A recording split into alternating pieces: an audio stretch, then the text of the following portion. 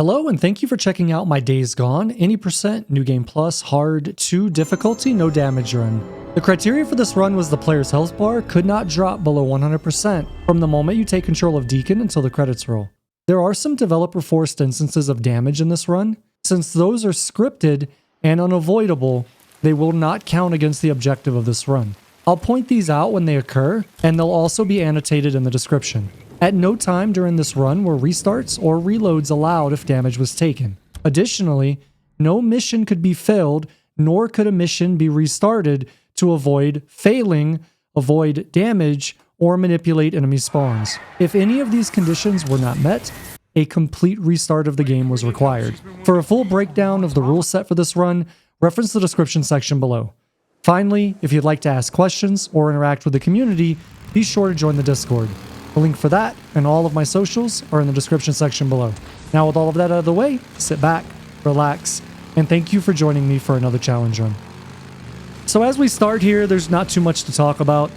There's really no way to fail this unless you like run into a tree and take damage or die. So pretty much it's just follow the leader here. No shit, he can't have much. I do want to add that these Molotovs that are getting thrown in, you actually don't take damage from these, as you can see right there. I didn't realize that on my first playthrough, or even my second. But at some point I did realize that, so I wanted to point it out for any of you that have played this game or are thinking about playing this game. Now you know. So the only other thing that I want to point out is that we are getting shot at, but the game is coded such that you cannot take damage here. You don't actually...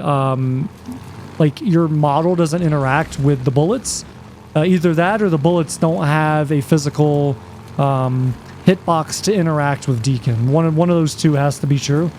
But regardless, you can't take damage here from this section. And this is going to be the only section in the entire game where anyone is ever riding on a bike that is an enemy NPC and can't do damage to you. Son of a bitch. You hit him. Hold up! He laid his bike down.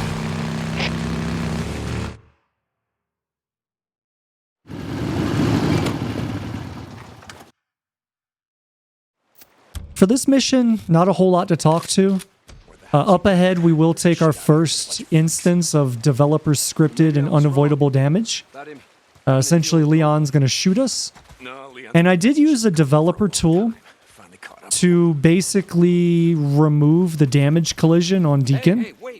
Just to test to see what would happen if you didn't take damage here. Wait, here. And the TLDR is basically the game soft locks. And what a soft lock means is that you basically get locked into the section you are and you can't proceed.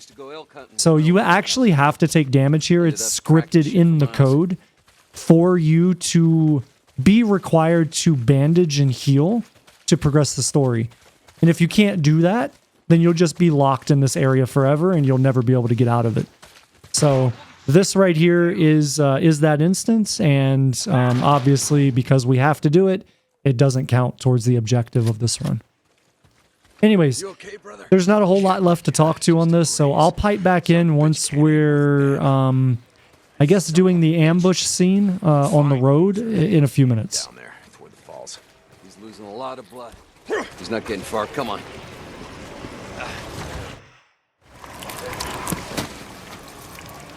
Search him. You did the right thing, bro. We don't want to leave anyone to the freaks. Not even a piece of shit like Leon.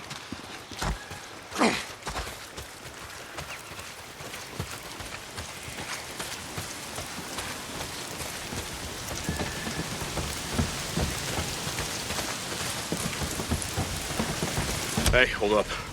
I want to search this camp, see if I can't find something to fix up this scratch.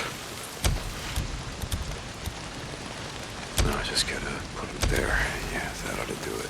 Guess I won't be losing the arm anytime soon.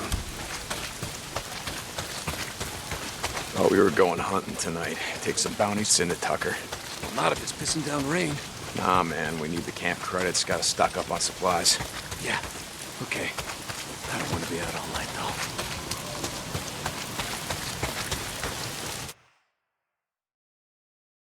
Gonna see if there's anything we can salvage on Leon's bike. Hey, What did Leon give you? Map of some kind. Once we get my bike back, let's head up to the cemetery, look around. Yeah. Okay.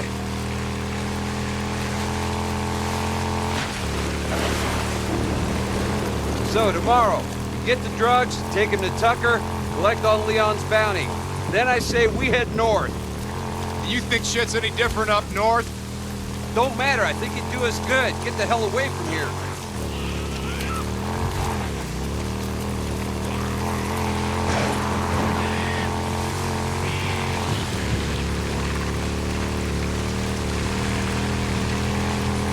Hold on, something's blocking the road. Careful.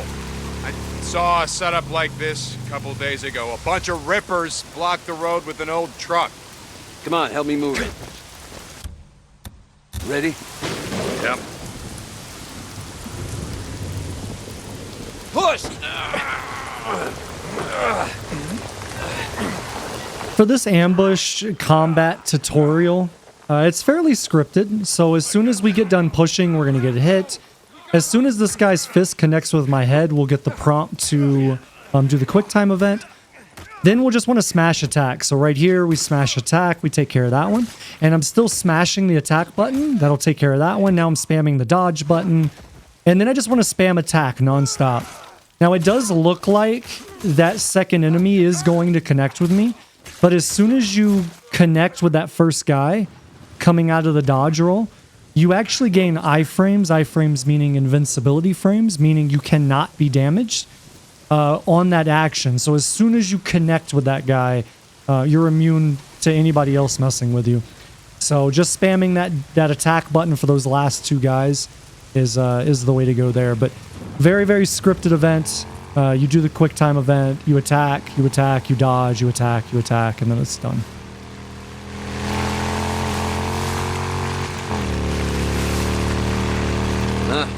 Coming up on the old NERO checkpoint. We're almost there.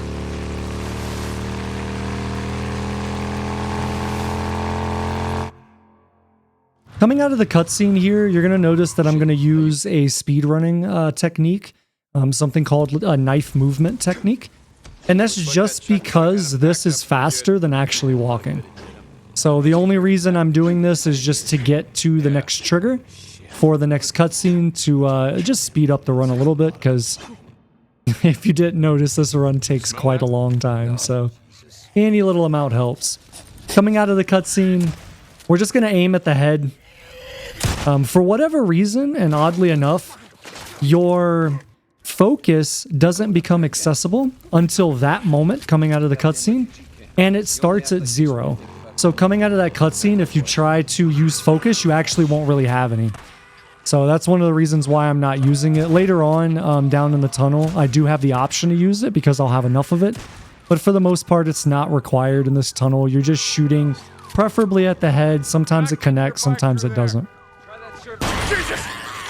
For this quick time event, you actually can just fail this, which is the faster way to do it. So I purposefully fail it because whether you pass it or whether you fail it, this all plays out the same. So it just saves like, I don't know, 2 seconds, 3 seconds extra. It just lets me get moving through the rest of the tunnel a little bit quicker. As soon as I push this car and we hit the alarm and we gain control of Deacon, I'm just going to run for the big truck in front. And we're going to try and hit these guys as they come down. Now, having both of them be side by side like that is just bad RNG. Generally, you won't have that. You'll have them staggered out a bit more.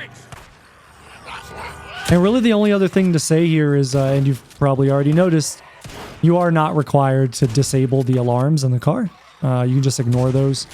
If you want to pick them up for the crafting components, you could do that.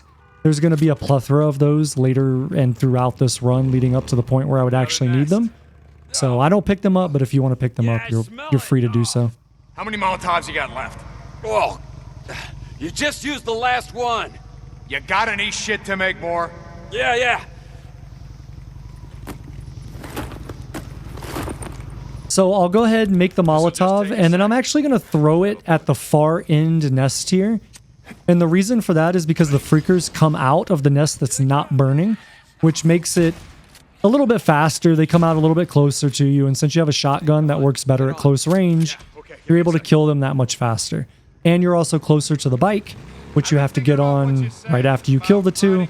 So it just speeds up the section a little bit. Get away from here. Clear your head, you know? In the morning, let's turn in the bounties, and we'll hit the road. Hell yeah, brother. Now you're talking.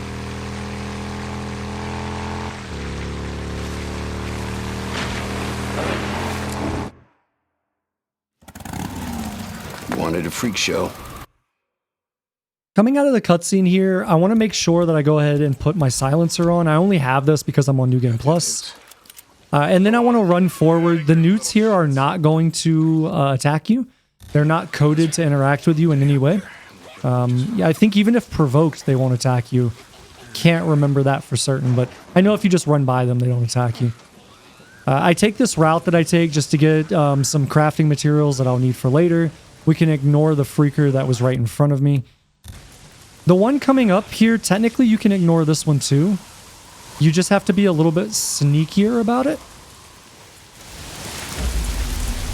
You just want to make sure you take a wide angle there. I'm going to go ahead and pick up the baseball bat just in case shit goes sideways and I need a melee weapon. Granted, the boot knife is really, really good anyways, so... I'll go ahead and stealth this guy. This is just because of what I'm going to do as soon as I pick up some of these materials. So I will have to clear out this infestation zone later in the run. And there's 4 nests here. I'm going to go ahead and clear out one of them now just because of its proximity to the other 3. And the reason for this is because when I do come back through here, I'll be able to hit the other 3 and then just jump on the bike and run away. If I didn't clear this one out first, then I wouldn't necessarily be able to do that as quickly or as safely. So I'm just going to go ahead and loot everything in here. And then I'm going to turn around. We're going to craft a Molotov. We're going to throw it at the nest, 180, and get the hell out.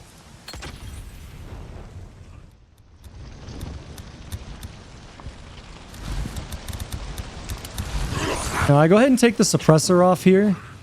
Just because once I get up here, I don't care anymore. There shouldn't be anyone following me.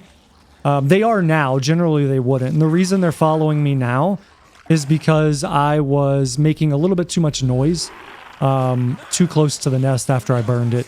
So that allowed them to kind of lock onto me and then follow me over. Generally speaking, this would not happen as long as I took it a little bit slower. All right, so what we want to do here is we want to kill this newt before it goes up. Again, noise doesn't matter here. I'm going to go ahead and go up on top of the roof, run straight over to my 2 o'clock position, pick up some of the loot here, and then just dodge roll drop right in the hole. And we'll avoid those 2 newts. Now, if you do this too quickly, sometimes you'll have 2 newts in here instead of 1. Just because the 2 that come out of the hole can stagger. So one will come out, and then another one will come out a little bit later. So if you drop into the hole too fast, there will be 2, but he'll always be over to your right and never close enough that you're in any danger, so it really doesn't matter whether there's 2 or whether there's 1. If you do drop into the hole and there's 2, you just shoot the one to the right, and then the one to the left will jump over and you shoot it. And with the shotgun, at least on hard 2, it's a one-shot, one-kill the majority of the time. So, anyways, inside the garage, we're just going to pick up pretty much everything that's lootable.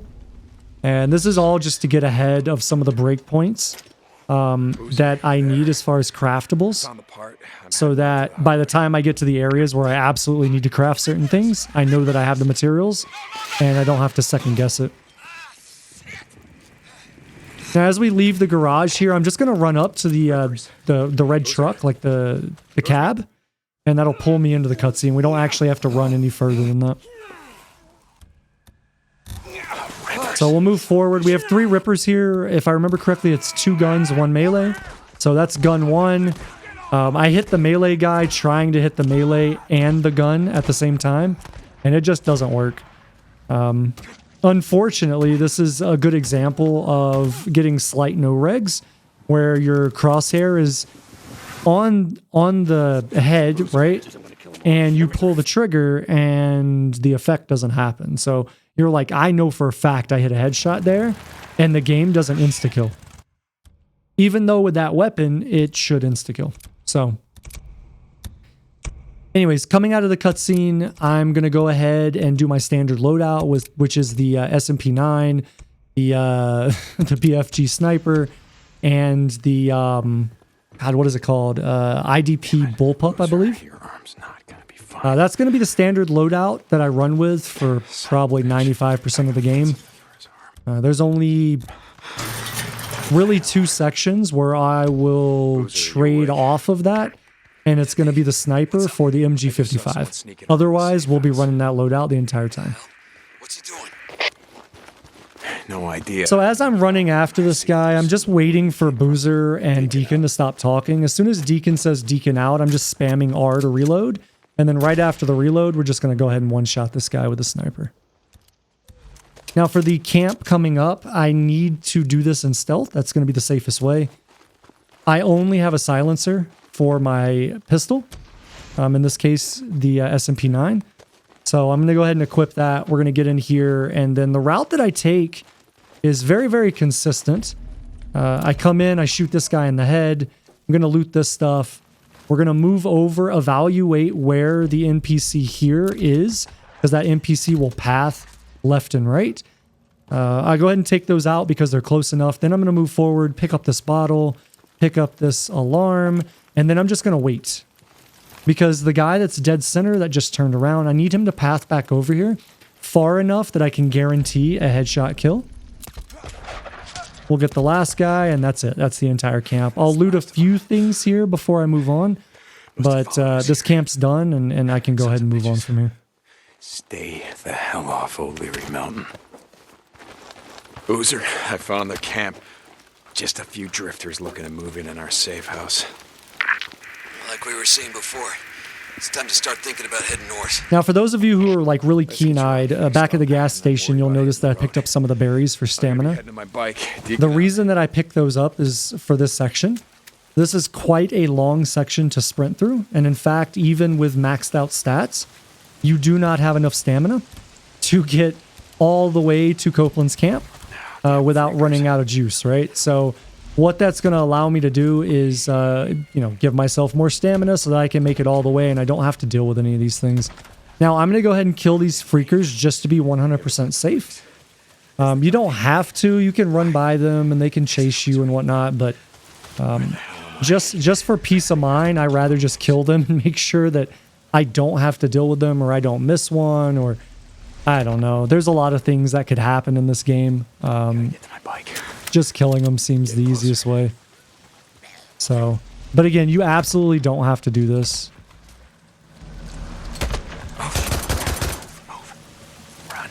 Run. If anything, it's a nice little bit of warm-up for aiming for the run, to be honest with you.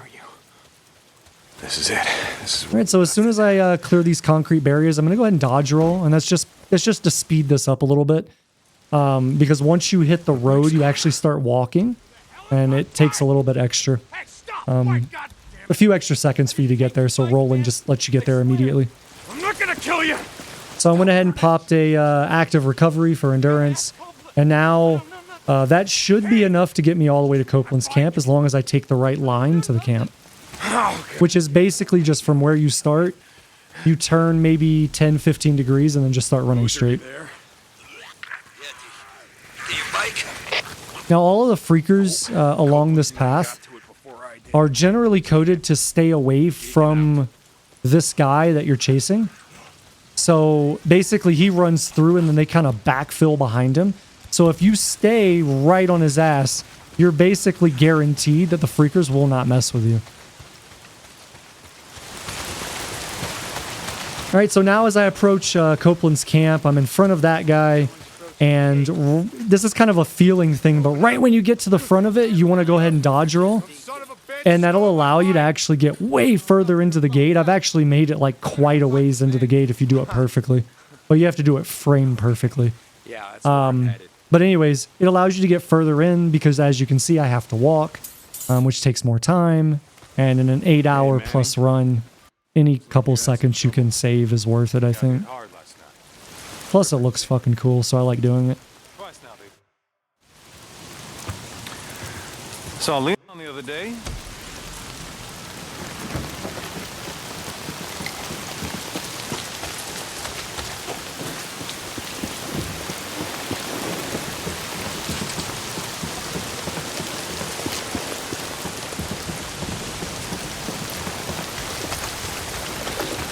Deacon, hey. Deke.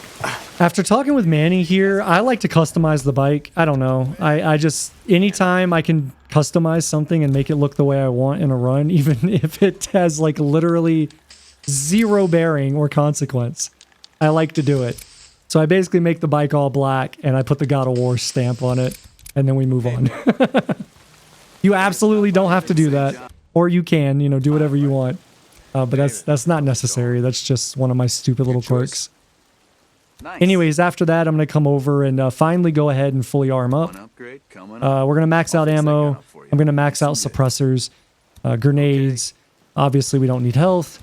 Suppressors are going to be one of our best resources for this run, simply because of the way the game works. So sound is obviously a mechanic in the game. We want to produce as little sound as possible for so much of this run. And in fact, one of the things that we're going to do as soon as we get up here to the NERO checkpoint and we get done opening it up is that I'm going to rest or do what I call rest for day. So I'm going to make it daytime. And much of this run, minus a couple of sections where it doesn't make sense to rest for day, I'm going to rest for day simply because it makes it safer and more reliable. So like those should be headshots. I don't know why they're not. Again, no regs, but whatever. Anyways, at the NERO checkpoint, we only have 2 speakers. I'm going to go ahead and pop both of those. Generally speaking, you'll have 4 freakers. Sometimes it kind of varies their spawn location, so you might roll up and be like, oh, I only have 3. You don't. There's one lurking somewhere else. So you just want to make sure that you kill all of them, because you have to clear this area out to be able to even open the NERO door when you start the generator. Now, once I clear them all out, I'm just going to take a big loop, essentially to pick up some items, grab the fuel that I need, and then I'll go and turn on the generator and then go complete the objective. Anyways, now that I've explained that, I wanted to make sure I at least explained what I was doing here if it wasn't obvious. Back to what I was saying with sleeping for day. Much of this run is going to be conducted during daytime, which on the surface you might say, wow, that's going to be more dangerous because there's more human ambushes, marauder raids, things like that during the daytime than there is at night. The issue, though, is that those are predictable and they have very understandable spawn locations, whereas at night, freaker spawns go up, and those are much more random. So it makes it a little bit more controllable.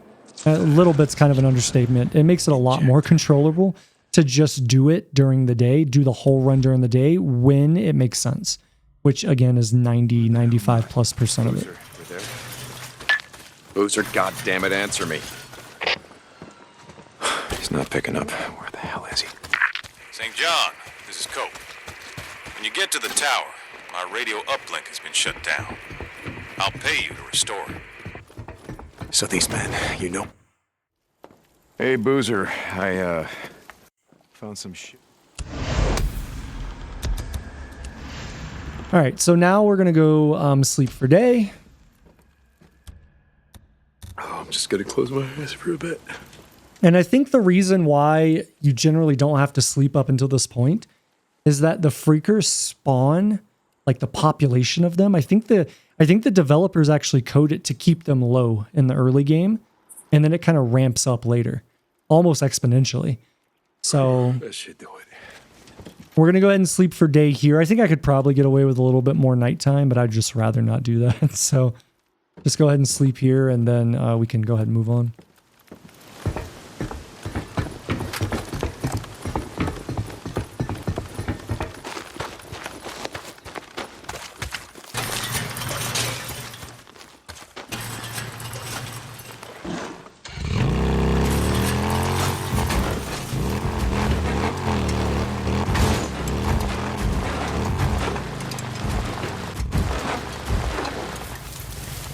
So I'm heading over to the radio tower to go ahead and clear it out for Copeland. And the way that I approach this is very specific. And I'm doing it in this very specific way simply to cause as much noise as I can to overlap as many of the enemies inside of this Marauder camp as I can. And you'll see the benefit to this in just a second. So I'm going to go ahead and dismount here in a very specific spot. And then I'm going to run forward of my bike. And what you're going to notice is that all, like, well, not all, but at least half of the camp is going to run down here. Basically for me to kill away from everyone else. And this is very, very consistent in that you will always pull multiple people down here. The number of them that you pull can vary slightly, like 1 or 2 of them. But this is, in my opinion, the best way to do this, just simply because you pull quite a few of them out and you're able to get those kills really, really quickly and really safely. Now, I'm still going to stay crouched here just because, again, there is RNG, as I alluded to. So, you know, I don't know which ones actually got pulled down and which ones didn't. I know where all 10 of them are supposed to be. I just don't know which ones actually came down. So, I'm going to go through... The way that I go through this is a very standard route. And it's basically clear the perimeter, then go inside on the left side, and then clear basically from the left to the right from the building. So there's always a guy that's on this left side. I just have to find him. Very, very rarely will he actually get pulled in by the noise. So this is one of those rare instances where he did get pulled in.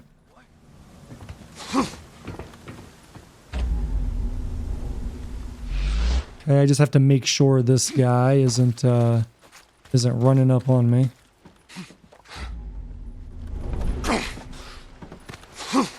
We'll go ahead and swap over, I think, to my assault rifle. Oh, I guess not. How did that miss? That was my fault, actually. I missed the shot.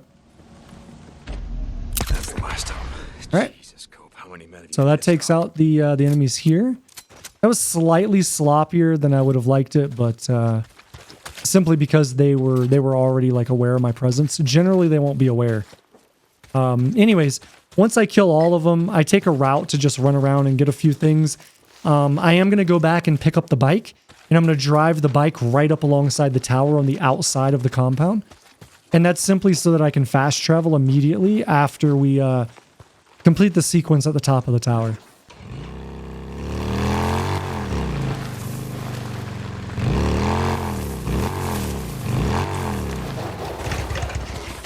So I'm going to go ahead and head back inside. I'm going to do a very specific route here to pick up a bunch of more scrap. And scrap in this run is important for 2 reasons. So reason 1 is crafting crossbow bolts and some of the other little gadgets that you can craft that you need scrap for. All right. The second reason is the best way that I found to deal with ambushes. If you get caught off guard by one of them, and when I say ambushes, I mean sniper ambushes, is to simply let them shoot you. Jesus Christ. For whatever reason, when the sniper shoots you, it doesn't actually shoot you, it shoots the bike. And then it throws you off the bike, and again, for whatever reason, you don't take damage. Which is odd, because clothesline traps, for example, they do damage to both your bike and Deacon. However, getting shot by a sniper does no damage to Deacon, but damages your bike. So essentially, if you don't know exactly when a sniper's coming, or if you're not looking for it, you're not paying attention, or one just catches you off guard, basically the strategy is to let them shoot you. And then you stand up off the ground and you shoot them before they can shoot the second shot. That is the most consistent way to deal with them. But obviously, if you take that method and you use that strategy, you need scrap. You need scrap to be able to repair your bike. Because depending on the state of your bike, that holds bearing on, how fast your bike goes, how good it handles, things like that. So you want to definitely keep your bike repair as high as you can. And if you get shot by a sniper, generally it will drop 50%, 40%, 30%, sometimes lower than that. So anyways, that's the reason why I try to keep scrap as high as possible. I'll try to keep it at 20. For most of the run, it will be at 20. minus a few sections. So What? Deacon out. Jesus, what a climb. All right, let's see what the hell Boozer's talking about.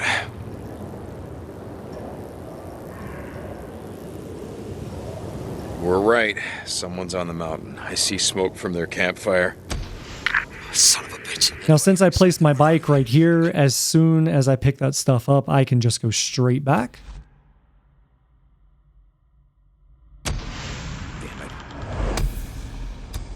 Boozer, gotta get your arm healed up so we can... And so something that I'm going to do a lot in this run is pretty much anytime I come back to camp, to any camp, I'm going to do what I call the 3 R's, which is repair, refuel, and rearm. So you're going to see that a lot.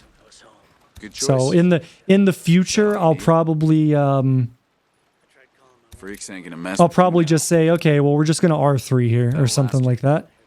And then hopefully you guys will know what I'm talking about if it's not obvious.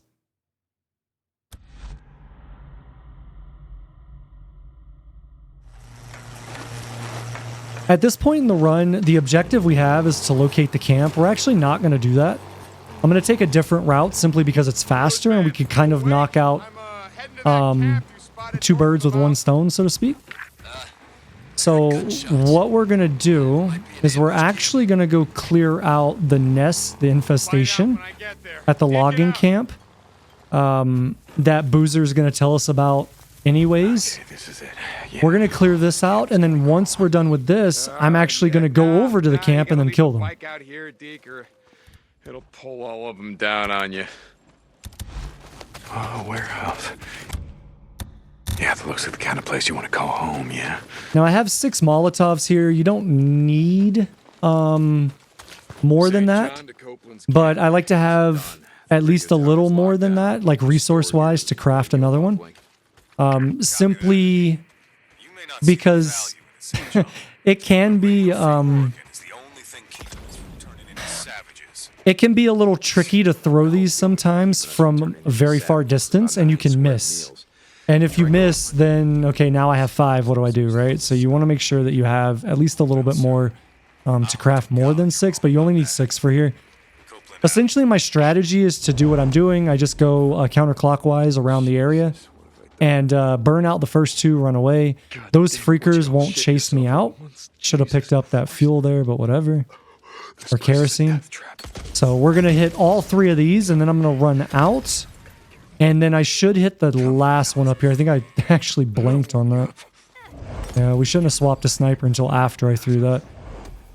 So I'm going to go ahead and shoot all of the ones coming out of here. Just enough that I have confidence that I can make it to my bike without getting attacked. And then I'm just going to go forward. So I've cleared out the nest. That objective is complete. We did that very quickly. And then right around this tree right here, I want to let off the gas and just kind of coast in because of the sound. I'm going to go ahead and get off the bike. If you go further than this, you will actually alert, high probability, 50 to 70% of the time, you will alert the closest enemy on your right. And then it kind of screws up the strategy here. But if you can get here without alerting them, because of the way the game spawns the enemies in, once you reach a certain line, right? So once you hit a certain trigger, they'll all spawn in. What I'm doing here is very consistent, minus 3 or 4 of the enemies. So basically, I get on top of the boxcar. You're going to get most of these kills for free, as long as you do them fast enough and you know exactly where you're looking. And so now I only have 1 left. There's generally going to be 1 on the very, very far backside, and potentially 1 in the middle that can float. And what I mean by float is sometimes they won't be where they are like all the other ones are each time you do this. So they'll kind of float around and they won't be very consistent, but you'll know generally about the area that they're going to be at, so you kind of know where to look and keep your eye on to take them out. But anyways, that's very, very quick, and then we're just going to move on. I cleared those nests. Should be less freaks. And again, the reason why I did the logging camp and then this one instead of the reverse order is because the logging camp is furthest away. The marauder camp is closest to this objective I'm going to, and now I can get to this objective a lot faster. So it's just minimizing downtime on the route. Because this run is so long, we want to save as much time as possible. Deacon out.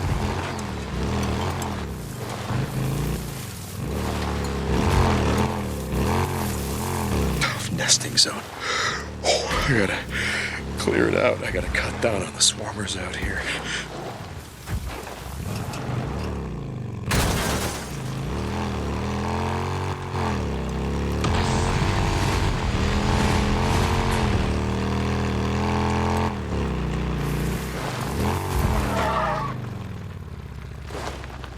Well, we're kind of actually here much earlier than we should be, so we're gonna have to wait for the mission to pop. See if I can Once this dialogue gets done, we'll get the change from day to night, rest up. and then I'll be able to go forward. There's no way around this. I have to do this next section at night, but it's pretty low risk.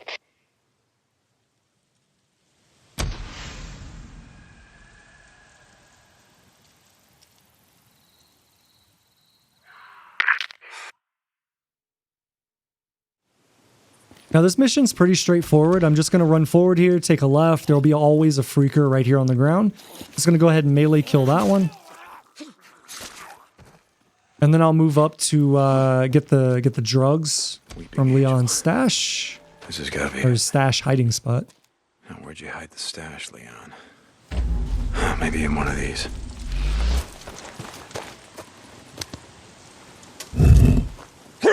Got it. I just gotta figure out who I'm gonna... All right, so as soon as we grab the drugs, we're going to get some freakers that spawn into the area. All we're going to do is pick up the drugs, run, and as soon as we get close enough to them to guarantee a headshot, we're going to hit them. Boozer! Boozman, are you listening? No, you're not gonna... All right, I'll have one more up here. Now this one, if it's walking away, I'll go ahead and just put the drugs on the bike and leave. But if it's not walking away, if it's looking towards me, I'll just shoot it. Just to guarantee that it doesn't chase at me while I'm in the animation, tying the drugs to the bike. Chase them down and I'm gonna see what the hell they're doing. All right, very simple here. We're just going to do a 180, take a right, take another right, and basically boost up the hill, and we'll jump right into the cutscene, literally. For this NERO sneaking section, it's very, very consistent to do what I'm going to do here. So I'm going to slide in position, drop over, do 2 rolls, and then we're going to take off running. That'll always get me by the guy on the right because of the way the enemies or the NERO guys like spawn in.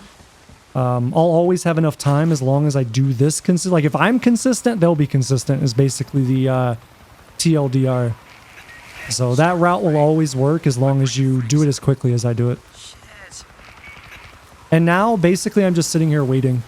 We'll wait for the scientists to come up. They'll do the dialogue. And then once they start moving, I'll start moving and just stay in tow with them.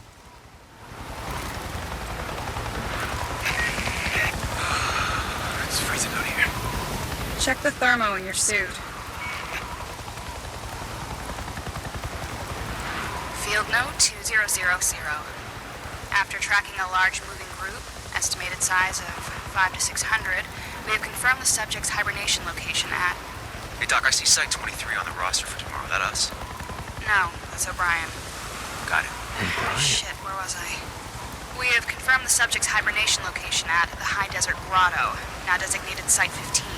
Trampling of grasses and plants at the entrance and the presence of footprints, see attached photos, indicate the site has been used for some time. It's be nice and cozy in there. According to the motion sensor planted by Lieutenant O'Brien, approximately 447 subjects have entered the cave this morning. Recommend sending a follow-up team sometime after 1900 hours to assess the cave's interior and further assess conditions. Note to Dr. Anderson. Your theory about the subjects devolving to a primitive state of nocturnal behavior is seeming more appealing all the time. End report. Not going inside. Didn't you hear me? Over 400 subjects. And these aren't just your regular run-of-the-mill freaks. These are stage 3. Somewhere Sarah. And I asked if you were going in. Can't be. Didn't say I was. And these subjects are not sleeping. They're hibernating. Ever woken up a hibernating bear? No. Ever woken up a hibernating freak? Yeah. actually. I was one of the survivors at the White King mine. Jesus. Someone tear my buddy apart like he was peeling a banana. These suits protect you from a lot of shit. But not them. Holy shit, Corporal. Jesus, I'm sorry. That mission was FUBAR from the start. So I want you guys to keep your eye on the listen bar at the top of the screen, the yellow-orange bar. As soon as you see it jump to the right and complete, because it'll jump a gap, that's when we're clear to move. So right there, now I can go. We no longer have to wait there. So as soon as I see that, I'm going to go ahead and run, head forward, and then I'm going to stop in these bushes just to see how this NERO soldier is. If he's looking, I can't go, but if he's turned away, I can just go. We'll come back and basically do the reverse, except that I'm going to go around the right side to skip that NERO soldier that was right before the one that was stationary. Now, immediately coming out of this cutscene, you need to get on your bike ASAP and start going, because there is a nest behind you that's going to spawn a crap ton of freakers.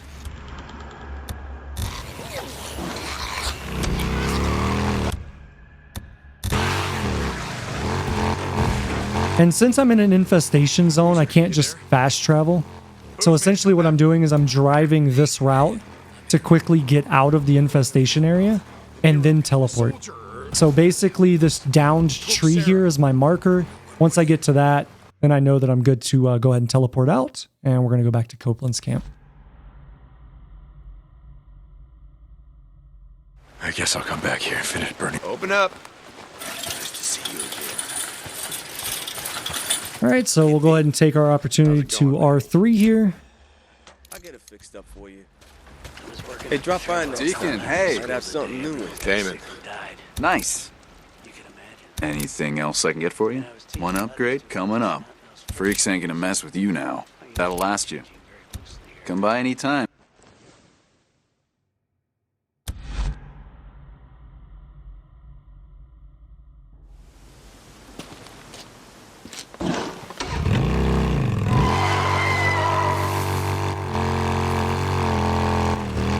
Boozer, you there? Booze man, come back. Deke, hey, I'm here. When we rode out of Farewell, the NERO guy, the soldier, or whatever the hell he was, who took Sarah. Wait, what are you... He had an ID badge. What was the name? Oh, God, O'Brien.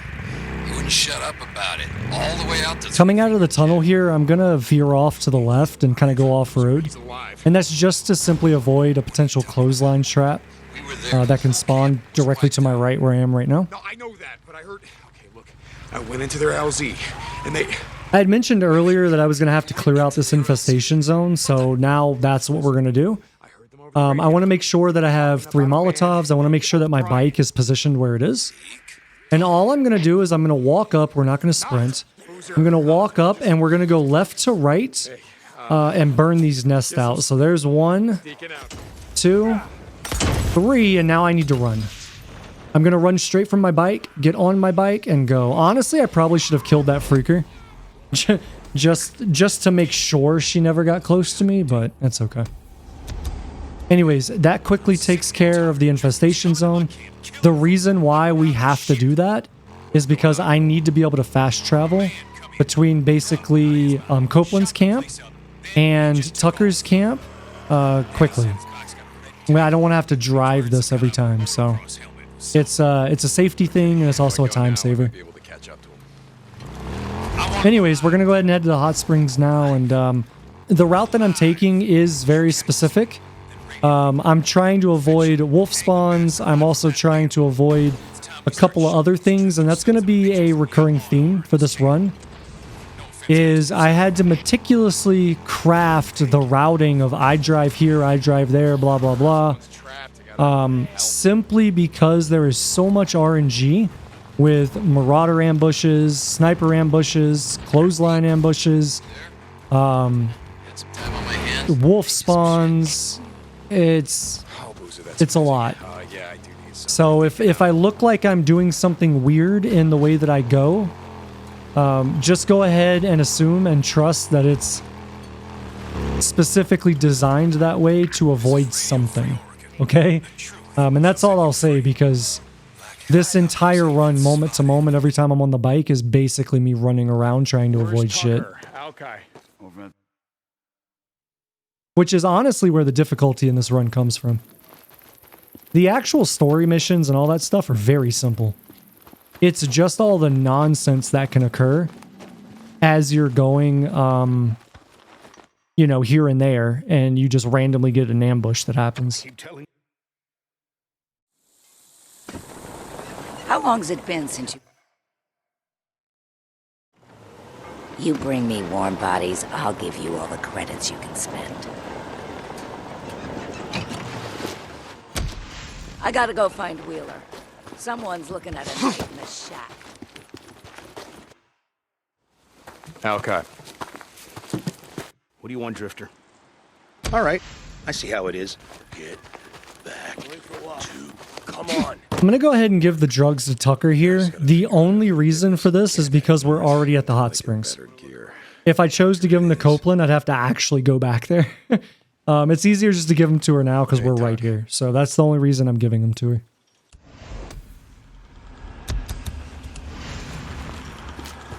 Hey, a Deacon, right? Sandy.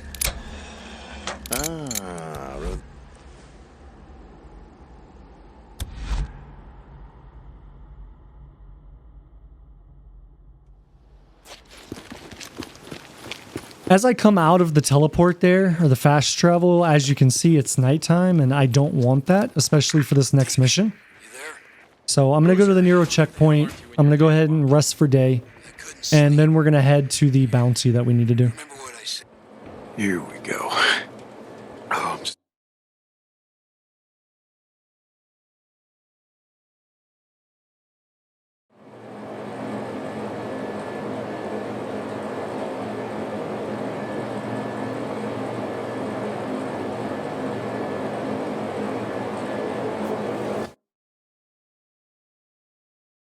I was ready to go back at it.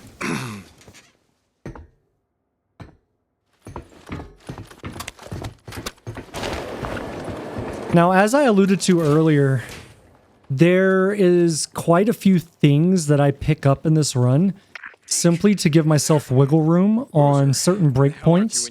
And at those breakpoints, I know that I need Molotovs. I know that I need, you know, whatever. This one coming up, the reason I've been picking up so much is I absolutely have to have 2 bombs here. And these need to be the proximity bombs, not the remote mines or remote bombs, whatever. And what I'm going to do is I'm basically going to put the bike in a very specific spot. It's basically on the butt of the closest guy to the knees of the second guy. And then I'm going to put the bombs down in those specific spots. I'm going to come over here, I'm going to grab the gas can, and I'm going to put this kind of beside the bike, but like on the guy's feet almost. And this is just going to add a little bit of extra damage to get past the damage breakpoint on the bounty bike. This is the only bounty in the game that you have to do this with. And now if you do this setup like I do, you will 100% every single time get that to work consistently. But it is very, very specific.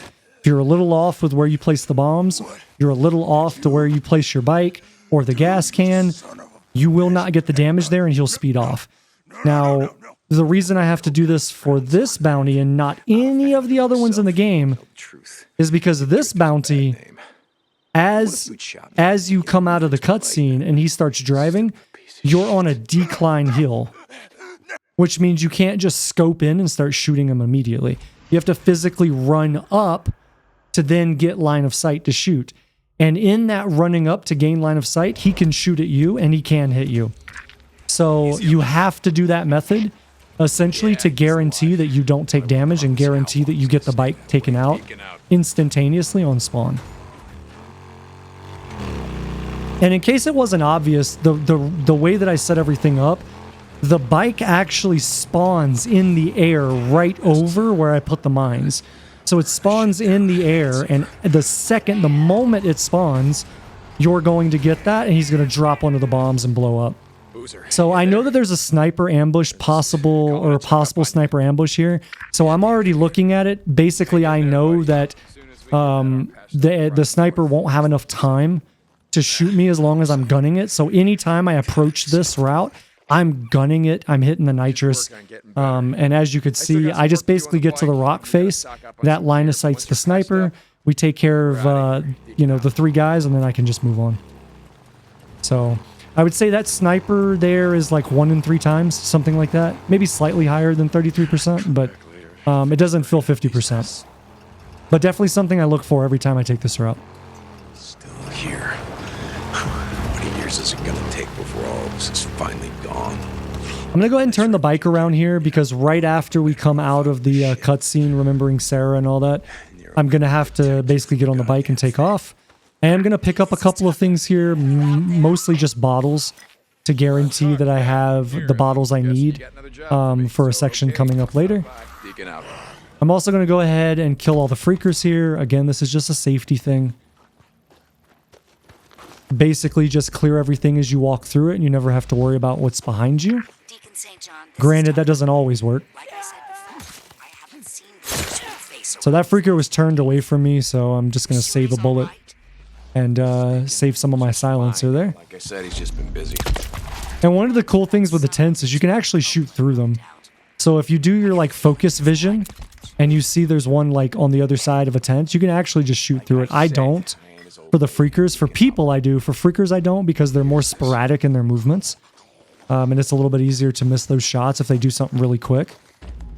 But for humans, you can definitely do that. If they're on the other side of a tent, you can shoot through the tent. Anyways, once I get most of these guys dead, at that point, I don't care anymore.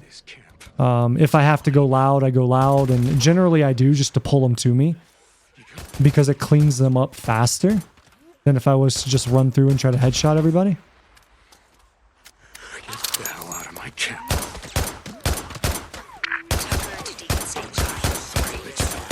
Plus, it's more satisfying, so... I don't get to go, like, full noise like this very often. So, when I get to just play the game and not have to worry about it, it's kind of fun. Hey, babe. Yeah, I cleaned them out. They won't be bothering you no more. Hey, me again.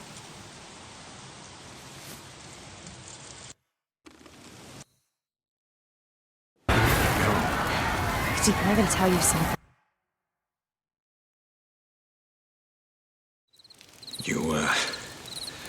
You rest easy, okay? I'll be back to check on you, and I know, yeah, you wouldn't want me to, but I guess Boozer's right. I can't help myself. It's like I said, I'll be back.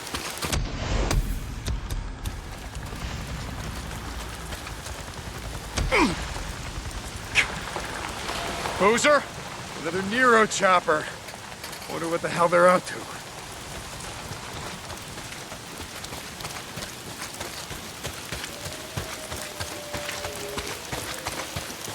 Can of fuel. Deacon St. John, this is Ada talking. I'm going to go ahead and refuel here simply because of what I've got to do next. And I just want to make sure that not only I have enough fuel to ride, but I have enough fuel to fast travel as well.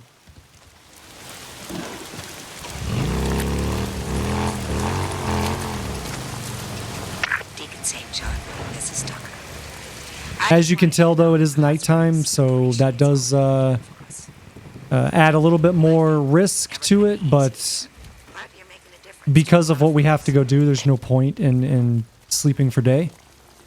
Now, the route that I'm taking is very specific. We want to avoid the ambush camp to our left, and then I'm also avoiding some freakers that were on my right. And then as I come down, this is generally the safest path to take to avoid the freakers that are at the stream on the left. Truth shall set you free. Who remembers the skid rows of this great country? People living on the streets in boxes and tents because they couldn't afford. Right, as I come over this hill, I just want to make sure I take it slow. We don't want to launch off and hit a tree or come over the hill like that and be too close to a freaker that could then hit me and kick me off my bike, which would do damage. Post-traumatic stress disorder. It stands for put them soldiers down. Well, we're all Alright, so we're going to go through Marion Forks here. I gotta clear it out. I gotta cut down on the swarmers out here. We showed them how wrong they were. And all I'm doing now is I'm going to the Marion Forks checkpoint. And we're going to open that up as a fast travel point so that we can access this part of the map and specifically Marion Forks very quickly and very easily. Finish burning you out. Mark Copeland for Radio Free Oregon. Don't believe the lies. Another NERO. So I'm going to pull the bike basically alongside where the door is. And we're going to turn it around. And then I'm going to jump off and we're going to go ahead and take out the 4 speakers. So there's 2 on the unit, 1 on that ECP, and there's 1 on the ECP by the tunnel that we'll take out in a second. Need scrap. So I'm going to use this fuel to fuel the generator.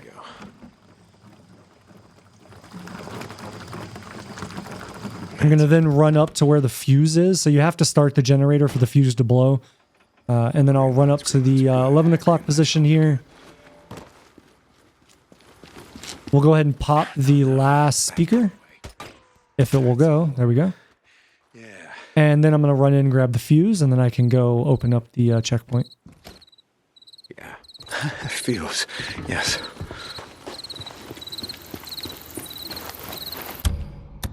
Oh, God damn it. Fuse blown. Now we're in bed. So now that the NERO checkpoint's open, I have to get the injector to actually make it fully open to where I can fast travel. So I'm going to go ahead and get the injector.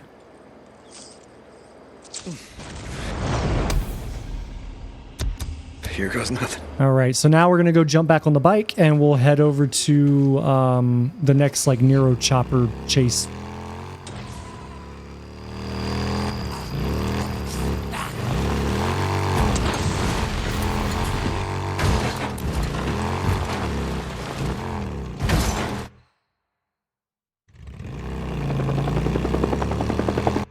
All right, so for this chase, the route that I take here at the start is very, very important because it actually puts you ahead of the wolves that spawn in on this. If you take, like, I guess the developer intended route, the wolves actually get alongside of you. This one, you actually get ahead of them, and it puts you in a much better position to deal with them than to just kind of have them all spawn around you. Like on your left, on your right, whatever. Doing it this way, they all spawn behind you, which generally makes it so that only one is ever able to get to you. The other 2 will lag behind. That was really lucky. I was actually trying to hit him with my bike. If he would have jumped on me there, my run would have been ended. Whoa, whoa, whoa! Hold on. They're slowing down. Looks like they're stopping. And coming out of this cutscene, there's going to be quite a few freakers here. They're generally always in the same place, but it is very easy to get jumped by one of them and get knocked off your bike. So you do want to give them a little bit of room as you go past them. We'll take it to the top of the hill, and right up here, we'll go into the cutscene. Now, coming out of this cutscene, there's going to be a horde basically that's running through. That horde is coded to ignore you. So I'm just going to go ahead and go loud on my sniper rifle because they will never turn around. They only visually exist. They don't actually exist to do damage to you. So now that I've cleared all of the ones out here, I can go down. I want to make sure I'm looking in the direction that the nuke's going to run. And I'm basically just holding my my scope right now so that it auto scopes in. We're going to use focus. 1 shot, he's down. And then I can go pick up the radio. So, what the hell are they Now I have a long, pretty long conversation here. So I'm just gonna take the chance to loot the area. There's nothing else to do. I could go stand by my bike, but there is usable stuff here to pick up. So I'm gonna go pick up some stuff here, and then I'll go stand by the bike. They got chased off by swarmers. Bugged the hell out. They left some gear behind, a radio. You don't think that Sarah... For whatever reason, it just didn't want to climb there. I don't know. I don't know why that happens sometimes, but it's like in very specific areas where it's like 50-50 whether you're going to climb up it or not. I'm gonna get some really answers. odd. Damn it. Okay. Look, I'll be able to ride soon. I'll help As long as I'm sitting on the bike, then as soon as the dialogue is done, we'll go right into the cutscene. You're goddamn right. I'm gonna check in later. Deacon out. Okay, O'Brien. Where the hell are you?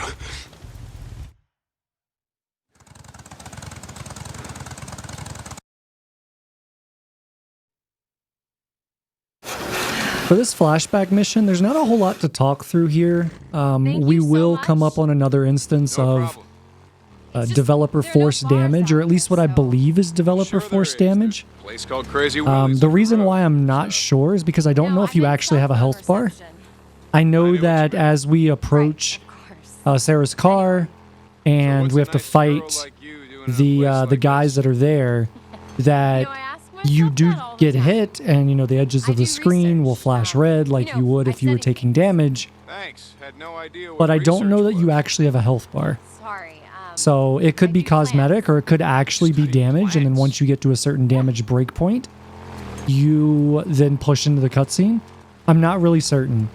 What I do know is that you cannot die from it, and that there's no way to avoid it. Because you can only move, like just slow walk, you can't dodge, you can't do anything like that to avoid the damage, then basically it's unavoidable and allowable for the run. So that's all I'll say about that, and I'll pipe back up at our next section. The company that I work for, they opened this lab here, so here I came to the middle of nowhere. To research plants. That's right, I already told you, I forgot. Yeah, so the company that I work for, they do work for this bioengineering firm, and some of the plants that I look at are pretty rare, and they just happen to grow here. That has got to be the best thing I've ever heard.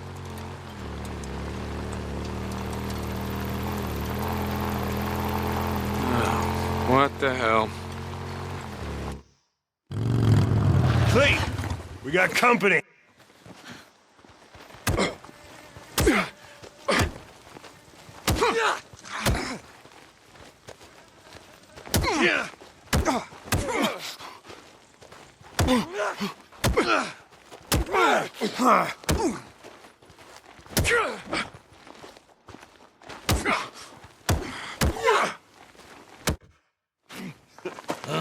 Smart now, huh?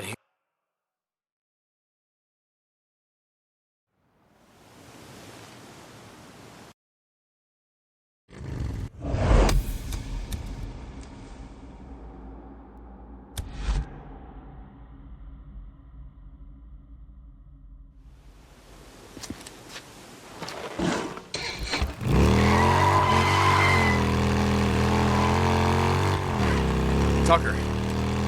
Hot Springs Camp, you there? I'm gonna need more info on that survivor Larson spotted in Marion Forks. Deacon, I already told you everything I know. Young, a woman. At this point, we're just waiting for the dialogue to finish.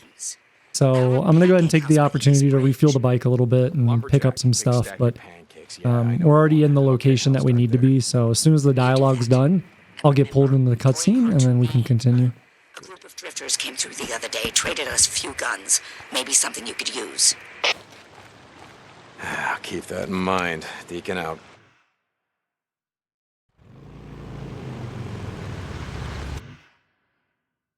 Alright, so immediately after the cutscene, I have to run down here and investigate this just to push the mission forward. Gotta be hers. This must be right after this, though, I'm going to run back up, and I'm going to take out the newts that are on the rooftop here, or at least attempt to. I'm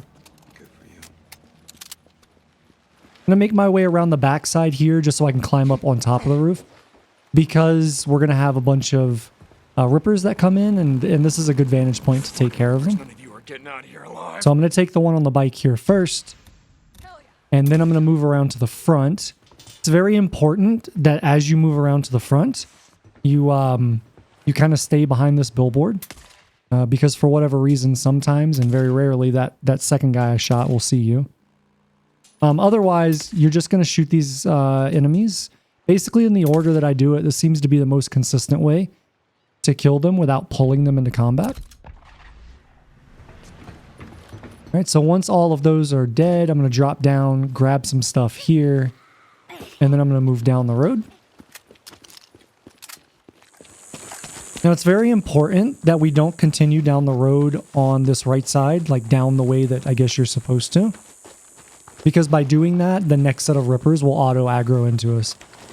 So what I want to do is I want to go this direction, go behind and to the side of the building, and then I'm going to situate myself right here on the corner. We're going to start with this first biker. And then I'm just going to stay on the corner here and fire. Now, something I haven't really elaborated on, I'll elaborate on in a second once I kind of talk through all these enemies, is corner cover. It is very, very, very important to learn how to effectively use that. So I'm going to move into this position. I don't want to get too close here because I don't want them to auto aggro into me, but we'll take out the two on the bike. We'll go ahead and take out these two at the house, and then the last two that pull up on the bike, we'll take those out, and then we're good to go. Anyways, so corner cover. It's very, very important in this game to understand how corner cover works, and essentially, it's basically, if Deacon is hidden behind cover, you're still able to shoot around that cover and both attack enemies and be fully protected. So it's a technique that I use a lot, especially when I have no choice but to be in combat, to mitigate potential damage coming into Deacon. So you're going to see that a lot where I will generally take up a position where I'm able to be at some type of an object that covers Deacon's entire body and still be able to shoot around the side safely. All right, so we're just going to throw a grenade here. This has varying degrees of success. Sometimes it kills 3, like that, sometimes 4. But there's always going to be at least one that it doesn't kill that I'll have to physically go and take care of. We shouldn't be out here. All right, so I have 2 left. I'm just going to go ahead and drop down and we'll take care of these 2. There is a bit of discipline here as far as balancing your suppressors. Because at this point, my suppressors are starting to get pretty low. And there's quite a few freakers left to deal with. Now, I choose to go up the right side here, just because it's closest to the objective of where I need to get to. But you could go the other way. It just takes a little bit longer. Either way you go, you're going to have freakers to deal with. I just choose to deal with these because they're closest. Now, I could throw a grenade here and kill all of these in one shot, but the house to my 2 o'clock has freakers in it as well, and those would all come running down. Not to mention the nest that's like to my left right now. So we really want to take care of these quietly if at all possible.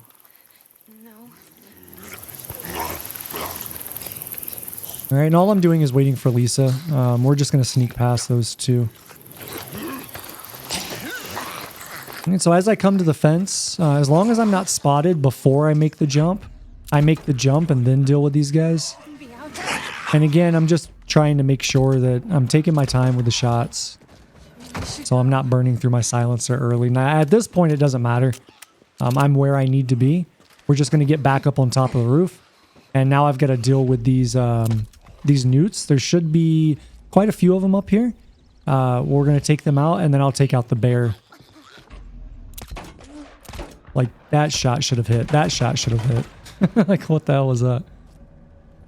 For bears, the interesting thing is shooting them in the head actually has very, very different success rates.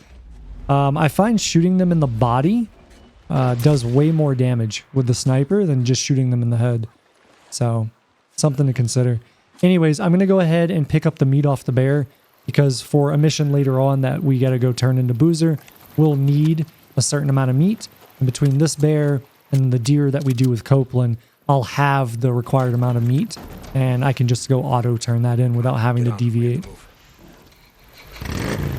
But anyways, I forgot to go back and get Lisa there, so that's why I ran back. But we get Lisa, we get on the bike, and now I'm just going to head off and take her to the hot springs. Deacon. My name's Deacon. Lisa. So one of the interesting things to mention about this game is whenever you're escorting somebody, so there's somebody physically on the back of your bike, there really isn't any ambushes that you have to worry about. And generally speaking, there won't be any freakers. Like there were back there, but now that I've passed it, there won't be any more. And I believe the game does this just to kind of eliminate the variable of having you have to deal with a companion and them having to code the AI to do that stuff as well, and all the randomness that can happen there. But just something I wanted to mention. So generally when you have a companion, it's safe. Anyways, as I get in the tunnel, we're going to go all the way up to the ambulance here. There is a guy there, but he's always going to run around. Or he's always going to turn around and run away. So we're going to take a position on this ambulance. And the first thing I'm going to do is throw a grenade in this doorway on the left. That'll take care of that enemy. And that'll then pull the other ones out. Or at least start to pull them out. And as you can see, I'm going to kill all of these guys on corner cover. So while I can shoot around it, you can see Deacon is clearly protected behind the vehicle. The only time this gets a little iffy is when you have a sniper rifle. When you have a sniper rifle, it feels like your character model gets physically pulled to the center of the reticle. So generally speaking, using a sniper rifle from corner cover is not the preferred strategy, but also sometimes it's the best way to approach it to instantly kill what you need to kill. So anyways, once those enemies are dead, I'm just going to go back to the bike. We'll get Lisa, we'll continue through, and then that'll be that. Are you okay? Yeah. I think I want to go home. Nah, kid, the camp. You'll be safe there, you'll see. Okay.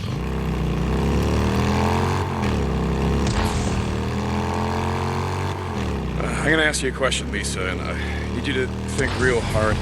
Did any of your neighbors, did they own any firearms? You know, like pistols, rifles, things like that? No.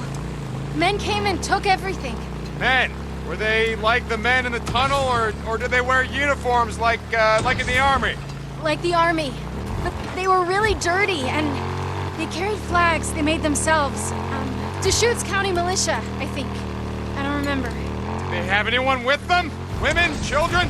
I don't remember. Okay. Tommy would remember. Tommy? Tommy Strickland. My best friend. But he's gone. He left with his dad to hide. Hide? I don't... His dad built a fallout shelter and put all kinds of stuff in it.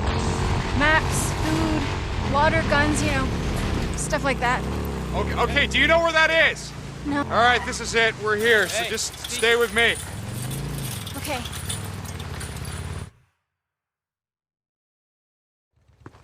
Well, who do we have here?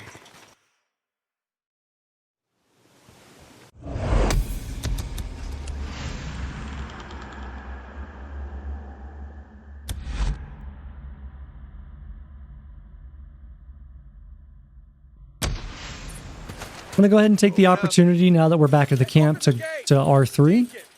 And something I wanted to point out, I can't remember where it happened in the run. I think it was right around here. And it definitely happens later on with Corey, when I first meet Corey. But this game liked to take things from me without me knowing it. I don't know why the game bugs like that. I did talk to a few friends who are very involved in the Days Gone community. They play the game a lot. They really understand the ins and outs of it. And basically their answer was like, oh yeah, that shit happens all the time. So I have no explanation why it happens, but I think it was here where I never shot my my sidearm, my SMP-9, but my ammo was all gone from it. Like the game just took, like it didn't take the ammo that was in the gun. It took like my reserve ammo. And then, and I'll bring this back up and point it out specifically later on, but I think it was this run. It might have been a different run. But at one point in time, I was doing a run, and right after you meet Corey and you're kind of tracking the soldier through the snow and everything, and then you come across a horde, that's usually where I equip my silencer for my sniper rifle for the human enemies that are coming up. And I went to do that, and my silencer was just gone. So this game is kind of a pain in the ass when it does stuff like that. So every time I go in R3, even if I know I should have ammo for this, I always just quickly like cycle over it just to see if it's missing. But anyways, back to the game. So what I did here was I drove to the location we need to be at, I hid in the bush because it's nighttime. As you can see, there was a freaker there. And I just hide in the bush. I know what the trigger is and where that line is, and I stay just outside of it so that I don't trigger the cutscene. And then as soon as the dialogue is done, I run forward. And the other reason we don't rest for day back at the camp is because this auto pulls you into day. So it just doesn't make sense to waste the time. So I'm going to be rolling a lot here. The reason I'm rolling here is because I can't use the knife technique to move faster because we can't attack or anything within this mission. Not with melee anyways. So I'm just rolling to make it slightly quicker because that is quicker than just walking. Yeah, I can see that. Well, come on, man.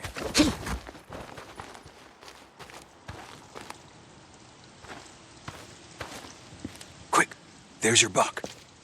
I see him. Now here. So for the buck here, basically you just need to shoot it. It doesn't matter where you shoot it. You can shoot it in the leg. You can shoot it in the head. It doesn't matter. It's going to die. And the location that it dies is completely random. So it might run a little bit and then drop dead. It might run a lot of it and then drop dead. It could drop dead on the left. It could drop dead more on the right. But it'll always be like basically along this line that I'm running. So if you're doing this yourself, just run this line and look for the deer body and you'll find it on that line. Basically the line is from where you start to this shack that I'm about to run to get a couple of resources. Go elk hunting. And anyways, like I mentioned earlier, between that deer meat and the bear earlier, we'll have enough meat now to deal with the boozer mission that's going to happen almost right after this, to go back and kind of resupply because, you know, boozer's hungry or whatever and food's getting low.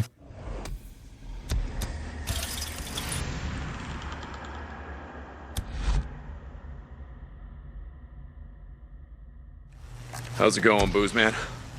I'm fine, goddammit. Hey, Dave, been low on supplies. Do some more meat. All right, so that's the call I was talking about. Instead of doing that now, what I'm going to do is I'm going to go take care of another mission, and then when we fast travel back, then I'll go ahead and take care of that mission. It just makes the routing easier, it makes things quicker than wasting time. Something else I want to mention is like right here, I use basically the focus or whatever to see if there are any enemies. Anytime I'm going like over and then down a hill, like I'm cresting the top of a hill, that's something that I generally do because it's very, very easy to just have like a random freaker spawn and you come over a hill and you don't realize they're close enough and then they just jump you right off the bike and do damage to you. So you're going to see that pretty frequently. For this NERO mission, basically right from the start, I'm just going to run to the left and I'm just going to follow this line down and you'll see there's a stream here. The stream is really your indicator of like your direction and your path.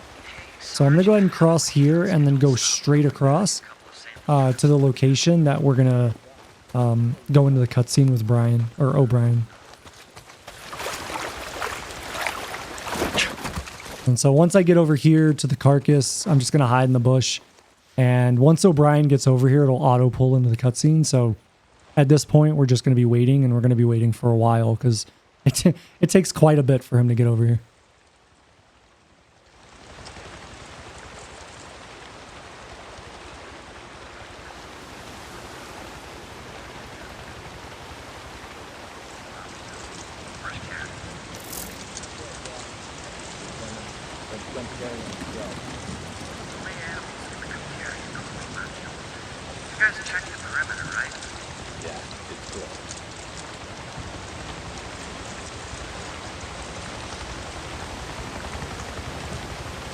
Lieutenant O'Brien, field note 2006. On approach to the landing site, I observed a large swarm of insects, probably Atratus or Diptera, in a clearing well away from our designated target. From that distance, I could not discern what was attracting the insects, but from the size of the swarm, recent carrying is indicated. Should be just over here. Damn it, where is it? Ah, here it is.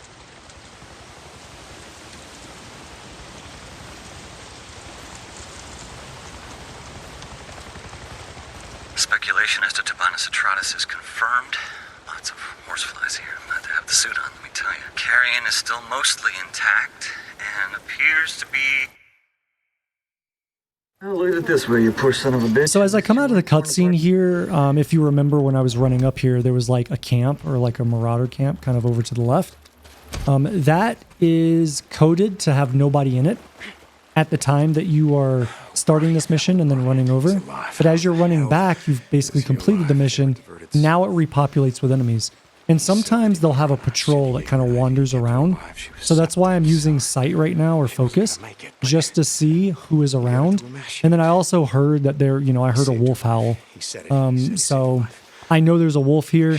At this point, I'm just trying to run past. And I'm just looking for anyone else because all I need to do is get close enough to the bike to fast travel. So once I get close enough to the bike, I can fast travel out. There were some freakers over to my left. Obviously, the wolf was behind me, and yeah, I was just kind of monitoring that. But if the wolf got too close, we'd just 180 and shoot it. Not a big deal. Okay, so now we're going to go grab a couple of things here before heading up and talking to Boozy. Oh, you son of a bitch, you better radio me. You hear me, O'Brien? I know you're on this channel. God damn it. And I can't remember exactly, but I don't think resupplies like at vendors and like resupplies like at like those that are just randomly here at the tower. I don't think those are linked to the day-night cycle. I think they're linked to mission completions. I know for a fact that you can sleep and go through multiple days without a vendor restocking. And then you can go off and do a really quick mission and come back, and it'll still be nighttime or still be daytime, and they'll be restocked. So I know that vendors work that way. I can't remember how loot out in the world works, but it feels like it works that same way. Anyway, so I'm going to go ahead and R3, or I guess refuel in this case. Yeah, okay. Get some shut-eye boost, man. I'll tell you about it later. When are we right now?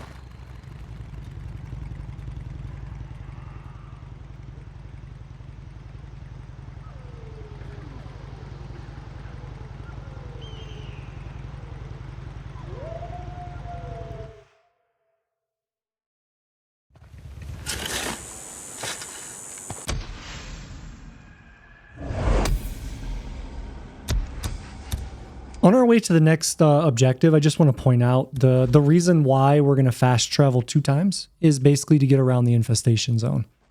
So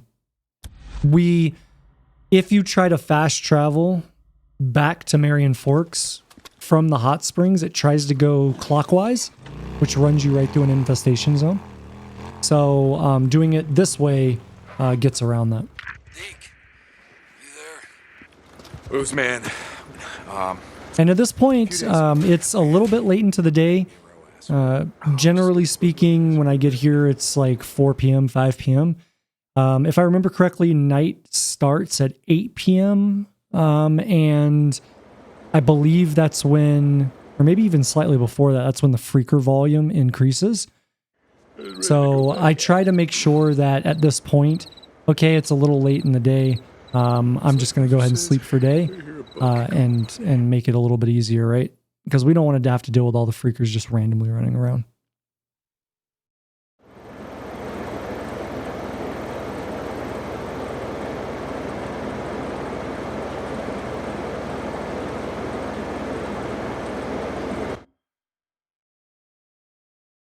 Ready to go back at it.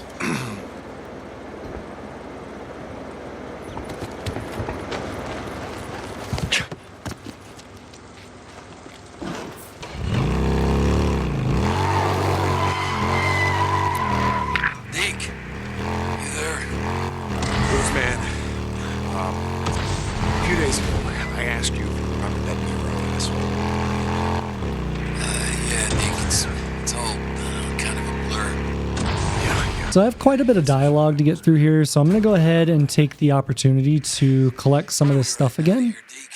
Again, I believe this stuff's just tied to completing missions, and then it repopulates, or respawns. But I'm going to go ahead and run through here, get a bunch of stuff, because we've got to go through Boozer, and then we've got to go through Tucker, and then we can finally go and do the bounty. So just going to take the opportunity to grab a bunch of stuff, and then we'll head over to the bounty location and just wait.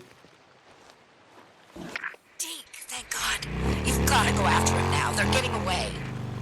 Go after who, Tuck? Slow down. It's Roache. It's Roache. You know him. He used to ride with Leon and Alvarez. But I trusted him.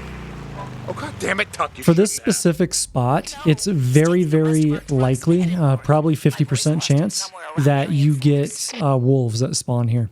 All right, I'll see. So one of the things that I do is I make sure that I'm paying attention for that. We want to have our sniper rifle out, and then, you know, as he comes around, we'll just get 2 shots into the bike. That'll take care of him. And because at the time that he spawns in, we're kind of on that corner cover, we're actually protected from him being able to fire. I don't believe he's actually coded to fire until he gets up the road or whatever, but even in the event that he did for some reason, you would still be covered by that like charred, burnt out building. So I guess when Leon and Alvarez took the only reason I'm pointing that out is because the last one, you know, we had to do all this setup and finagling basically to make sure, you know, I don't take damage from it spawning in and shooting at me. I want to understand. You took what was left while the old woman wasn't looking? Oh, Deke, I got nothing on me, okay? Search me.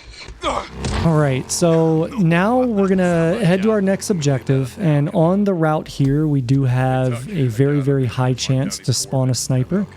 I can't remember if this run does or not. If he spawns, he's going to be up here on the left. Did he have my drugs? Yeah, so okay, he's not spawning, I can see it. So he would be right there, like on that truck, basically, or by that truck. And if that happens, you can see the physical, like, NPC spawn in, or sometimes they'll just already be standing there because they spawned in earlier. And essentially what you'll do is you'll just stop as you're going up that, like, bridge or whatever that, like, rock formation is. You just stop there on the side and then just pop everybody and then continue on. So, very low risk, you just have to make sure that you're paying attention for it. Find a way to cheer her up. She mentioned having one. Shit, I don't know. Check the gift shop at Belknap Crater. I don't know, maybe Miriam Forest. Yeah, okay, thanks.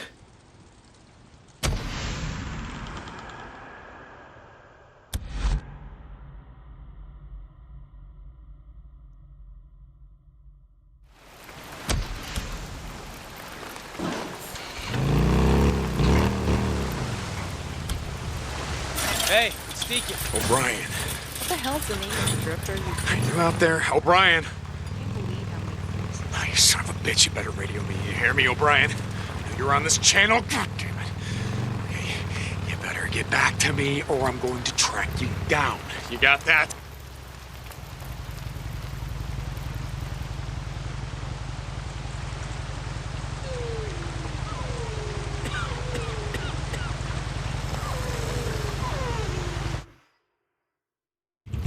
Lisa, Go away.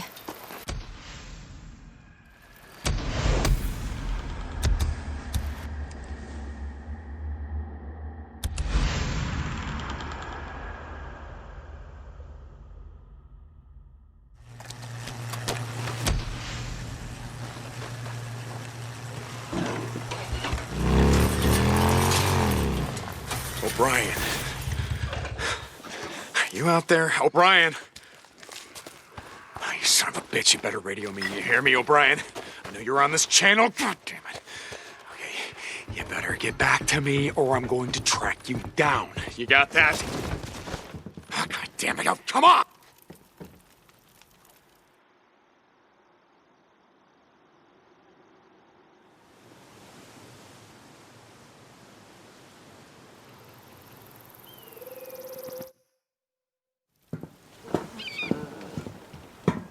Hey. Here, come here. I'll show you what you're looking for. So, why lavender? Well, the guys at the lab are pretty excited. They think they have this subspecies, which might have mutated monoterpenoids, which produce a modified linalool that... That is so... Oh, my God. Thank you, Einstein. Thank you. Sorry. It has a chemical that we can use to synthesize a new medicine for burn patients. Where I'm from, the only weed used for medicine is the kind that you smoke. You know, Boozer knows a guy with a farm that's about 3 miles up the road. Oh, that's great. Boozer's gonna wind up in prison and take you with him. So what else do you guys make? Like chemical weapons, WMDs, shit like that? No. Well, at least not me.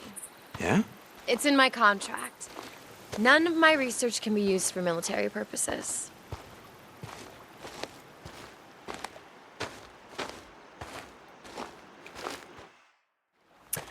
Hey, there's more over here! Oh, come on, the water... So, why don't you tell me about your plants? Really? Okay. Well, this particular genus is adventitious. You want me to ask? It means not native to this area. You can thank Ogden for that. Who? Oh, shit, I asked. Peter Skeen Ogden, first explorer to come through this part of Oregon. He and some of the other early explorers brought all their medicinal herbs and plants with them. Some got away, and now they're growing here. Mostly along the shores of small lakes and ponds. First white explorer. Wow, look at you. Being all politically correct. Don't buy into all the biker stereotypes you see on TV. We are actually quite charming. I bet. The MC's got a couple of brothers, one fully patched. One quick note here. So you're going to see that as I get to the end of the bridge here, I'm going to take a right and not follow Sarah, and then I'm going to drop straight down. There is no fall damage in this section. I don't know if maybe they didn't expect people to do this, but they didn't code that in. So we can actually just fall straight down, get quite a bit ahead of Sarah. And then I'm just going to walk all the way over to the other side and get set up on the first flower that I have to pick. And then once we have control of Deacon to actually do that task, then we can just run in a straight line back, grab them all, then we're right there at Sarah, we run forward, we get the cutscene, and then we can move on. Okay, you try picking some. So, just a way to save a little bit of time, but I did want to explain why I'm doing it, if it wasn't obvious. And bring me 3 plants, and don't crush them. Oh, I'm gonna crush it. Come on. Got one. Good for you. This one? Oh.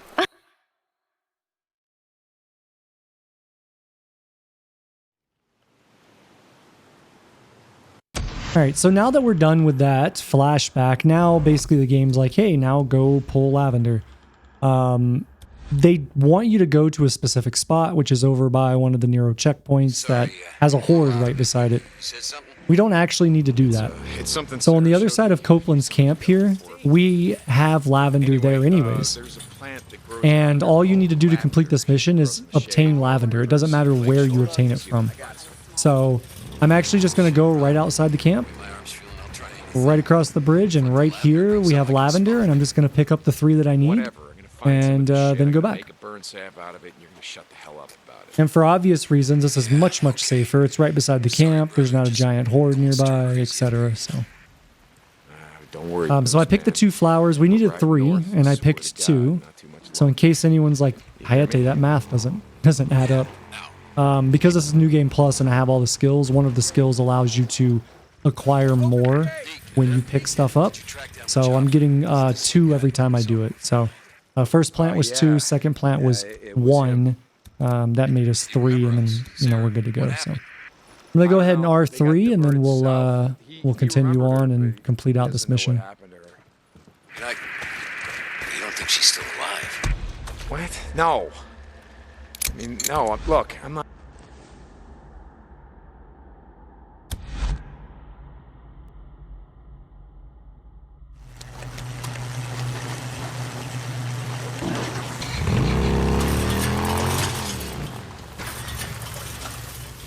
Copeland, Deacon St. John, come in.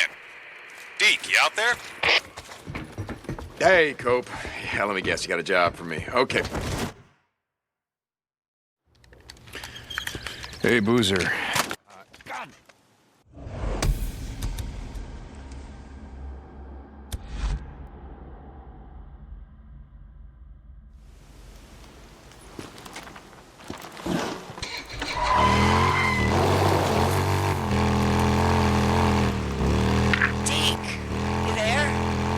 Yeah, I'm here. What's up?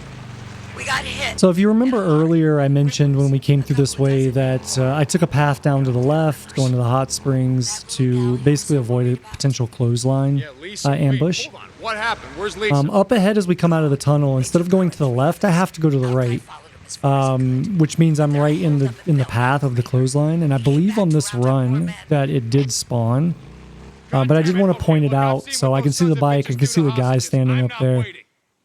So we're just going to go ahead and take these guys out. As far as clothesline ambushes, they're always melee based. They're never ranged. So if you ever see a clothesline ambush, you don't have to worry about anyone shooting you because it will only ever be enemies with melee weapons.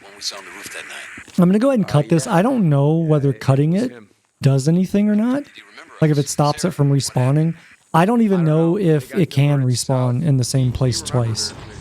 I've never had that happen, but anyways, I just complete the action just to guarantee. And then I move on, but I did want to explain why I was slowing down there is because I know that I have to go this way, and I know the potential likelihood of there being a clothesline ambush there is fairly high.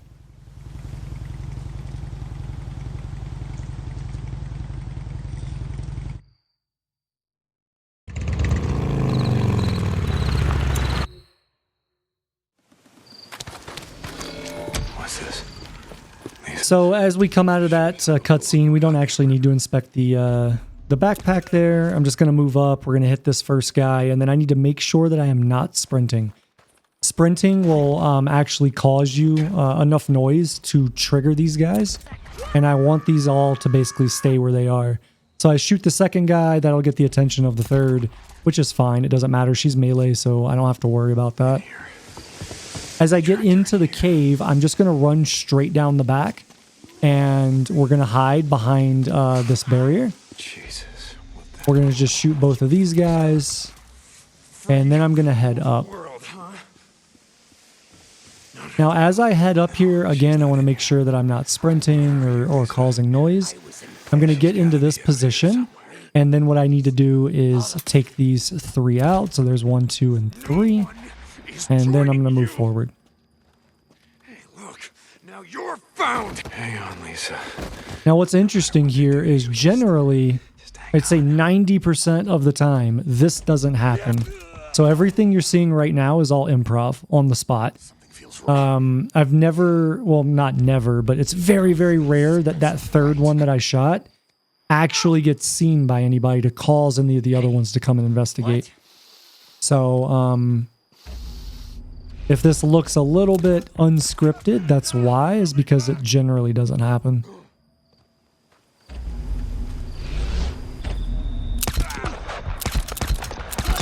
Shot him in the ass to finish him off. Because normally what would happen is we would just move up, we'd shoot a guy right here on the corner, we'd move up, shoot another one up on the right, move up, and then right here there would be some guys. But because they all kind of filtered over that way, we don't have to worry about it. This way. She's got to be this way. But everything else should be on track now. So there is a Ripper that patrols here to my right. So I'm just going to scan, make sure I know exactly where he is. Generally, I don't kill this guy, but since everything else went haywire, I think my mind at the time was just kill him, just to be safe. I'm going to go ahead and swap to the sniper rifle. As soon as I turn around, that guy is coded to always see you and then turn around and run away. So we want to kill him and stop that. I did pick up a smoke bomb there as well. That's going to be for later on when we go into Ripper territory for the antibiotics. So definitely pick that up. All right, so we're going to go ahead and take corner cover here. I'm going to use focus just to make sure I know who's coming and when they're coming. We'll definitely get 2 of them always. This guy either stays up there or walks down. But once I'm confident that no one is doing anything weird and that everyone's in their place, I'll go ahead and swap to the sniper and we'll take this sniper out. That was a no-reg. And then from here, I just need to make sure that I slowly push forward. If I do this too rapidly, at least in testing, if I do this too rapidly, then what happens is the enemies will flow in a way that I don't want them to. Essentially, I want every enemy to come down here except for one.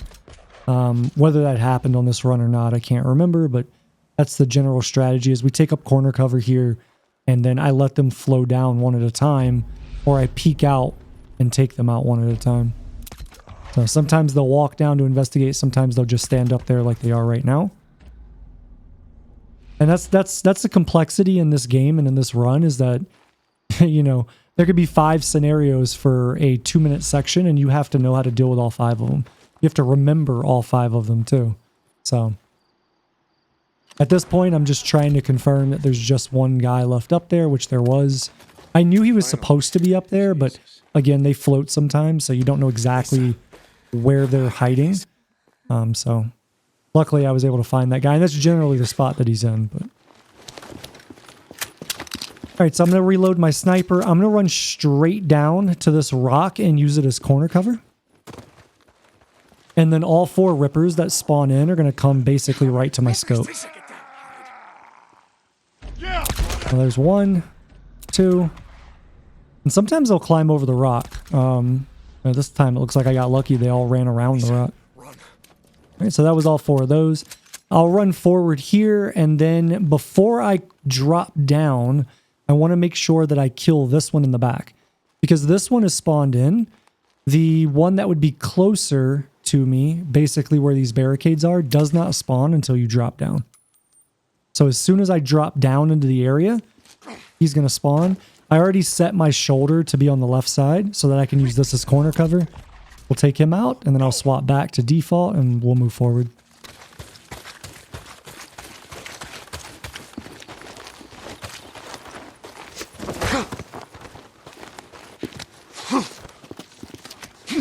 Once I get to the top here, I'm going to have 2 enemies that are going to be down here on the left. So from right up here, I'm just going to go ahead and shoot them.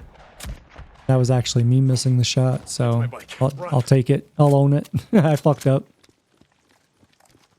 But once these 2 are dead, that's all the enemies. And then at this point, it's just waiting on Lisa. So loot whatever you want to loot. Get on the bike. Make sure that you're on the bike by the time Lisa gets down here, and you'll be auto-pulled in the cutscene. We're safe now. You okay? Ricky! Ricky, come back! Ricky, are you still on this channel? Lost Lake Camp, come in. Deacon? Ugh, long time no hear. What do you want? Just meet me, okay? On the Cascade Highway where it intersects with the old Belknap Road. I'm heading there now. You know what Iron Mike said? The night you and Boozer rode out of here? Oh yeah, that. Listen, that's why I radioed you and not Schizo. Iron Mike doesn't even have to know about this. I got a kid here. What? Well, I mean, not a kid, a survivor. She's been out here a long time. You've got a survivor, and you're bringing her to Lost Lake. No, you're bringing her to Lost Lake. I'm bringing her to you. Ricky, you there? Yeah, okay. I'm on my way. Lost Lake out. Ricky? Yeah, okay. You're welcome. You're gonna...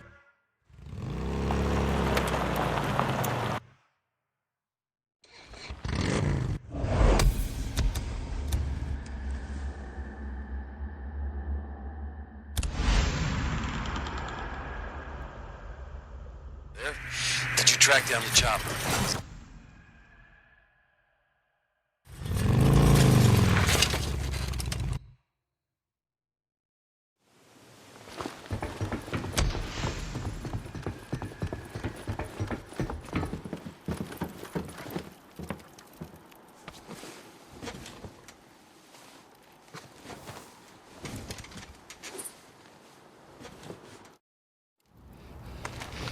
They're coming.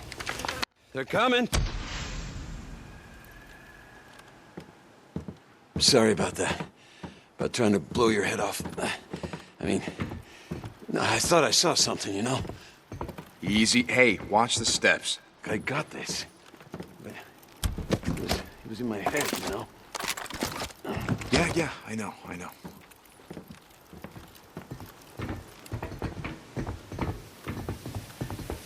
I could hear him, Deke. I could hear him, Deke. Footsteps just pounding in my head. Boots. Just a few more steps.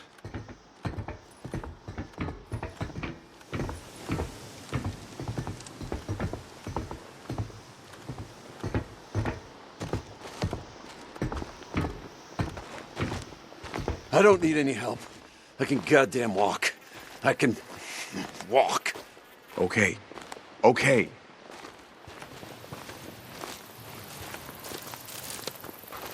I just... Yeah, now come on. Get on, we gotta go. Wait. What? Where are we going? I don't... It's just a short ride, Boozer. It'll help clear your head. Right? Yeah, okay. That'd be good. Yeah, okay. Where we going?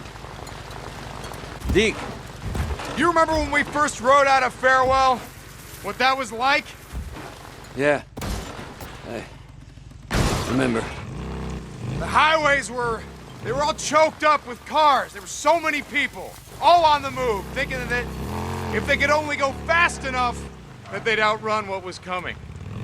Yeah. No one could move fast enough, Boozer. No one saw it coming the way I did. So by the time they said, fuck it, you know, and started walking and then running, it was too late. Too late. And I remember watching the freaks, watching them all come, thousands of them. And all those dumb shits just got swallowed up. Yeah, I remember. You see a thing like that, you know it's only a matter of time before it's our turn. Nothing's gonna stop it, Boozer. Not a goddamn thing, but do you know why we keep going? No. Because what the hell else are we gonna do? Yeah.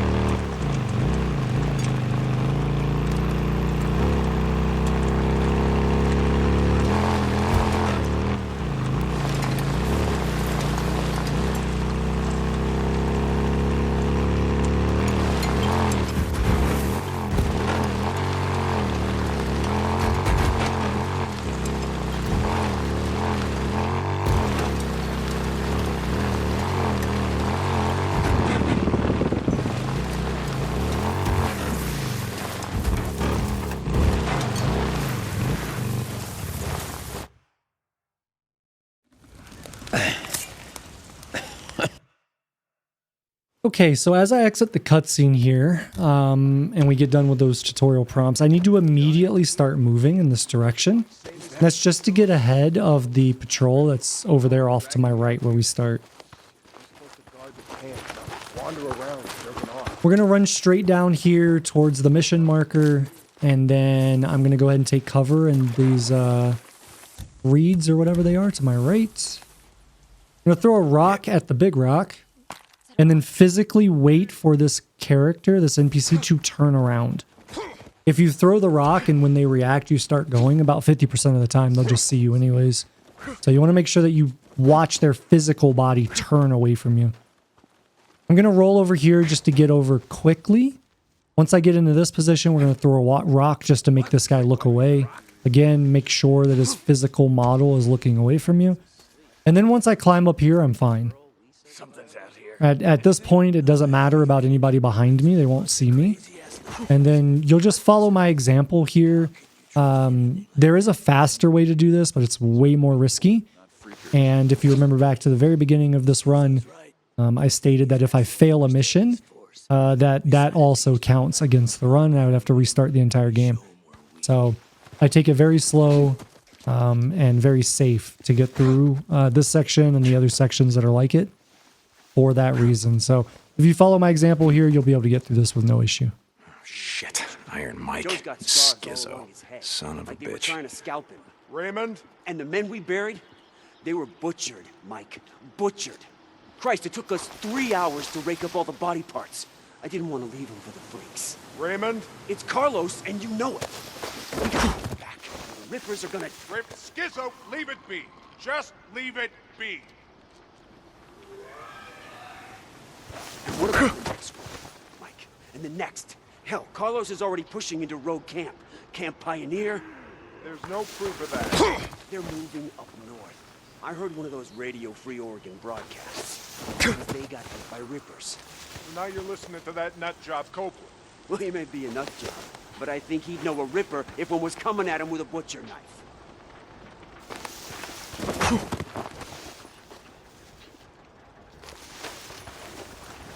What's up?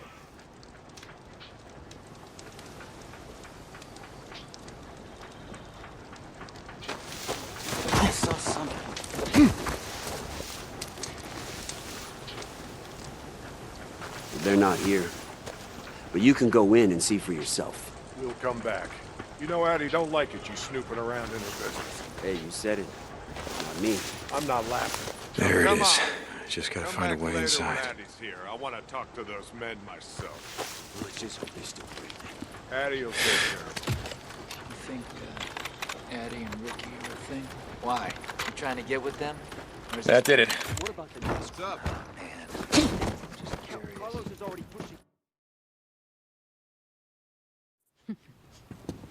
Ah, damn it.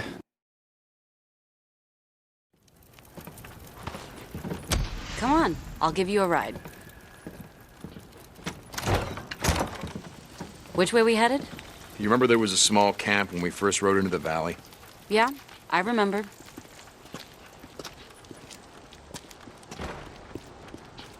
You call this a bike?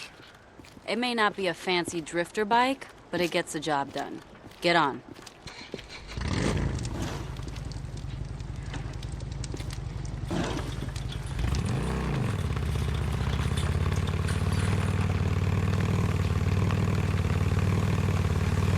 I was in my classroom when,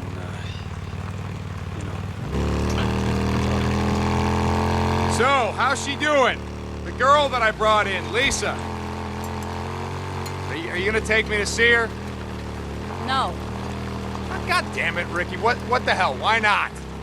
I can't. She's not here. Wait, hold on for a second. Where is she? A few days ago, Skizzo assigned her to a scavenge run.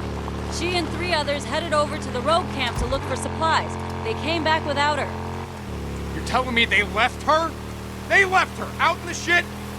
They didn't leave anyone. They said she ran off. Jesus! It could have been anything. Wolves, freaks, rippers. Choose your poison. And what was Skizzo thinking, sending her out on a supply run? Everyone's gotta work, Deke. That's the deal, and you know it. I don't believe this shit. Look, she'd been surviving in Marion Forks for years when I found her. Yeah, then maybe you should have left her there.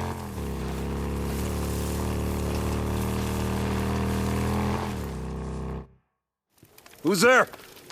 Hey. Get back, don't make me blow your goddamn head off.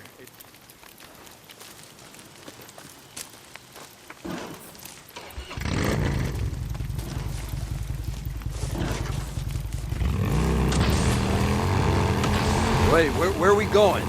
Addie said she's agreed to take a look at your arm and see what she can do. What? No. No, you're not taking me to some goddamn camp. I can ride, damn it. We're not Damn it. Boozer, it's just for a few days. Get some shit for your arm, and then... No. You know what it's like there, Deke. No, you're not thinking straight. This isn't the hot springs. This is Lost Lake. Iron Mike. Remember him? Iron Mike? He was gonna get us killed. You said. That was a long time ago. They built the place up. They got more people. We're all gonna fucking die. We'll be long gone before anything like that happens. Camp's got the only dock in 100 miles. Now, Addie, look, she'll take care of it. Just a couple of days. Yeah, then we ride the hell out of here. Ride north. Like you said. Get the hell away from all this. Yeah. Yeah, we ride north. Leave all this shit behind.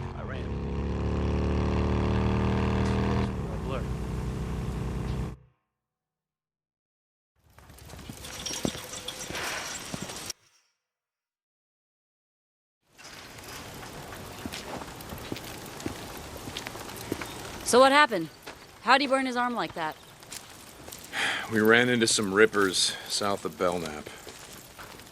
Guess they didn't like his tattoos. Jesus. I've heard about them doing shit like that to themselves, but not to people they're trying to recruit. Guess Tucker should have made a deal with them like Iron Mike. Come on, Ricky. He doesn't get it. Carlos isn't going to honor any deal with Lost Lake, not for long anyway. And He sees more than you think. You've always had your good side, Deke. You've just been doing your best to kill it. Thanks for the vote of confidence.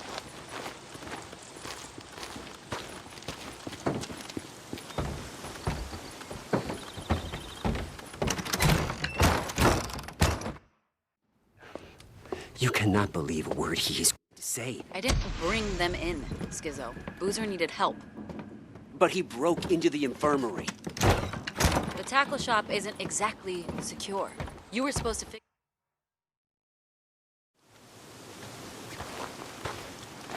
Now go on. Leave me be. I got some thinking to do. Sure, Mike. Yeah, whatever you say. Just have Ricky radio me if you need something.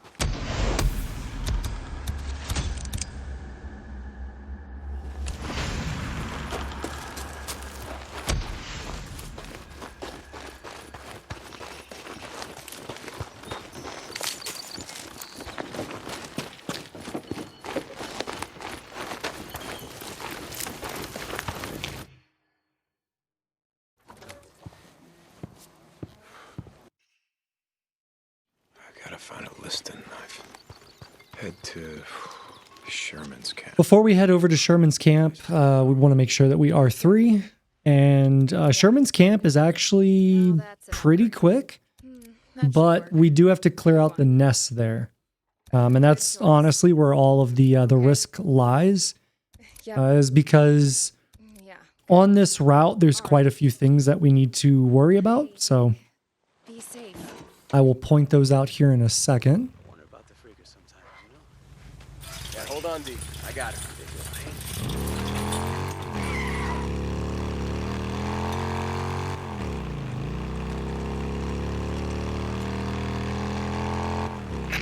Now, instead of following the standard path, the way that I choose to do this is to go this direction.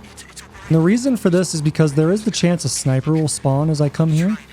He'll spawn right behind me, but we are able to outrange him in this direction so quick that he never gets a shot off.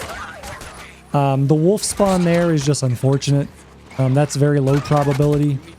But if you go the standard way, it takes you a little bit longer and you come in from the other side, which I don't want to do.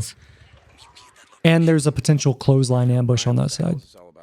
Anyways, I'm going to get to this position and we're going to go ahead and burn out these nests. I'm going to go ahead and take that one out.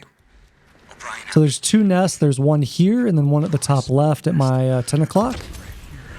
I'm going to go ahead and throw a grenade in there just to deal with these enemies. You cannot do that if there is a Freaker versus Marauder fight going on, which happens about 1/3 of the time. Like basically directly behind that building where I killed that Freaker. Marauders can spawn there and they'll be fighting Freakers. If that happens, you cannot use the grenade. Because if you do that, you'll pull the attention of not only the Freakers, but you'll also pull the attention of the Marauders. So once I burn out the second nest and I know that it's safe to get on my bike, we're going to go ahead and do that. And then I'm just going to head over to the last nest and our objective. I am going to take this route, and this is simply to attempt, at least, to not pull all of the Freakers. Now, I need the bike to be next to the objective so that right after we get the knife, I can just fast travel out. Gotta be right around here. Unlucky I didn't get the headshot on that. There we go. Get that one. Then I'm going to go ahead and shoot the lock because I'm not under direct pressure from any enemies. So once the ladder's down, we'll burn the nest. And then I'm just going to come up here and shoot who I can. I will not be able to fast travel out from inside the building until the enemies in combat with me outside are dead. So if at all possible, you want to make sure that there's no one in combat with you when you come into here. Worst case scenario, you just have to go out and kill them, which I can't remember if I had to do that on this run or not. I'm guessing I would say yes, because if you look at the mini-map, you see red. And generally, if you see red, it is something that is either in combat with you or close enough to be in combat with you. So I'm checking the map and I am in combat. It tells me I'm in combat. So I'm just going to try to kill everyone from up here where I'm safe, because the freakers cannot climb that ladder and they cannot get up here. Once I realize that basically I'm going to have to drop down because there's no one else in line of sight, then I go ahead and drop down. And I'm looking at the map, and now you can see that there were freakers there, but there was no red on the map. That is my indication that I'm no longer in combat and that I can fast travel out. You have no idea how badly we need this. No problem. Glad to help. Good to see you, Deke. Me and a couple of guys burned out.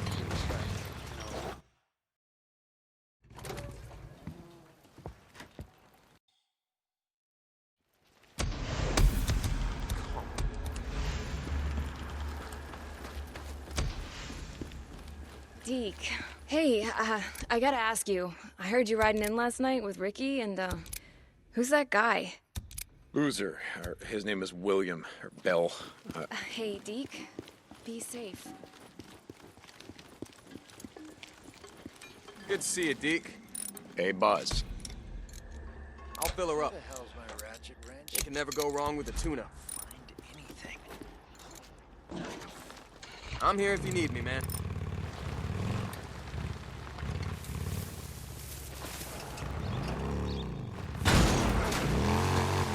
So the route that I'm going to take here is going to be one you're going to see a lot, especially when I have to go to this like side or this direction of the map, simply because it allows me to bypass quite a few things that could potentially spawn in.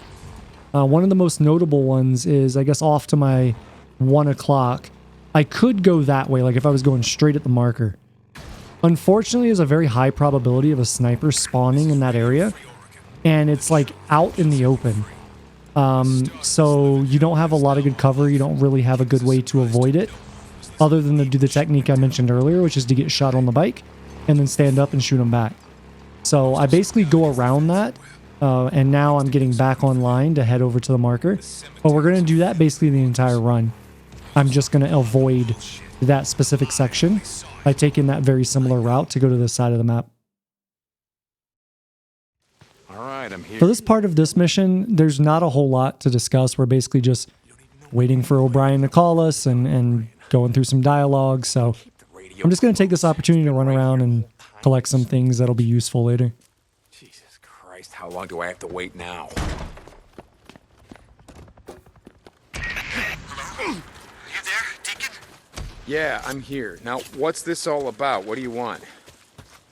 All right, I put a blocker on this channel. It's secure. What do you want? I've sent a series of coordinates to your radio. I need you to go to those locations. What? Why? Just listen to me. There are several NERO task groups doing work in the field. I need to know what they're doing. Then why don't you ask them? I can't. I said it's a long story, and I don't have time to get into it right now. Let's just say the men above me, way above me, are running a lot of field missions, all separate from each other. Nobody knows what anyone else is doing. So the world ends and you assholes carry on like nothing's changed. Where? I sent you the coordinates. Okay, Jesus, O'Brien. All right, I will see what I can do. Just get to as many of them as you can. There are active LZs, landing sites, sample drop-off locations. Yeah, I got it, but you better have something for me, O'Brien. Yeah, I got it too. Hold on.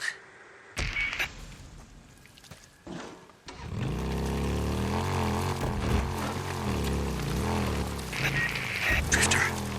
O'Brien, yeah, I'm here. What do you, One of our helos is heading toward your position now. You have to follow it. Follow it? Why? Just go! Don't lose it. Jesus, okay, all right. What's going on, O'Brien? Why am I out here in the shit chasing choppers down for you? Their destination's classified. I'm locked out of their files. So I can't give you the coordinates to their LZ. You have to follow them in. Jesus, don't you guys have spy satellites? Shit like that? Not that I have access to, no. I told you. Locked out. Yeah, I heard you. Don't lose them. O'Brien, they're landing. Good. I have their coordinates now via your radio. You better go in on foot. Okay, so for the first part of this mission, we have to place a GPS tracker on the helicopter. So I'm going to go around the right side here and basically just slide in the back as these guys kind of move from right to left. I'm just going to slide in right behind them. And then I need to make sure that the guy who's going to be on the other side of this chopper is looking away. So I'm just going to use our focus here. As soon as he turns, I can move. And then I need to throw a rock to distract this guy. I want the guy on the back side. So as soon as the one closest to me turns around to path away, I throw the rock. That gives me my opening so I can move forward. And then we're basically just going to hang out right here. O'Brien. Confirmed albinism mutation. Need to ask. Subject has expected lack of skin pigmentation in reddish eyes. Muscle mass appears to be 40% greater than normal infected subjects. What was it you called them? Bleachers. Well, they're real. Well, this is only the third subject we've been able to study. As noted, their strength and ability to absorb damage make them extremely dangerous to approach. So just like the previous mission, as soon as the listen bar at the top jumps to full and that NERO soldier is away, I can just go ahead and go. Now I'm going to follow this all the way around, basically to the corner of the building. And then I need to make sure that this soldier is not pathing and able to see me. So as soon as he stops, I can just roll past. And then once I get to this corner, we can just go ahead and run.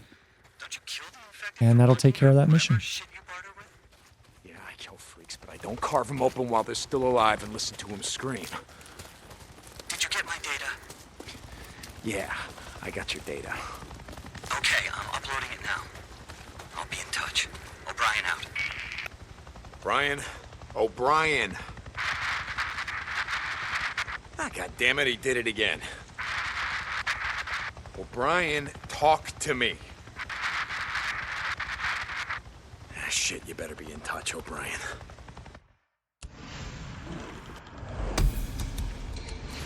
Marauder camp. These are the assholes who've been ambushing the roads around here. This is Radio Free Oregon. The truth shall set you free. It's with a heavy heart. And I report 6 deaths and 2 injuries from my camp this week. Not from the usual shit. So as you'll notice, you know, it is starting to get late in the day, so we are getting the freaker spawns coming out. It shouldn't be an issue, but you definitely want to make sure that you're paying attention so you don't get your bike too close to get hit. Now, as I go down here, there is the potential for a wolf spawn off to my right, so I want to make sure that I'm paying attention for that. But I'm just going to leave the bike here, go around, and scan the area. I don't see the wolf spawn, so I think I'm good. And then we'll go ahead and go into the house, do the objective, and then we'll leave out the back. Those of us who dare to survive and mess with their plans. Having too good a day, Cope, to let your shit spoil it for me. So something I didn't mention earlier was for basically everything up to where Deacon gets captured by Carlos, you only need a certain amount of Molotovs. I believe it's 13. I have it in my notes somewhere. But point being is once you get captured by Carlos, you lose like all of your kerosene and things like that. I believe you keep your bottles. I think you keep your rags. But anything that I don't lose, I basically stockpile along the way. Things that I'm going to likely lose, I just basically get what I need and that's it, because there's no point in getting anything more than that.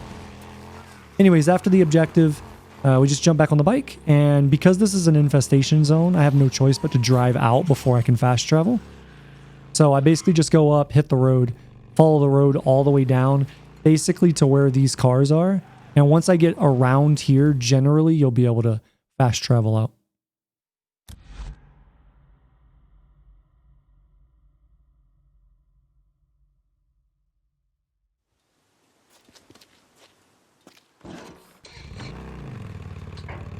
We got someone at the gate.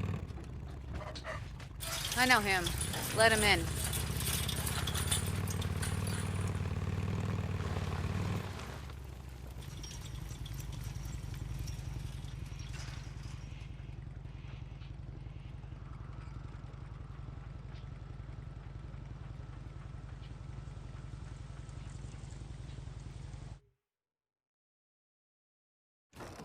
Hey, I came by to see how the lazy... So, you gonna make it? Yeah, Skizzo, he'll be fine. He needs a few days. Come with me to the lodge. I want to show you something. I got shit to do. I'm sticking my neck out here. Trust me. You're gonna want to see this. Just listen. A couple of months back, this drifter comes into camp, telling all kind of crazy stories. Said he worked at the airport, was on the ground back in Farewell when shit went down. One night, they were expecting a flight in from Portland. Only it never shows up. The plane was doing a haul for the Red Cross. The Red Cross? Yeah. You getting it? Medicine, doctor shit, cargo hold full of it. Maybe even some of those... So this drifter, working in the control tower.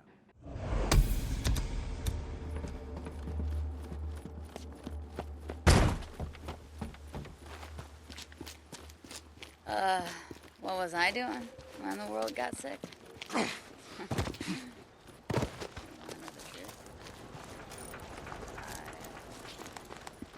Yeah, Skizzo, we can always count on you. Shit, now what? Anything's better than standing around this shithole.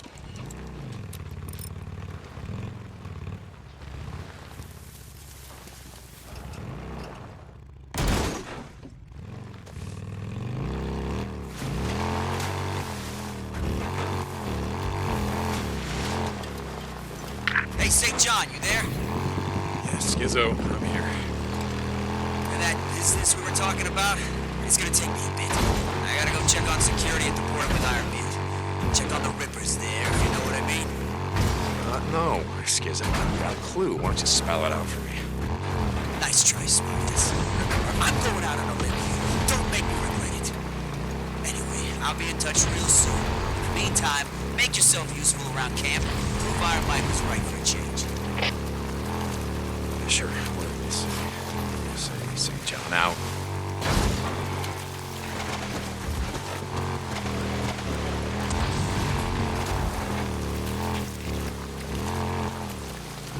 This is Radio Free Oregon. The truth shall set you free. I grew up in these here woods. My grandfather taught As I approach the objective up here, there is a very high probability of getting a marauder ambush.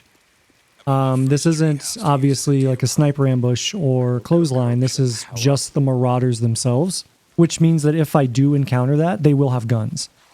So the good thing is that they basically always spawn in the same place. So the way that I'm approaching this is basically to check for that. Unfortunately, with these ambushes, you'll see them before you'll ever see them through focus. So you basically need to move into position, and I see the guy right there in the back, and you can see I do the focus, and then he pops up. And now he's on my mini-map. So he was there before the focus actually tagged him. But when you come up on this mission, or when you come up into this area in general, there is a fairly high probability that you could encounter this. So you just want to make sure that you account for that and take the necessary precaution, which is basically stealth. I got you. St. John out. But as soon as the dialogue's done, I'm right in front of the objective. So I just scan it one more time, roll out, and as soon as we get the loss of control from Deacon, I have iframes at that point. I can't be damaged, and I don't have to worry about it.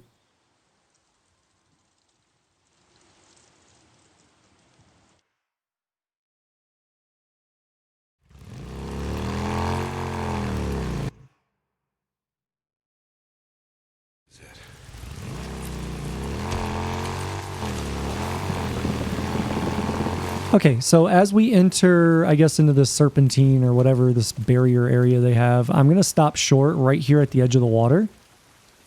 And then I'm going to go up with the sniper out. So I want to take cover on the left. We're going to get one guy that's always going to walk down to the right side here, and he's going to stop. I'm looking for him, but I'm also looking to make sure that there's no one near him that's going to auto aggro in on me. So once he's dead, I'm basically going to zoom in. These guys should filter out. The way they filter out is a little different sometimes, but they should be 3 in the back and then the 1 on the left. So once I get that that group eliminated, then I move up. We'll push the car out of the way. But before I do that, there's going to be another heavy up here, and we just want to make sure that we take care of him. And the reason why I do this before moving the car is because there's no clear way for him to get to me. So with the car there. So if I, you know, shoot at him and something gets messed up or whatever, then basically I'm at least safe with the car. I can use the car as cover and he can't just walk right in on me.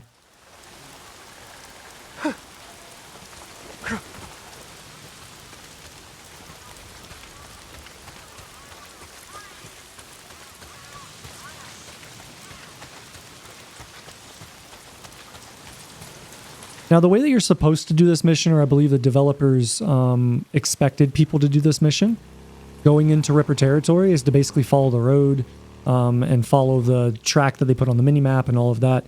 If you do that, you get a lot of Rippers, you get snipers, you get things like that. So what I'm going to do is I'm actually going to circumvent that. And all it is when you come out of that checkpoint, you basically just take a right and you hug the rightmost side of the map. So as far as you can be on the right, where this like mountainous area or cliff area or whatever cuts you off from going anywhere.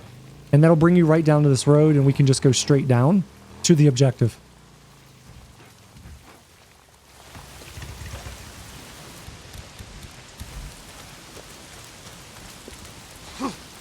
You'll notice there that I equipped the smoke bomb. As you go into this section, make sure you have that equipped before you round the corner into the cutscene. So this is supposed to be like a pseudo boss fight with this breaker. But having a smoke bomb and having the skill already on New Game Plus to insta-kill them makes this very, very simple. And thus why we picked up the smoke bomb back when we were rescuing Lisa. So once he's dead, pretty much we just grab the antibiotics. And what we're going to do is do everything we did again, but in reverse. So we'll get back on the bike and I'll head back up the road to the left and then cut across along that mountainside, putting it on my left-hand side. And we'll follow that all the way down until we get back to that checkpoint. And then as soon as you go to where we push the car, you'll get the cutscene to happen. And doing this will skip all of the enemies. Just like we did on the way in, it does the exact same thing on the way back. Deke, where are you? I need to get... Oh, sorry, Ricky. I don't have time for this right now.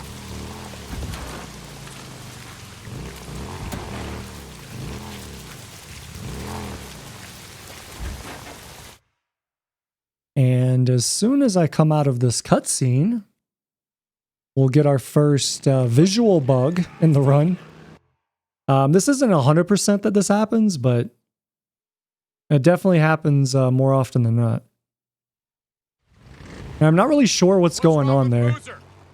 I know some of the speedrunners, or at least some of the runs I saw of the speedrunners doing the game, they actually get Deacon like flying through the environment. Like you actually see him on mine. You didn't really see at that time, but yeah, not really sure what the developers did to code that and why that happens, but, and it's likely just a PC thing. Like most things, if you're on PC, you kind of get the shaft in this game. At that cargo hold's already been looted. Tracks from the crash site all head south. Now, I've been dealing with the fucking Rippers for months. You can't trust a goddamn thing they say. Now you're sounding like Skizzo. Skizzo, he put you up to this. He told you about the crash site. Yeah, great. So now you're calling me Skizzo's errand boy. No? Then how'd you find out about it? A drifter up at Copeland's camp. Like you said, it ain't no big secret. Yeah, right. Well, Skizzo's been trying to pick a fight with the Rippers for months. Guess it's lucky you came along. So let me ask you something. Can I stop you? Last time I saw you, before last winter, you told Iron Mike to go fuck himself because he wouldn't pay you to bring in survivors. It's not exactly what happened. I remember it pretty clearly. Iron Mike said he'd have nothing to do with slavers.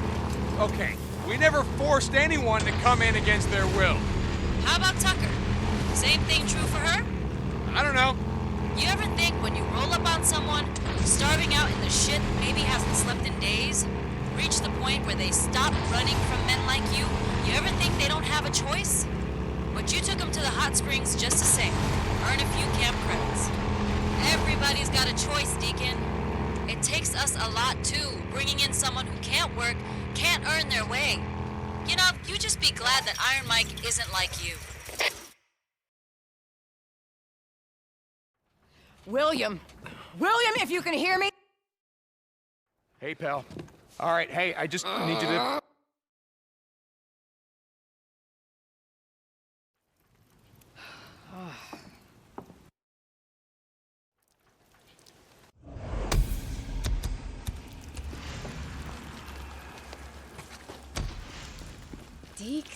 Deke. What's been keeping you away so long? Blair, how you doing? Now that's an upgrade. Hey, Deke. You be careful out there. Hey, Deacon. Buzz. I'll fill her up. Stop by anytime.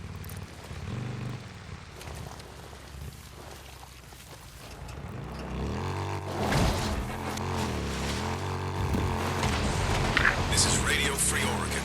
The truth shall set you free. Back during the American Revolution, when we were fighting for our freedoms, we gained the beautiful right to keep and bear arms. A right we used to protect ourselves, our families, our property. That is, until the ever-growing federal government got scared of the people they swore to protect. Over the years, they stripped us of every gun right they could, using a few mass shootings as...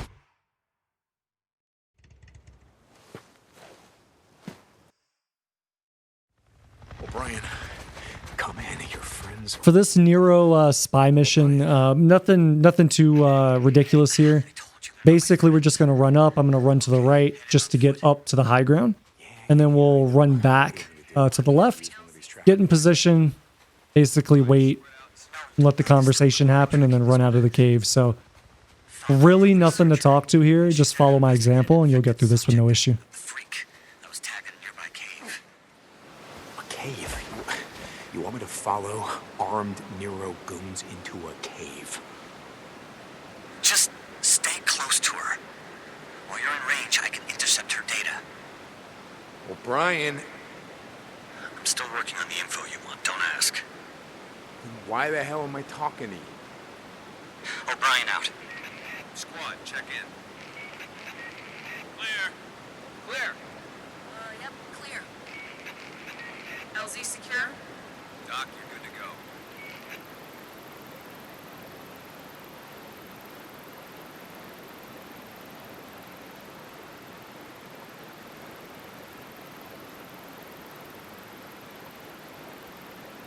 Just stay close to her.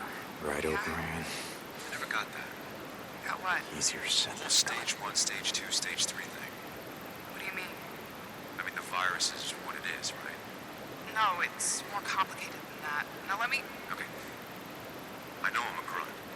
Before the freak show, I was a biology major. Just give me the gist. Really? Try me. Okay. We don't really know, but blood tests show. The current evidence suggests that the virus spreads through the lymph system, reproducing and attacking cells on a catastrophic scale. Attacking? More precisely, expressing a series of normally dormant proto-oncogenes into an active state. Cancer. Look at him. Look at all of them. That look like cancer to you? Maybe you're really bad. No. No, this is something far worse. What do you mean? This virus is on a mission. The freaks are what they are because the virus wants them that way. What are you saying? I'm saying... Jesus, what am I saying? Terrorism? You're saying this was deliberate? I don't know. Is that it? Is she done? Yeah, okay. Time to get the hell out of Dodge.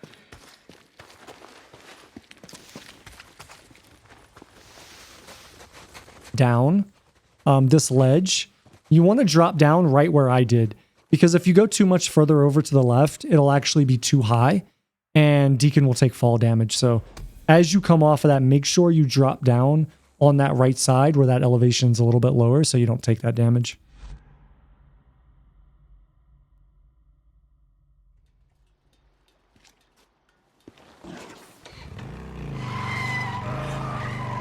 So now what I'm going to do is I'm going to head basically back up to the top of this hill and basically sit on the road. And the reason I'm doing this is because we have to wait for, or we have to have a phone call or a radio call, sorry, to trigger the next set of events. And you can't do that if you're too close to Lost Lake or if you're inside of it. So basically, I'm just going to take the opportunity to sit here. We're going to go through this dialogue, and then we should get Ricky calling in, and then we can just go back to Lost Lake. Unfortunately, though, as you can see, I got a freaker coming in, which is why I pay attention. It is nighttime right now, so you just want to make sure that when you're sitting up here, that you are really, really paying attention to the mini-map and the sounds. Lost Lake to Deacon St. John. Are you there? Yeah, Ricky, what's up? So as soon as I get that dialogue from Ricky, I'm just going to go ahead and head towards Lost Lake. That you refuse to work for Schizo. Yeah, something like that. Well, I can't say I blame you. Okay, well, I guess I'm stuck with you. So stop by the mechanic shop. We've got a job for you. Yeah, okay. Deacon out.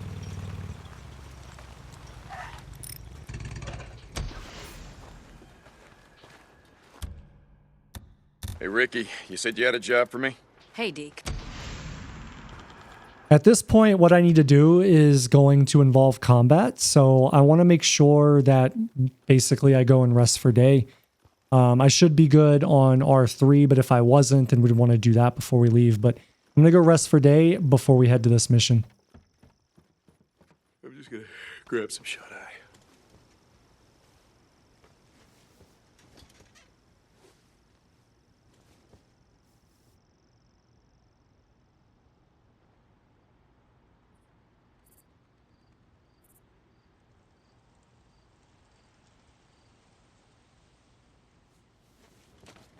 All right, okay.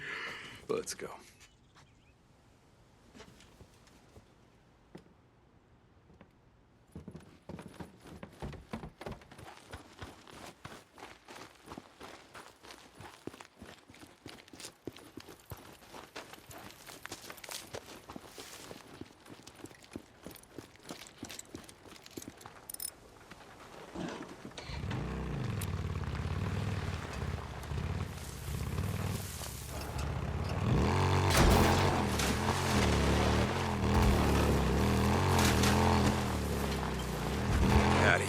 There. Deacon St. John to Lost Lake Infirmary. Come back. Deke! Hey, feeling a lot of it, you know. You okay? What's going on? Boozer. Hey. Nothing. I got tired of listening to Radio Free Oregon. Didn't really take so much of his truth or bullshit, you know? Deke, Addie told me how I'd be dead if it weren't for you. Getting the whatever the fuck's. Boozer, It must have been fun. Put me down while she fucking whacked away at me. Remember how Jack carved up that turkey? So as I approach the objective here, what you're going to notice is I'm actually going to ride the bike all the way in. And there's two reasons for that. One, it's so I can get into position quickly. But the other reason is so one of these enemies will actually hear the bike and come to investigate, which will allow me to take him out quick. So I'm going to go ahead and take out this first one. Then I'm going to cover down on this building. And he should run up here on the left. All right, we'll take him out. And now at this point, I can either get one more that will come up here or I cannot. As you can see on the mini-map, I know that there's another one coming up. But you can see that one all the way down on the far end. I wasn't able to see that one. So you want to make sure that if you use this strategy, that you really pay attention to the visuals, both on the mini-map and then obviously what you see on the screen. But once you feel confident that you're safe, I'm just going to come over here and drop in through the roof. What this will allow me to do is shoot him in the head before I even drop in. The problem was, for whatever reason, I couldn't see him. Like, I was like, normally I can see him like bright as day. Like, okay, there he is right there. But I couldn't see him here. So I just decided to drop in because I know once I drop in, he's going to back up. That'll give me the headshot. And I just need to cover down on the left. Whether you shoot him prior to jumping in or not, as soon as you do go in, you'll want to cover down on the left and take care of that guy. So now that I've taken care of that, I went ahead and picked up his axe and now fast travel back, and that's the bounty done. And something to note, the melee weapon that I carry is like whatever. It really doesn't matter a whole lot until we get to the mines with Schizo. I like to have the machete for that, which I'll have by then. But everything before that, it doesn't matter. It's just kind of like a backup to a backup to a backup. The axe is better than the baseball bat, etc. So that's why I pick it up. Start with this thing. No idea how to fix it.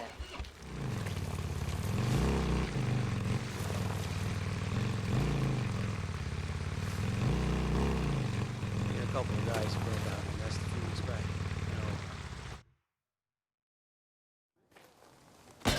Deke? So where are we heading? You ever been up to the caves north of the lake? I know. Come on, see if you can keep up. Okay, let's go.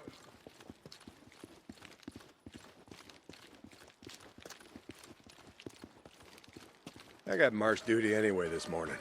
Gotta see if any freaks are stuck in the muck out that way. When's the last time you went up there? Been a few years, I guess. When I was a boy, we used to live in that damn cave. My old man sort of fancied himself a geologist. Sounds like we got a couple. Freaks stuck in the mud, I mean. Yeah, sounds like. Here, let me take care of them. Nice work. I think Schizo's just found a new man for the job. You know what Schizo can go do. Anyway, as I was saying, I spent hours talking about how all these caves were formed when lava flows would harden on the outside, but the molten cores would still flow like buried rivers. You got the big caves that drew in the tourists, like Metolius up there. There's way more than that. Riddled all over these parts. Okay, we're coming up on the highway. We gotta be quiet.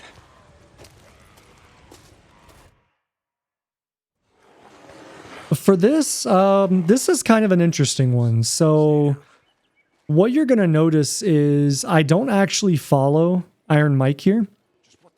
I'm going to go to the right and climb up the ledge. And the reason for that is simply because the Horde can aggro onto you for absolutely no discernible reason. I have failed a couple of runs here simply because I followed Iron Mike. I stayed crouched. I was even in the bushes. And then all of a sudden, the freakers just aggro to us and start running, and then you fail the mission. So I found that I could do this without jeopardizing failing the mission. And this is 100% consistent. So if you come up this way and then you crouch, you can actually see on the mini map, Iron Mike is down there, and then he'll start to round up here. And if you look on the mini map, it just happened a second ago, there was like a red flash. If I would have been down there, I would have likely been detected by the Horde and I would have failed the mission. And again, I don't know if that's a PC only thing. Maybe it's everybody. Maybe console players have to deal with that too.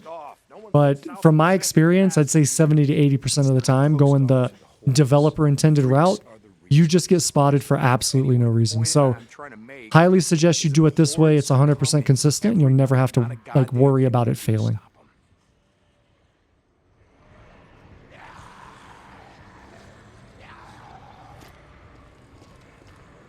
Got that much right.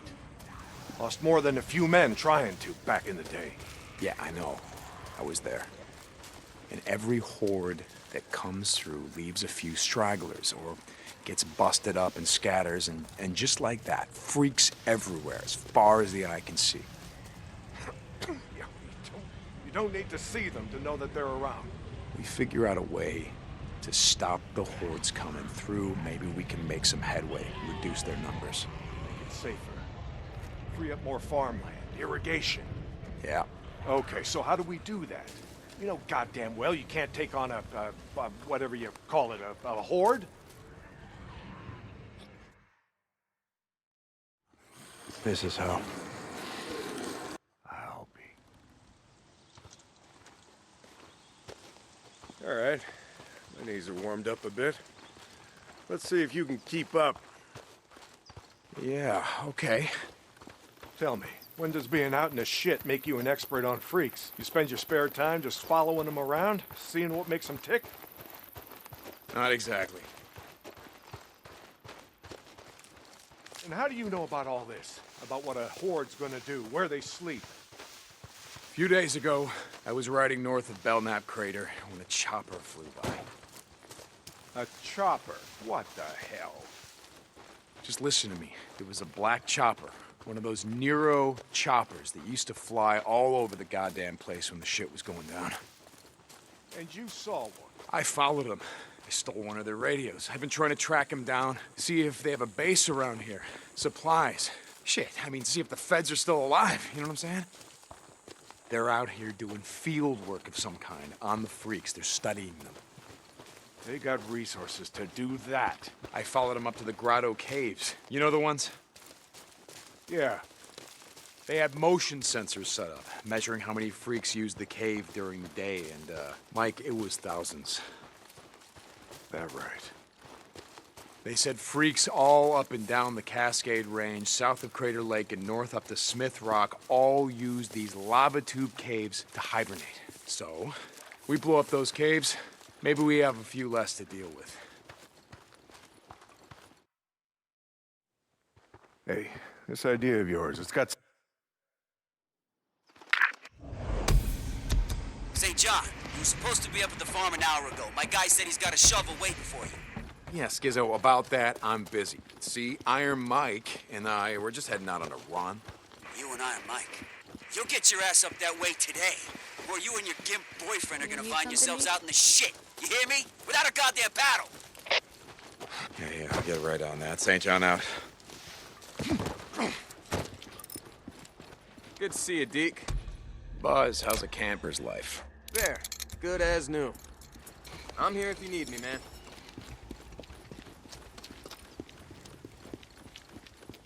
Deke. What's been keeping you away so long? Blair, you are looking fine today. Good one. Good choice. Okay. So, hey, Deke. Ready? Okay, where are we going? You know what they used to mine all around these parts? Yeah, mercury or something. That's right, cinnabar. Extracted mercury from cinnabar. Folks back east think it was gold mines out here and silver. Not so. Back in the early 1900s, cinnabar was worth more than gold. To operate the mine, you need TNT for expansion, blowing out new tunnels, clearing cave-ins, that sort of shit. And to own TNT, you had to register with the county, keep copies of the keys to all your lockboxes with the commissioner. Wait, the county courthouse? Where the hell is that? Thought you knew. It's in the old federal building. The old federal building. The one in Sherman's camp. Jesus, Mike, what the hell? You told me that you were never setting foot in that place again. Did I? I don't recall. You were drunk right after Joe was killed. Did I tell you why? Turn right, here. No. This is it. Okay, so Sherman's camp with Iron Mike. This is an interesting one. So as far as I know, we are going to have freakers up here, but as far as I know, they can't actually attack you. Or at least I've never had them attack me. So I've had them see me and run towards me, but I just stay with Iron Mike. Like that guy right there, he sees me.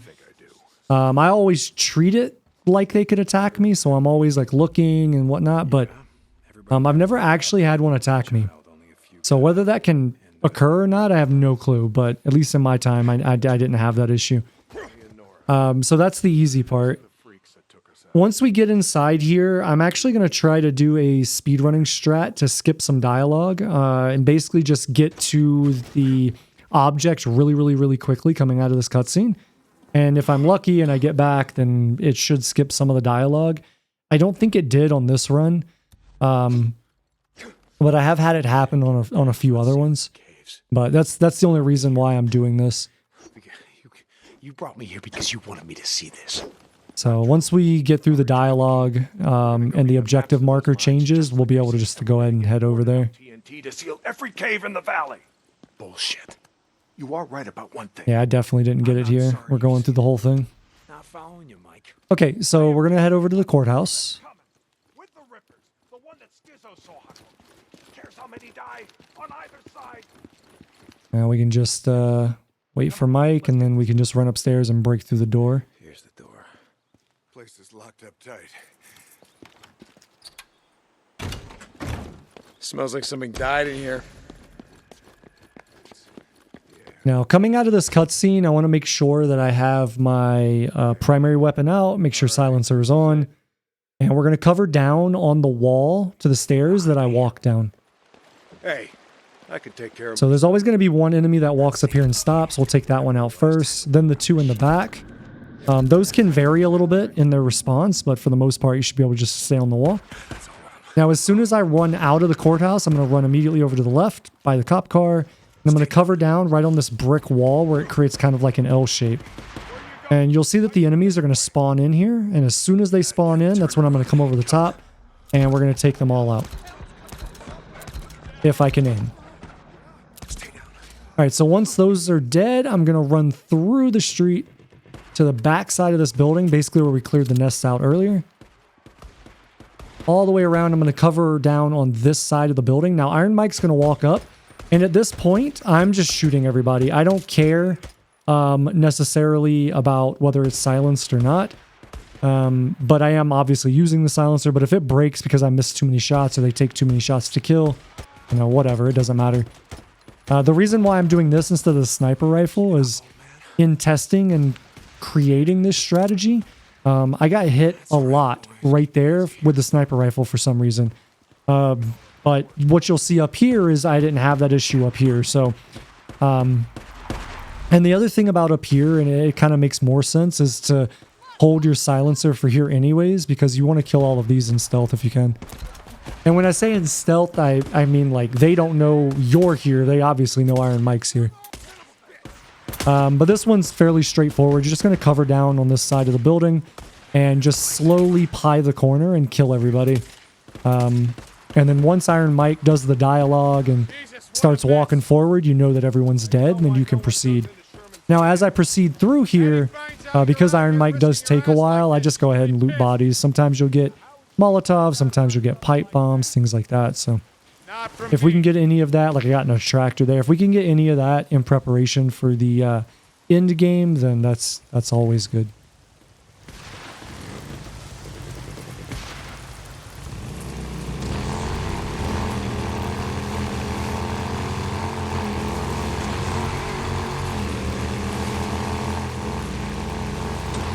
About the Rippers, why you wanted me to see that shit?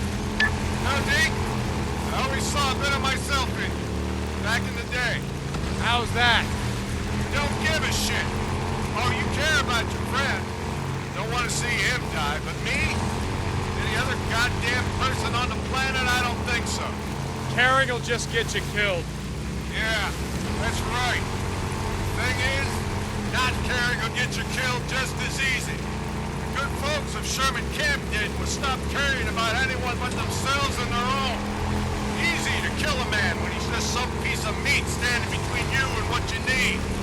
Skizzo wants to kill Rippers because he don't think they're human anymore. They don't count. Standing in the way of what he wants. Well, I don't like...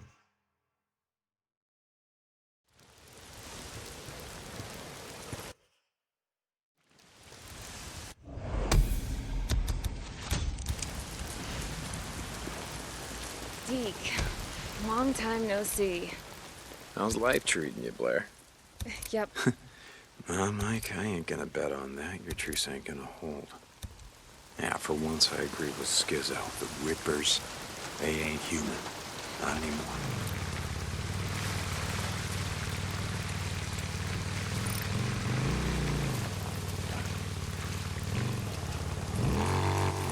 I wonder how Boozer's holding. guess I should go check on him. Hope he's awake.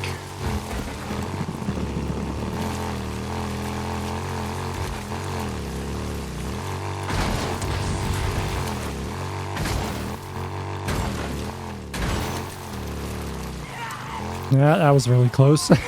I slowed down there because I saw on the mini map there was like red really close to me, and obviously it's starting to get late, so all the freakers are spawning in more numbers than normal. But again, you'll notice that technique of kind of using focus just to highlight, and as I'm going through, going a little bit slower just to consider, you know, I might go over a hill and then there's freakers right there, so. About how we do things around here. Yeah, Mike, I remember. Lost leg out. Thanks, Ricky.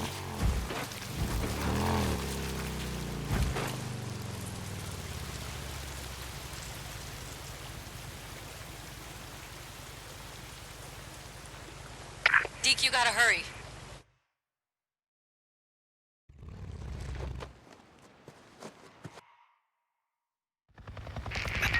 Say, John, they should have arrived at your location. Do you see them?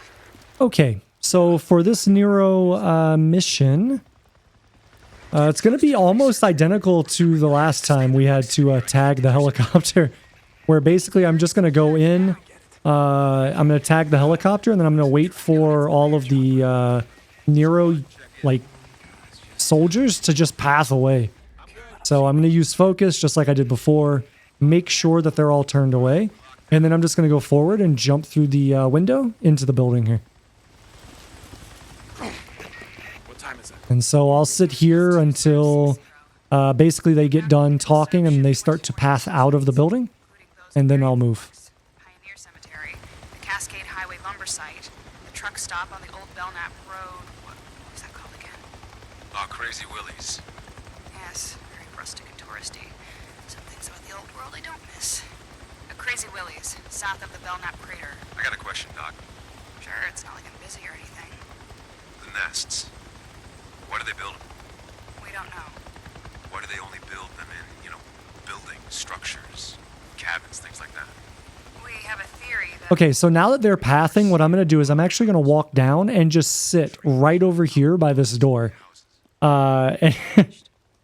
From like a lore or like a roleplay perspective, this makes no sense that they don't see me. I was actually kind of surprised when I found this, but by sitting in this position, you actually put yourself just on the border of the radius that you have to be within to continue to listen. If I walked a little bit away from this, you would get the thing saying that you're going too far.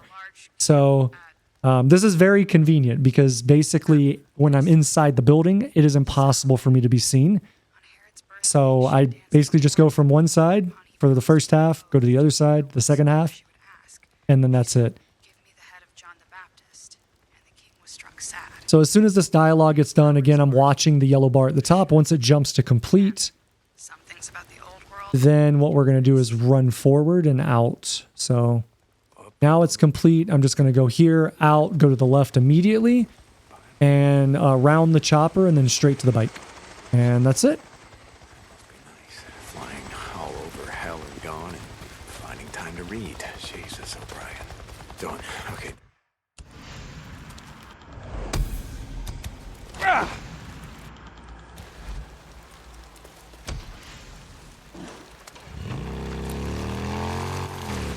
So again, because this is an infestation zone, I can't just fast travel out immediately, so I do need to drive out beyond that zone.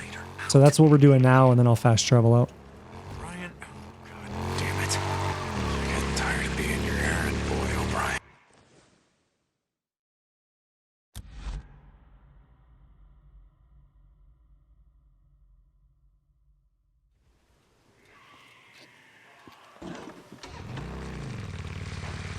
Gate. Someone's here. Hey, Captain see. Corey! Get Captain Corey! Just radio him, damn it! The outpost is under attack!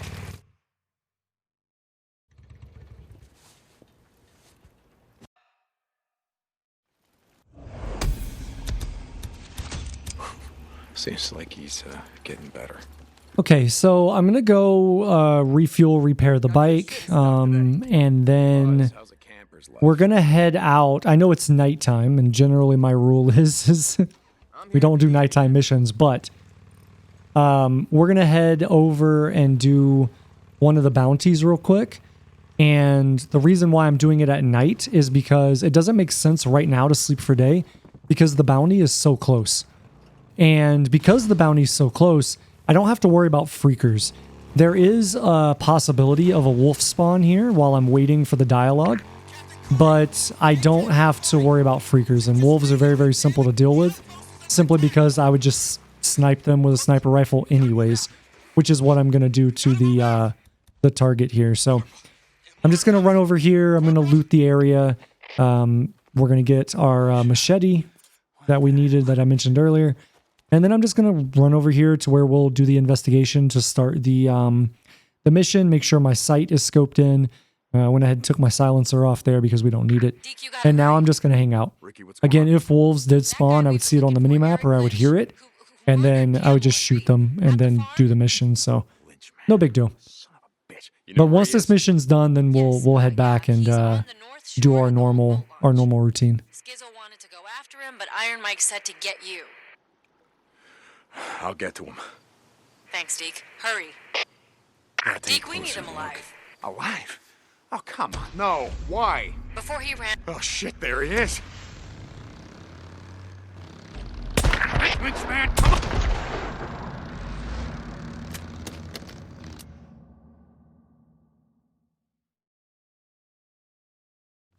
Woo! How's it going, Lynch man? What, is the camp not feeding you well enough? Fuck you! Thought you just kill a couple guys right off with our shit? Don't matter if a bunch of folks here die of starvation because you got what you need, right? Get off of me, you son of a bitch! Hey, listen to me. Rick is gonna send some men for you. You tell them where you stash the seeds. Maybe they'll just shoot you, instead of hanging you slow. What do you think about that? I don't know what the hell you're talking about. Okay, man, suit yourself. Hey, Ricky, I got...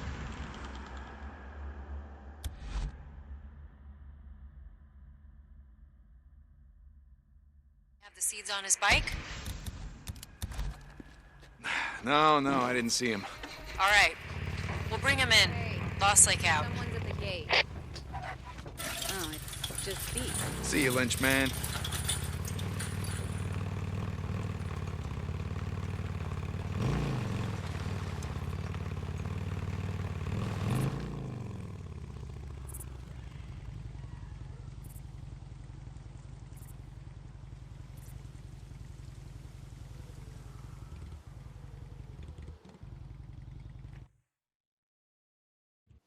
Hey, I got a job for you.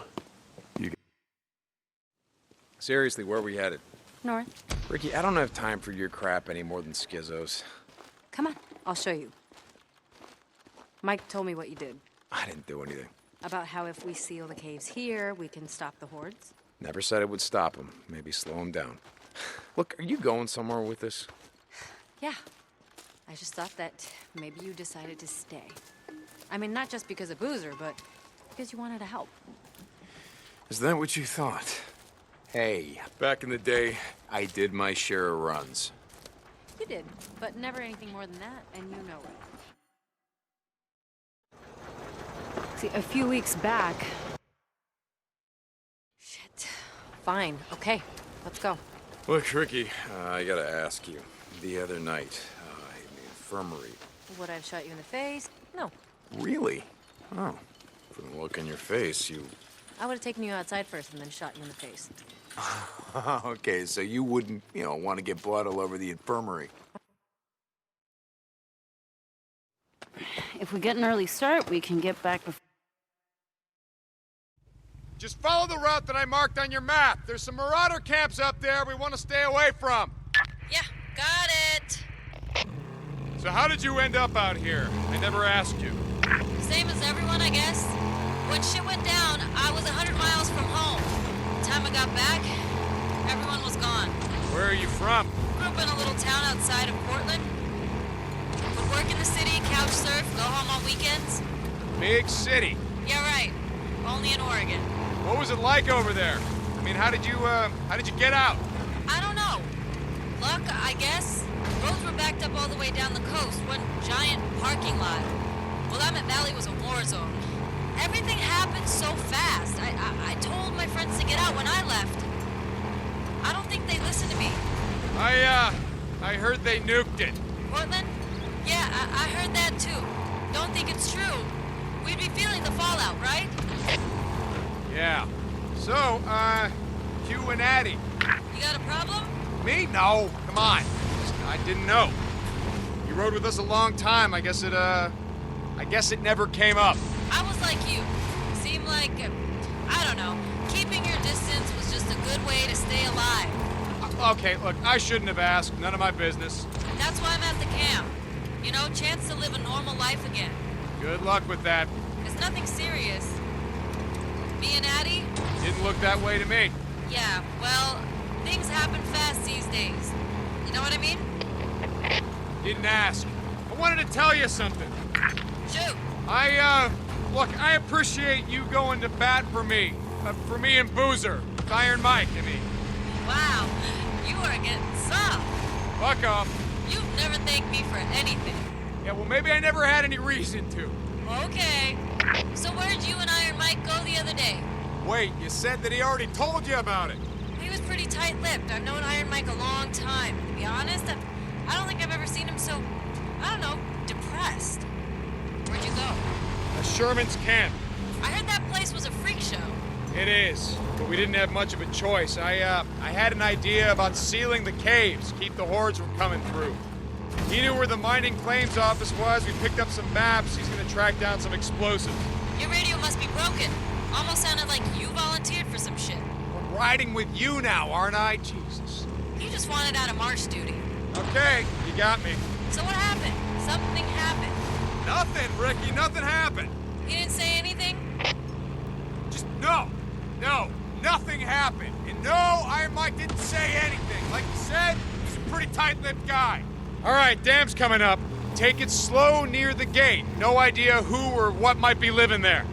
Got it.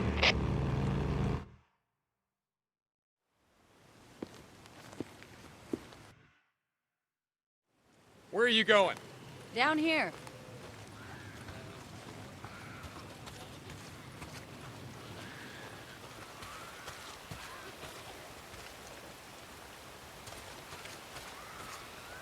Okay, so as soon as Ricky climbs up on the wall or puts her hands down, we can just turn around and leave. So I'm going to go ahead and take that opportunity and go ahead and get in position for the next part of this mission.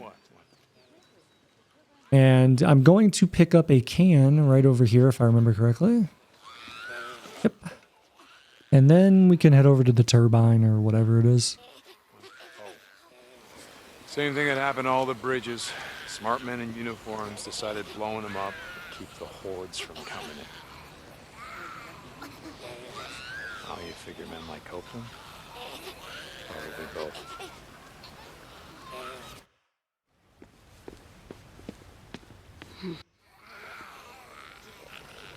Up this way. We're going all the way up to the top, up there. Following you. See these pipes? They're called the penstock. Water pressure builds up from the reservoir and is pushed down through those pipes, concentrating the force of the flow, which goes right through to the turbines. How the hell do you know all this stuff? I had two older brothers who were always fixing cars and shit with my dad. He got me a job at Boeing when I was only 17. I was going to school part-time to become a mechanical engineer when shit went down. Did you ever see him again? Your dad, brothers? No. Alright, let's figure this out. Yeah, it's pretty mucked up. I think I can clear it though. Run back down to the turbine. See if it's vibrating at all. Nothing. Wait a second. There it is. Yep, that did it.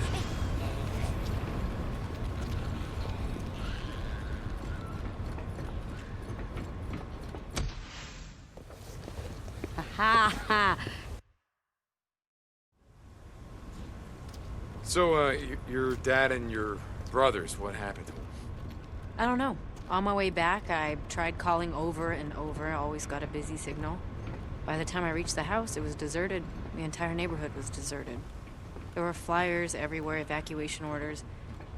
I went to the closest refugee camp, but it was overrun. Everyone was dead. Freaks were everywhere. Jesus, Ricky, I'm real sorry. Yeah, it was a long time ago.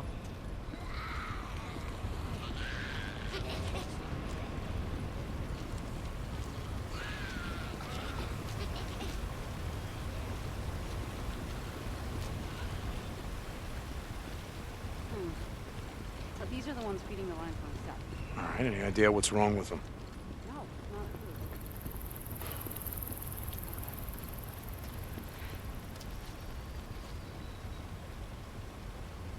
Well, it might be a short in the turbine junction boxes, so let's just go down and check it out. Okay? All right. So, what's with you and Skizzo? I mean, it seems like you're always on the verge of ripping his throat out. A few months back, Eddie and I caught him hiding out at our cabin while we were baiting. What? God, he's a peeping Tom. I told him if it happened again, he'd find out that my gun is bigger than his. Jesus. You know, if Addie was there, Skizzo probably wasn't looking at you. It was all I could do to stop her from neutering his best. Ouch. Right? Never piss off a woman who knows how to use a gun. Here, boost me up.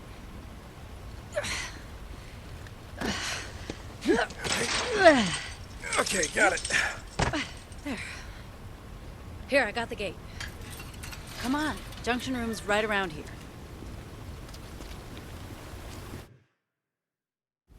Oh God, what is that smell?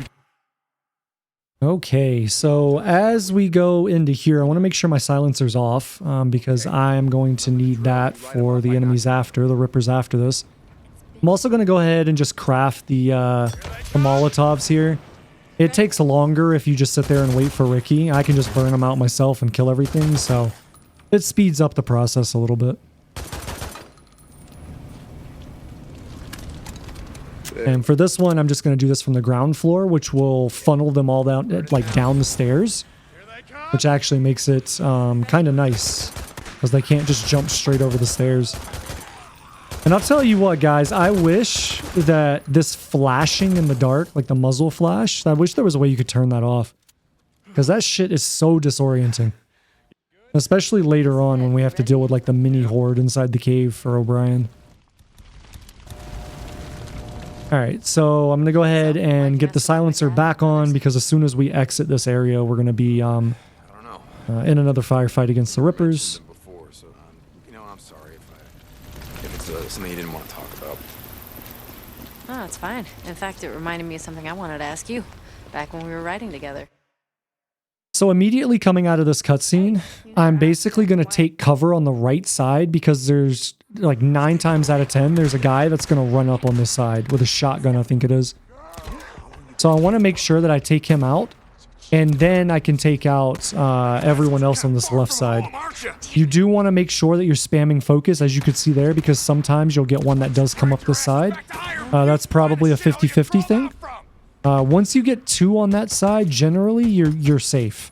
You do want to keep monitoring it and keep an ear out though. But I'm just going to cover down using this turbine or whatever this is as my wall. And I'm just going to slowly pie the corner like we've been doing. Nothing different here. And just deal with these enemies. So once we get the majority of them out, at that point, I just need to take it slow and determine where the others are. Generally, they're going to be behind this brick building. But sometimes they can float. So I can see one there. That should have been a headshot. That should have been a headshot. Like, I have no clue what it's hitting, but whatever. There we go, finally. All right, so once that one's dead, I'm just going to go back and evaluate the other side, make sure no one's sneaking up on me. There should be, at this point, 2 or 3 left that are like the regular ones, and then, of course, we'll have the heavy one up here as well. All right, and that heavy one will always sit in the exact same spot. As long as you don't engage it, it'll never move. It'll just sit there. Okay, so we kind of thread the needle on that one. So I've got 3 left. 4 left. Okay, so I had quite a few here. Leave you here to bleed out, huh? Make all the freaks And again, like every run you do, it'll be slightly different. And that's just, you just have to kind of fall back on experience and just understanding of the game and the mechanics and understanding the way the NPC AI works. So I know those guys aren't going to move, so I'm just going to go ahead and take the opportunity to kill this big dude. You can all just go straight to hell. And then I'm just checking one more time that they haven't moved. I realized I can get a shot through this window, which was really, really cool. And so at that point, we have only one left. So I'm just going to sneak up and take him out. I am taking it slow, though, because some of those enemies were still around when there shouldn't have been that many. So I don't want to take it for granted or be lackadaisical about it and then get shot from the back or something. But anyways, once we kill that and then Ricky starts to talk and the objective changes, then I know we're good. I'll run around, I'll pick up some stuff while we wait for Ricky to get to the bike, and then go to the bike, and mission done. Remember? That was becoming a or at thing least this before part of it. everything went down. Right, yeah, come on. Let's see if they messed up our bikes. Really think that Iron Mike's treaty with these bastards is gonna... Okay, we have to follow the line south. Check the transformers. Make sure they're all good. Okay, I'm following you.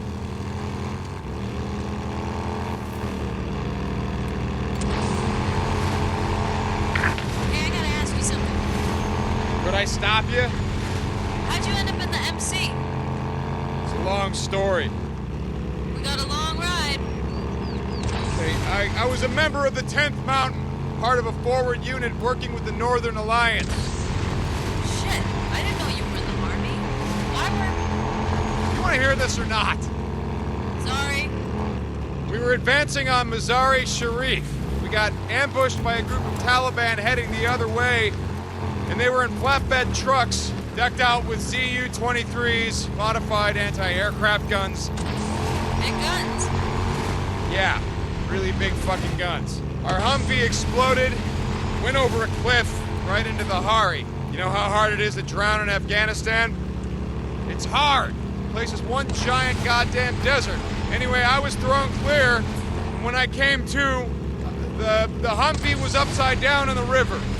I swam out to see if anyone survived. I pulled a body back to shore, and I did that 7 more times. And by the time I pulled in Tanner, my Sarge, I was done. And when I came home, I don't know, I bought a bike, spent a couple of years on the road, just moving from place to place, and So farewell? You grew up around here, right?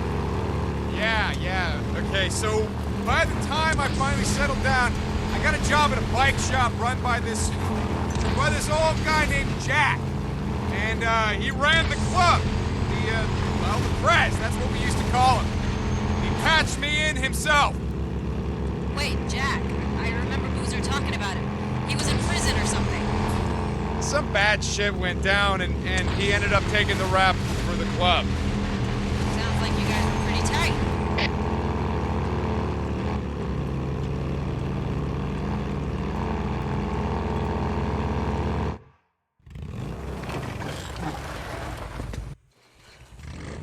Can I ask you something? God, like I said before, could I stop you? Why are you still flying colors? I don't know what you mean. I mean, why do you still wear the cuts? You and Boozer, it's not like you're trying to recruit anymore or staking out territory. Now? A couple of guys I worked with at the plant wore colors on the weekend. I asked them about it once, and they said they wore them as a way of saying, fuck you, to, I don't know, cops, authority, the government. So what are you rebelling against? Whatever's left. Look, we wear them because we wear them. What do you want? I mean, no idea about Boozer, but I ain't trying to say shit. It's just... cut. That's who I am. I've done a lot of stupid shit in my life, but joining the MC, well...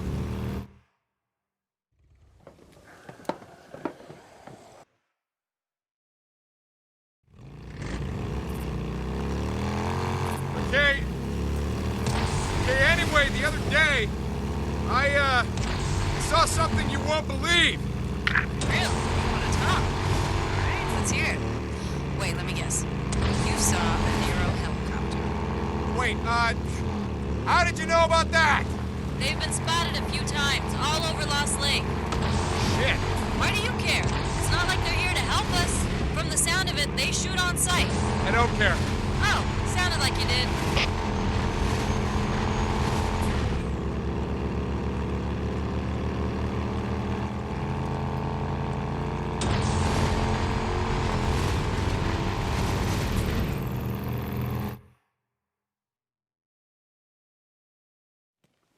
Hey, where the hell have you been all day? I wonder about the freakers sometimes, you know? So before I continue here, we're gonna go rest for day. Again, we'd rather have it daytime than have it nighttime and have to deal with all the BS. So gonna go do that. Oh, hey, look. Oh, I'm just gonna close my eyes for a bit.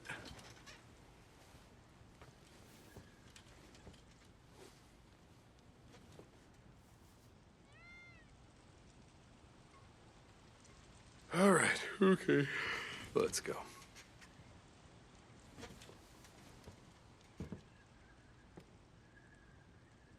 I'm just gonna grab some shut-eye.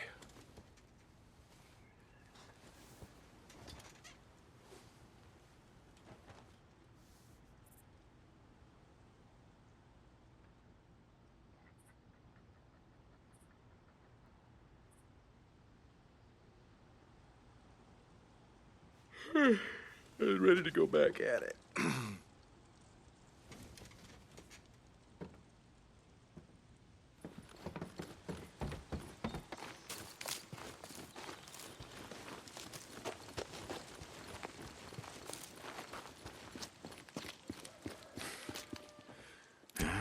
That's a day I'm never getting back. Oh, hey, look at that.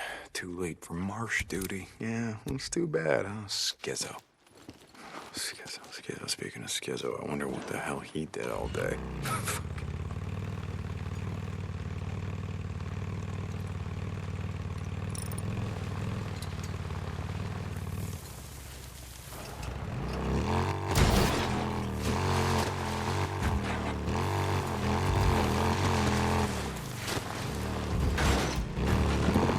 Hey, Ricky, you there?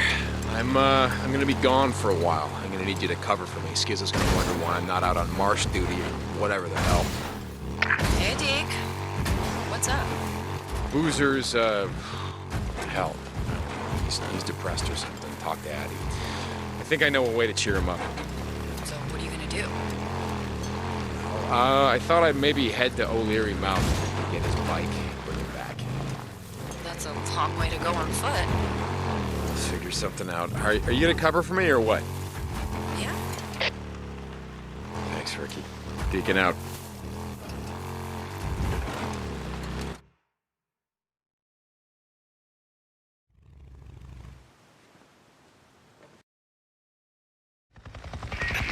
This is O'Brien. Are you there? Yeah, so what was that all about? I mean, last time we talked, it sounded like you were pissing your hazmat suit. It's nothing. I told you there are people. For this NERO stealth mission, not a lot to it, fairly simple. So I'm just going to run forward here and climb up this ledge to get in position to plant the device. As soon as I plant this, I'm basically going to go back and then round all the way to the left here. And this is just to get ahead of the NERO soldiers that are already pathing from the chopper over to the left. So I'm going to climb up right here, get inside of the bushes here, and we're good to go. Now we just wait.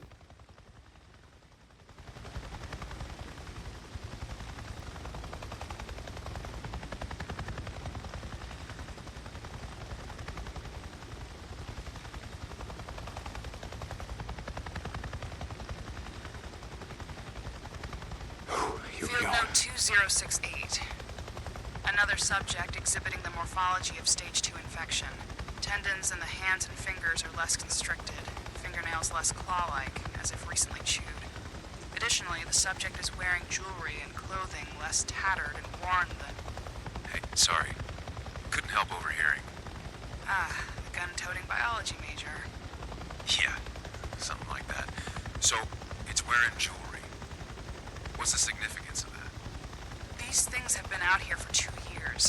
scratching and clawing at us and each other. Yeah. Try putting a gold watch on a baboon for 2 years. All right, so as they start to path to the next location, basically I'm just going to follow in tow. And just slowly move around. We don't have to be super fast here. Recently put it on. Shit, I thought they were all, you know... Batshit crazy? Yeah, they are, but just as some late-stage dementia patients could still have moments of lucidity, victims of stage 2 virus infections seem to retain some level of vestigial memory. Oh, shit. No shit. Look at its clothes.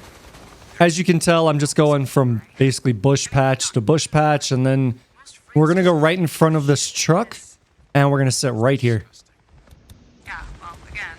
I'm going to go ahead and equip the rock, simply because once this completes, that NERO soldier that you see in the far back there that's pathing to the left, we're going to have to distract him to get the easy out route that I want to take. There might still be something buried deep in their massively deformed heads that remembers what they once were. Jesus, you don't think they're aware of... No, we've done the CT. So unlike all the other NERO stealth missions, this one, like the bar, doesn't like just jump across and autocomplete. So we're going to stay in position until it's done. And then I just need to gauge where the soldiers are, so I know where I need to move and when I don't. So I'm going to move to this patch. We're going to go ahead and throw the rock. As I see that he is now pathing to the rock location, I'm just going to move. And once I get to the side of this building, we're going to sprint. And this will be just sprint straight out and go to the bike. Okay, I just gotta get the hell out of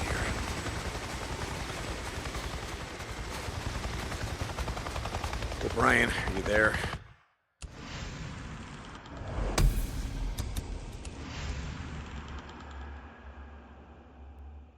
Okay, I remember this. Yeah, I was like so confused, like why I was in combat, but I wasn't in combat. So I don't know. Maybe one of the NERO soldiers was seeing me.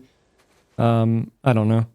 But anyways, so as soon as you fast travel to go get Boozer's bike, you need to have your gun out because you're going to get ambushed on your right by two marauders.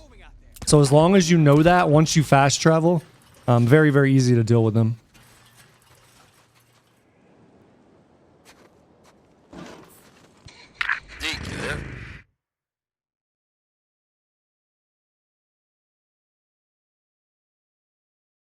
Hey, I brought you something. Wait, what the fuck? You...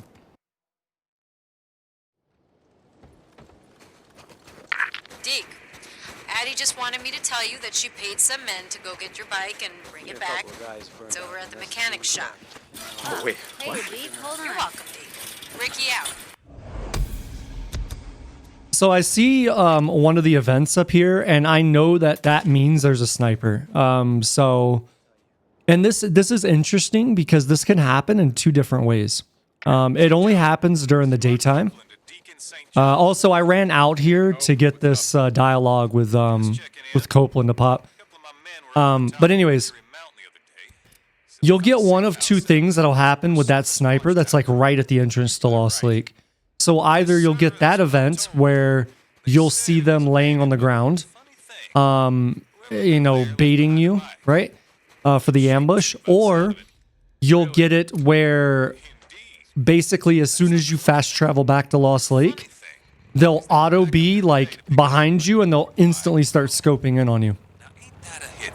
So the good news is it only happens during the day. That ambush cannot that sniper will not spawn at night. So anytime that you're here during the daytime, you need to be thinking about that. And that's something I didn't really mention before, but there you go. The other thing, we're grabbing the bike. I'm coming out, sitting here because as soon as this gets done, we should get another call, and then I'll head over to the infirmary and basically just ride forward on the bike and hit it. But we have to be outside of the camp for that to trigger, so that's why we're here. And also to clarify, the reason why I have the camera turned around looking behind me is because you do have a chance to get wolf spawns whenever you do this. So I'm just making sure there's nothing that's going to sneak up behind me and hit me. Deacon, you there? Yeah, Addie, what's up? Can you stop by the infirmary when you get a chance? Anything wrong? No, I just needed to talk to you. Yeah, okay. Hey, Deacon, you got a second?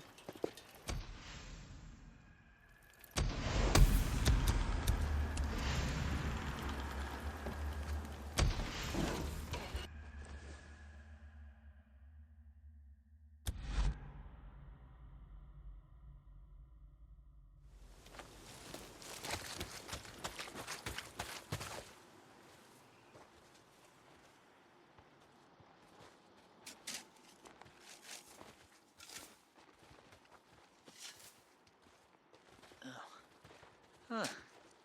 Found an old fishing lure.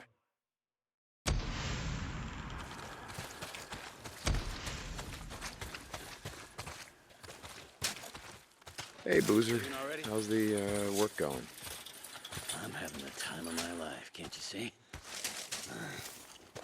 Okay, see you.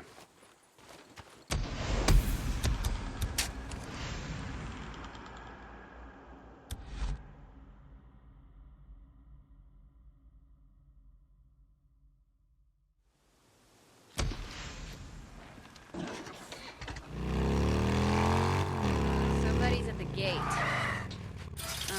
This is Radio Free Oregon. The truth shall set you free. I used to be About a month before shit went down, I wrote in my newsletter, Farewell Freedom, store a year's worth of food and water. Because I knew, no matter what was coming, we were all...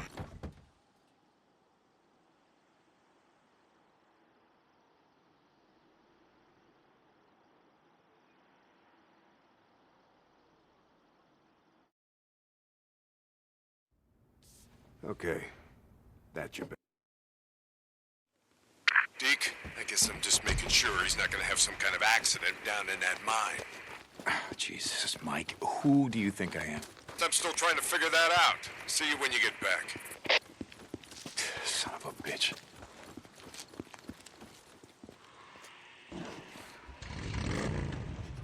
For this mission, you get this like little sub-objective or whatever to race Schizo. It doesn't matter whether you win or not. I just like, fuck that guy, dude. Like, I don't want him to win, so I actually have a path to make sure that I always beat him.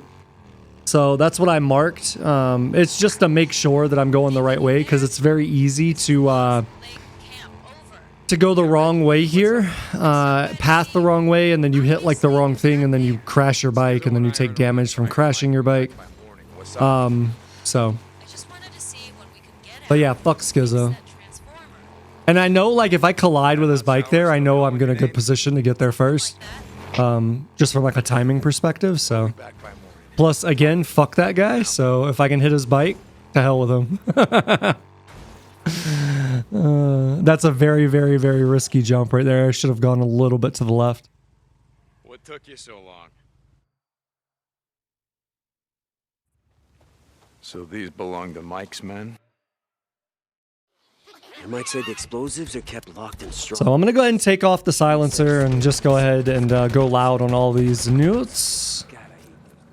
At this point, this is like a self-contained bubble, so it's not gonna draw anything else to us because we're inside of the mission. Hey, over here. I think I can boost you onto this roof. There's quite a few things around here too that are good to pick up, especially in preparation for late game. I don't spend a whole lot of time getting them because I'll get a little bit of them once we're done with this mission, and we're going through the dialogue with Schizo. But if you wanted to pick them up now, you could.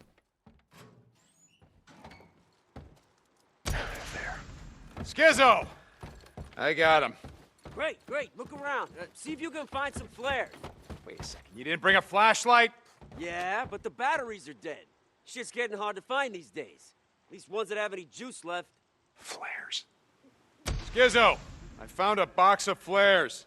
Yeah, see if you can force open the door. I'll come in and grab them.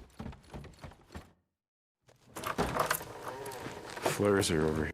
Yeah, I got them. Let's head in. Right behind you.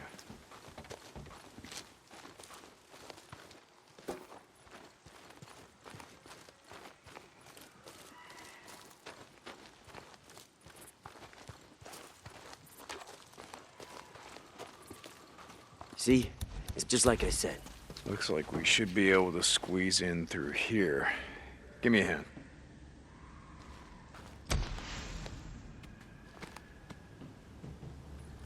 Here, push. I'm pushing. There. Wedge it against that boulder. Got it. There. Looks stable to you? Stable enough.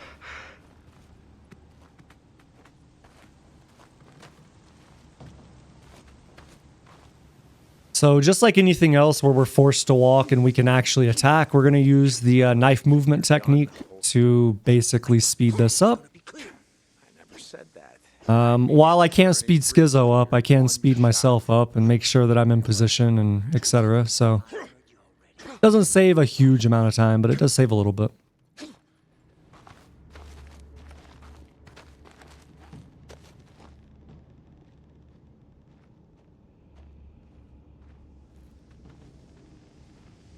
Okay, first expansion area is right off the main shaft.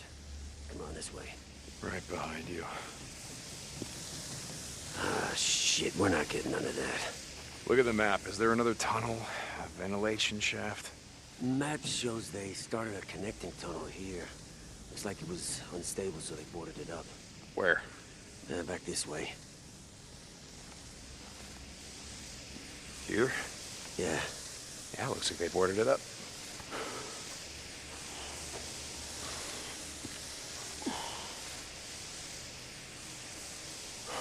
Well, this doesn't look exactly stable. I thought I already said that. All I got is this. You got the flashlight. You had the honor.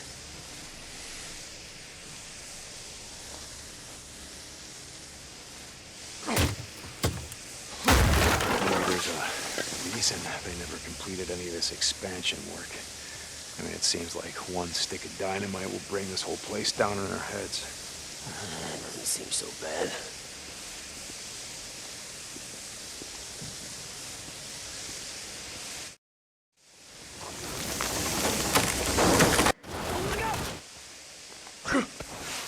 What are you doing? What's it look like? I'm dropping flares. Why? You got them. Come here. What?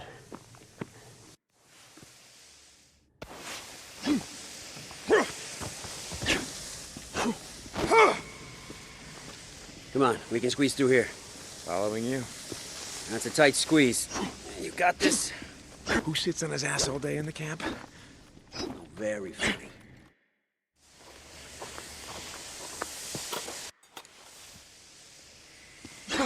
Let's double back. Make sure we didn't miss any side tunnels.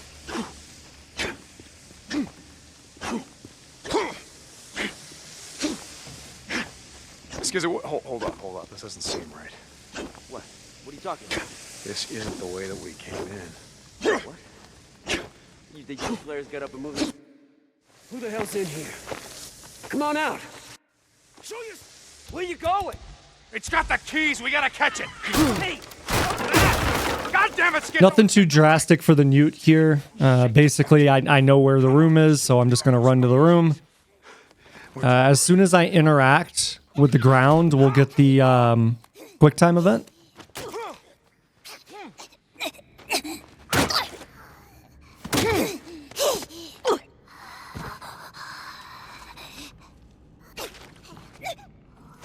And so after I kill the Newt, there's a few things we could pick up here.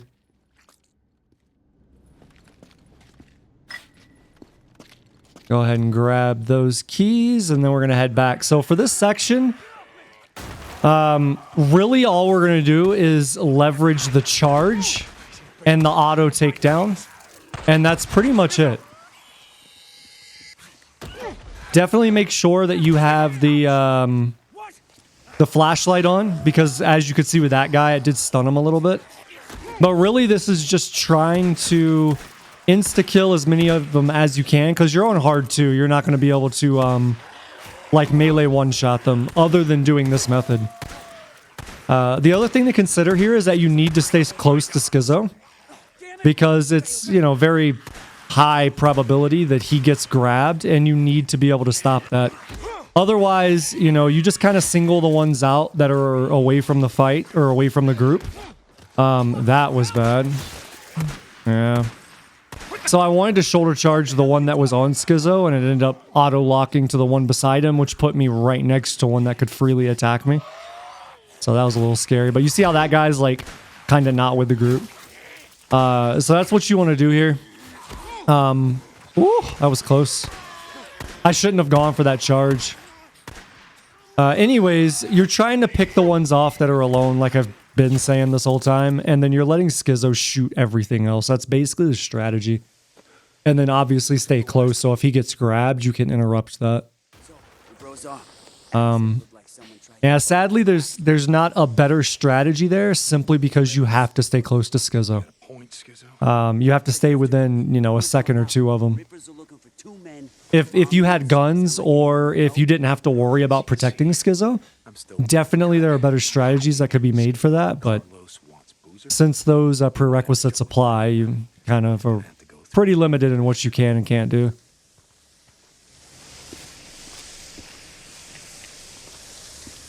What'd you do to him? Gotta be something long before breaking a tree. Long before... You know what? I don't know and I don't care. Have I killed a few rippers in my day?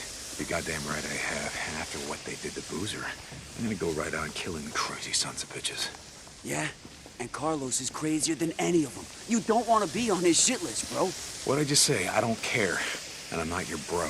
Remember what I told Iron Mike. Carlos can go fuck himself. Hey, just looking out for you. You're one of us now, right? Yeah, right. Don't worry about me and Boozer. We can look out for ourselves.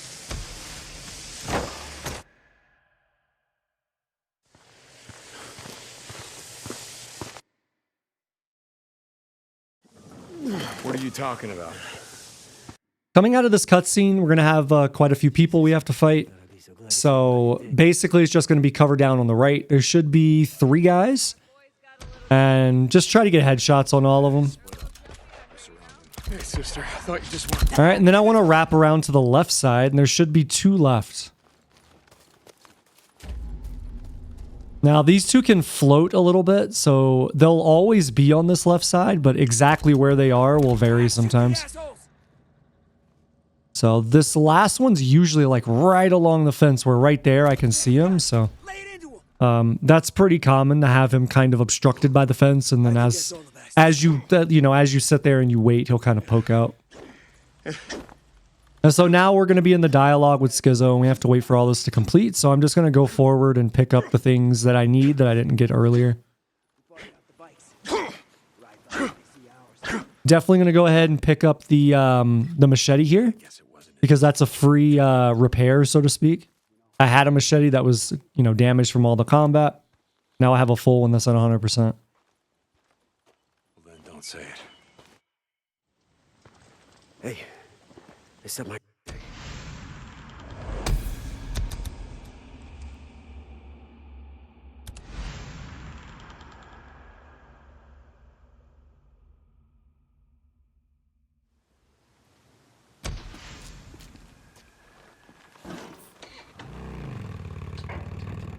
Somebody's at the gate.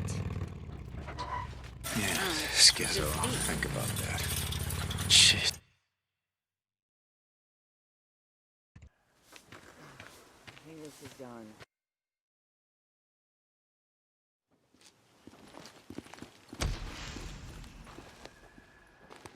Ricky, you there?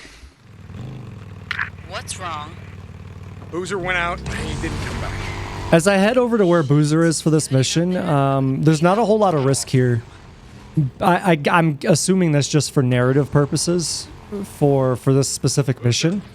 But basically, if you follow the route, like on your minimap, nothing will spawn. So there won't be any freakers, there won't be any ambushes, you don't have to worry about any of that stuff. So for this mission, just follow this route, or like follow the route that's on your minimap for the mission. Jesus, stay there are sections here later on that you wouldn't want to take this route, because it would be very easy to get like a clothesline ambush or a marauder ambush. But for this mission specifically, you don't have to worry about that. And again, I'm just assuming that's the developers coded it that way for narrative reasons. At least in this section of the map. So just wanted to point that out. Just stay on target with the mini map and kind of the route, and you should be fine. Hey, where's Boozer? Who? There's no one here. Work crew's gone home for the day. No, he's still here. The big guy with one arm. Yeah, I know who you mean. He headed off that way, towards the old farmhouse. Thought he was getting a ride there. If you see him, tell him to stay here. Radio me or Ricky. Sure, man. Whatever. Now, if you follow the route that I do to get to the farmhouse, you got to be very, very, very careful about smashing into some of these trees, like right here, and then this little creek. Because if you hit this wrong, you'll basically just dip your bike right into the creek, and you'll flip it, and then you'll take damage. So be very, very careful when you approach there. There's like the area that I went through is basically the area you have to go through. Good book to read. Otherwise, you risk flipping the bike. Whiskey bottle. All right, so right after that, I want to make sure that the sniper rifle is equipped, because now we have to deal with this. And the easiest way to deal with this is just as all these freakers are running at you, just snipe them. Most of the time, you can get lucky enough to like get like one shot to kill multiples. I didn't, just because of the way they like ran in. But the RNG is usually a lot better than that, where you'll get, you know, one or two of them be like right on top of each other, and then you'll just shoot them, and you'll get like, you know, usually two, sometimes very rare occasions you'll get three people or three of them killed with one shot. And that's simply just due to the sniper, or like the sniper rifle's penetration. Alright, so we're gonna ride up here. We don't care about the newts. They are not coded to attack you at all. We'll go ahead, do this investigation part, and then we're gonna ride forward and to the right side of the farmhouse. So you're not in the barn. Basically where the opening and the fence is, right here. And then we're just going to run forward. We'll climb in this window, go all the way up, do the investigation, and then head out. Are you in here? Upstairs. Okay. Another bedroom. Once this is done, I'm just going to jump out the window. This is 100% safe. You're at a height that will never do damage to you. So that is okay. Then we're going to go to about our 2 o'clock and just speed on. Now the bike will auto stop once you get close enough, so you don't have to worry about like Stay right there. Just going past it and then it's spawning behind you. I'm coming. So the investigation bottles or whatever will always spawn and stop you on the bike. Damn it, Boozer. All right, so now we just go back to the bike and then go forward. Boozer, you there? I'm getting close. I followed your tracks, just like you taught me. Boozer, come on, man. Stay put, will ya?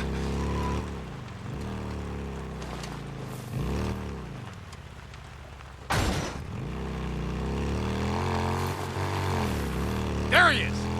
Now, coming out of this mission or this cutscene for the mission, this is like the most dangerous part because you can't really go slow, and it's very easy to lose control of the bike and like hit a car or hit something and you know kill you and Boozer or whatever. So this section takes a little bit of practice to go, you know, somewhat fast and be I guess precise enough not to hit anything. But once you get past that, like those obstacles that are on the road, the rest of it's whatever. It doesn't matter. Just basically get back on the road, follow the road back to Lost Lake, and you'll be fine. That's the last of them. We're gonna be okay. I know. I knew it all along. Hey, Deke. Boozer, listen. I just want to say thank you. I mean it. Boozer, just listen, goddammit. You came out here and you saved my sorry ass. Hey, look. Again. Someone's here. I owe you, brother. Hey. I owe you. You gonna be okay? Oh, hell yeah. Oh, I hear a bunk calling my name.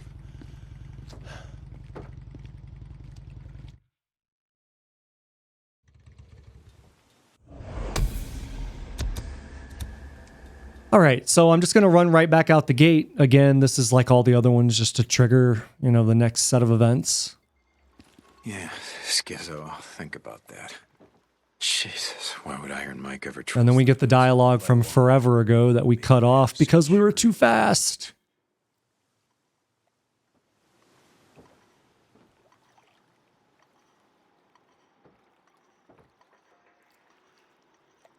Deke, did you find him? Yeah, Ricky, I found him. How is he? Well, let's just say that tomorrow he's gonna have one hell of a hangover. A hangover. Good. I'll remember that when I stop by to see him at 6 in the morning. Yeah, thank God. He deserves it. Deke, I'm glad he's okay. No idea. Hey, Ricky,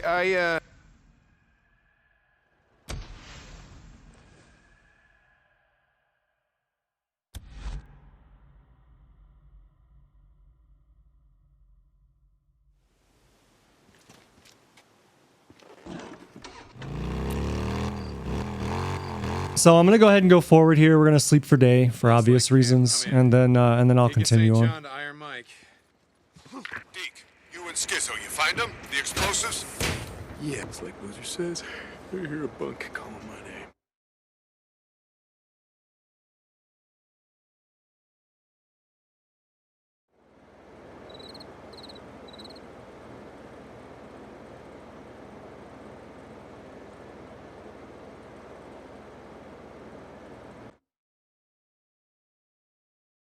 I was ready to go back at it.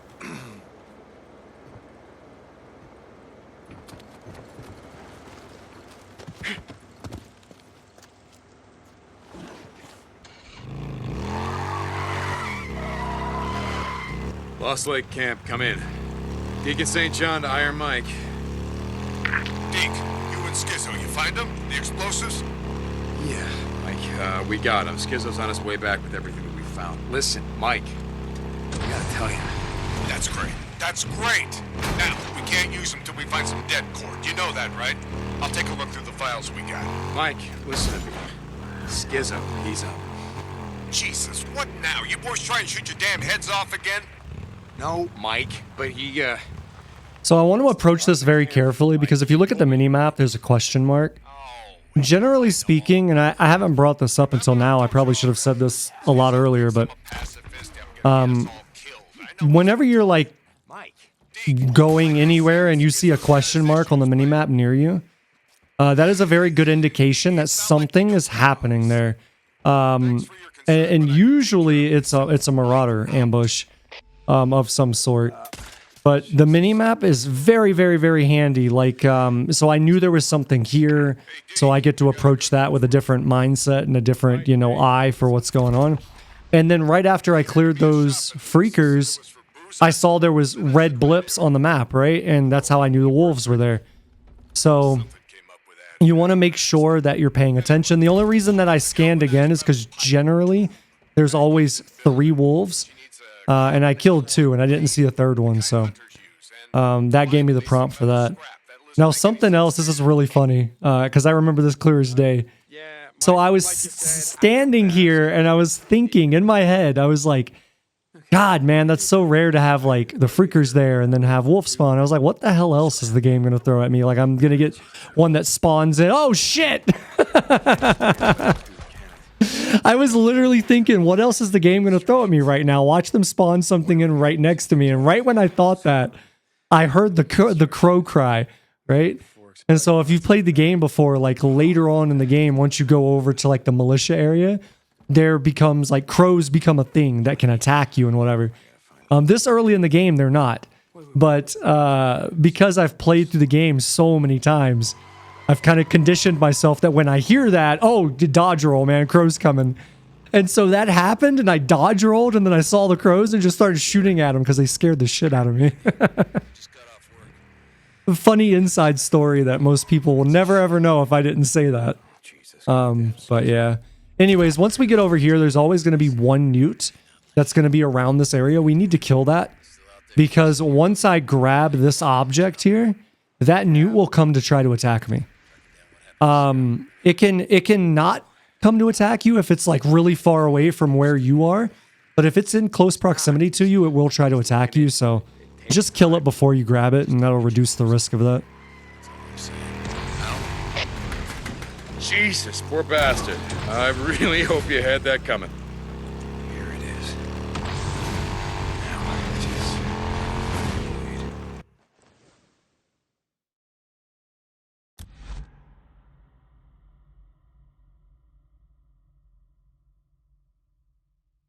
This ought to be enough.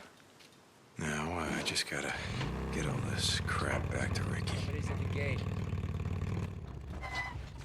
This is Radio Free Oregon. The truth shall set you free. Today, I want to talk about drugs. Now, I don't much care. Hey. Hey. I got...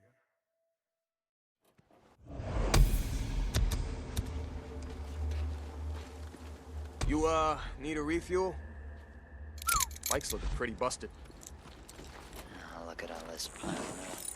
I'm here if you need me, man. I'll be here late.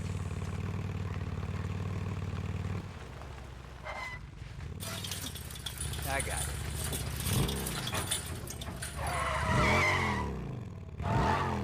So as you probably guessed, same thing here. We're just coming out to get some dialogue to push the story forward. Hey, Deke, you there?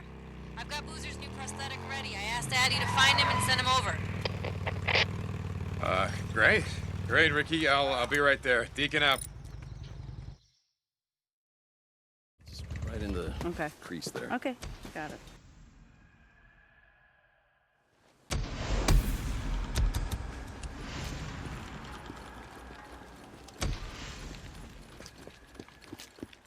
Deke, how's my favorite Hey, Deke, can I ask you something?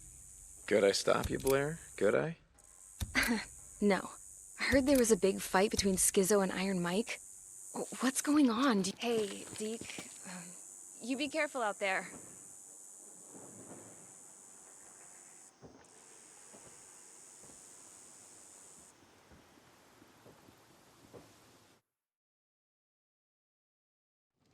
St. John, you there?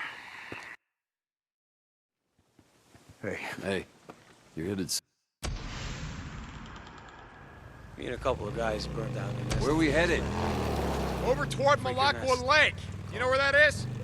Yeah, it's just north of the Rogue Tunnel off Waldo Road. So what are we doing there? A NERO chopper's gonna be on the ground doing whatever the hell it is that they do. O'Brien wants me to see what they're up to.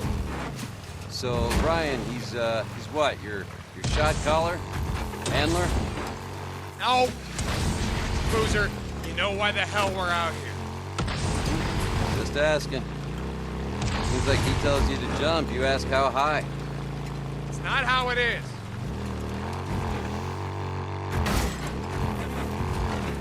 So how you holding up?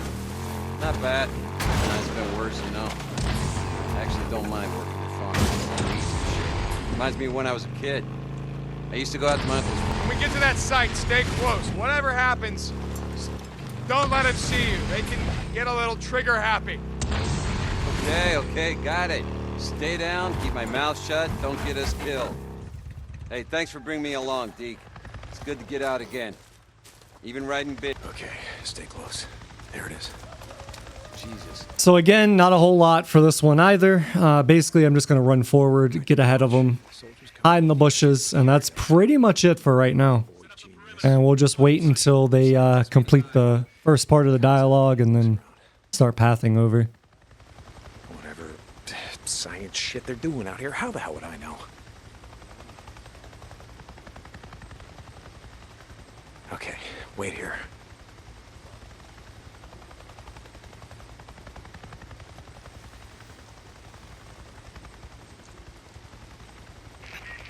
Sound off. What you got there, Doc? Clear over here. All clear. Okay, you must know. We're picking up scat samples. You mean shit? Yes. Freak shit? Yes. So, we're out here in the middle of nowhere. So, you can pick up freak shit. Precisely. Okay. Enough said. Field note 2102. After analysis of scat samples from... So once he starts to stand up, I need to make sure that this guy pathing behind me is past me. For obvious reasons. If I moved there, I would have been screwed. So once I see that I'm in a good spot to move forward, I'm just going to move all the way over to here. And then I'm just going to slowly push up to the back of this school bus. Now, this school bus is literally on the boundary of where it would consider you leaving the mission versus still actively engaged with it. So you need to actually be like right on the edge of these bushes. Like if I walked and touched the bus, it would tell me that I was leaving the mission. That's how close we are to the boundary. So just make sure you're right on the edge where I am, right on the edge, and look at the lower right on your mini-map. Make sure you've got that eye with the X on it saying that you're still in stealth, and you'll be good to go. So once the mission's done, I'm just going to basically go back the way that I came.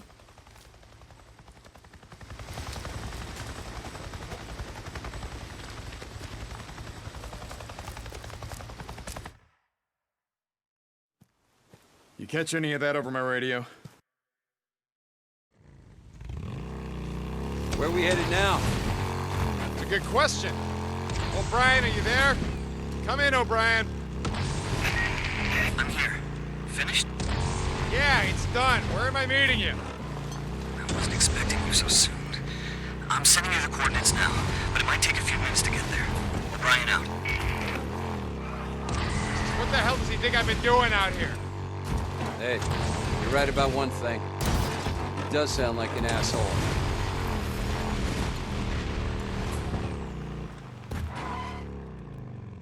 You wait here. For this walk to Brian's location, you're going to see that I'm going to be dodge rolling the entire way.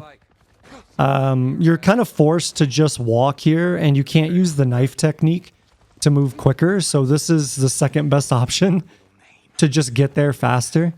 It saves a little bit of time. You don't have to do this. It's just, this is such a long fucking run that anything I can do to speed it up, it seems worth it. Yo. Shit. Gotta stop doing that. What you got?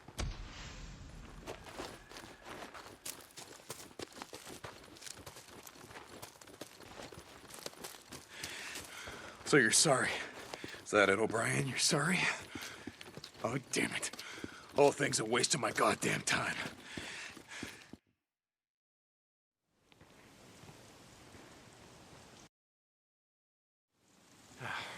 Right. Booze man, where the hell did you go? Tracks. That's gotta be his.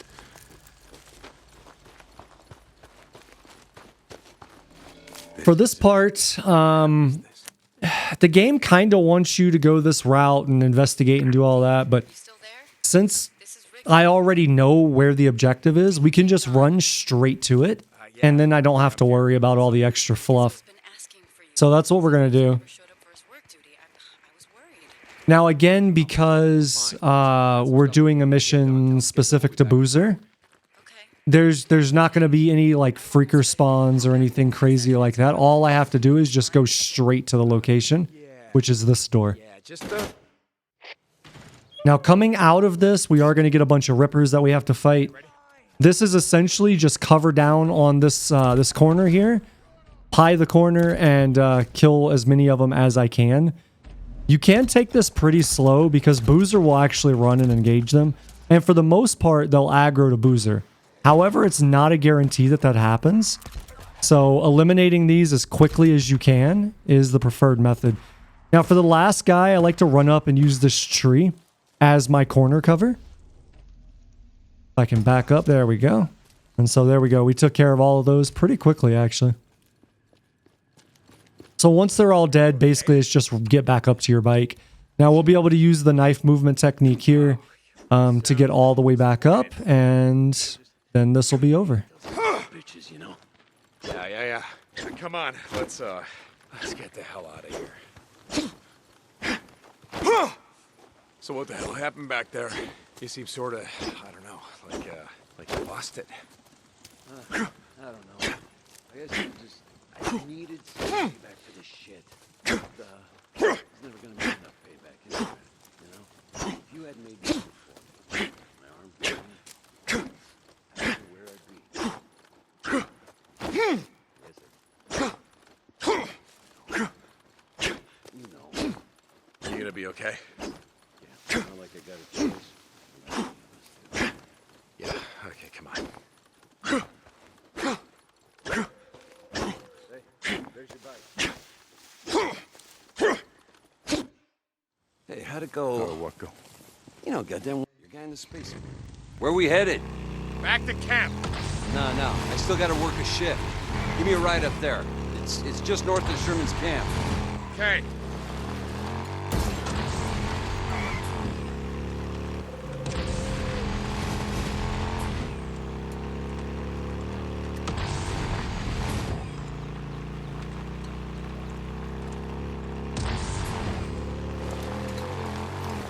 So, she died that night. And there was nothing you or anyone could have done about it. I should have been there. And what good would that have done? Just drop it, it's done.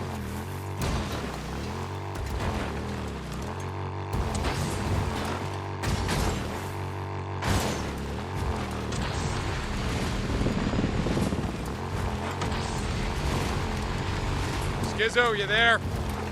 Lost Lake Camp, Skizzo. Yeah, what's up? Just had a run-in with... Hey, where the hell did you go? You skipped work duty today. What the hell, man? Shut up and listen to me. I was giving him a ride to the work site, and we were attacked by rippers. Ah, Jesus. Where? Outside of Rogue Camp. You gotta tell Iron Mike. Carlos is coming, and he is not going to stop. What do you think I've been telling? For months. Yeah, I'll let him know. We're heading toward Tumalo now. Boozer will be at the site in a few minutes. Well, that's great, because he owes the camp another half shift for the work he's missed. Shut up, Skizzo. Hey, Deke. Road Camp is kind of in the opposite direction of Tumalo, isn't it? We took the scenic route. Out. Asshole. Goddamn Skizzo. Hey, look.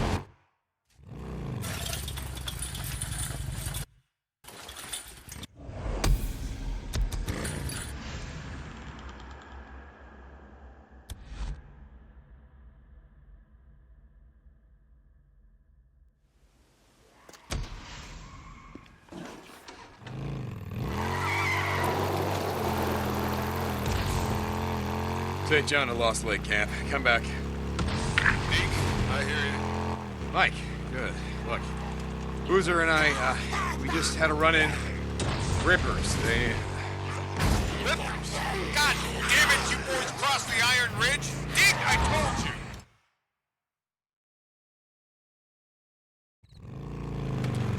you. All right, the church. This is a fun one. So this one can be kind of iffy sometimes. So I'm just going to walk straight up here, and I'm going to use the door basically as the corner cover. And I'm going to use the sniper rifle to take these guys out because I just want to make it easy, get them dead, and be done with it. I don't want to like go to shoot their head and then it miss or something and then pull me into combat because this would be a very bad spot to get into combat. So once we kill the initial crew that's in here, you'll get one that spawns on each door. Once I kill those, I can just walk in and that'll pull us into the cutscene. Now, immediately coming out of this cutscene, I need to dodge roll back and head to the room and at my back left. Because we're going to get a heavy that comes in. And what I need to do is shoot this guy basically in his dick to insta-kill him. See, that shot should have hit and it didn't hit. So once those two are dead, we have, I think it's 3 if I remember correctly left. And basically you just want to corner cover here on this door and let them flow in. Now they don't always flow in. In fact, you can see one of the guns is through the wall right here where I'm aiming. So what I do there is I shoot the target because his collision still exists through the wall, even though it's glitching through the wall. And that pulls him around to come and attack me, which allows me to take care of him. And then I should only have one left. And so now it's just kind of trying to coax this guy in. So I'm moving around. You'll see that I move Deke around a little bit there. And that's just to confuse the AI into thinking I'm moving so that it changes the pathing of the AI to then try to come get me. It's a very common thing in a lot of games. So if you're ever in a position where you're waiting for an enemy and they won't come to you, just try moving around. Just a little bit of movement is usually good enough to pull it in. Booze man, you there? But yeah, that church can be a little iffy because it's not always guaranteed that even moving around there is going to pull them in. and then you have to take the risk of going out there. And if you go out there right as they decide to come in, you could kind of be in a bad spot. And at that point, just pull grenades out and throw them until they're dead. That's probably the safest way to do it. Just checking in. Deacon out.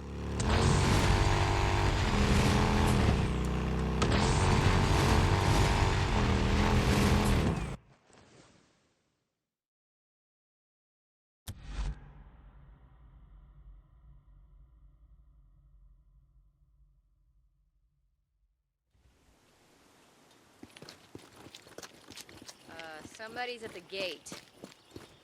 Open the gate. Mr. Deacon St. John. I worked at the Humane Society. Deek. What's been keeping you away so long? Blair, how you doing? Okay. Here you go. One of the guys brought in Hey, a sick Deke. collie. Be safe. Beautiful dog. You got what you need? Well, you sound pretty excited. It's the candle, Deke. What? The old saying, it's better to light one candle than curse the darkness. We've spent the last 2 years doing a whole lot of cursing. We get the lights on at Lost Lake, and that's lighting our first candle. Yeah, only one problem with that. And what's that, Deke? Lights attract all kinds of nasty bugs, and they make it way easier for him to find you. Hey, we're here! As we pull up to the gas station here, I just want to make sure that I don't have my silencer on, which I don't. And we're just going to fight the freakers and then the newts afterwards. Just using our assault rifle. We don't need to worry about stealth or anything like that. There's literally no other freakers around this area, except for the ones that spawn for the purpose of this mission.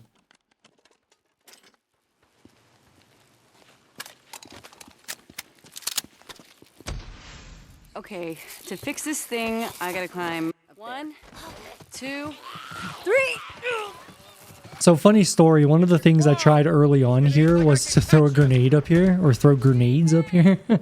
And I stopped doing that really fast because if any of the grenade damage overlaps onto Ricky, she just auto dies.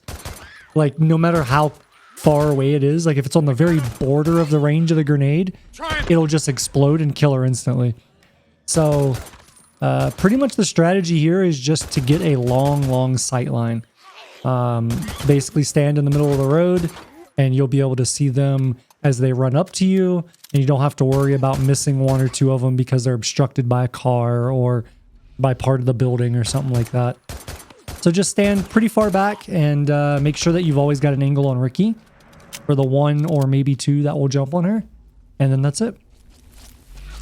Now, once everybody's pretty much dead, there's usually one, at least for me anyways, that'll glitch on this door. It's about a 50-50 chance.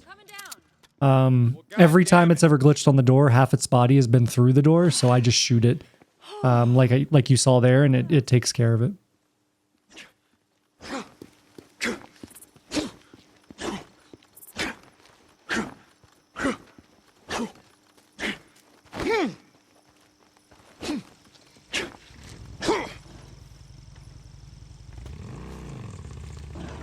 So, your old lady? Okay, how the hell did... It's not hard to put 2 and 2 together, Deke. How you lost her at that refugee camp. The one north of Belknap. And in the last few weeks, we've seen NERO choppers in the air, and you were hoping for what? A miracle? That she was with them somehow? Something like that. But she's not. No. I'm sorry. Look, it's not a big deal, so let's just drop it. Wow, word gets around. So the woman in the photo, that was her? That was my wife, yeah. Dumb question. I'm sorry, Deke. No, don't be. She's been dead a long time. Still, it can't be easy to get your hopes up like that, only to... I don't know. I wish there was something I could do. Well, there is. What? Stop talking about it. Okay.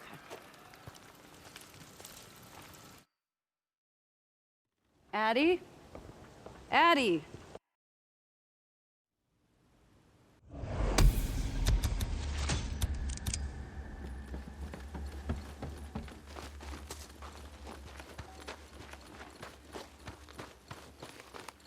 How can I help you? Sorry, no idea what I'm doing. Similar to the other instances where I've left the camp to get audio and dialogue to start, we're going to do that again. And cool thing is on this one, usually it takes slightly longer, but I got it almost instantaneous there, so that's always nice. Are you gonna be around for a while? I need to see you. Is everything okay? What's wrong? Look, nothing. I'll tell you when I get there. Deacon out. Addie. Hey, Deacon, how can I help?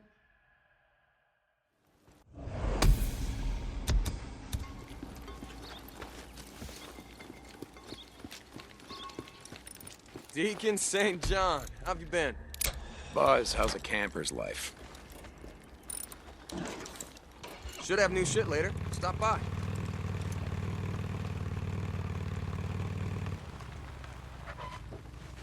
Oh, hey, Deacon. Now I want to mention here that on the way to the next mission, if you take the route that I take, you have maybe a 50%, maybe slightly less than that chance of a sniper spawning up here off to the right. And if it spawns, it'll spawn like on this rock face over here. So I just slowed down just to make sure, because at that point, it won't be able to target me, and I'll be able to jump off the bike and hide behind the bike as cover. So I just slow down there, make sure that that sniper is not spawning in, and then I can go forward. But I wanted to make that clear in case anybody was wondering why I was slowing down there. For the mission though, with finding the puppy, basically I like to approach it from the far left because there's another sniper that can spawn on the right side of this building. So I like to basically bring it up and stop right here, and then I'm basically just going to wait. Once the dialogue finishes, the freakers that are supposed to be here for this mission will spawn in. There will definitely be one that spawns like at my 1-2 o'clock position in those trees. But most of them won't spawn until you like turn the camera. So once it's off screen, so you can see I'm looking for it, they're not there. But once I turn the camera away from that spawn location, then they spawn in.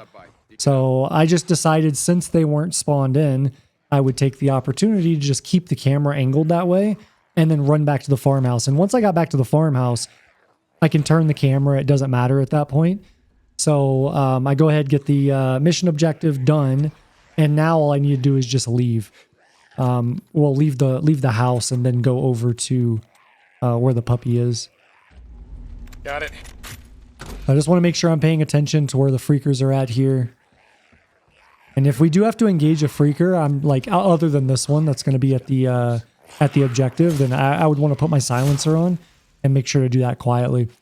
Because if you go loud for whatever reason, especially in areas where ambushes are prone to happen, or like marauder ambushes, like ground ambushes or sniper perch ambushes, they can actually spawn them in based on your sound.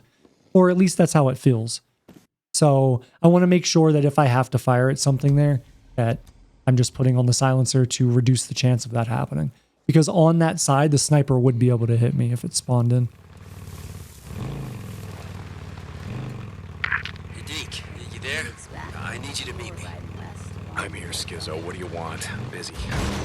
Look, I know you're trying to help the camp, and I'm trying to help you help the camp.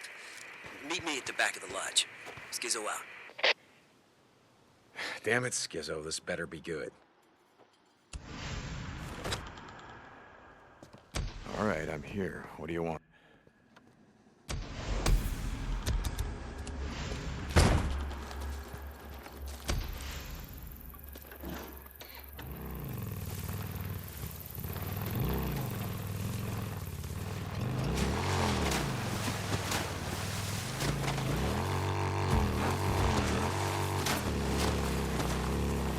Skizzo, ready? Coming. Remember where we're meeting. west of Malacca Lake. Yeah, I'll be there. The path that I'm taking on the way to this objective is very, very specific, like many of the other ones, but I do want to explicitly state you need to take the path I do here when I go off-road up here, because if you follow the road and the mini-map like a marker, you will run into an ambush the majority of the time. So you want to make sure that you take off-road, because if you go off-road, you'll never hit the trigger in the game that spawns the ambush in. So I just wanted to point that out because that's very, very important, and it's kind of a subtle detail that you would miss probably if I didn't explain that. So, Iron Mike said that he sent you to parlay with Carlos? Wait, the old man told you that? Yeah, sure. Okay. I guess there's no harm in you being in the know, seeing as how you and your bro are part of the camp now. Oh, must have gone well, seeing as how we're just going in through, what'd you call it, the goddamn back door? The meet and greet? Oh, yeah, it went swell. Like trying to negotiate with a barrel of monkeys all whacked out on PCP. But you know what? Long as we don't get caught tonight, the old man's treaty might just hold after all. Even though Boozer and I just had a run-in with them at Rogue Camp. Hey, Carlos said there was a mistake. Some rogue rippers. Get it? Anyway, he said it wouldn't happen again. And you believe him? What the hell do I know? I'm just one of Mike's flunkies, same as you.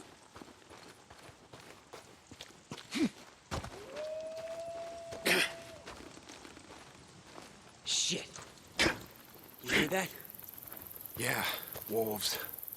You think they're infected? Guess we're gonna find out. How'd you get through before? Hey, there used to be an old wooden ladder left by miners or spelunkers or some shit. Come on. Over here. You ready? Yeah.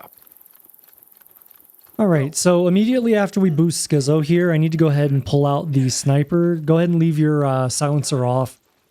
I'm going to run back the direction we came. I'm going to climb this ledge. I'm just going to stand right here and look towards where the wolves are going to spawn. So they're going to spawn around the right side and behind this rock face. And so as they filter through, we're just going to shoot them one at a time. There's 4 of them in total. Once they're all dead, then you'll be good to move on. That's the last of them. Skizzo. Skizzo, where the hell are you? Hold on, I got it.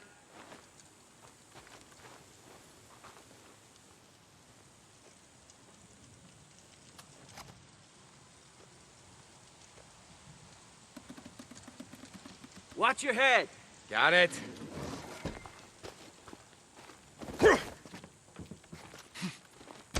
Found a map in Mike's papers, showing some of these old Forest Service trails. I'm sure Iron Mike loves you rifling through his shit. Now, as far as everything else is concerned, up until the point where we get to the warehouse, there's really not a whole lot to talk through.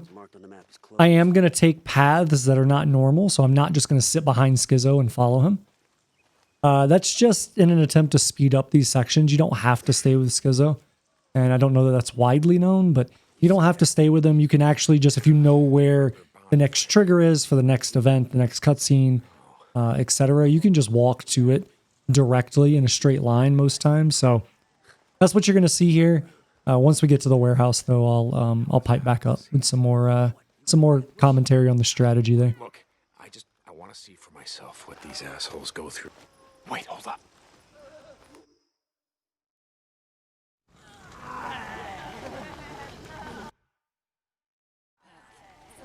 You ever see anything like that before? No, not like that. Me either. That's why we gotta keep our heads down. If we get caught out here, it's moving. There ain't enough bullets to take them down. I hear ya.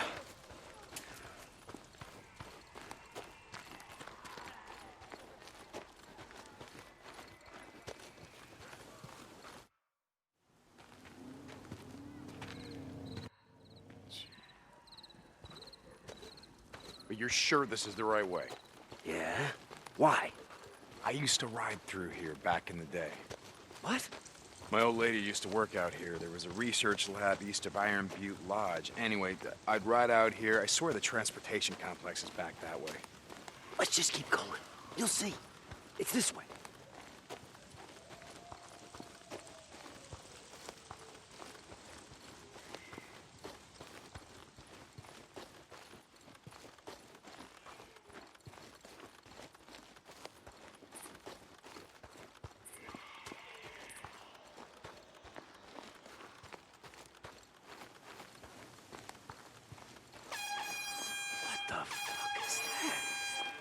Rippers, they use air horns to attract freaks. Come on.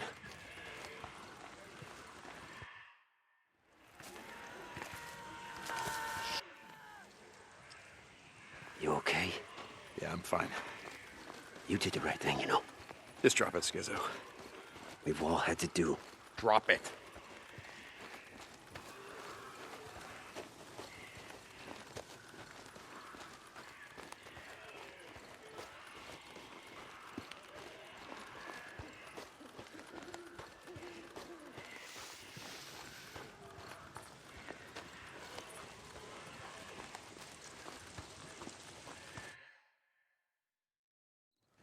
Oh shit, get down.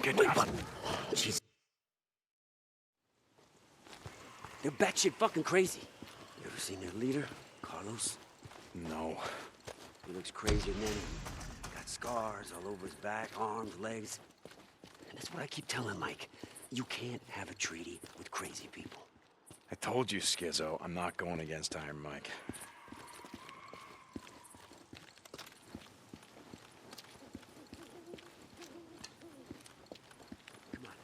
Gotta be another way in. Hey, hold up. Let's take a look around. Once I'm done picking up all the things that I need around here, I'm going to go stand on the left door. And we're just going to hang out here and wait. So what's going to happen is Skizzo's going to come up. He's going to stand slightly off my right shoulder. And he's going to kick the door and eventually he'll kick it open. What I'm going to do then is I'm going to sprint through. And that's the reason why I'm standing here, so I can get ahead of him quickly. But we're basically going to go through with the knife technique, sprint all the way here as fast as we can, and then take out these two freakers. That way I don't have to worry about something weird happening. I don't have to worry about Skizzo getting hit by one of them, and whatever. It's just, it takes the variables, puts them all under my control, and then I'm able to get through that section a lot quicker than you normally would. So that's why I do it that way. Highly suggest you do it that way as well. Help me. Now, as we come out of the cutscene, make sure that you don't have the silencer on, preferably before you go into the cutscene, so you can just start shooting immediately. And then just start trying to shoot all of the newts that are on the outer edge, so on the perimeter of this area, because those are the ones that want to climb up the shelves and go other places. There will always be one there hanging, there will be one on the rafter here hanging, and then there will be one down here on the floor as well. So if you're fast enough and you kind of know the positions that they're supposed to go, you can take out everybody in that central area, and then you just pop the last three and then move on.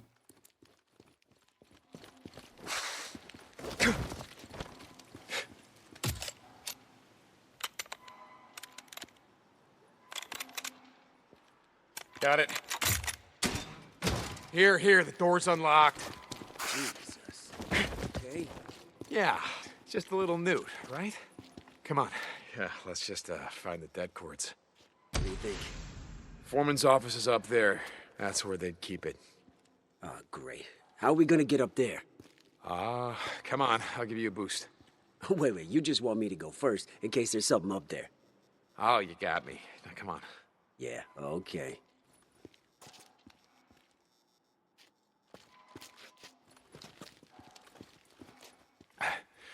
All right, you ready? Yeah. Up. Okay, up. Oh, my God. Okay, I'm up. Give me a sec. Find something I can use to climb up.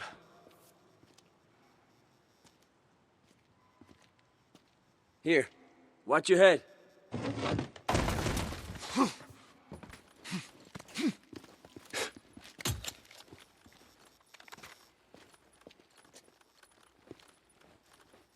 Not so hard. Hey, This has got to... Skizzo, I just want to say thank you. Nah, man. For coming out here with me, helping out. Jesus, just... No, I mean... All right, Skizzo, once we get back to camp...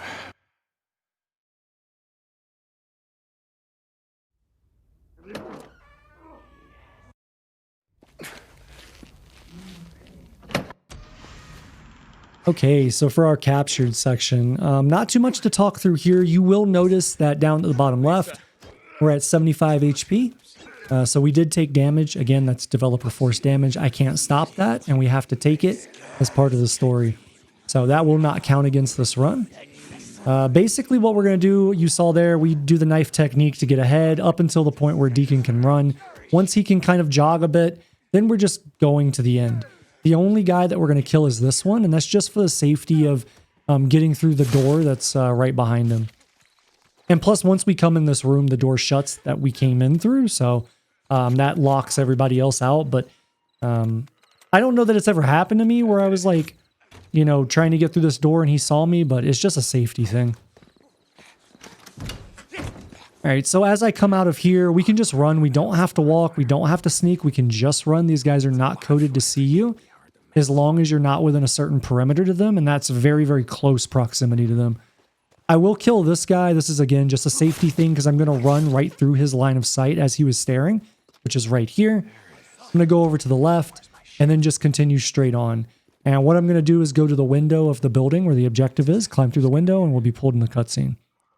And that route is 100% consistent. You will not get seen as long as you do exactly what I did there every single time. He just left. All right, so I do the investigation, and now basically we're just going to head out the door where the footprints lead. I'm going to go to the left here, wrap around, and then basically go right in between these two vehicles. And again, this route is 100% consistent. You follow it and you'll have the same success. When you get here, you do want to kind of get in quickly because there is a possibility that guy could turn around. But as long as you get there quickly and you get pulled in the cutscene, then it'll disengage any of the AI, whether they see you or not. Immediately after, you want to kind of do the same thing in reverse. You want to leave really quickly, and then you want to be in sneak and walk out. If you were really keen and listening, you could hear the guy say, "Is there someone there?" Because they will see you, but the proximity that you have to be to them is so close for them to actually engage you that you'll for the most part, you'll be safe no matter what. But I like to just crouch there because you do get this like camera pull that the game does and takes the camera from you before you're allowed to like have full control over Deacon again. Anyways, so coming out of this last cutscene, I'm just going to pick everything up. We're going to rearm, reload, do all that stuff as much as I can. Make sure that you actually reload the weapon, because just because you pick up enough ammo for it doesn't mean the weapon reloads. So that's what I'm doing now. Once we get this done, I am going to put on the silencer for both the sniper rifle and for the assault rifle. And that's because as soon as I walk out this door, I'm going to take it slightly slow. I'm going to let these guys get ahead of me. And then the two closest enemies to me need to die. And I don't know what the hell happened here. I feel like half of those shots should have hit and they didn't. But whatever. We want to kill that one and we want to kill this one because the last two in the group of enemies that are running are the ones that would get on the bike. So I'm going to take them out because I want to use the bike. And then I'm going to go ahead and take out the remaining enemies. That way I don't have to worry about them hearing me on the bike as I drive by. Now for this section that I'm on the bike, essentially I'm going to take a predetermined path. For the most part, it's following this road all the way up and to the left. And then we'll get to, and if you look on the mini-map, you'll actually see the intersection. We'll get to this point where there's a rock face. I'm going to follow it down, and then there will be a road that I'll basically run into. So you can see it right there on the mini-map. So there's the road. We're going to follow this down from the dirt road to the paved road. Once I hit the paved road, we're going to follow that up to the right. And then I'm just going to take this basically all the way in to the end for the most part. And the reason for this is that you skip, just like the last time I was in Ripper territory getting the antibiotics, this skips so much of the enemy spawn locations. It does take a little bit longer. It is a roundabout way to get here. But at this point, you're gonna have freakers, you're gonna have rippers. Freakers aren't really gonna be an issue. The rippers can be because they can shoot you. So I'm basically just gonna follow this all the way up to the objective. Now, once I get close to the objective, on the right, there will be a camp or whatever you want to call it, an outpost where there are rippers. So right over here, you can see this house over here. There are rippers over there. So I'm going to go up into the woods to make sure that I'm far enough away that the sound of the bike doesn't draw them in. This is it. Now, as I get to the actual, like, a move forward location for the objective, there is the possibility for a freaker to be behind me chasing me, so I want to make sure that I'm paying attention to that. Any freaker that's in the way of me successfully climbing up here, I want to pay attention to that. And then if I feel like one is coming behind me, I've never had one climb here, but I do always wait and just take a moment to make sure, better safe than sorry. But once I feel good about it, I move forward. I don't know how I missed that shot. I guess my arm moved at the last second. But we want to take out those two, drop down, and then immediately sprint. As long as you do this fast enough, you will not get any of those enemies to notice you that was behind me. Or to the left of me, I mean. Now, if you do all this fast enough, you're going to have the benefit of getting to the bike before the dialogue finishes, which is what we want. When this dialogue right now finishes, you will be pulled into the cutscene as long as you're at the bike. What I want to do is get to the bike, and I want to rearm and reload before I get pulled in the cutscene. That way, when I get to the end of the next section, I'm good to just go. I don't need to go backwards for the bike. Now, this section here where we're kind of riding the bike and following the two guys from Lost Lake, this one is kind of a pain in the ass because it's very, very easy to take damage here if you do not follow my rules. So, there are 4 encounters here. For the first one, we want to get basically as close up on this guy as we can and start engaging immediately. Okay? We do not want that one to attack these two guys. For the second one that's going to be coming up from the left right now, we want to do the same thing. Get up there immediately, engage immediately, and start killing this guy before he can do damage to the two bikers. Now, once the first two are dead, I need to get ahead of the bikers, okay? I want to get very, very far ahead of the bikers, as far ahead of them as I can possibly get. So you'll see there's the third enemy riding in right now. They don't see me. I'm invisible to them. They're coded to auto aggro onto the two first, and then if I'm within range, they'll auto aggro onto me. By getting ahead of them quickly, I basically break the AI so that the AI can't find me and it can't shoot me. And that's the same thing with the fourth one that's behind me that you're never going to see. So there's 2 enemies behind me shooting at the 2 friendlies. You can see the bar at the top is dropping, which is why I'm trying to get to the next checkpoint as quickly as possible. This is the only consistent way to do this that I found. So if you are trying to damage that section, you have to follow that rule set. Otherwise, you will not be guaranteed to not take damage. So once we come out of the cutscene here, I'm basically just going to follow up the left side. We're going to ignore the rippers on my right. As I come up over the hill, I'm going to go ahead and scan for them with focus, and then we're going to pop one, and we'll pop the second one at the door. Okay, now I can just run up to the door, and we'll pick the lock, and then I'll kill the guy that's holding some of the people in there hostage.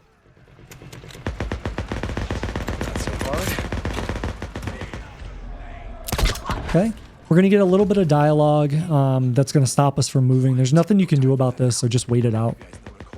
Right? All right, listen to me. Head west to the footbridge. She's up in the watchtower. You go there, you help her. I don't want any more rippers coming in through the marsh. You got it? You're a godsend. I was praying so hard. Good. Then go. Go! All right, so now that I have control of Deacon, I'm actually going to run back the way that I just came in. We're going to run all the way back to the footbridge. And then essentially what I'm going to do is I'm going to follow the boundary of Lost Lake on the right side all the way up to the objective. And the reason for this is because as long as you do it right and you're patient and you're paying attention, you'll be able to get past all of these enemies without firing a single shot. There are a lot of enemies here. There is a sniper here as well. Generally speaking, I take the sniper out if, as I'm going through, his red like beam, like targeting beam comes up. If that comes up before I can get all the way past him, then I'll shoot him, but that'll be the only one that I shoot. Luckily, I was able to move fast enough there to get past him, but once you get to this part, you're just going to run to the back of this truck, and you'll be pulled into the cutscene, and that's it. Don't let her go. Mike, this is all just a big misunderstanding. They... You know who that was? Jesse. Mm-hmm. Yeah, I guess Deke, you there? Deacon, come in. Yeah, Ricky, I'm here. Hey, listen, I don't have time. What the hell happened? I just saw them locking Skizzo up and I... Yeah? Good. No, I don't have time to talk. And Carlos and all the Rippers just rode out after everything they did. Yeah? Okay, great. Talk to Iron Mike about that bullshit. I will, but I need to talk to you. I don't...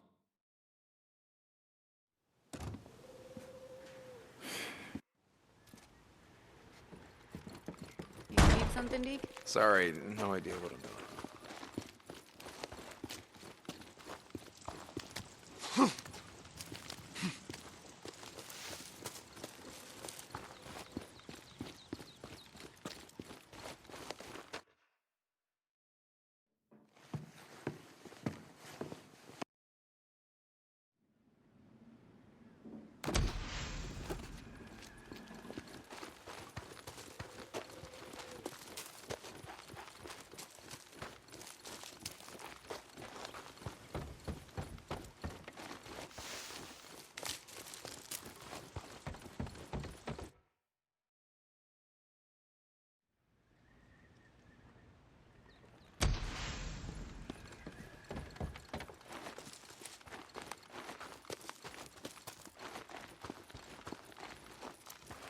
Hey, Deke.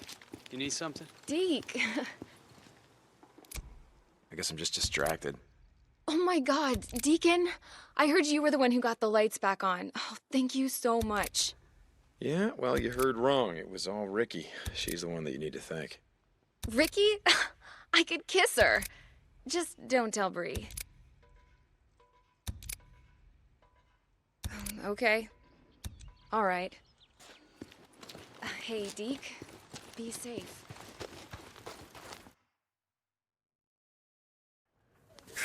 Oh.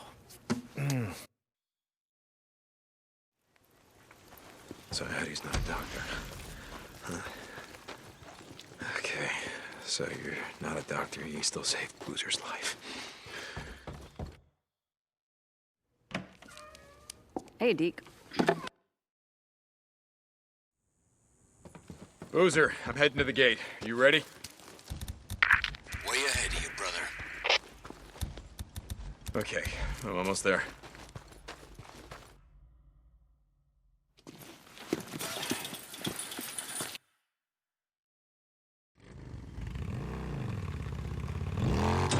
That goddamn Skizzo. So what are we gonna do with the bastard? I mean, we're not letting Iron Mike put him on trial, are we? No, we're not. All right, so what's the plan? I know the area pretty well. Sarah, she worked out of a lab south of Iron Butte Ranch. I used to ride out there and pick her up for lunch. Taught her to ride on some of those back roads. Jesse, Carlos, whatever the hell he's calling himself, he's taken over the old golf course and resort. Just south of the lodge is the Crescent Lake Reservoir. Now we blow that dam, that lake's gonna Okay, so our first objective here is basically we have to get to the tunnel that leads into the Ripper's territory. And there's going to be some guards in that tunnel, and one of them is going to be stationed outside of it.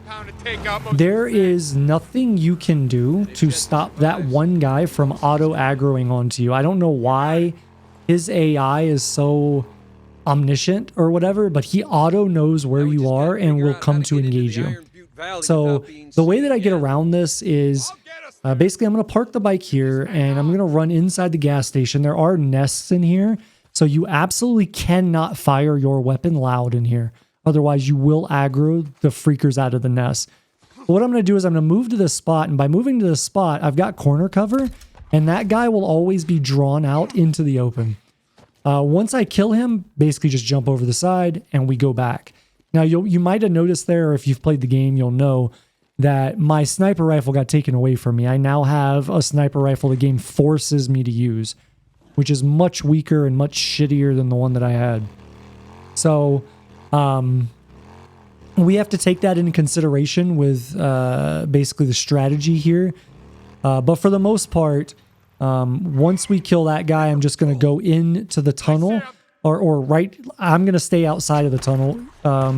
Boozer's going to go into the tunnel and I'm going to wait right here because there's going to be one guy who is going to, again, magically know where I am, sprint right past Boozer and not care about him and come and try to kill me. And it's this melee guy you'll see when I scan again right here.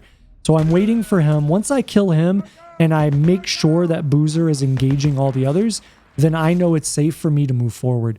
So now that I'm here, what I'm going to do is swap to the sniper, and I'm going to just take out enemies as I get the opportunity to. Now, one of the things I'll say with the sniper rifle, or anytime you are in cover and enemies are actively shooting your direction, is that no enemy in this game, minus the heavies, will shoot continuously. They'll always shoot in like a 3-round burst or some type of burst fire. You want to know what that is. That just comes from experience. And so once you know what that is and then they stop firing, that's when you know you're safe to come up over and shoot them. So for the most part, everything I did there except for the sniper shot on the guy inside the tunnel, all of the other enemies that I took out, that'll be nearly 100% consistent from run to run to run. So if you follow my strat there, you should get through this just fine with no issue.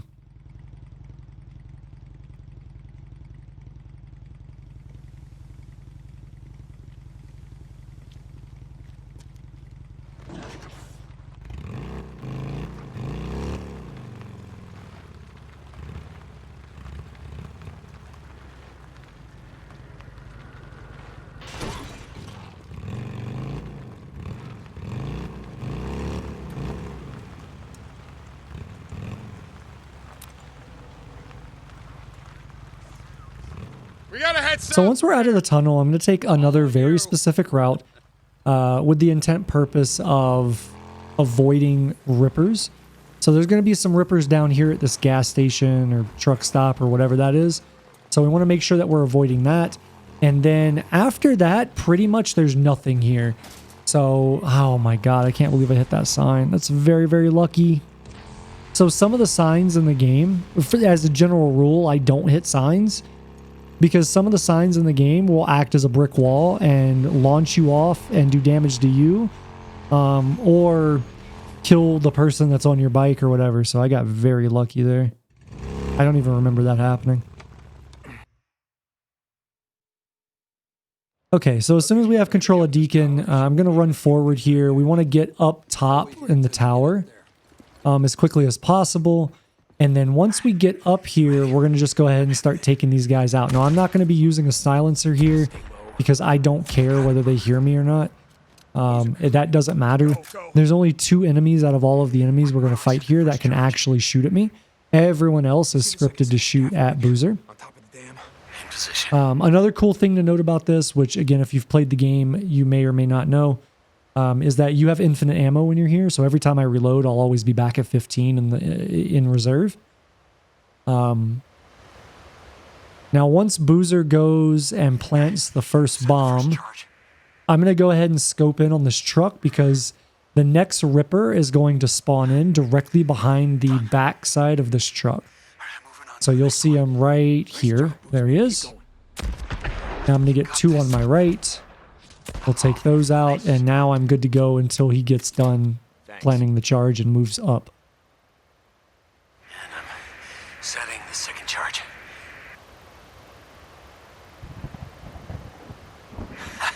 It's done. So as Boozer moves into position, we're going to get some bikes that roll on in. The cool thing with the bikes is they always get off on the same side, similar to how Deacon always gets off on the same side when there's open terrain. So they'll always dismount on their left, my right. So basically I just wait for them to get off, and there's this little pause. You'll see it here. He'll get off, and right there's a little pause where he stands still for a moment. That's when I go to take the shot. And it's the most consistent way to get a headshot on those guys. So now what I'm going to do is I'm going to wait here. And as soon as you hear Boozer's dialogue there, you're going to get this guy, that heavy that spawns in the building. And we want to go ahead and take him out because he's one of the two I mentioned earlier that are coded to be able to shoot at you. So we want to make sure that we prioritize him first. And then I can deal with the other enemies that are on the ground after that. The base of the dam. Now, similar to that last one, we're now going to have a sniper that's going to spawn in this building once he plants the charge. And you'll see this guy run around the corner that I'm looking at, and then he'll start running towards me. So I want to take him out before he gets into position. This is the second enemy that is coded to be able to shoot you. However, he cannot shoot you before he stops. So in his transit, he can't do anything. So you want to kill him ideally before he stops. And now at this point, we have no more risk to us. Obviously, there's risk to Boozer. So you want to make sure that you take these guys out as quickly as possible. I see him. Okay, so I'm going to move all the way back over to the left side of the tower. And right there where I'm aiming, that's where the remaining enemies are going to come out from. So I just want to keep an eye on that. As soon as he gets done planting this charge, we're going to get one guy that's going to run out. And we'll just go ahead and headshot him and then run down the tower. And there's a couple of things under the tower that I want to pick up. So I'm going to grab those quickly before we get drawn into the cutscene. Come on! Come on!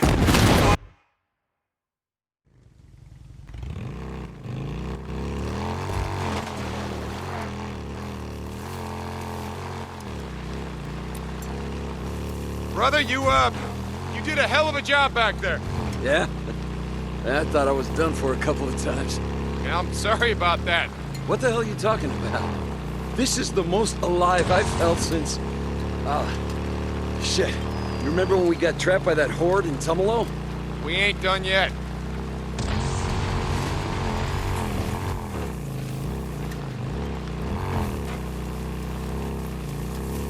How many you think we killed? I don't know. They had it coming, right? Yeah, they had it coming. Guess we all do.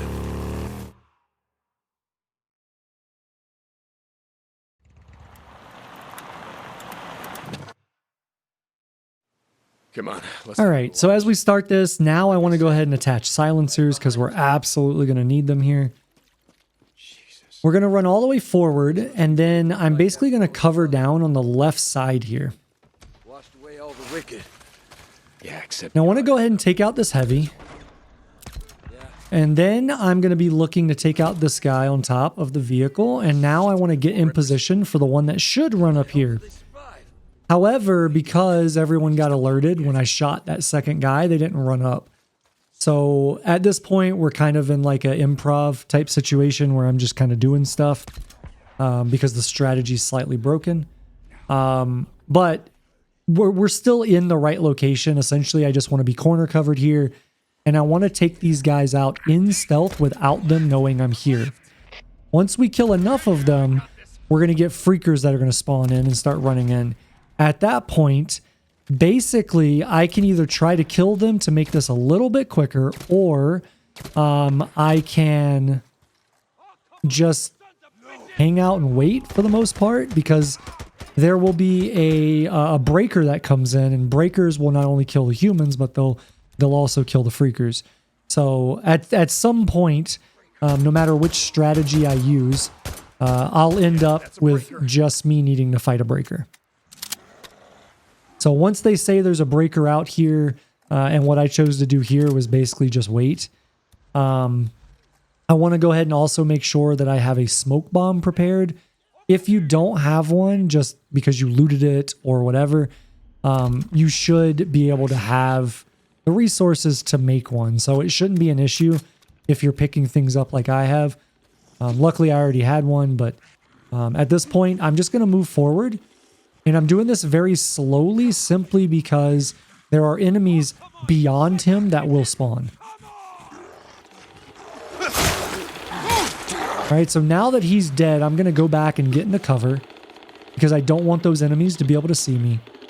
And then I'm going to get the sniper rifle out and try to kill them. I don't know why so many of these shots just didn't want to hit, but we'll get whatever we can. Ideally, you'd want to kill all 3 of them.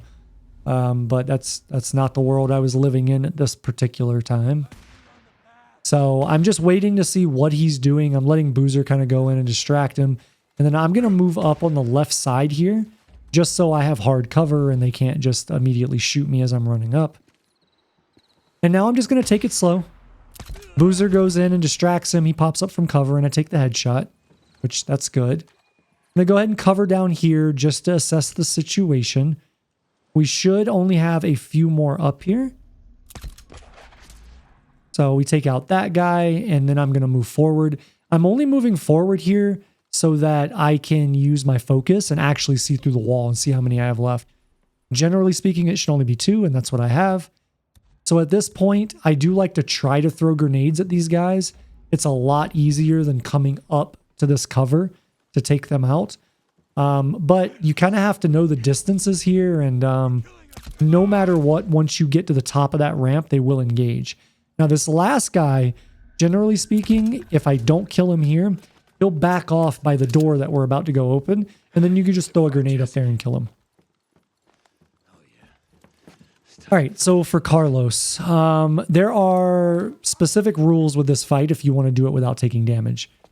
So the first one is you are only allowed to attack when he does 1 of 2 attack types. So this is the first one, where he does an overhand and his machete gets stuck in the ground. The second one is when he does this like jump leap in the air, that one right there. Those 2 attacks are the only ones that you can actually go aggressive on him, because if you try to go aggressive on any other attack, like when he does the triple swing or anything like that, your knife, like that one right there, your knife will not stun him. So you'll go in, you'll start hitting him, and his animation will just continue with the damage, and you'll just take damage. The other rule is anytime you attack him 3 times, and then you immediately dodge back to gain distance. And then the third rule is anytime he counters you, so he headbutts you, or he like drops you onto the ground, you need to be spamming the dodge so you can dodge back immediately. The fourth rule, anytime he does an attack that is not an attack that you can then go offensive against, you need to dodge back. And that's the fight. Remember all those rules, and with some practice, you should be able to do that with no damage.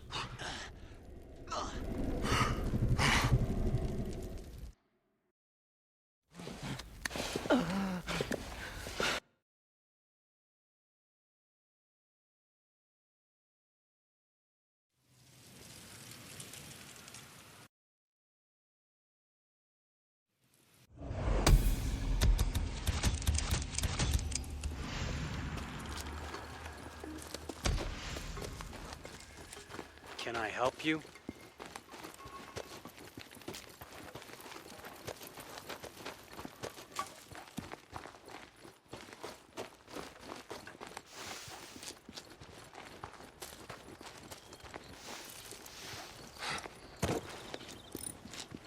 Hey, Deacon. How's it going, Buzz? Shit, you really need a lot of fuel. I'm here if you need me, man.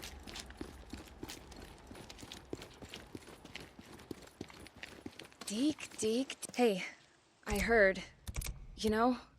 I mean, what you did for us, how you... the Rippers, all of them, I know you had to do it.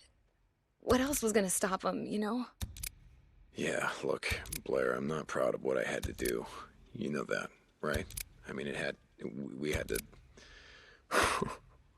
Look, they were coming. Hey, Deke?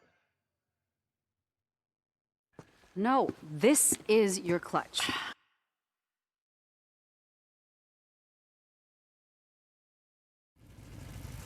Hey! What are you doing? You can't park here. Why do you always do that? Do what? Act like such a dick. Oh, come on. He started it. What are you, 5? Hey, watch the clutch. Remember, you gotta give it enough gas, rev up the RPMs. I got this. Yeah, I can hear. Where are we headed? Over to the dam. That's a nice quiet road, right? With You driving? No. Are we still going out tonight? You said something might come up. Crap, yeah. Boozer and the boys want to ride down to Klamath State, visit Jack. So you're gonna blow me off to go see some guy in prison? Jack's not some guy. I know. I was kidding.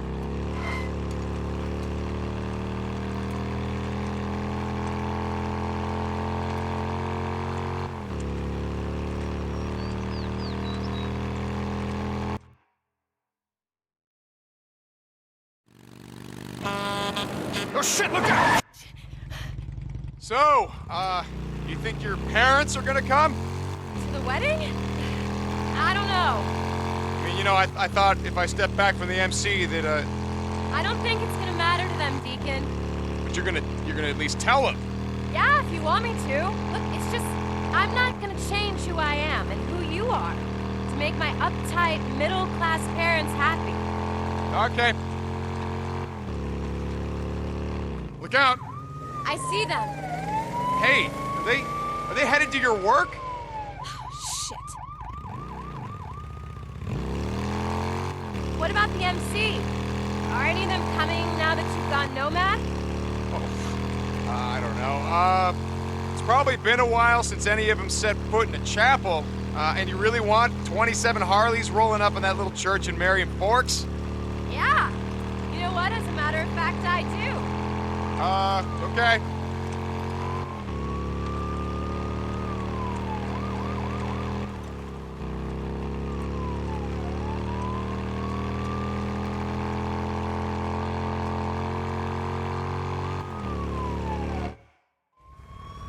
Miss Whitaker's returning.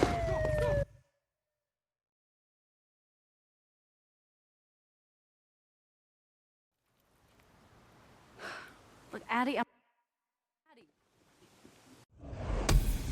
used to be a cop.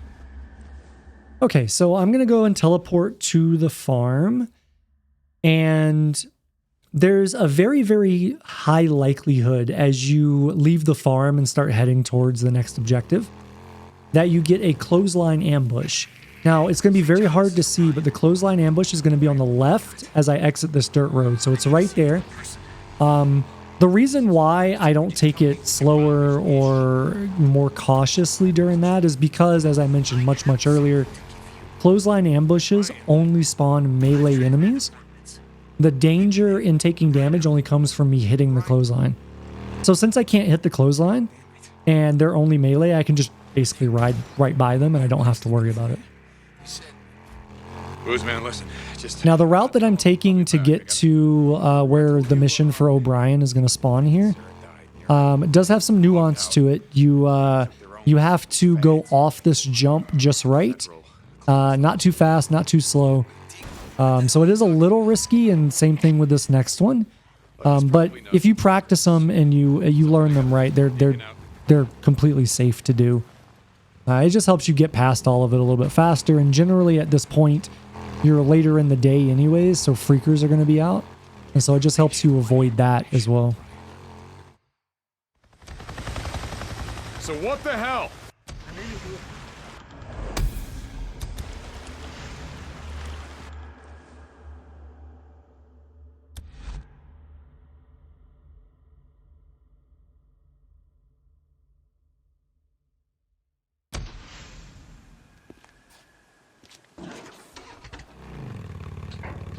Gate. Someone's here. Hey, Deke. This is Radio Free Oregon. The truth shall set you free. Used to be a cop. The war on terror, global warming, none of that matters now that we're in the shit. Let's see what the old man's It's got all to just say. part of the goddamn conspiracy. So listen up. The war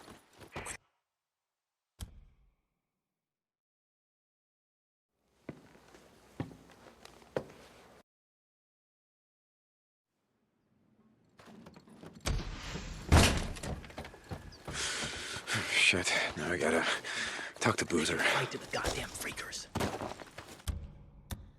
Well, we're up here pissing our pants.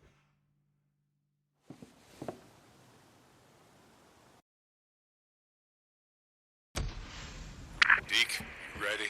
Yeah, Mike, I'm ready. Meet me at the gate. Don't keep me waiting. Yeah, sure, Mike. Whatever you say.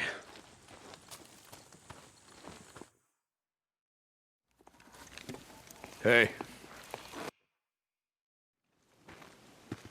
You ready?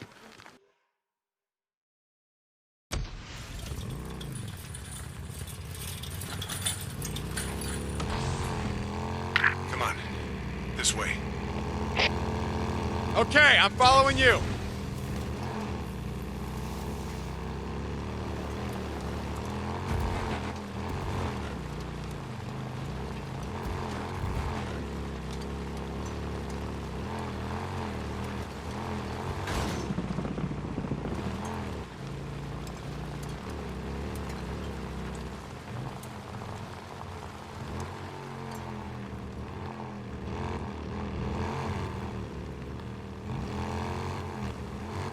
Took Jack out fishing once. Before, you know?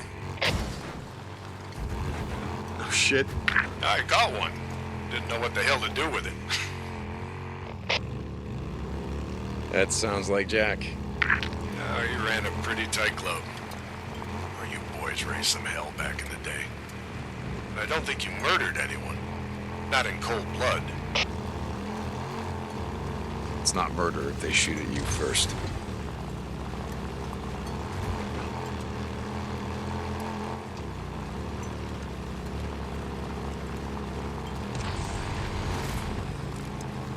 You know how many tourists we used to get through here come summer? A few.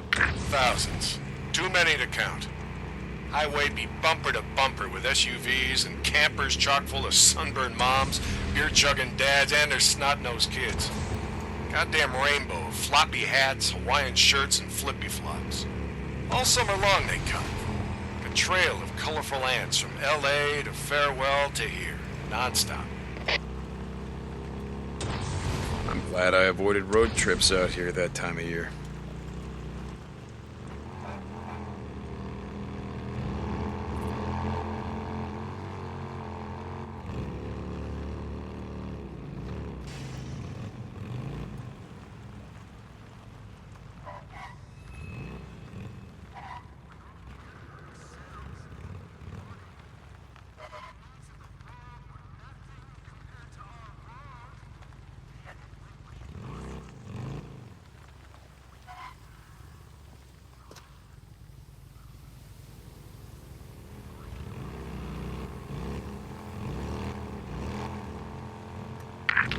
Use the help. I don't have a choice, Mike. Fair enough. Come on, just follow me. Yeah, okay.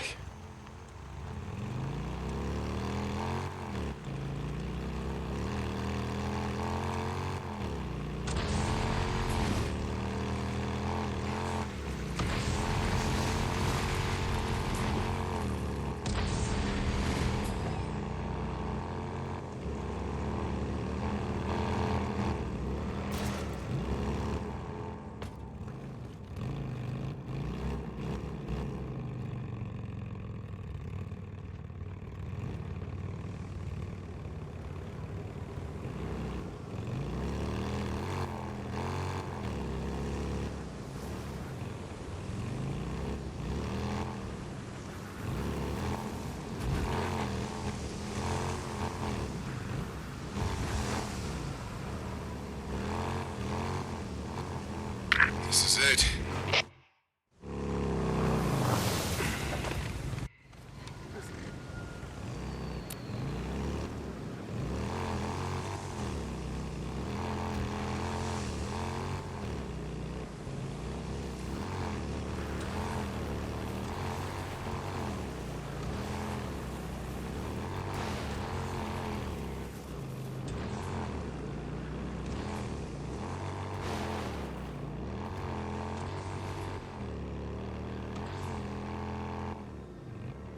Okay, so as we get to the top of the hill here, we're going to get pulled into a cutscene. Now, coming out of this cutscene, we need to drive straight down and stop short of the actual objective. So Russell here is screaming about a bear, basically. So I'm going to ride right past this vehicle. We're going to stop on this little hill. And then we're going to take out our sniper, if I can get around. We're going to take out our sniper rifle and take out this bear from range. We want to take out the bear from range simply because that's the safest way to do it. Once we get him killed, we'll be auto-pulled in the cutscene, and then we can continue on. Yeah. You gotta stick with me, okay? Been having some trouble with squatters out here the past few weeks. A patrol picks you up, could be trouble. Okay, got it. So, this shoots county militia? Look, man, all I know is they feed me. They want me to salute and yes, sir, I salute and say yes, sir. How big's your outfit? The camp out here, we got 100, maybe more. Hard to keep track. Back at HQ, a whole lot more than that. Yeah, okay. Any women? Hell, that what you're about? Well, you can forget it. Colonel's got rules about that. Fraternizing. Yeah, that. Look, you pull your weight, follow orders, nobody messes with you. Women same as the men. Don't matter to the colonel. I'm not... listen, I'm looking for some people and a woman that I rode with a year back or so. They would have come over from Silver Lake, and they would have been at one of those NERO refugee camps, I think. Silver Lake? Jesus, man. Silver Lake's been gone a lot longer than that. Yeah, it's too goddamn easy to lose track of time out here, you know? Anyway, you guys, do you pick anyone up? Survivors, I mean, from the refugee camp? Maybe. Like I said, it's a big freaking army, you know? Ask the captain. He came in across the salt flats, I think. He might know. Cap? Yeah, Corey. He commands the Diamond Lake outpost. We're almost there. This is it. It's Corey.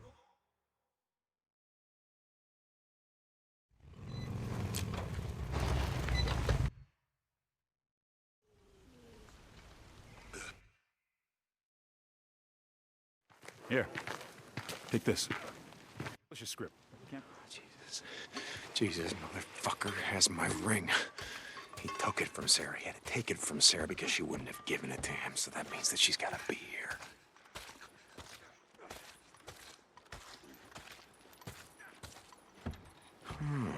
He doesn't look like militia.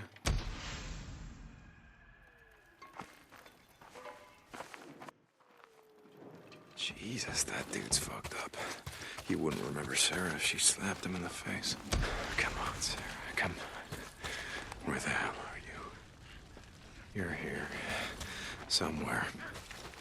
Maybe in these tents. Maybe in here. I worked at the Humane Society. Nope, not had here. a small office and a dog pen. Check this one. The infirmary. I mean, with her background, that's where she would be, right? Ah, damn it. She's not here either. It's gotta be the one. Come on! Sarah? Sarah, you in here? Shit, not here. Oh, God damn it, she's not here. She's not here, but... Right, yeah, couldn't be that easy. Could it? St. John, are you on this channel? Corporal Russell said you had a radio. Yeah, I'm here. Meet me at the gate. On my way. Getting ready to ride out. Are you any good? Can you ride? Yeah. Yeah, I can ride. You want to join the militia? You're gonna have to prove it to me. See if you can keep up, St. John.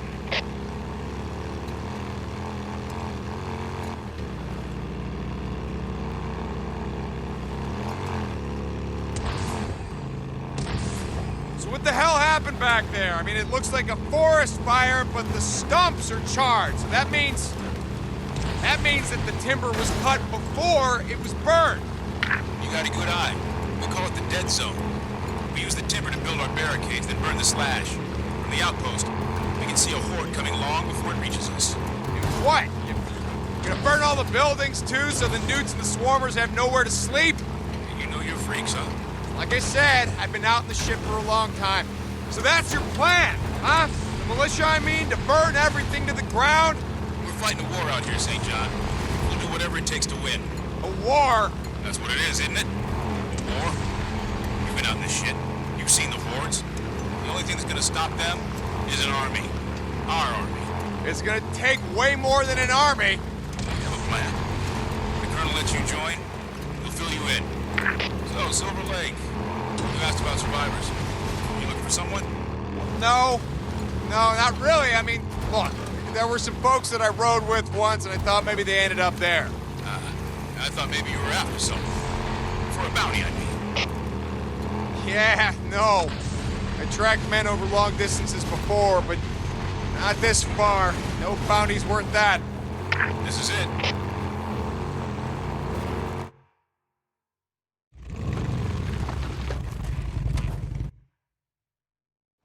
Where do we start? It's been snowing, so there won't be any boot prints. Come on, I want to look inside the cabin. Okay, I'm following you.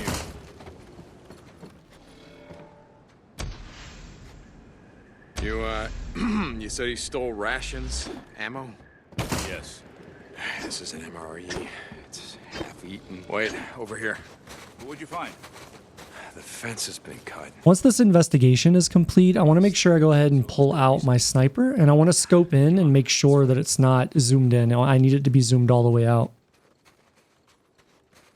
Hey, hold on for a second. Now, as I approach down here by where the carcass is, I want to make sure that I get very close in the area to the wolf. So basically like right around this rock.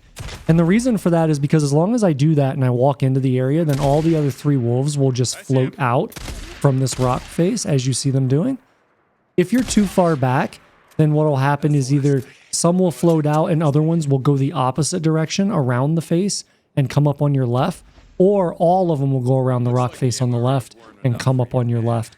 So just walking all the way up in there where you're going to do the investigation makes sense because it simply just makes it more consistent and a little bit easier because you know where they're going to come from every time. That's my guess. Let's see if you're right. You guys got a lot of wolves out here? Ones that... Hold up. What is it? I'm going to take the opportunity to grab some sniper ammo off that box simply because I'm going to need it once we inevitably get up to where we're fighting the humans up at the camp. Tried to scramble away, but the wolves lunged. Vasquez dropped them. 2 shots. You can tell all that. Yeah. Wait, get down, asshole. NERO grave site. So earlier in the commentary, I had mentioned that there was a spot where in a previous run, like I went to pull out my sniper rifle and attach my silencer when I was like with Curry, and the game had just like taken it out of my inventory. Similar to like how I mentioned earlier, ammo will just disappear out of your inventory. I've had certain materials disappear out of my inventory just randomly for no reason. And that was the spot where that had happened at, right there where I like attached it to the sniper rifle. And it actually like destroyed the entire run because I absolutely need the sniper rifle for this section up ahead to, I don't want to say consistently, but to give myself the best chance of not getting pulled into a combat with like multiple enemies shooting at me or running at me. Keep heading east.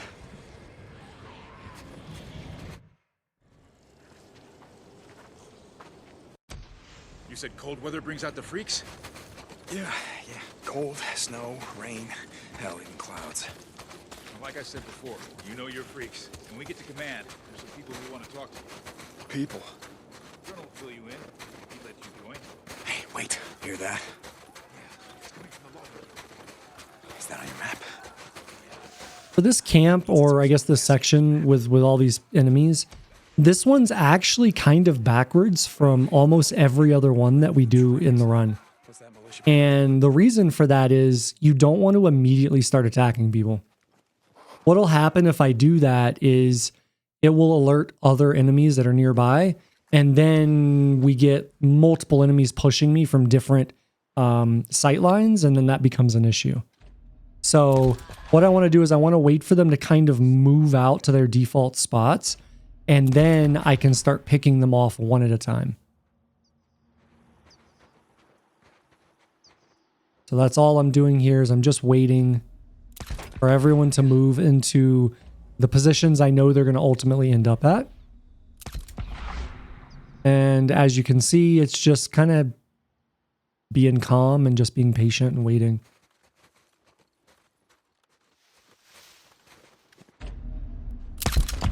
That guy that we just shot, sometimes he will path down to the other guy that I had shot. When that happens, you don't want to shoot him because you can see through the building using focus that there's a guy here, right? So if you do that, you need to shoot both of those really, really, really quick. Otherwise, the one that you don't shoot fast enough will alert people in the area. All right, so we're going to go ahead and take out these guys from basically right to left. Definitely want to make sure you take out the sniper, and then we're going to move across.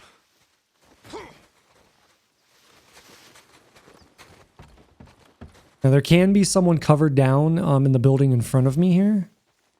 So they're on the outside, it looks like, from focus. All right, and ultimately I want to move over to this building, and then I want to go inside of it. Now, the reason why I go inside of it is because it is very easy to get pulled into combat here. And this building will basically give me cover from the enemy AI where they're like, oh, there's a bad guy. Let me run up there and investigate. And then you've got cover of the entire building, right? So you're able to corner cover down multiple avenues of approach. I like to pick this window simply because, as you can see, enemies will run up and then you can just hit them right in the side there from complete safety and cover. So I know there's other ones here. I'm just trying to figure out exactly where their location is. I don't want to open the door because if I open the door, then it invites the enemy AI to come into the building. It gives them a route to follow to my location. So I don't want to peek out that door, but if I absolutely need to, I can go to the right. There's a window to the right I can go out of, and as I'm doing right here, as I speak about it, I can go here, and then I can cover down on the side of the building here. The last of them. There we go. There are a few things I'm going to grab here. Again, we're post Carlos now. And if you remember back to something I had said much, much earlier was once you get captured by Carlos, you lose all of your like kerosene and rags, I think it is. You don't lose your bottles and stuff, but you do lose things. So now that we're past that point, I don't really need any of that stuff until literally end game when we go inside of Wizard Island. We're doing the assault and we're like inside the Ark basically. So everything I'm picking up now is basically in preparation for that or an oh shit moment. Like I absolutely need a craftable like pipe bomb or Molotov, napalm, whatever to deal with something that's gone awry.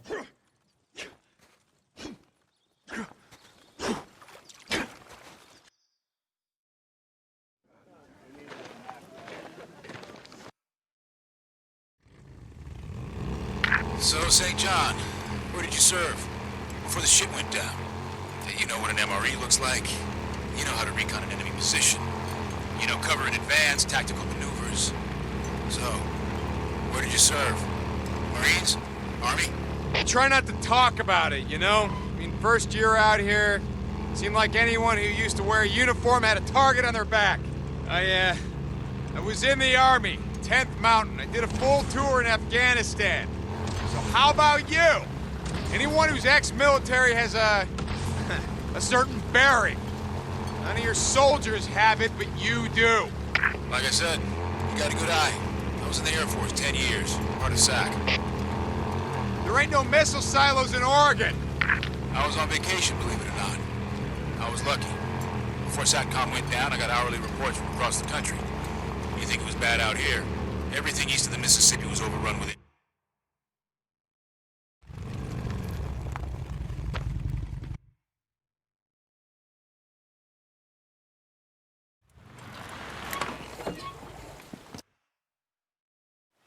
I'm sorry about that.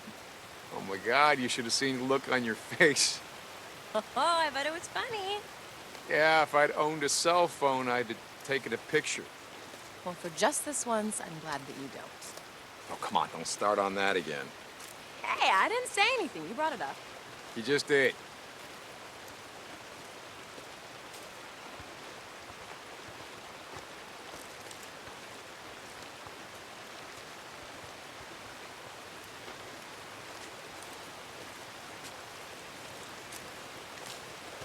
So, where are we going?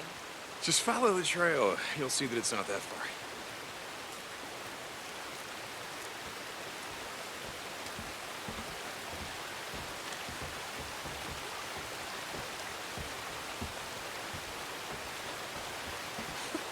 What would my mom say if she knew I was out on a midnight stroll in the middle of nowhere with an outlaw biker?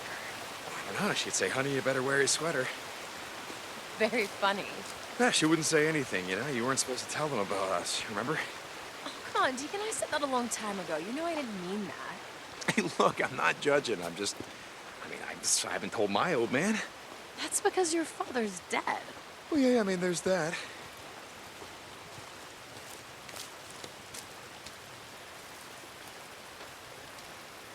The question is, have you told anyone in the MC that you're dating a nice girl from Seattle and not some bimbo from whatever strip club you guys live in? Oh, well, okay, wait a second. No, we don't live in a strip club. I mean, we have a lifetime membership there, that's true, but we don't live there.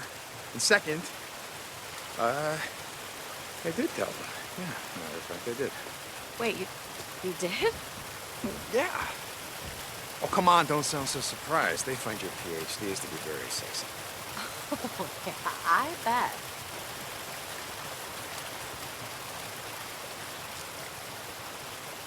So, you know this is way past my bedtime, right? Oh, I know. Oh, come on, stop. I mean, I really do have to get up early tomorrow. Yeah? How's that going? I mean, well, you never want to talk about it, so... It's nothing. It's just this project. I mean, we've got these execs flying in from New York to audit our progress, and the suits at our facility are installing a new lab without even showing me the spec, and... Whew, well, I thought you didn't want to talk about it. Sorry, it's just... You know what, like I said, it's nothing. Anyway, thank you for dragging me away from all that. Yeah, no problem.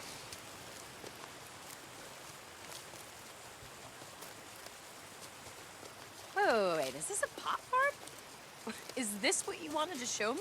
Say what? Well, these are marijuana plants, and that's an irrigation system, so this here, this is a pot farm. Oh, hey, yeah, look at that. Pot farm.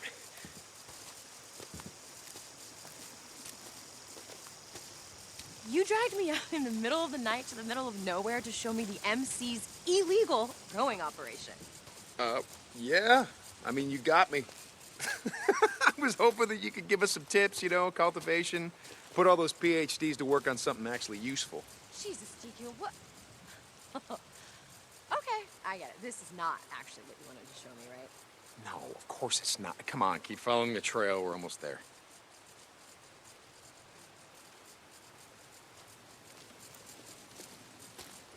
Yeah, you think I would learn? You think I would learn, but I never learn. Nope.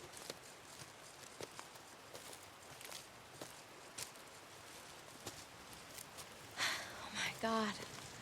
God, look at that moonlight. It's so beautiful. Keep going. We're almost there.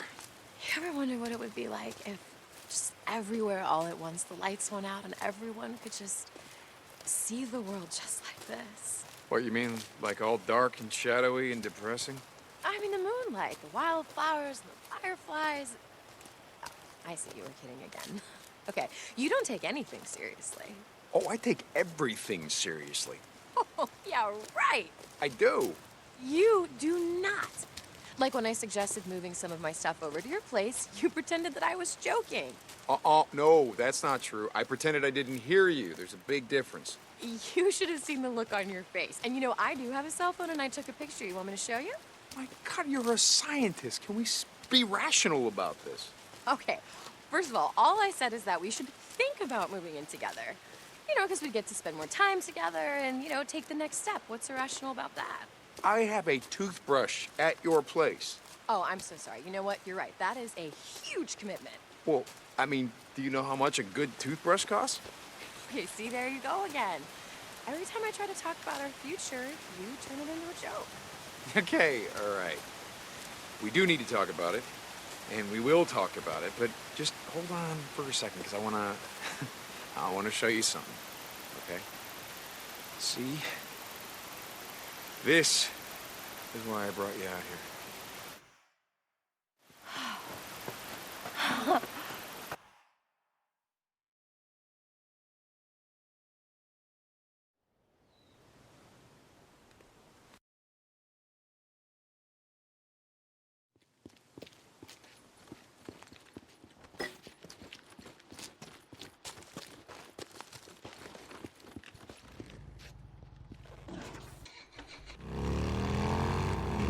Not unusual, you know. I'm sorry, what's that? To not have any photos of your wife, family. Yeah, why do you say that? Back in the day, everyone used smartphones. That's where we kept all our photos. When phones went away, when the cloud went away, our photos went with them. Yeah, I guess I hadn't thought about that. My wife, Carrie, her father was a photographer. Old school, dark room, chemicals, all that. Too stubborn to embrace the digital age, I think. If it wasn't for him, I wouldn't have any photos either. Yeah, well, I hated them. Cell phones, I mean. Seemed like everyone walked around with their noses buried in the damn things. I never owned one. Interesting. How'd you manage that? I worked as a mechanic. I had my own shop. Probably had the last landline in Farewell.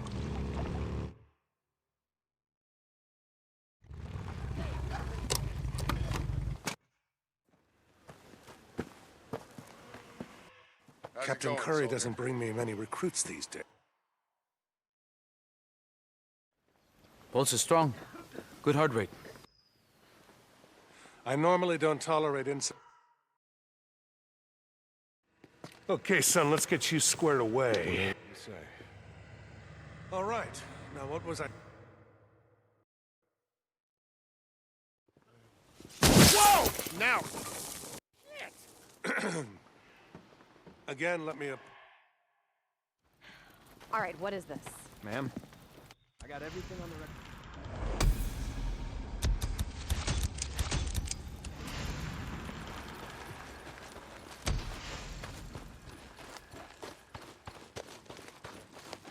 Corporal St. John to Lieutenant Weaver. Come back. St. John to HQ. This is Weaver. What can I do for you, Corporal? Your requisition form says you need mercury. Any idea where I can get it? Yeah, sure. I should have written that shit down for you. It comes from, Cinnabar. Corey's unit scouted out a mine north of Diamond Lake. Head there, radio me when you arrive. Yes, sir. Hey, between you and me, if the Colonel isn't around, stop with all the yes sir, no sir bullshit, all right? Makes me feel old.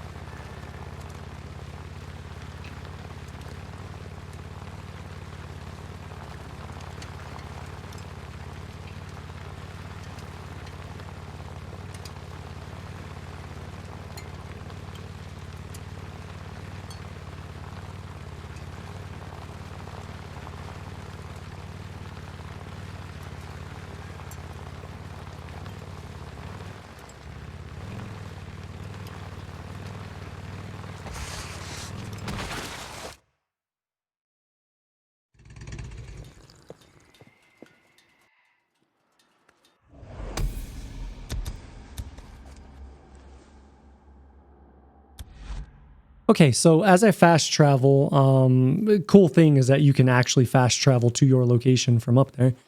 But as I land and I have control of Deacon again, I want to go ahead and back up just to this phone pole or whatever to start this dialogue. If you're too close to the gate, the dialogue won't start. So you want to make sure that you just move back far enough to outrange Wizard Island, and then you'll get the dialogue, and then you can come back in and fast travel.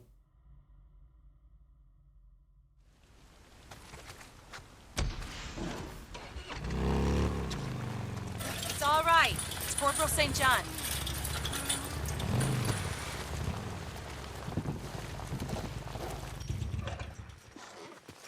Corporal, good. I have a job that requires your...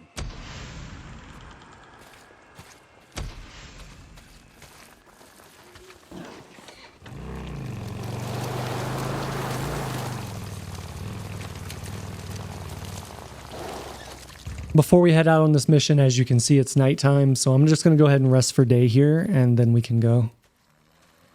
It's like Boozer says, I hear a bunk calling my name.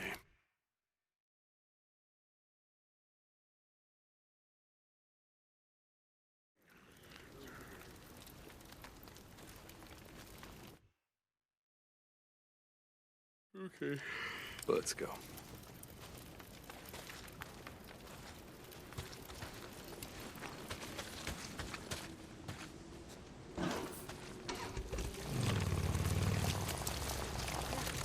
I got the gate. So the path that I'm going to take, similar to all the other ones, this one's very, very specific. At this point in time, there's no chance of marauders spawning to my right in these buildings. But after this mission, there will be. So this will be the only time that I take that direct path by those buildings. Every time after that, we're going to kind of circumvent that to make sure that I don't get that spawn to come in. But we're going to go all the way to the top of this, and we're going to cut along basically the edge of the map, where like the mountains are the boundary that stop you from going any further. We're going to basically just follow this all the way down. And the reason why I do this is because there's just way too much in this area. Like, in the militia area, there's just so many ambushes, and like, it's just a lot. And so what I found is that they do not spawn at the edge of the map. So we're going to take this route quite a few times to get to this side of the area. So I just wanted to make sure that that was obvious why I'm taking this long roundabout route to get over here. All right, so we don't have to do any investigation here. I'm going to drive right up to where these trees are, this cluster of trees. We're going to leave the bike here. That's going to allow me to fast travel as soon as this mission's done. And then we don't have to deal with the bear that spawns afterwards. Really, the strategy for this is just know where the wolves are going to spawn, know how many wolves there are, and take it slow. Wolves can, inside the cave, go between these little nooks that will bring them. It's almost like lanes. So like that one right there, you see how he jumped through?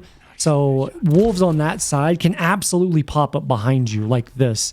So if I was just walking through and wasn't paying attention, he would have popped up behind me and I wouldn't have known.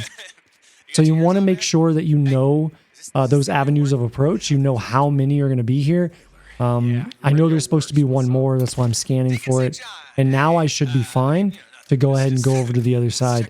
Now, once I go over here and kill this next one and crawl back out, I know that there's going to be more that are going to spawn right off of that. The reason why I crawl into here, it takes a little bit more time, but the wolf head will always be right here. And that's the one that you would like shimmy through the crack, and when you come out, he would be right in your face. And for obvious reasons, that's dangerous, and I don't want that. So we kill him there because that's 100% safe, and is a good opportunity to just remove that variable. So as I move around, we're just going to keep using focus to make sure I'm able to get sight on these. That'll be the last two, and because I killed that one when we crawled under the wall, he won't be in here when I climb or crawl through. So you can see the body there on the right. So I'm going to loot this, and now right after I loot this, that's when the bear would then spawn into the area. And then you're supposed to like fight the bear and do all this. Because I have the bike right next to the location where I complete the mission, we don't have to do that. You still got your militia armband. It's all right. Corporal St. John.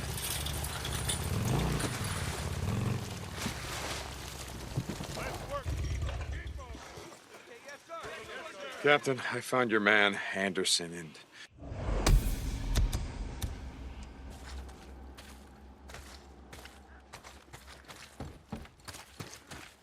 Corporal Deacon St. John. I haven't seen you around before. Lucas Monroe. Yeah. Corporal St. John. New around I'll here? see you around, yeah? Name's Ava Bergstrom. Friends call me Bergie. Deacon St. John, yeah.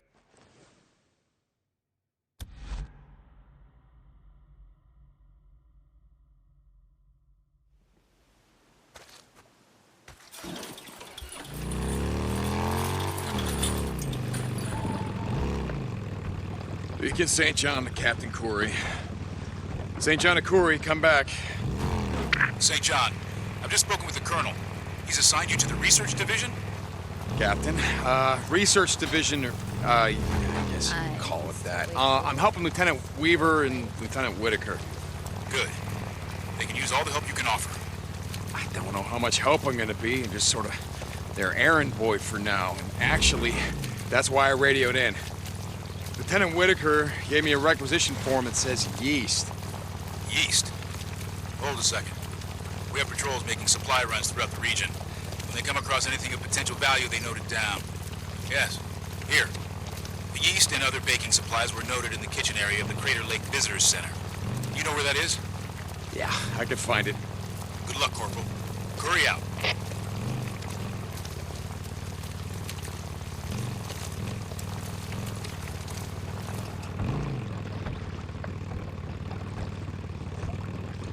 So this gate to Wizard Island's an interesting one because you always have a chance during the daytime of getting a marauder ambush spawning in right behind you as you leave. So it's generally not on the first one, and I know that because I can see the question mark there. But basically every other time in the run that I leave that, I have to worry about it if it's during the day. So just something to note there, and you'll see why later. If I remember correctly, I get it twice, I think. Anyways, we need to go get yeast or whatever it was for Sarah, so I'm gonna come in here and I'm gonna coast, and if you look at the bottom right by the mini map, you can see that my bike's not making noise. It's very, very important so that we don't pull in breakers or any other freakers. So I'm gonna coast it in real close here, and that's just so I can fast travel out immediately once we're done. We'll go ahead and open the door. And once you get far enough inside of any building that has a door, the door will auto shut. So I don't have to worry about them coming in the back. So we're going to go ahead and grab that. We'll grab a few things here. And then this is too far away from the bike to fast travel, so I have to get back close to the door to do it.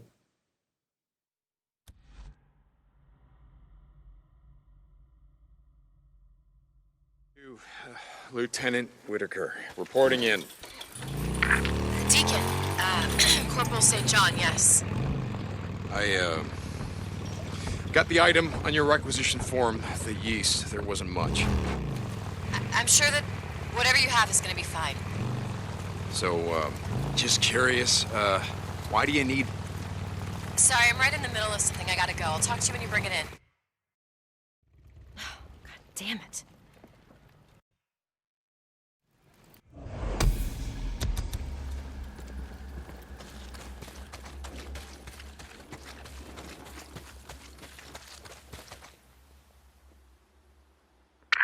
No.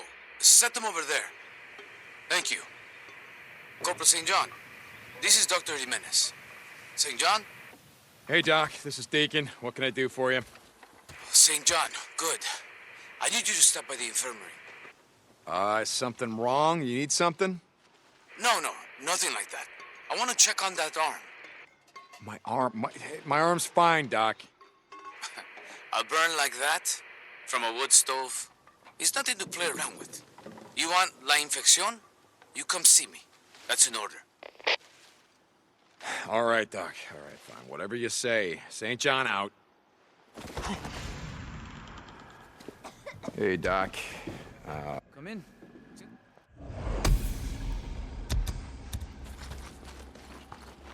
Okay, so at this point, it's kind of late in the afternoon. I'm just going to go ahead and reset the timetable here, and we're going to sleep for day, and then we can continue on. I'm just going to grab some shut eye. Forced to move in the middle of the...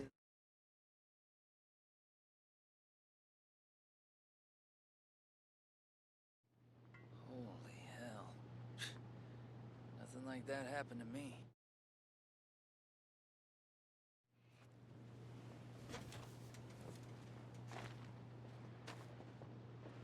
Oh, I'm just going to close my eyes for a bit.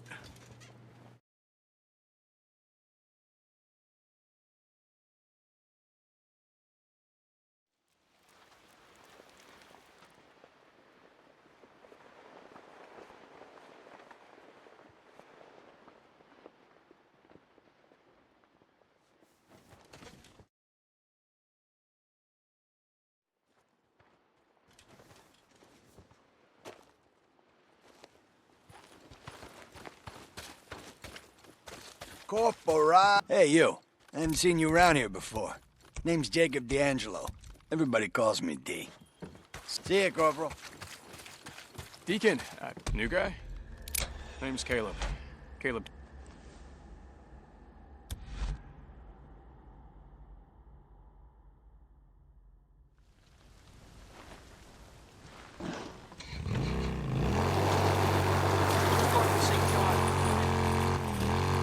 St. John, Lieutenant. So very similar to before, we're going to take that far right route up along the ridge, but as you can see, we're not approaching past those buildings now because, like I said earlier, I have that increased chance of getting a marauder ambush spawn there, and I believe there's also a sniper spawn in the same spot. At this point, I can't remember. I just kind of avoid the area altogether, and that takes care of it. So, silicate, where do I get it? What I am going to do, though, is as I get to the top of this hill, and I should have done it much earlier in the run, but I kind of forgot until right now, but this is my absolute backup plan here, is you'll notice that I put the crossbow on. I'm going to go ahead and stop here and grab some sapling or whatever they're called to make crossbow bolts, because I'm going to need them in a second. Essentially, any time that we have to deal with a crow's nest, we're going to use the crossbow, and we're just going to use flame arrows and burn them out from a range, or like a distance. That way, we're never in range of them to attack me. That's, I found, to be the most risk-free way of doing it, and you'll see why here in a second. Yes, sir.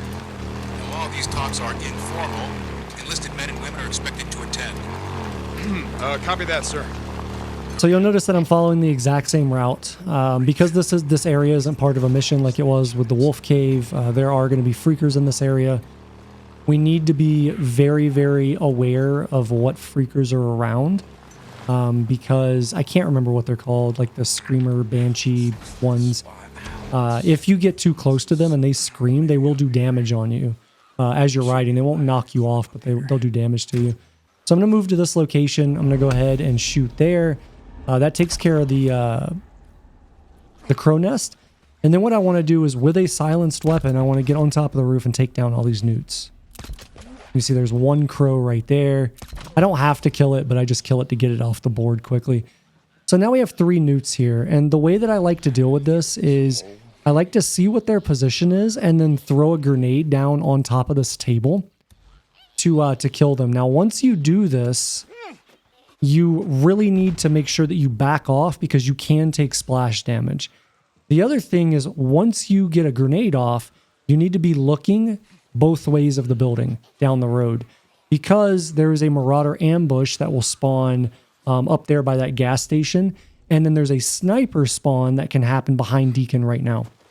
So very, very important that you pay attention to that, because that loud noise can cause them to spawn. Now, as long as those haven't spawned, and if I can't get a good angle to kill them from the roof, then this is my second backup strat. You'll also notice that there was a new newt that spawned right above me on the roof. And if I remember correctly, it scared the shit out of me. Yeah, because I thought it was a body. And then as I climb up, because you can see it was right on the body, as I climb up, it starts moving. I was like, oh my God. But yeah, I remember that. That was a little scary. Okay, so again, I just want to make sure that there's no enemies, and I'm going to do that by seeing if I can fast travel. If I can fast travel, then I know I haven't gotten the attention of either of those ambushes. And then I can drop in, we'll get the objective done, and then I can immediately fast travel back because the bike is so close. So I guess the real big note there is, before you drop down inside the building, make sure you are not in combat by just going to the map and seeing if you can fast travel. If you are in combat, you need to deal with it before you drop down. Otherwise, you're going to have to actually push the car out of the way and have the alarm go off and all that kind of stuff, which we don't want. Weaver, I swear to God. What, are you afraid of a little... Get out!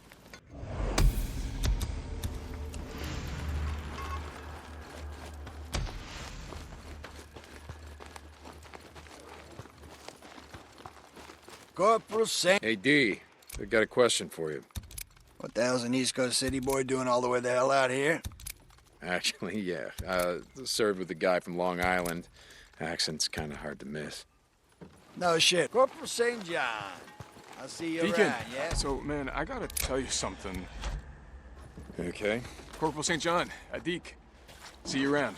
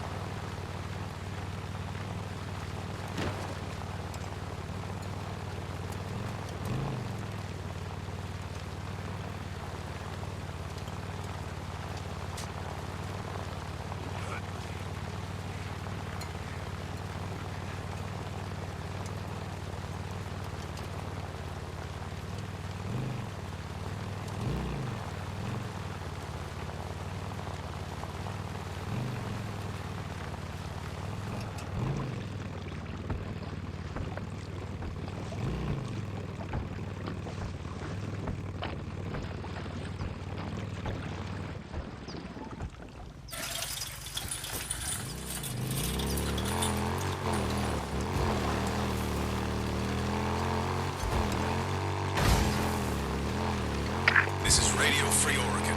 The truth shall set you free. What does NERO want? They disappear for 2 years, come back... As I move towards this next objective, I'm going to stay on the right side off the main road because there is an increased possibility if I stay on the road for there to be multiple different ambushes that happen. Now, this is good and bad, but the bad part's not really too bad. So the good part is this stops me from hitting any of the triggers so that I don't have to deal with them. The bad part is that the next time I come up and take this route, I will get at least one, but the majority of the time, multiple of them spawning at the same time. However, because I know exactly where they're going to occur, it makes it easier to just deal with them then. And it'll be a little bit further into the run, so we won't have to... we won't have to like ration our silencer or anything like that. And the other reason that I do that is because when that occurs, I want my sniper rifle. And as you can see, we still have the crossbow. And we have the crossbow because I've got, you know, a bunch more crow's nests I have to deal with soon. So it just makes it so that I can deal with this right now with the crossbow. And then I'll have all of my weapons and what I need to deal with those when I choose, not when the game chooses. Okay, so for this rescuing Taylor, as soon as we get out of the cutscene, we want to move immediately. And then basically we're just going to stealth. I'm doing this in quotes, even though you can't see it. We're going to stealth all these guys basically with grenades. So as you could tell, I was getting shot at there. For whatever reason, this rock face here, if you're sitting in this spot, nobody can actually shoot you from here. There's like an invisible hitbox or something here that keeps you, even if enemies are shooting at you, it just keeps you from being hit. I don't have an explanation for that. It just exists. The other thing you have to concern yourself with in that position is that it also stops you from shooting people past a certain degree left as you're turning. So that's why I move up here to continue the engagement, is because I can't actually shoot back there, and plus I can't throw grenades that far either. So all right, so that takes care of all of them, or I thought it did. I thought that dude was dead. Okay, well, that's why you always you know, take your time. All right, so now they're all dead. We got the dialogue, Deacon recognizing, hey, they're all dead. I'm going to run around and get a few things after we're done with this mission. But first, I need to get the bike, and I need to bring it down. And the reason for that is because more times than not, if you leave the bike here, you rescue Taylor, grab all the stuff in the camp, and then you make your way over here, there will be either a mountain lion, a like upgraded freaker, like a different freaker type, not just like your plain one, or there will be a bear just hanging out there. I've also had it where multiples of them spawn and then they start fighting each other and you're like, dude, I need to run that way to get to my damn bike. So it's easier just to bring the bike down here and make sure that I don't have to deal with any of that.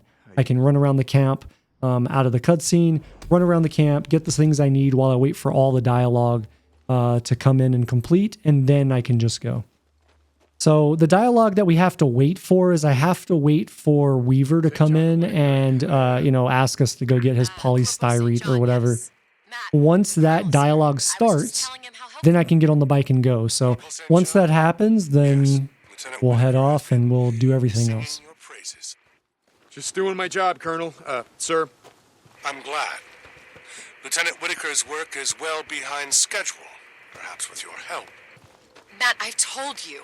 Look, biology, the work that I'm doing is far more complicated than just building a bomb. Weaver is...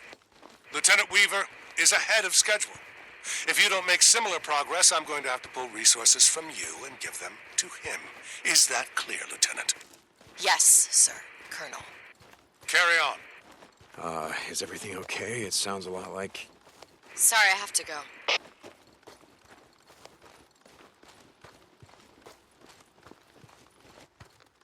Also, never mind the nonsense of me just running around in circles and I'm just waiting. Just waiting for the damn dialogue to show up and get done. Corporal, I've told Captain Curry that you're an immense help. I don't know what I would do without you. Oh, well, thank you, Dad. That's great. It's not why I'm checking in. Captain, there's a marauder camp just off of South Rim Drive. Marauders? This close to the island? No, listen, no. I dealt with these bastards, but we have an injured man, Private Taylor. They fucking slice his ear off. Jesus, is he all right? Private Taylor? What was he doing out there? He's gonna live. No idea what he was doing out here. I need you to send Captain Jimenez and some men to come out and get him. I'll send you the coordinates. I'll head up there now and let him know. Curry out.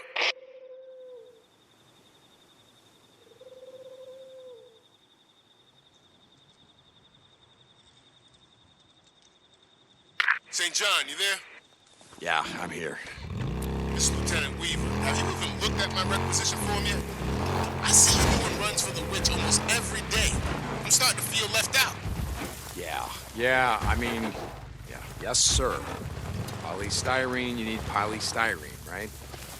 Yeah, that's right, polystyrene. If you're having trouble finding it, there's a wrecked truck down on Highway 97, south of Sherman, beneath the water tower. Think you can find it? Look, I'll find it. So the mission objective, if you're keen-eyed, it's like off to my 2 o'clock on the right side here. I don't want to approach from this side because then we'll just have all of the crows like right in my face. So what I want to do is I want to approach from this back side and basically stop near the tower. Now, right when I get off, I want to go ahead and pop that first one. And then we'll go ahead and move forward. As long as we get the notification coming up that says, hey, the nest is destroyed, right? Then the crows that are associated with that nest automatically de-aggro from the game world. And what I mean by de-aggro is they cannot attack you. So as long as I burn it and I get that message, I know that those crows are no longer a threat. And even if they're flying off or whatever, that they can't attack me. Now, for whatever reason, in this tree and the next tree, there are 2 crow's nests in each one that are like overlapped on top of each other. So I have to wait for the first one to fully burn out so I can do that shot and burn the second one. And the same thing with this one up ahead. So once the fire stopped on that one, I could burn out the last one, and then that takes care of it.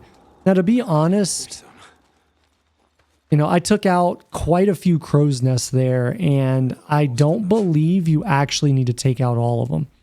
I think it's just the first 4 that you have to burn, and then the other are dormant. But I never really tested it to see if that was the case. I just decided, you know what? I'm going to burn all of them, be like super safe about it, and make sure that there's literally no way anything could happen from the crow's nest.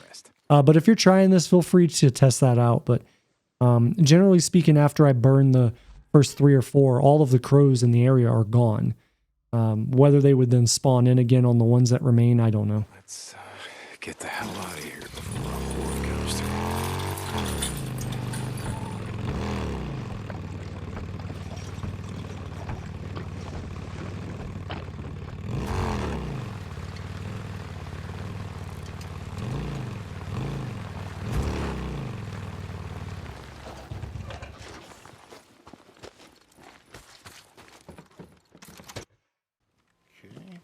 Hey, I Got the shit. You were...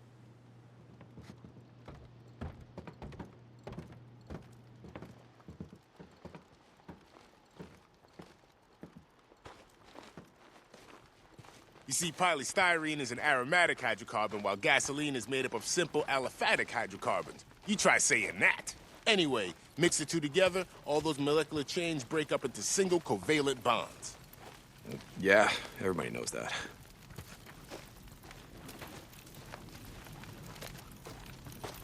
I remember hauling trash to the dump back.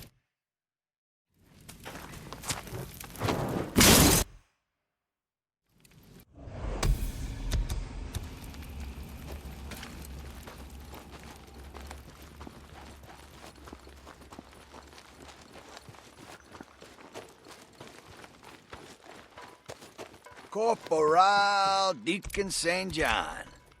Hey, Sarge. How's life? Yeah, gonna make me a quadrillionaire, right? There you go. Credit burning a hole in your man purse or what? Oh, big spender. Huh? Ah, okay. Those Hey, Corporal St. kids. John. What do they I'll call catch them? you later. Newts. I'm just gonna grab some shut Saw a whole group of them on the roof.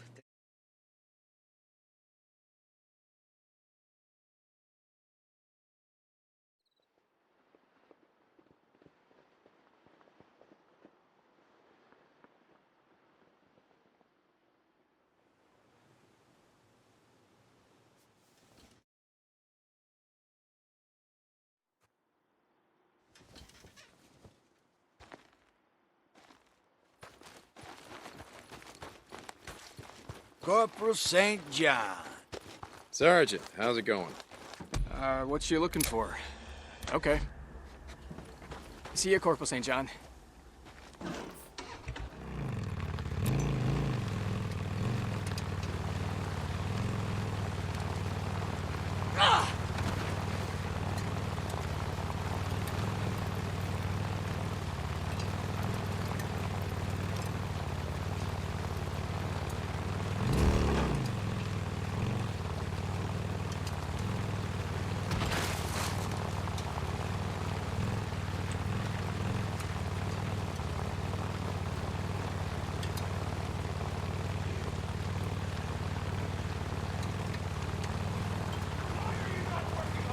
Why are you still in my obstacle course? Why are you not finished with my obstacle course? Do you like the sandwich? Do you want to run it again? Yes, we like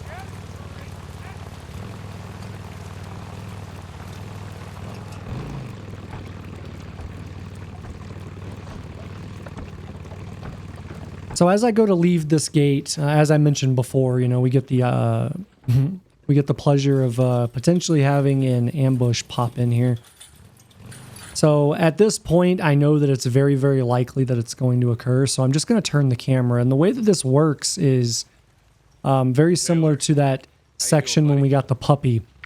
If I turn the camera and keep it looking at the location, they won't spawn.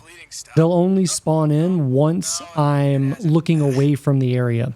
So by looking at the area, and they might be there now because I see on the minimap there's red, or it could be up on the hill, but actually no, it's not them because the gate guards would be engaging them.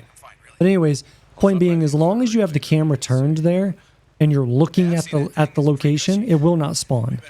So I just make sure that I do that when I come out because I can't get it on the first time. I didn't get it on the second time. So the likelihood of getting it on subsequent times going through here is very, very high at that point.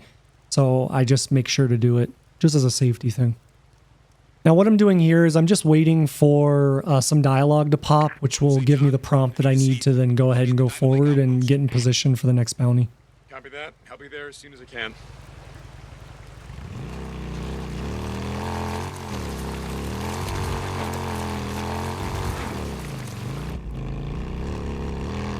This is Radio Free Oregon.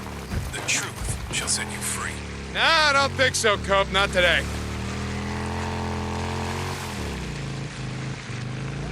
Corporal St. John, this is Colonel Garrett. Report. So unfortunately there I got a wolf spawn. I need to keep that in mind as I go down here. So once I get my bike close enough, we're going to go ahead and get off the bike and, A traitor of the worst kind. and get ready for these wolves to come in. He's been spotted on the South Rim Drive. The stolen bike has a blue tank. Find him, Corporal. Yes, sir. I'll chase him down. Corporal, bring him back. Alive. Alive, sir. We're going to hang him, Corporal. An example for anyone who thinks they are above militia regulations, who thinks they are above the laws of God. Yes, sir. Dismissed, Corporal. Okay, let's take a look around. Very similar to all the other ones where we got to shoot guys off of their bikes. This one's pretty straightforward. He's going to ride right towards us. We'll get 2 shots into him, and that takes care of that. Very, very simple.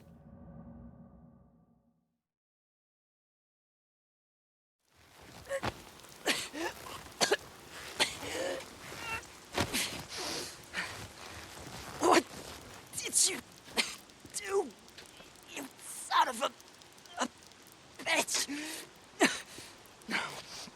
No. Okay, what the hell? Going AWOL is one thing, but you didn't have to murder 2 men to do it. Let go. Please. Just let me go. I'll tell you where I stashed it. I swear. Sorry, pal. Tell it to the Colonel. Colonel, I've got him. Alive. Transmitting coordinates.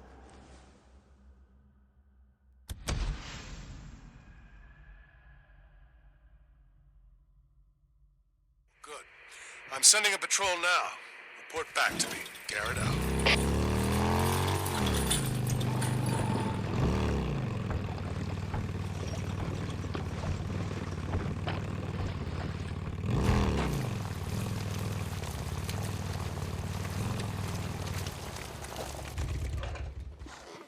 Corporal Deacon St. John. Hey, Sarge. How's life? Yeah, okay. See ya, Corporal.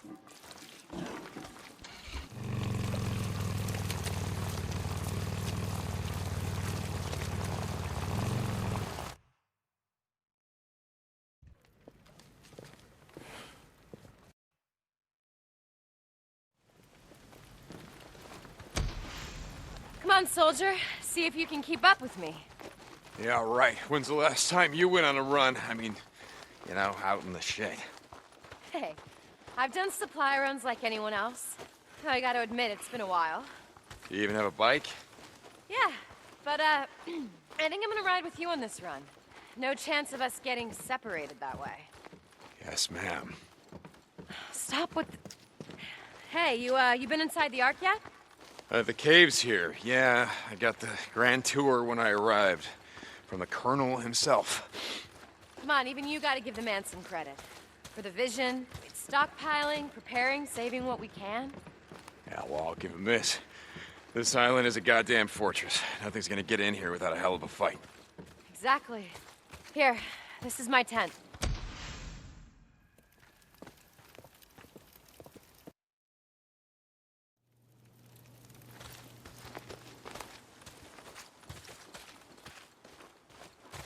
Come on. Let's go this way. I want to show you something. Following you. When I got here, the militia had cut down almost every tree on the island. I asked Matt, the colonel, to save the last one. Oh, yeah? Why did you, do that? Do you remember the weekend we rode up here? To Crater Lake, I mean, after we got married. Yeah, I remember. I remember thinking, God, when Mount Mazama blew up, and how long did it take for the lava to cool and the soil to form, all these trees to grow? When all this is over, when we leave this fucking island, I want there to be at least one tree left. Listen, these guys don't give a shit about any of that. I've been through their dead zone. Look, the Colonel's focused on winning the war. The sooner I do my part, the sooner he'll stop burning everything to the ground.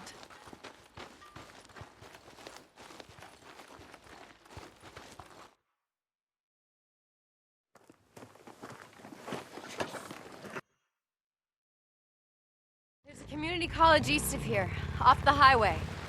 You know the one? Yeah. Let's take the South Bridge. It'll be faster. I'm with you.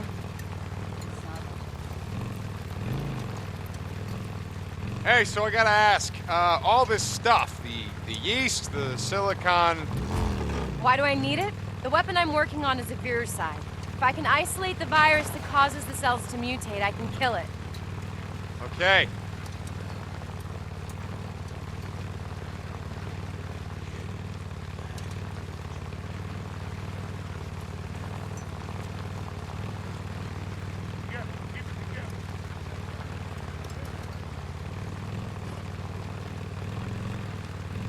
Can I ask you something?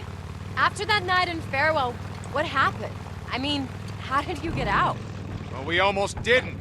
After the feds pulled out, anyone still alive started putting up roadblocks of their own, and they started shooting people on sight.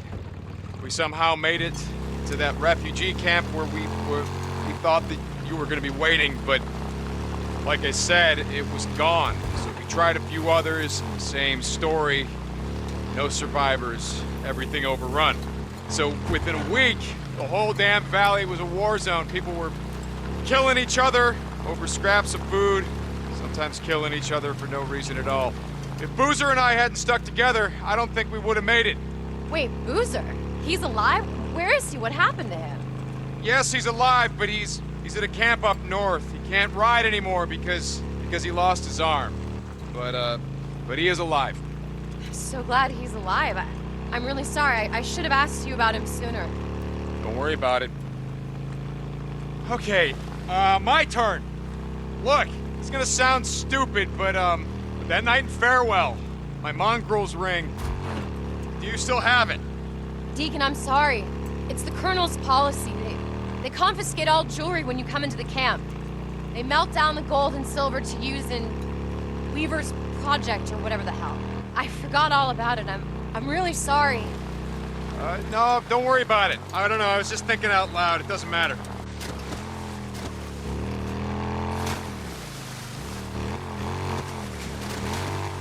Here, I think this is it.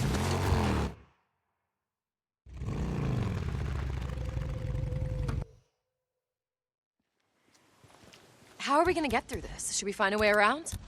No, hold on. I can boost you up there. You ready? Yeah. You got it? Got it. Here, watch your head. Got it.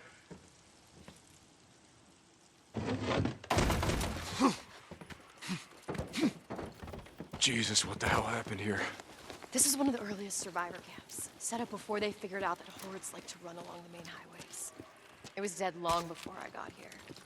This entire place is gonna be crawling. Yeah. Do you know where we're going?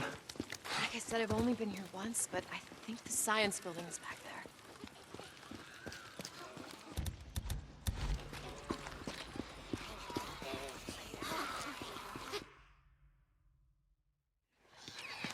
Ah, damn it, Roots. Okay, so coming out of this cutscene, definitely make sure on your primary that you don't have your silencer on. We're gonna go in here. We're gonna move this bookshelf or whatever it is that's blocking the door, and then that'll pull us in outside where we'll be in combat with a bunch of freakers. Got it.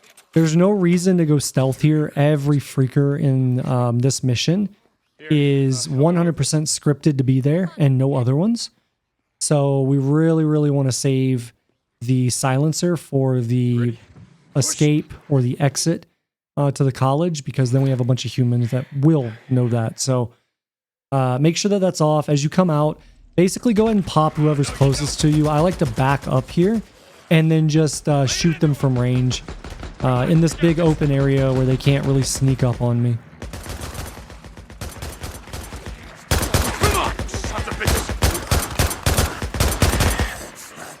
That guy tried to sneak up on me.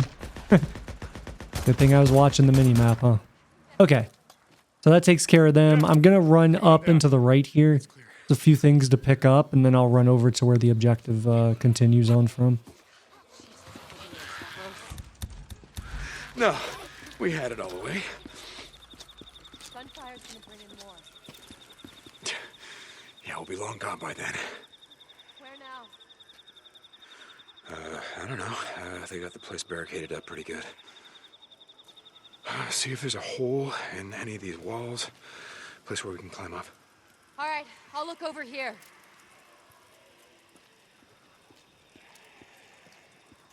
Anything? Hey, over here. There's an open window. Coming.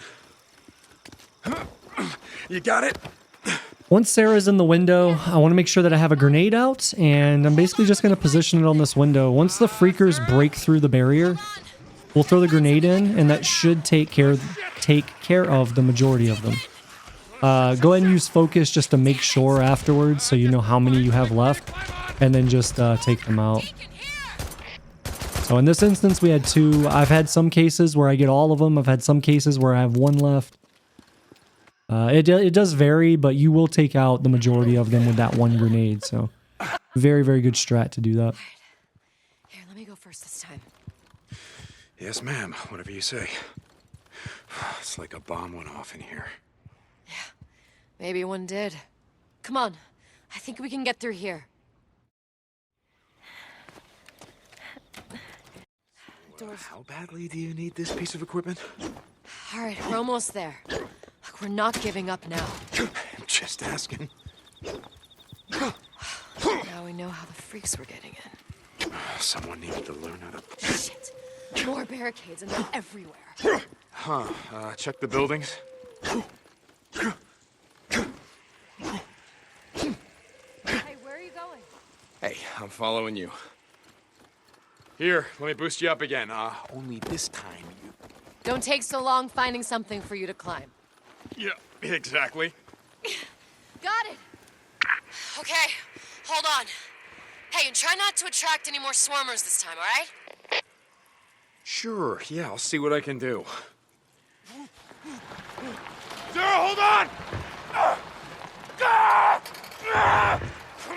Come on! No, no, no! Sarah! Sarah! Oh, no. Sarah? Sarah! This is the science building. Yeah. Are you sure you're okay? Yeah. I've killed freaks before. Oh, I know. It's just...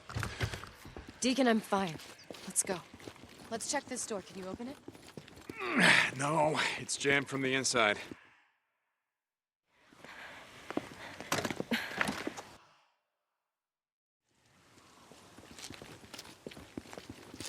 Come on, the roof's low over here. Yep, we just have to find a way up. Sarah, here, help me push this. We can use it to climb up. Okay. You ready? Yeah. Okay, push!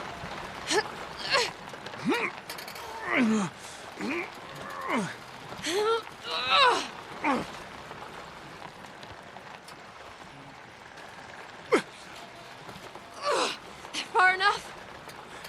Yeah, hold up. You got it?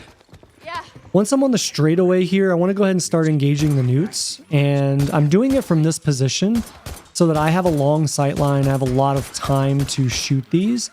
And because when they drop off of the roof onto this section, they stagger for like just a second. So it gives me even a little bit more time to make sure that I take care of them. Now, once you're confident that most of them are dead, you'll walk up Go ahead and kill the last one, and then more will spawn from around the corner. And then once those are dead, you'll get that dialogue from Deacon like it was there saying that was the last of them, and then you know it's clear to go ahead and move forward. You're right about that. I'm going to go ahead and put back on the silencer here, simply because there are no more freakers that I have to personally deal with. We're going to go ahead and do this section, and then right after this, we'll get pulled into the next combat section where there's humans, and I definitely do not want to go loud during that section. I got this. All right.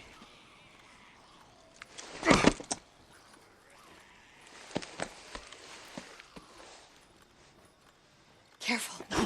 Oh, not only are they annoying, but they smell like shit. Yeah, well, you try living like them. See how you smell after 2 years. No thanks. Where are we going? Try these doors. One of these is going to be a lab or a lecture room. Centrifuge has to be here somewhere.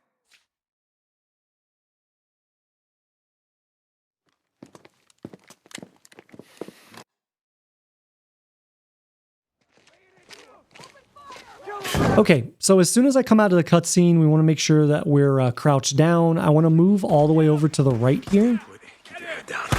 And from here, I want to pick off the humans. I don't really care about the freakers because the freakers can't do long-range damage to me. Only the humans can. So I want to take them out first.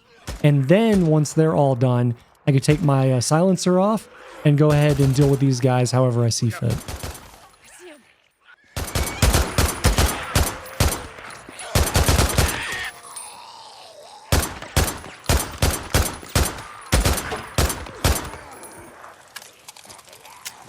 Okay.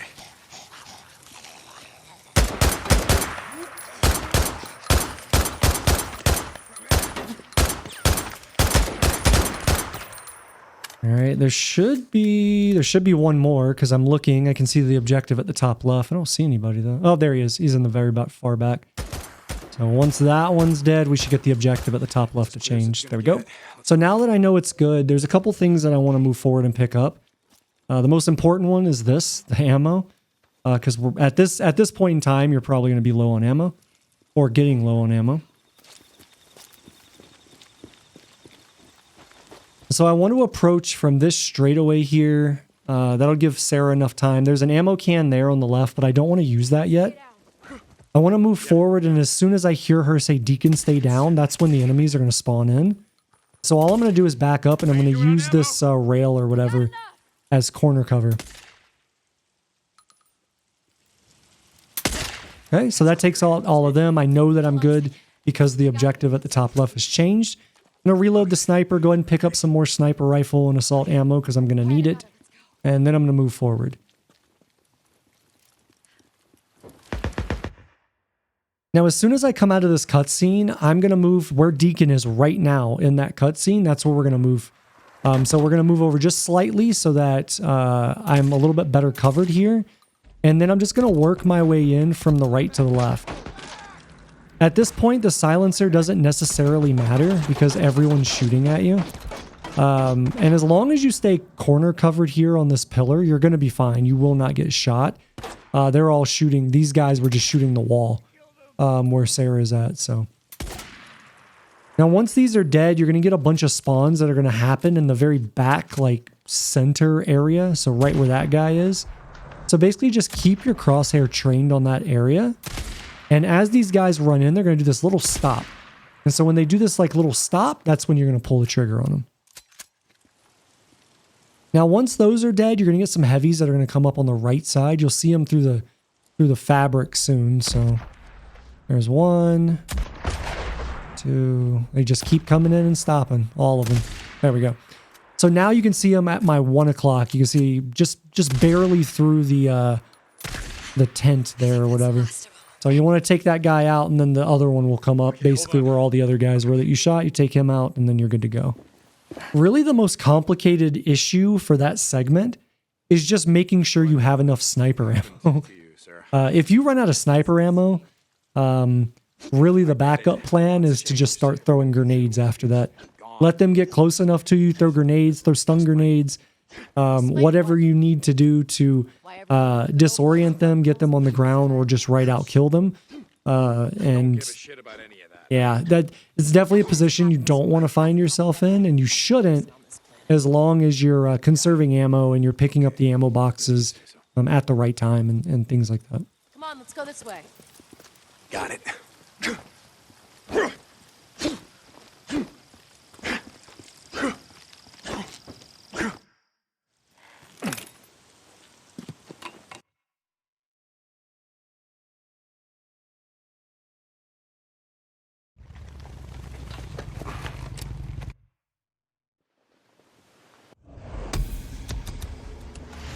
Something you need, Deke? Sorry, just wandering around. Corporal Deacon St. John. Sergeant, how's it going? Okay, now that's more like it. Cheap in buying a new one, right? Come on, am I right? Corporal St. John. I'll see you around, yeah? It's funny.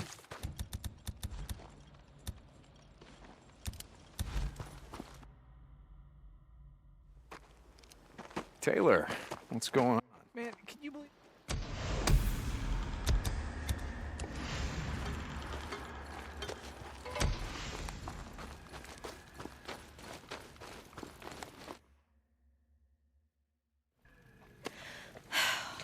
Well, that's it. Going somewhere, Lieutenant?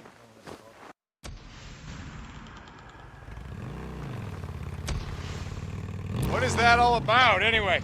What? All the yes sirs and no sirs and the saluting and the ranks and the uniforms just seems kind of pointless, you know? Considering... Hey, you were in the army once. You should know. That was different. How? Well, there were more people in the world. I don't know. I mean, having a military made more sense. I think it makes more sense now. Why? It's utter fucking chaos out here. We need the order and discipline, or we're not gonna make it. You know, I've been at plenty of camps that are doing just fine without having a colonel breathing down their necks. You know what's funny? About uniforms and ranks seeming pointless, I mean? No, what? I used to think the same thing about the MC. I mean, you guys had ranks like road captain and president, and you wore badges and patches and tats like uniforms. I mean, when you guys used to all ride together, you looked like an army. Well, except for the beards and rifles. Now that you mention it, I can see your point. You know, I'm actually surprised you weren't wearing the cut when you came into camp. I didn't think anything would make you give that up. Even the end of the world. Hey! Hey! Shut it off!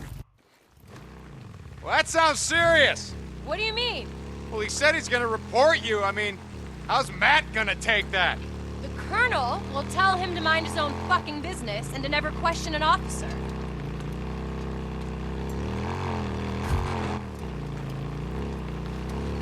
Oh my god. What's wrong? Nothing, it's just... I mean, the view up here, it's incredible. Yeah. I guess I just don't see it anymore. Pay attention to it, I mean. How can you not? It's breathtaking. Yeah, the world wakes up, grateful for another dawn.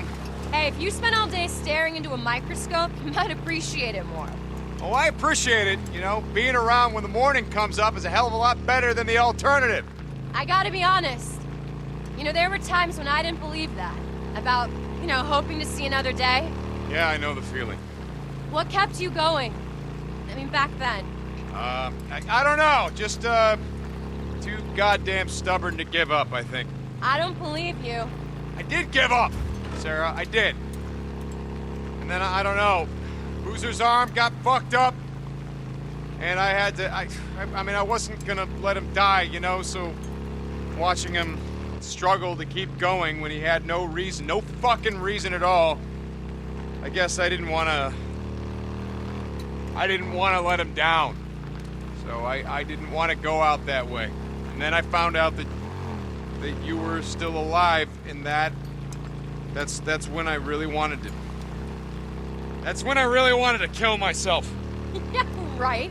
No, seriously. But then I remembered you still have my mongrel's ring, and that's what kept me going. Figured I'd look you up, get it back.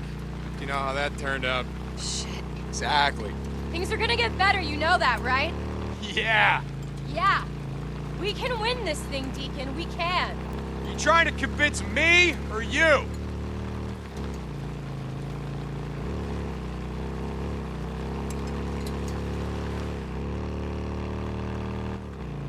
We must be getting close, right? Yeah, we're coming up on the Tealson Tunnel.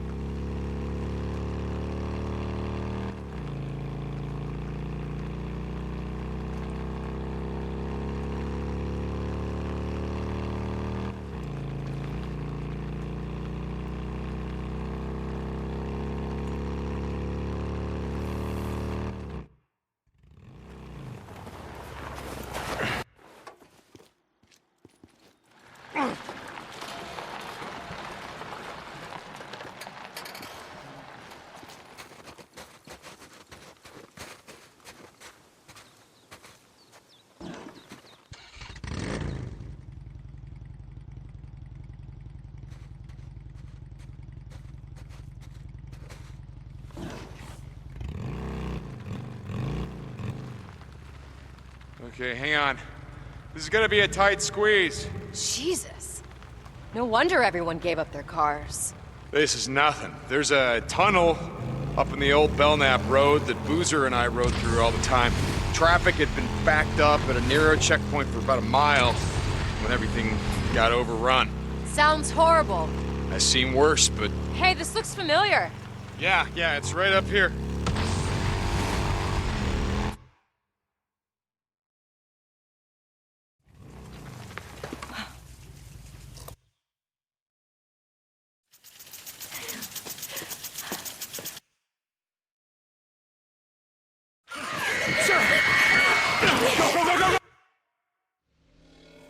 So someone shot them all as they were what? Trying to leave? I mean, yeah, it looks like it. And then they just locked the place up tight and they left. Why would they do that? I don't know, Deacon. No, I wasn't here. Sarah Irene Whitaker, ID 2007659. Shit. This one's not working. Come on, there's another one over here. So why is, what'd you call it, Ari? Why is Ari working at the front gate and not the front door?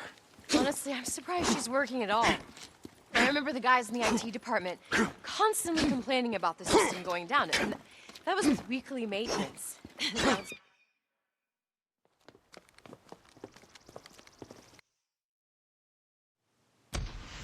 There's a fire escape in the back of the maintenance building. But why won't they have that locked out too? We don't know that they've locked out anything. I mean, it's probably just a glitch. The emergency exits can't be locked out. They're part of Cloverdale's safety protocols. Here, this is it. I just have to Okay, so want to make sure that we go ahead and put on our suppressor. I can shoot the latch. Because as soon as we go up here, we go through the cutscene and we come out of it, we'll be in combat. I don't know about this. Why don't you let me go in first? So immediately coming out of the cutscene, you want to make sure that you move to the right. And we're going to use basically the staircase as our corner cover. So I'm going to use this to slowly peek out. And we'll wrap around. Just want to make sure that I see them through focus first. That'll take care of the first three. I'm going to quickly move down to this crate right here. I'm going to change shoulders and then just wait for these guys to flow down. They should all flow down pretty nicely. That takes care of those. And then I'm going to move forward, and I want to stay close to the right side here. We're going to move into this room, and that's going to spawn the two above me. So now I'm going to take a grenade and just lob it up there. Now, when you throw this up, you need to move back into the room and away from the explosion, because the explosion can, for whatever reason, whether a bug or intentional, can do splash damage to you through the floor. So when you throw it up there, you need to move away from the blast effect. That way you don't get hit. Alert. This is a level 4 alarm. Multiple shots have been fired. Security personnel to the maintenance building. It's locked. Hold on. Sarah Irene Whitaker, ID 2007659. Sarah Irene Whitaker, Security has Warning. been breached. Deadly The force Cloverdale is facility authorized for is in use lockdown. against all Repeat. trespassers. Override. ID Deadly force is 2007659. Override. Security protocol Alpha 761 has been overridden. Oh, God, shut the fuck up already. They must not have locked out inner security. Alert. You ready? 911. Okay, so as soon as this door opens, we're going to use this left side as corner cover. We go We in. want to get both of these guys before the furthest one runs into the next room. Okay, so we got that. Now we're going to get snipers on the far right, far left. And generally, this guy's not this high up. Usually you can see his head. I don't know what that was, but take him out. We'll take this one out. And then I'll have one more. You can see him coming down there on the catwalk. All right, perfect. So that takes care of all of those. And then we can move forward. Warning. Deadly force is authorized. One more time. Sarah Irene Whitaker, ID 2007659. Security override and disable the fucking voice response. Alert. Alert. Ready? 911 has been called. Police are on their way. Stand down and you will not be harmed. Jim, wait! Well, like you said, a lot's changed. Alert. Alert. This is a level 4 alarm. Multiple shots have been fired. Yeah, on it. Security personnel to the maintenance building. Might be useful. It's clear in here. Nothing here. Warning. Deadly force is authorized for use against all trespassers. Warning. Deadly force is authorized. It's clear. Same here.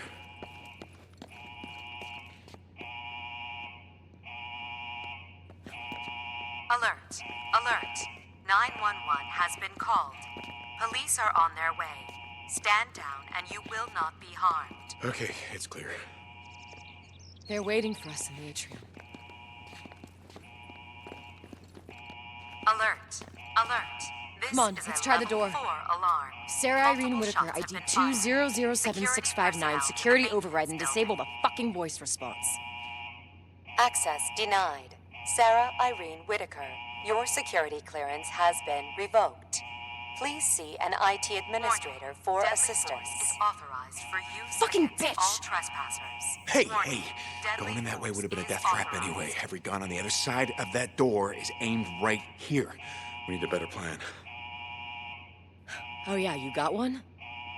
Well, maybe. Like, Alert. is there a way to that rooftop from here? 911 has been called. Over Police here. are on their way. Stand down and you will not be harmed. Okay, there's a ledge out here. You should be able to climb up to the roof from that AC unit. You mean you should be able to climb up from there? Alert. Listen, This I want is a you to go level up 4 there, alarm. lay down suppressing Multiple fire, shots keep their have been attention. fired. When they're all looking up, Security I'm personnel gonna to go the in from here. maintenance I'm gonna building. take them by surprise. Okay, yeah, that's a really good plan. But there's one problem with it. What's that? The door's locked out, remember? Warning. Deadly force Come on, is authorized come on, I have an for idea. use against all trespassers. Warning. Deadly force is authorized.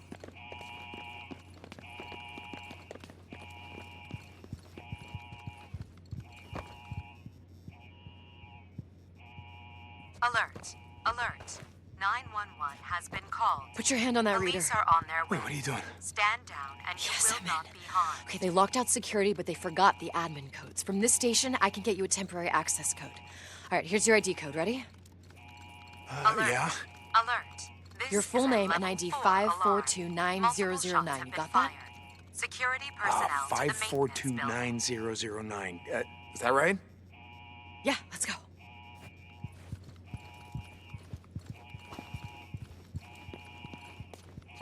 Warning. Deadly force is authorized for use against all trespassers. Warning. Deadly force is authorized. Here, I'm gonna need you to help me up. Okay, hold on. Ready? Yep. You got it? Yeah. Alert. Alert. 911 has been called. Police are on don't their take way. any chances. Stand down and you will not be harmed. Okay, go. Hey. For this last room, this one can get a little tricky. So unlike all the other ones where all of the enemies kind of filter into predetermined locations and they have very consistent responses, this one does not. Specifically these first couple of enemies that are like right at the door. Sometimes they'll all be grouped up, sometimes they'll be spread out. So unfortunately, when this door opens, I need to just respond to the situation. This just comes down to being good at the game. So we're going to use corner cover right here where we are and just try to take these guys out as quickly as possible, because if we don't, then they'll kill Sarah. So once those are taken out, I'm going to move up to this location and we're going to get ready to just start throwing grenades. No matter what, when you move to this spot, they are going to start floating up here.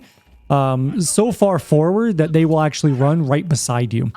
Like past the desk that I'm at. So you want to use the grenades quickly just to make sure that they're CC'd, they're stunned, so that they can't actually attack you. And then you can finish them off whether they're on the ground or whatever. Now this last one, I remember this pretty vividly. This last one, I actually make a bad miscalculation here. What I should have done was go forward to the staircase where the enemies were running up and kill this guy. So right there, that tiny little mistake could have ended my run. Simply because I passed through in his line of sight where he could kill me. Or not kill me, but shoot me before I could kill him. So anyways, in this position, I throw the grenade, it kills him, and then that's GG. But yeah, I should have gone down there and used the corner cover of the stairs to get line of sight on him and kill him. But it is what it is. I didn't lose the run, so we keep going. But there is a lot to that section, so...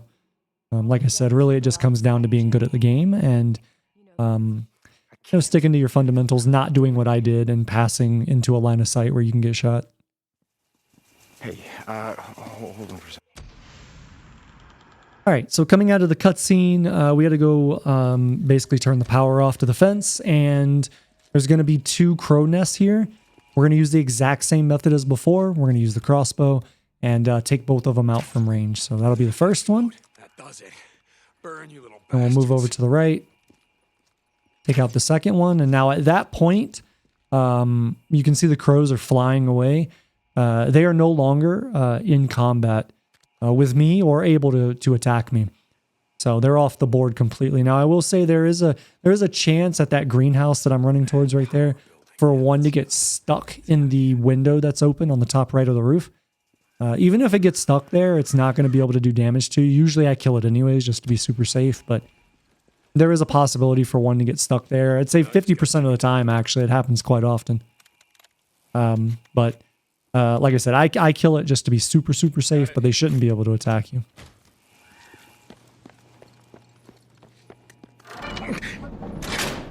That should do it.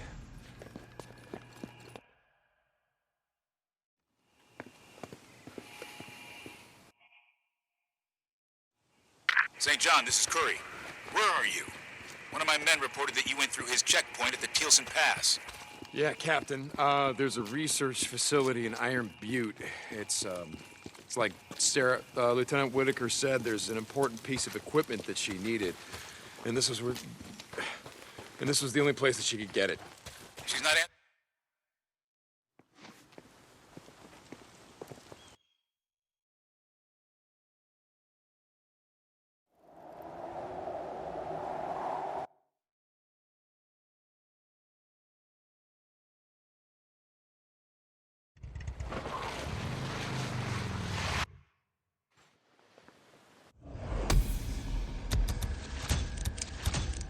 Something you need, Deke? Sorry, just wandering around.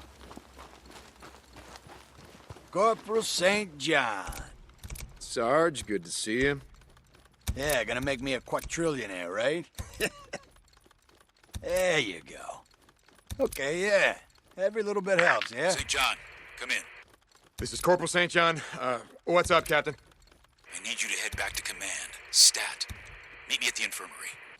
The infirmary? What's wrong? There's been an incident. I'm on my way. Okay, what the hell? Lieutenant Whitaker, are you there? Sarah? Come in. Sarah? A few weeks back, we were riding God damn it. the old Belknap Road. A bunch of crazy assholes, almost naked. Go.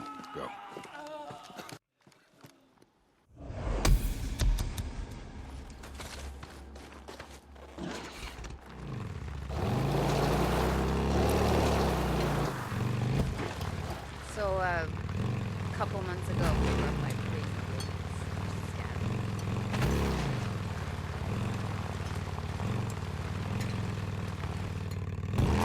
So up ahead, we're going to get a visual bug. I don't know why. Maybe this is just a PC thing, but it happens to me every single run that I do this route.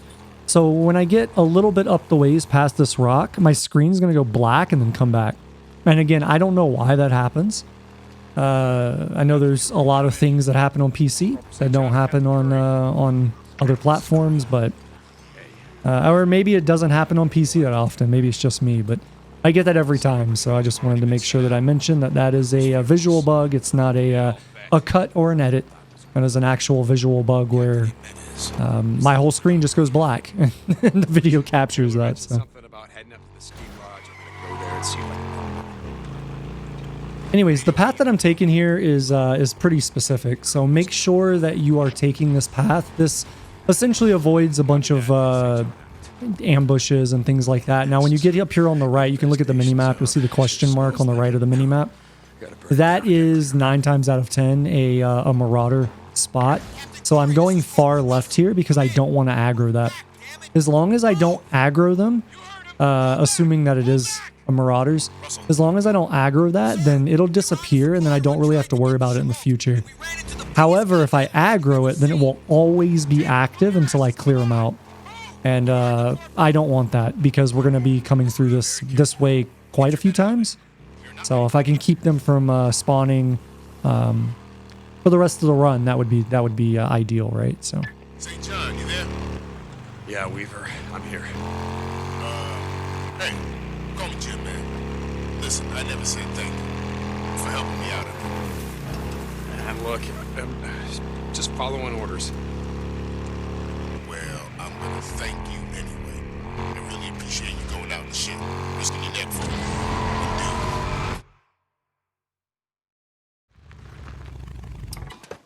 So to get to Taylor, we need to take out quite a few enemies here.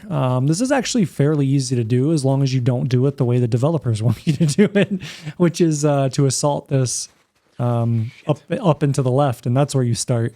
What I'm going to do is I'm going to go basically around to the back and assault it from the back going forward. And the reason that I choose to do it this way is because the way the enemies spawn and propagate into this area is basically from the back to the front. So if you try to do it from the front, they're all going to hide at the back, and then it puts you in this like really crap spot where you have to go seek them out, and we don't want to do that. So because now they're all just spawned right here, I should be able to take all of them out. Pretty much from here without moving, as long as I do it right. Which I can't remember if this was the run or not, where I slightly messed it up and I had one of the guys shoot at me. Okay, so we get that one, and there should be like one left or two left. Okay, so I missed the shot there. There's the second sniper. Should just be that guy. There we go. Yep. All right. So as you can see there, as soon as we kill everybody, they pull us into the cutscene. So, but yeah, I highly recommend doing it this way because, again, if you do it from the front, they all kind of hide behind objects back here, and it makes it really, really difficult to... I mean, I guess it doesn't make it really difficult. It just makes it more difficult, like unnecessarily difficult.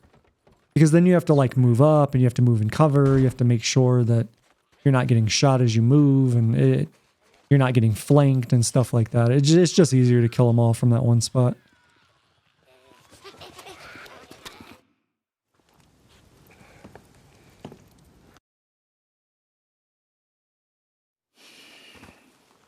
I don't care what a man's done.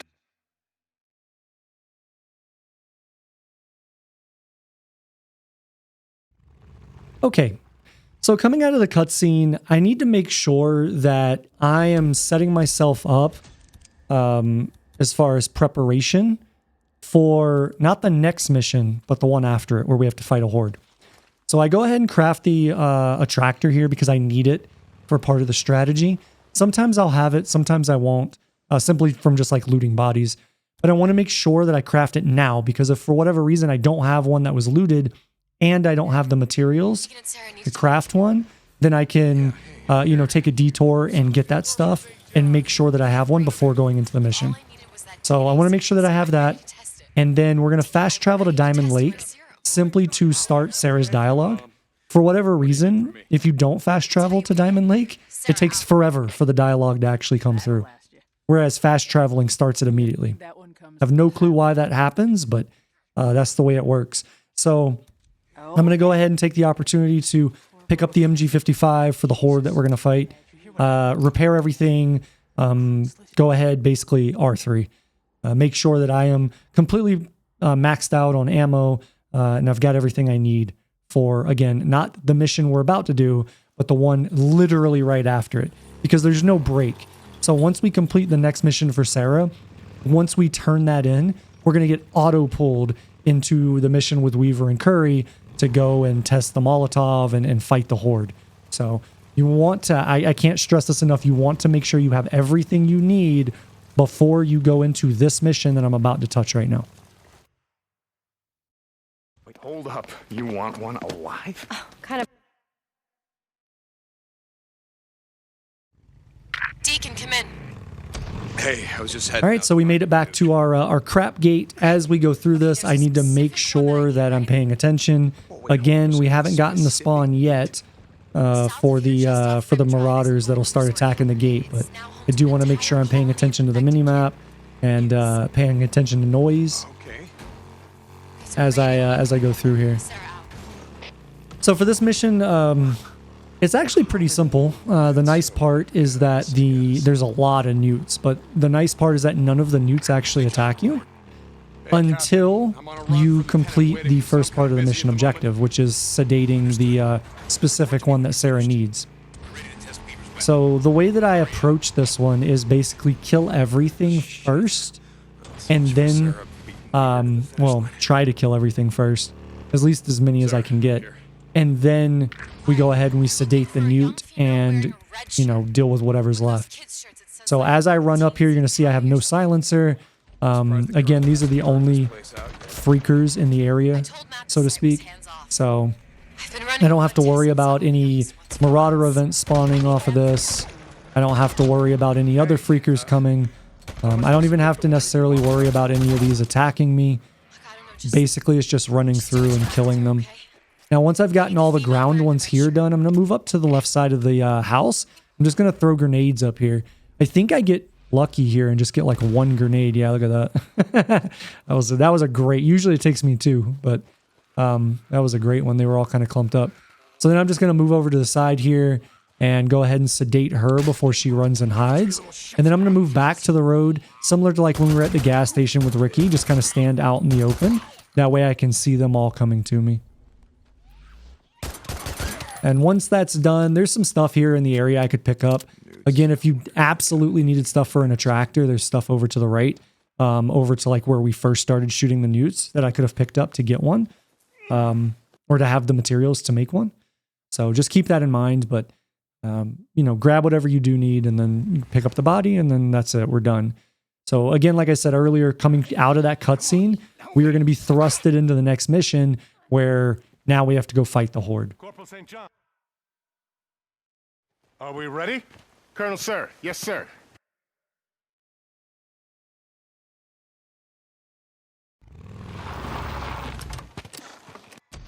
Okay. The approach here is basically take it slow right at the beginning. We have no rush. I need the horde to basically move to their default spot. Now, their default spot's like basically down by the train. And so I'm going to go ahead, pick everything up here, and then I'm just going to wait. Basically get on my bike, hang out, chill, wait, make sure that everything I need is good to go. And then we're just going to hang out. Now, it might kind of be difficult for you to see on your screen, but you know, when you're actually playing the game, it's a lot easier to see. But up by that wall in the distance in the building, you can see the freakers, or you should be able to see the freakers like kind of pathing through there and walking. So that's the horde walking to their default spot. I just want them to get far enough out of the gas station area so that I can move in behind them.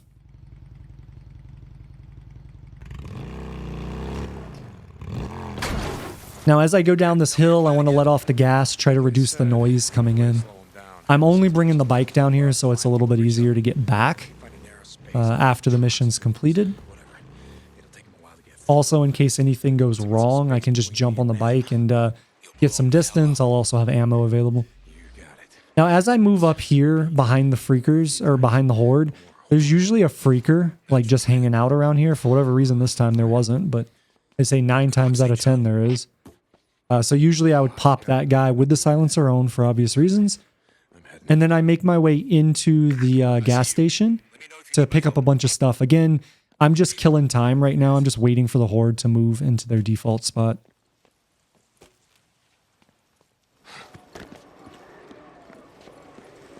Now, there's a modification to the strategy that I'm about to do that makes the this horde much easier to defeat.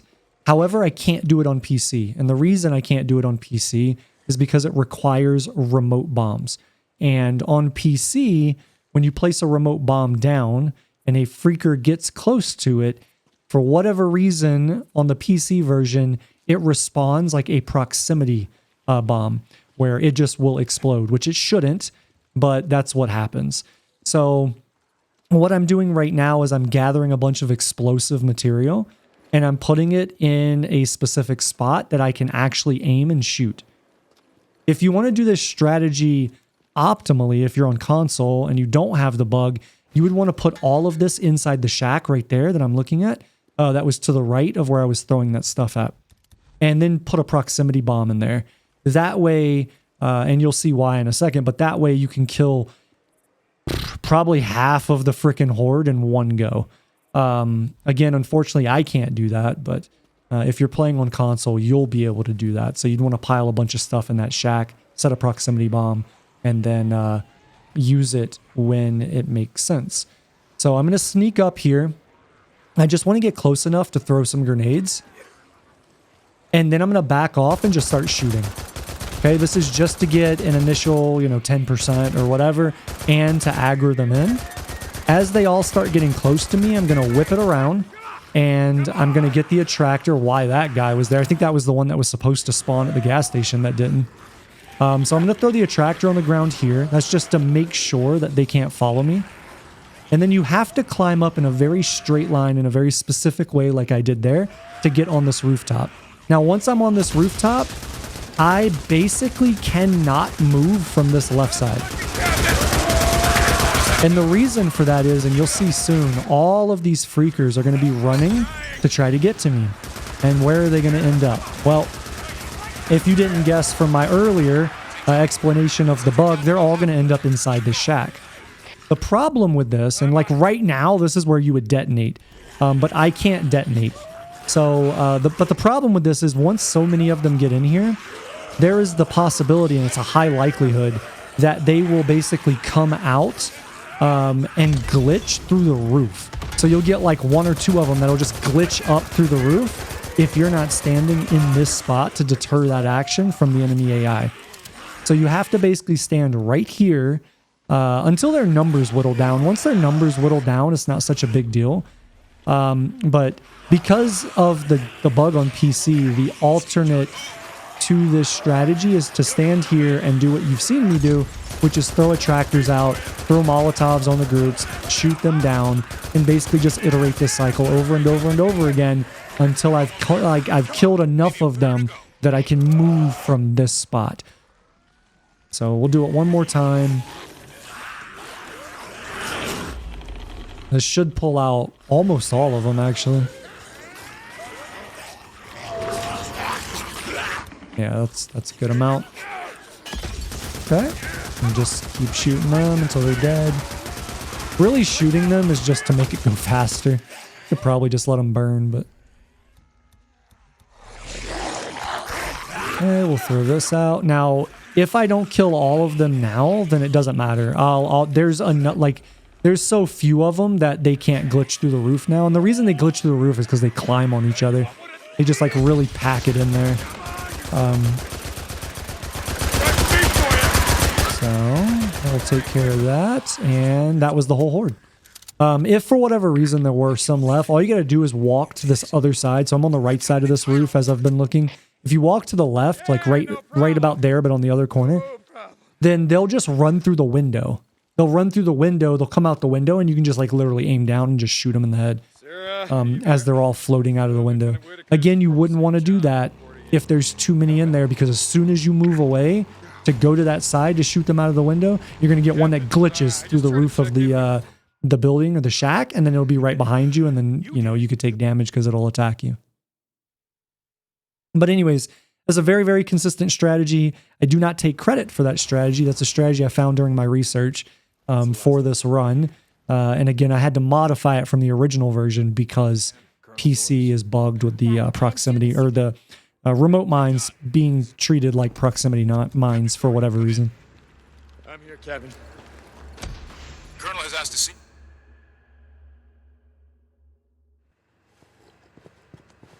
Sir, I was...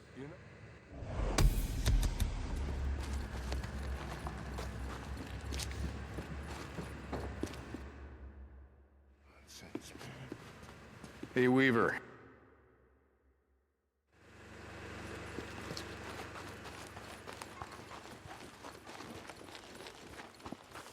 Deacon, Corporal St. John. Good to see you, man. Hey, Sergeant. I get the best shit on Wizard Island. There you go. Credit burning a hole in your man, sir, or what? You there? Come in. Corporal St. John, I won't tolerate insubordination. Private, I'm trying to work. Get out. Sorry, ma'am. Colonel's orders. Gotta keep eyes on you 24/7. Lieutenant. Sorry. Yeah, just reporting in. I got a question about your requisition form. Yes, Corporal. It says that you need me to collect water hemlock. Yes. It grows along the edges of wetlands. Look along the north edge of the Klamath Marsh. You should be able to find it there. Klamath Marsh. Got it. Remember, Corporal, it's highly poisonous. The most toxic plant that grows in North America. Okay, I'll be careful. And the last report said that there were infected crows in the area, so you might want to take something to burn up their nests. Burn out their nests. Got it. One more thing. That other project that I'm working on, I'm gonna have more information on that soon. Thank you, Corporal. Lieutenant Whitaker out. I'm gonna need some shotgun ammo. Burn out the nests. Gonna need Molotovs. So earlier I had mentioned that this route that I'm about to take, that I was taking a very specific route earlier to avoid the trigger that spawns a bunch of different, or the possibility to spawn a bunch of different Marauder events. And that was good and bad. And one of the things that would happen later is that because I skipped that trigger, the next time I go through and it did trigger, I would get multiple of them, most likely. So that's what's about to happen. There's no reason to take the same route. In fact, if you take the same route, it will no longer stop the Marauder trigger that spawns these things in. So as I move up here, I know that there's a clothesline possibility here. So I'm just going to slow down. I see that it's there. I see the bike on the side of this little shack or whatever. So I know that this is the clothesline ambush. Now, this clothesline ambush, they have, or they're going to have at least 2 guns. So I'm going to cut this to initiate it, and I'm going to make sure that I'm on this shack, and then I'm looking for the guns, okay? I want to get the guns off the board. That way I have freedom to move away from this position, and then I can go ahead and start dealing with the rest of the enemies. So that takes care of that one. I'm going to go ahead and rearm, reload, all that stuff, because the next checkpoint that I have a possibility to get a Marauder spawn is the gas station. Now, this one is very unique in that this one does not show up on the map. So no matter what, I always come here, I demount, and I get off. You can see there's a question mark on the mini-map. That's a question mark for something else that's up forward. It's not this location. So I'm always going to go around the left side here, and I'm just looking to see if there's marauders. If I go around that left side and there are no marauders crouched down behind the objects back there, I know I'm good to go. But if I go back there and there are enemies there, then I'm going to have to clear them out. And the way that I would do that is just corner cover. So I would shoot the first two that I could see there behind the building. I would shoot them. Then I would move up to that corner that they were on. And then I would go ahead and take them out. Take the rest of them out anyway. Where the hell have you been? Meet me at the coordinates I just transmitted. Okay, so now what we're going to do is we're going to take a very similar route to like when we went to save Taylor. Almost exactly the same route. And the reason for this is because I am going to skip the trigger for a potential sniper spawn on the gas station down here. So as I go down this way, you'll see a gas station on my left. If I turn the camera. So you can see I'm looking for the sniper to see if he spawned. And I'm just doing that to guarantee, like, just as like a double check. I should, like, the route that I take should go far enough around that it doesn't spawn that trigger or that I don't hit that trigger. But I still check visually just because, you know, it's the smart thing to do, right? Okay, now since the nests that were here for the crows, I burned them all out. I don't have to worry about going all the way around. I can just cut straight across. We're going to go past the tower. And I'm going to come down here. Now, there is a marauder camp right there on my right at like my 3 o'clock now. So you want to come through here a little quiet on the bike. And then we're just going to get off right here beside this plant. I'm going to run forward. There'll be 2 other plants that I can collect. Marsh, let's go look. And we need a total of 5 because I have, this is New Game Plus, and I have the skill that gives me double for each plant. We only have to pick up 3. So that takes care of this mission. And now we're going to move back basically in reverse of the way that I came here. And now we're going to go do Weaver's mission for his music player. So again, nothing special here. Oh my God, I forgot about that. Dude, I'm so lucky that that didn't like launch me straight up in the air and on my back. And then I would take damage because I would fall off the bike and the bike would crush me. That's kind of nuts. I totally forgot that that happened. Anyways, as you can see, we're going the exact same route that I did before. The gas station's there on my right. Now, at this point, I don't need to pay attention to if the sniper spawns. If it spawns, I'll have elevation height over it, and I'll be able to respond accordingly. So I don't really pay attention to the gas station on the return because it doesn't really matter. If I get the laser that gets on me, then I just hit the NOS on the bike and get up the hill, and I can demount and take them out. All right, so we're taking, again, the exact same route that we used to come in here. Taking it a little bit slow going through that crack there because sometimes things can spawn there, like wolves and freakers and things like that. Now, for the community college here, generally speaking, or whatever this place is, generally speaking, you wouldn't want to do this during the day because there is a horde here. And this horde is always here during the day. They're not like in a cave like most of them. They're like out in the open. However, what I figured out was if I approach from this side, they won't spawn until I get to the tent. And so they all like kind of like spawn in. So right now they're spawning in. We can hear them. I picked this up and now I'm going to run out. And the reason why I use that strategy and why it's 100% safe and consistent is because from the point that they spawn in, it takes them time to then kind of filter out and fill up the area. And so I'll always have enough time to get in and out before that happens. So that takes care of that second mission we need. Now we just got 1 left to do. Well, at least in this group that I'm doing right now. So again, I'm taking this very specific route simply to avoid triggers from ambushes that could happen. And we're going to take this interesting route where I go basically down and follow the water. You know, something really cool about this game that I kind of figured out, and I don't know if it holds true on every single part of the map, but at least all of the ones I've needed to use it for, following water or like being close to the water does not spawn anything in. So what I mean is not necessarily freakers, but like marauder ambushes. So if you stay on water, it seems that the game was coded to keep a lot of those ambushes away from like the rivers and the streams and stuff. So I'm going to go ahead and stop here, and there's going to be a gas can. I'm going to use that to fill up the bike. And the reason for this is because after, well, like in a couple missions, we're going to have to do another bounty one where somebody's going to be running from us on a bike. And if you don't have, I believe it's 50%. I think you have to have 50% or higher in the tank. Otherwise, it literally will not let you start the mission. So I want to make sure that I refuel there, because if I don't, because of all the driving we've been doing, I 100% will not have enough. And I'd have to go to a secondary location to get gas. And that secondary location has a bunch of freakers at it, because it'll be nighttime by the time I get there to do that mission. The tracking signal is coming from somewhere around Mount Scott. There's a cave. The subject you're tracking has a super elevated... All right, so I want to go ahead and take off the silencer and stuff because I don't need them.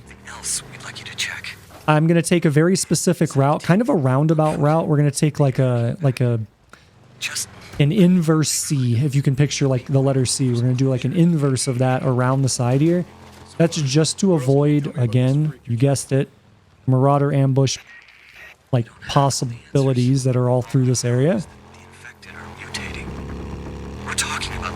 So we're actually going to approach this thing from like basically the top of where the mission is, instead of like the front, which I think that's the way the developers intend for you to go to it, is like you just drive up to the front of it. But there's two potential like ambush sites there, and we don't want to trigger those, so we're going to go this way to skip that. And then we'll be inside the cave. Now, if you've played this game, you know that up ahead, eventually we're going to have to deal with a horde. And I don't have the MG55. And the reason for that is because this horde is like a really like small horde. It's a mini horde. And I'll be able to deal with it in a much more effective way. And the sniper rifle is preferable here because of the new freaker type that's going to be now introduced into the game. So to get to the objective, all we have to do is just follow this straight line path and do not deviate from it. Tell me about the virus. Going to use some endurance there just to make sure that I have enough to get there. It just saves a little bit of time. The virus infection rate is close to 100%. In the first weeks, almost everyone under the age of 12 was killed. So like I said, you just follow this straight down. It leads you right to the objective. I'm going to go ahead and climb up. I'm going to get this stuff before I trigger the cutscene here. I want to make sure that I have all of this stuff. Then we'll move forward, trigger the cutscene. Now, right after we come out of this cutscene, we're going to have to deal with the new freaker type. And the best way to handle this guy is just to shoot him in the head. You shoot him in the head with the BFG, and he's insta-dead. If I had the MG55, I'd have to dodge. It would take a lot of ammo, a lot of shots. So I'm going to go ahead and use the mine, the proximity mine that I picked up before that last cutscene. I'm going to put it in a very specific spot, and then I'm going to move around the side here after the cutscene. We're going to move around. I'm going to use the mini map and where I place that proximity mine to know where I am, because it's very easy to get turned around here. But I'm going to move over to here, and we're just going to wait. We're going to let the freakers flow through here. And then as they come in, I'm going to start shooting them, and we're going to use focus. We're going to use our entire focus bar to slow time down and kill as many of these as we can. Once they start getting close or the focus bar is getting depleted, I'm going to run through this crack. Now, this crack is an AI break. They cannot physically move through that, so they have to go all the way around. Now, what I wanted to do here and what the strategy is to place proximity mines as a backup strat. But for whatever reason, the game decided to bug and would not allow me to place them here. And I know for a fact you can, because I've done it on almost every single run that I've gotten this far. So the strat is to simply, as you see, just throw grenades in a very specific location, and they will just die because that's the location that they're filtering down to climb up. Again, the proximity mine's not needed. It's just nice to have them since I picked them up during the Curry mission and I can't use them. Or sorry, the last like mission with Corey where we were doing the freaker horde.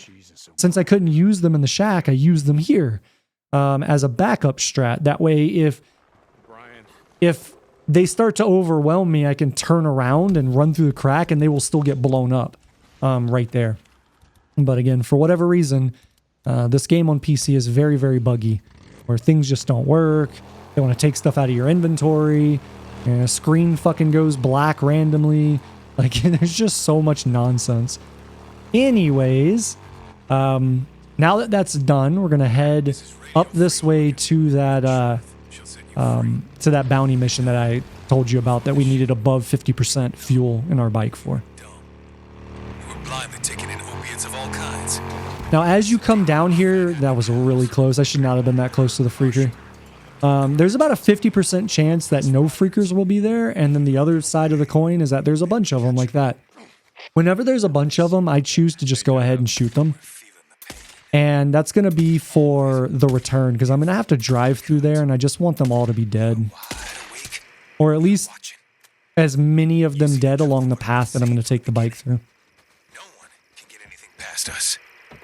We're the ones running the show now. So I'll go ahead and start this. I want to make sure that I'm already looking the direction that I need to run, because this is a very, very tight time window. You need to run up here quickly, otherwise you'll lose him. All right, so we get the 3 shots, and he's down, and then we'll get pulled into the dialogue.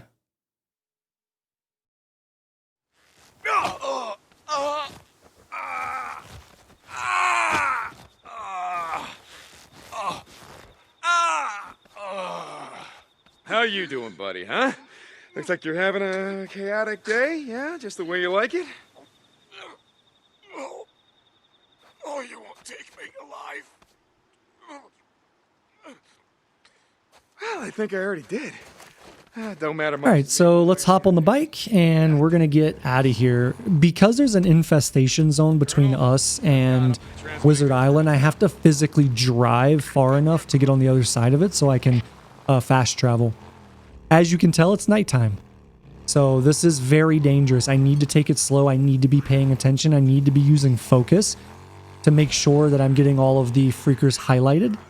Now, as I make this turn up here to go to this small little pass, there will always, 100% always be something here. Luckily for me this time, it's just a regular freaker. I've had breakers. I've had the new one that we just fought in the cave here. I've had bears here. I've had infected wolves here. I've had a newt here, believe it or not. Like just like a random newt by itself that will try to attack you as you pass through. So there is always something here. Take it slow. And generally speaking, there's a high probability that there will be something around this corner. So that's why I take it really slow here. Now, once I make it through this side, I need to, again, go up that same route like when I came through, simply because I don't want to aggro the Marauder trigger that was over there on my left this time, my right the first time. But as I go through here, again, we're just taking it slow. I'm using focus, making sure that I know where things are. And once we get basically across this field, I should be in a position to fast travel back. And there we go.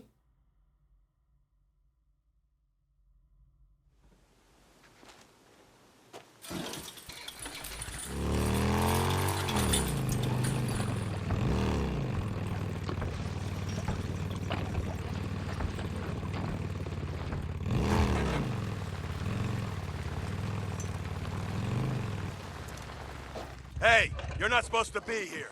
Corporal Deacon St. John. Sarge, good to see you. Oh, yeah. Upgrade the hell out of that thing, right? There you go. Yeah, gonna make me a quadrillionaire, right? Okay, now that's more like it. Hey, Corporal St. John. I'll catch you later. Deke. Corporal. Hey. Hey, Sarge. Deke. Corporal. See you, man.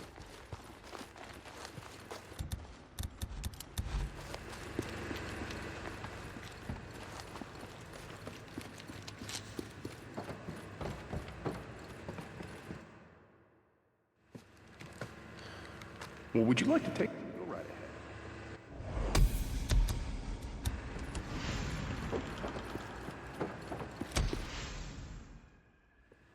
Hey. Hey, man.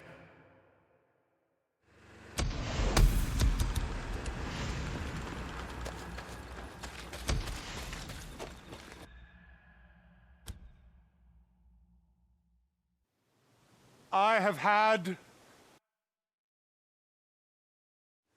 Gotta get to the RPGs. For this mission, not a whole lot to talk to. Pretty standard stealth mission. If you're trying to do this yourself, just follow what I do and you should be able to get through it without much issue. Jesus, that's harsh. Come on, you son of a bitch. That'll do it. I gotta get to Sarah. Sarah, Lieutenant Whitaker, come in. Damn it. Hang on, I'm coming.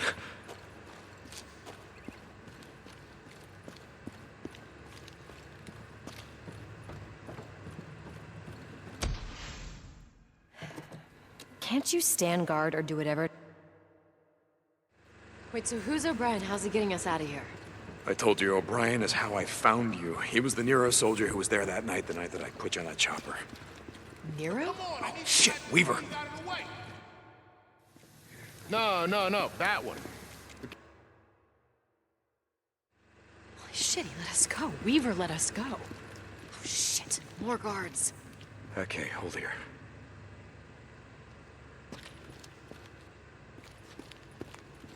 Hey, come on. Let's go around them. Okay. So O'Brien, the guy in the NERO chopper, he's coming here? Yeah, look, it's a long story. I'll tell you all about it once we get clear. So they're still flying? I mean, God, Deacon, they must have resources, labs, equipment. Well, yeah, I'm pretty sure they do. Look, you can ask O'Brien when you see him. Another guard. Hold on. I'll distract him. Be careful.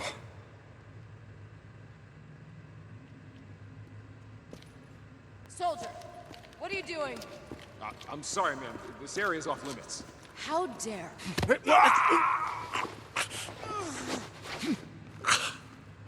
Nice going. Another guard. I'll see if I can get them to move. Be careful.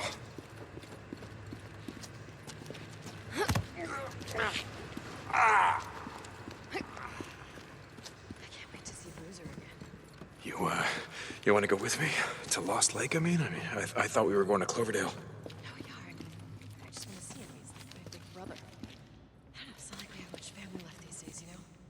Well done. Come on. We're almost there. Wait. I'll distract him.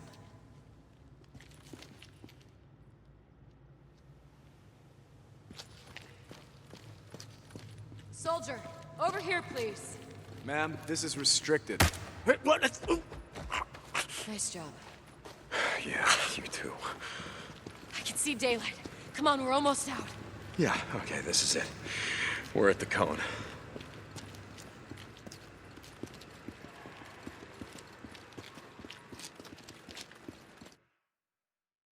Okay, we made it.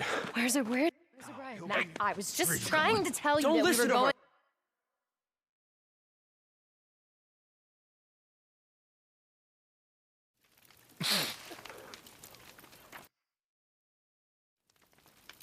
Okay, so I'm going to go ahead and pick up the things that I can here, and then what we need to do is circumvent both freakers and some of the militia. So I'm going to go down and cross the bridge here. Now you could go up and cross the bigger bridge, but there's militia on it that you'd have to fight, so obviously we don't want to do that. All of these freakers will be here. It's the same every single time, to include one of the special ones when I jump here. But he'll dodge out of the way. He'll never actually be able to knock you off your bike. This way. Head north. So I'm going to stop short right here at like the snow berm or whatever. This wasn't here before. We're going to stop right here, and we're going to go ahead and use the sniper, take out the guard there, take out the one on the rooftop there. Then I'm going to move up to the left here.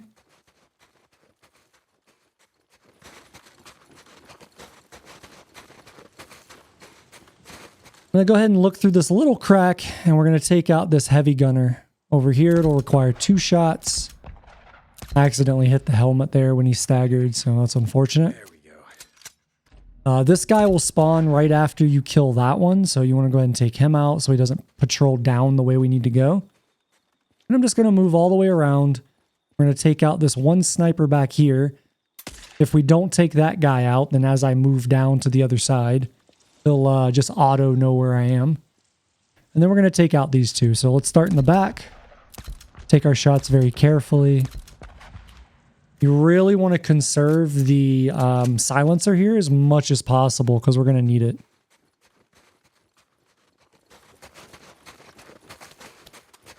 Now this is a very unique area because this section, so we have 2 more combat sections. Combat section 2 and 3 are no issue to bring your bike through. However, this first one that I'm at right now is. So I'm basically going to do this whole entire mission from this point forward on foot. We will not be driving the bike. And the reason for that is because it is simply too inconsistent to try to clear out this entire area that I'm in right now just to get the bike through this hole.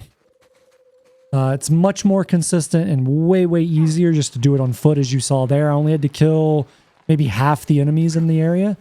And those enemies are 100% consistent all the time, minus the very last one that I shot. So sometimes that guy will be a little bit further up or a little bit to the left or to the right of where I shot him. Anyways, once I get over here by the ambulance, we're going to kill the guy, the sniper that's up there, and then slowly peek out to kill the one that's in the tower. If you go too close when you go to peek out for that guy in the tower, the second one, he will auto aggro onto you and pull people in this area. Anyways, once those are dead, we're just going to move forward here. I'm going to take cover in the bushes here. We're going to take these 2 guys out. Now, these 2 will float. Sometimes they'll be standing together like that. Sometimes one will be in the tent, the other will be there, etc. You just kind of got to know the variables there and what they look like. But those guys will be the only ones that we kill in this area, so I don't have to clear out anyone else. Just the 2 snipers and those 2 guys. I'm going to pick up a few things here, and then I'm just going to throw a grenade at this. Now I'm going to run through the barricade on the left side, and the reason is because there's big poles falling on the right side, and those will fall in towards the middle of where the barricade was.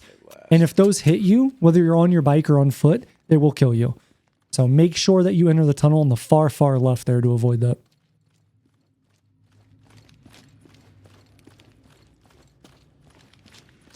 I'm going to go up the left side here of this vehicle. Try not to get stuck on that box. I'm going to scope in. I'm going to look to the right for this tower. And as I come around, we should get the spawn in for the enemy right there. We're going to take him out. That's the last one I care about being silent on. That shot right there will always happen. That's not because they saw me. So now I'm just going to kill everyone that I can. Let's do this. In silence, anyway. We're going to kill everyone we can in silence. I'm going to go ahead and go hot on this guy. And that last shot was loud because our silencer broke. So I've killed everyone in this area except for the flamethrower that's going to come down the middle. So I just want to be looking down this way. 99% of the time, this guy's coming. We're just going to shoot him in this tank and let the explosion take care of him.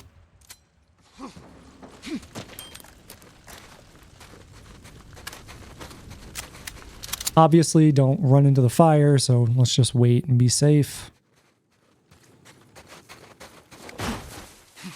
So from here forward, there's no more enemies. There's no more freakers. There's no more random RNG spawns like wolves or anything like that. It is completely clear of enemies. So at this point, we're clear. All we got to do is get down to Lost Lake. It is a lot of running, but again, this was the safest way I could find to consistently, 100% of the time, clear this mission going through all those enemies. So if you're trying to do this yourself, as long as you stick to what I said, you should be fine. Anyways, I'm going to go ahead and use stamina here. And then as I get down here, there will be a plant that I can pick up if I need extra. If it'll activate. Sometimes you go to pick stuff up and the button just does not respond. Maybe that's just a PC thing. I don't know. Ricky, Lost Lake camp, come in. Ricky, Iron Mike, come in. Shit. Deke, you're alive. Skizzo said you were dead. Find Skizzo, damn it. Find Iron Mike. Ricky, talk to me. What's going on? What? Skizzo came rolling in with an army, militia. Find him now! The lodge! Get up to the lodge! Move, damn it! He said he was bringing supplies, wanted to make amends, begged Iron Mike to forgive him. Ricky, you didn't. Oh, God, Iron Mike didn't. All hell broke loose. They started shooting. I can't find him. Deke, Iron Mike, I can't find him!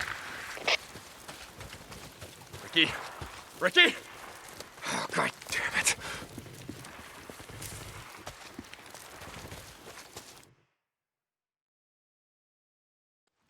Hey! They're pulling out. They're on the run.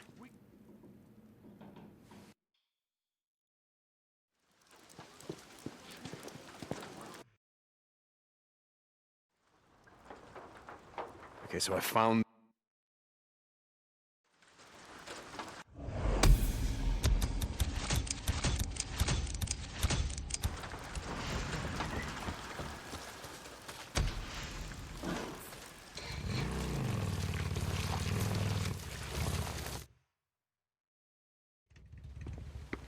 How's it coming?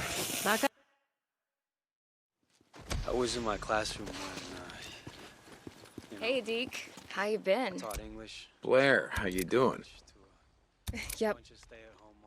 Yep, that's nice. Okay. Good one. Yep. Hey, come around more often. Freaks. We miss you. A lot of freaks. They came tearing through like it was a riot or something. So I'm carrying it up.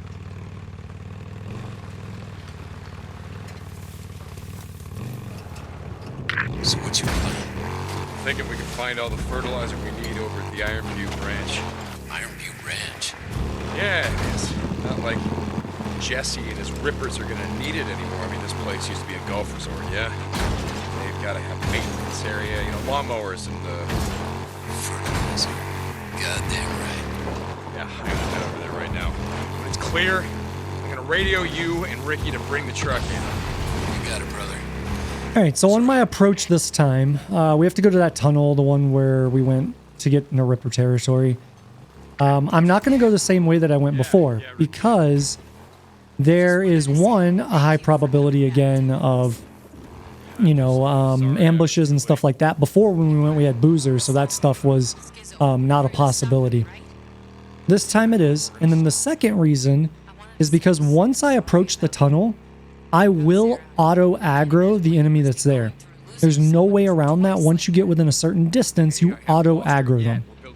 So what I want to do is I'm going to go from the top. So instead of going from like the bottom and then the east, I'm going to go basically from the west and come in from the top. And I'm going to get off the bike, and I can already see there's a question mark on the mini-map. So I know there's an event here. That also means that I'm going to have to deal with an extra enemy. So we're just going to sneak up here. I know from experience that guy, one's going to be melee, one's going to be ranged. And the second one is likely going to be up against the fence. Bro, there you are. You gotta listen.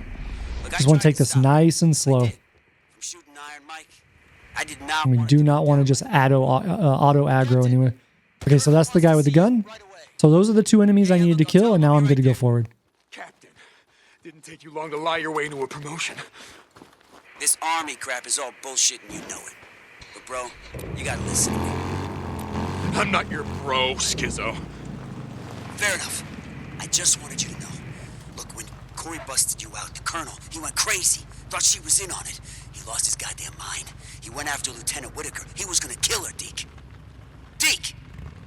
Yeah. Okay, so once I get through this arch or whatever, I'm going to go ahead and get off the bike. I don't want to get too close that the noise from the bike pulls everybody to me. Maybe we use it to kill the freaks. Going to go ahead and get our sniper rifle out, make sure we have our silencer on.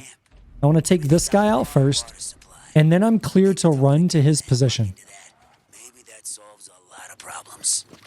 Anyway, the colonel, he likes that idea. Everything that you're about to see me do here is completely scripted, happens the same way every single time.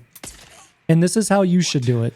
And the reason for this is because if these enemies become alerted to your presence, there will be 2 motorcycle enemies that then spawn in.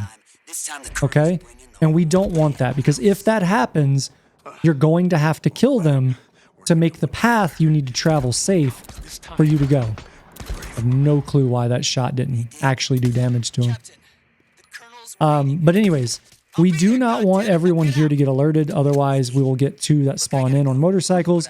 And like I said, we'll have to deal with those. And it just eats up time because you basically have to sit in a bush and wait and wait and wait and wait for them to come down. And then when they come down, you kill them. And then you do that the same thing for the second guy. And this run's already long enough. And plus it adds more risk, etc. Anyways, you don't want to get spotted. The TLDR, do exactly what I did. Every single enemy will float in the exact way that you saw there. Every single time consistently. So if you kill them in the order that I showed you there, you will get through that without any issue. Just make sure that that heavy that I shot and he didn't react to one of them, make sure that that guy is killed quickly. Because if something does go wrong, the rest of them are easy to deal with. But you don't want that guy shooting at you, so make sure that you kill him quickly.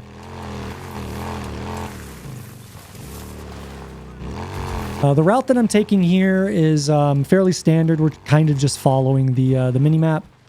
So nothing too much to talk to here. The horde that we're going to fight up here, there is some stuff that I got to talk to here. The strategy is pretty unique. And this will be the first strategy in the entire run that you're going to see where I use an actual AI break. And what an AI break is in gaming terms is it is an area where the AI is coded in such a weird way that they behave incorrectly. They behave in a way that the game does not intend, or that probably the developers did not intend. So what we're going to do is I'm going to go down here and we're going to just go ahead and pull these guys. Now all I want them to do is aggro to me. And once I see that they see me, I can take some shots, whatever, doesn't matter. But once I see that they're all with me, then we're going to come up to the top of this hill right by this rock and we're just going to wait. And this is because I don't want to outrange them too far. I want to make sure that they stay with me. Once I'm confident that they are going to follow me down here, we're going to go to this destroyed bridge, and I'm going to just pull the bike in this exact orientation. And then I'm going to stand in this exact spot. And now I'm just going to throw grenades in. Now, for whatever reason, all of these freakers are no longer able to see me. They're no longer able to find me. So what I need to do is basically stand still and in a controlled manner throw these grenades. That one was a little bit too fast. But in a controlled manner, throw the grenades, and then I want to shoot these guys. As much as possible, shoot the ones that are closest to me.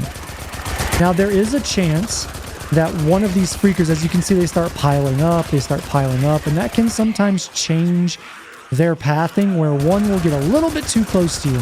And if it does get a little bit too close to you, then it can break the AI break and then go back into its normal state and attack you. So you need to be paying very close attention to enemies that get close to you. Now, the reason that I do this is because, in my opinion, it's the fastest way and it's the safest way to just deal with these, get them off the board, and then you can move on. Now, for the ones that are left, you can either kill them here or you can move slightly to your left. For whatever reason, if you move slightly to the left, like at the front of the bike, then what will happen is the enemies, you'll see it right here, they'll start running to the left and they'll stand like out in the middle of this road. So for whatever reason, this area right up against this broken bridge is invisible to the freakers. They cannot see it. Like, pretend there's an invisible building there that they can't enter. So they just basically run down there, they look for you, they can't find you, and they just stand around doing nothing.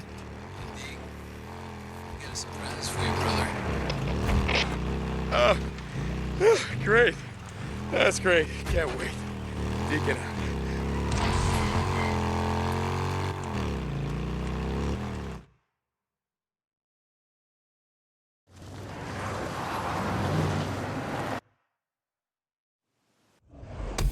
Okay, at this point, I'm just basically waiting for dialogue to happen before we can continue, so I'm just going to take the opportunity to run around, pick some stuff up. Just more preparation for endgame. I need to talk to you. Ricky, what's wrong? Militia. What? Where? Boozer thinks they might be planning another attack, so he asked me to send you to take a look. Goddamn militia. Yeah, I got this. Thank God. I'll let Boozer know. Ricky out.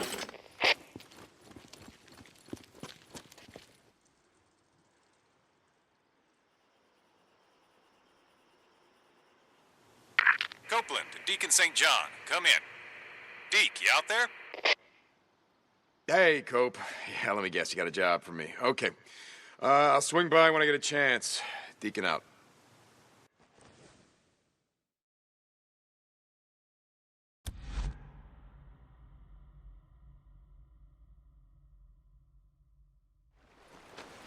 Open the gate. Hey, it's Deacon.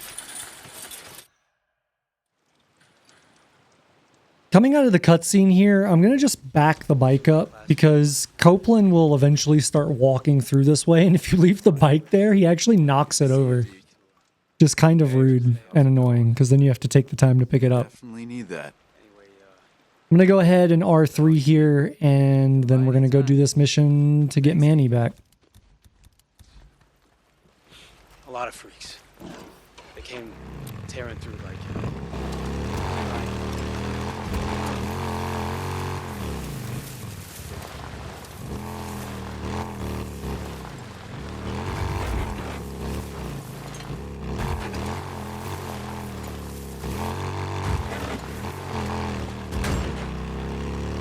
So as soon as the mission marker disappears, which is basically right beside this speed limit sign, we want to go ahead and just stop and get off the bike. And we want to leave the bike there specifically because when we end the mission, we're going to end right there and then I can just immediately fast travel. However, we're not going to go the developer intended way down to the camp. I'm actually going to kind of circumvent that. We're going to run all the way down to this road sign, this yellow one. We're going to go to this tree. And then I'm going to peek out and look for the sniper. And I always forget exactly where this guy is because of all the dense like foliage and whatnot. So there we go. He turned on his laser and that made it easy for me. So I want to take him out and then I want to run straight down to the camp. And I'm going to hide in the bushes down here. So these right under where the sniper was. And now from here, very quickly, we want to kind of move around, assess the situation, and take these guys out. Now, they're not always going to be in the exact same place, but they will be in relatively the same place every time you do this. So, and I believe it's 11 enemies. I can't remember. I know it's a high number of them. But whether you get them all or not, as long as you can get to Manny, then it doesn't matter.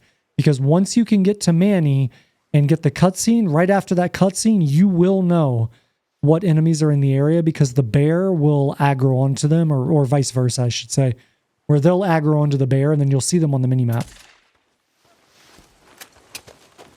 And I can't remember if this is the run. Usually I miss one and then I have to like deal with them up here, but yeah, there was one right there. I just saw it under the bridge. Okay, there we go. I'm just going to make sure that my sniper is fully reloaded before I go over here for Manny, because we're going to unload the entire clip basically into this bear. So I'm going to cover down here. That's just in case I miss anybody. Like I said earlier, if I miss any of the humans, then they won't be able to shoot me. Shit, almost out. Jesus Christ. Takes so many bullets to kill that thing. Anyways, that takes care of that. There's no more humans alive. Obviously, we took care of those prior to getting Manny. So now all we gotta do is just run back to the bike and we can move on. Yeah, okay. Let's get the hell out of here. You don't gotta twist my arm on that one. Yeah, so what the hell happened? What were you doing out here? I don't know. I hadn't been on a run in months. Felt like maybe I wasn't, I don't know, doing my share, you know? A lot of assholes with guns out here, Manny. Not many know how to fix the shit that they ride around on. Yeah, that's what Cope said. Yeah, for once I agree with the son of a bitch. So what do you think? Why's it gotta be this way? Be what way? Everyone out here trying to kill everyone else. Manny, you know how many folks were locked up in prisons before the shit went down? I mean, here in the States, no idea. 2.5 million. You count the ones that are on a parole. You good from here? Yeah. Hey, Deke? Okay, at this point, we're going to head back to Lost Lake. I'm going to go ahead and R3, and then we're going to go take care of these militia missions. Now, the militia missions are interesting because the best way to do them is to do them completely in stealth, right? But I'm not going to have that many shots for my silencers. So the way that I handle this is basically I do one, then I come back. I R3, I go do the next one, I come back. I R3, etc., etc., etc. That seems to be the best way to handle it. That way I always have my max capability going into each one of the missions. No, I guess they don't. Manny gets back. Tell him to keep his nose down. St. John out. Hey, Deacon. Hey, Buzz. Shit, you really need a lot of fuel. Where the hell's my ratchet wrench? See you around.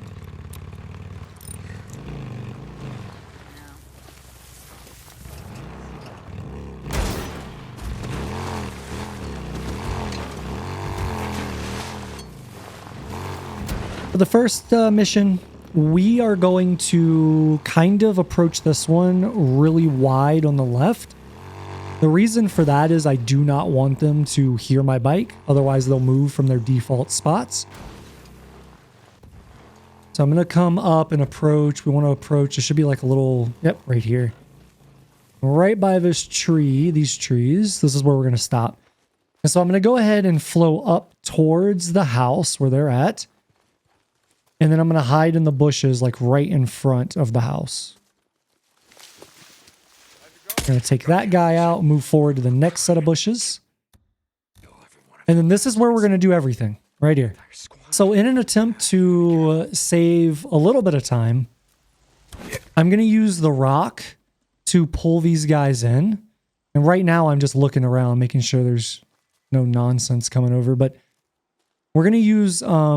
basically distraction, which we really haven't used the entire game, to pull these guys in and save a little bit of ammo, and this also makes it way more consistent.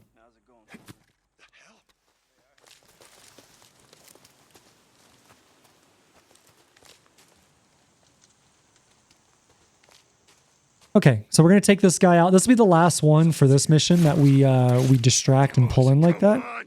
So as long as the heavy is down the right side here, we're going to go ahead and take him out and then take out the guy on the top. Now you want to take your time with this because you don't want to take extra shots and waste your silencer here. Now I'm going to move up the left here. I'm going to go ahead and use focus just to make sure these guys are in their defaults.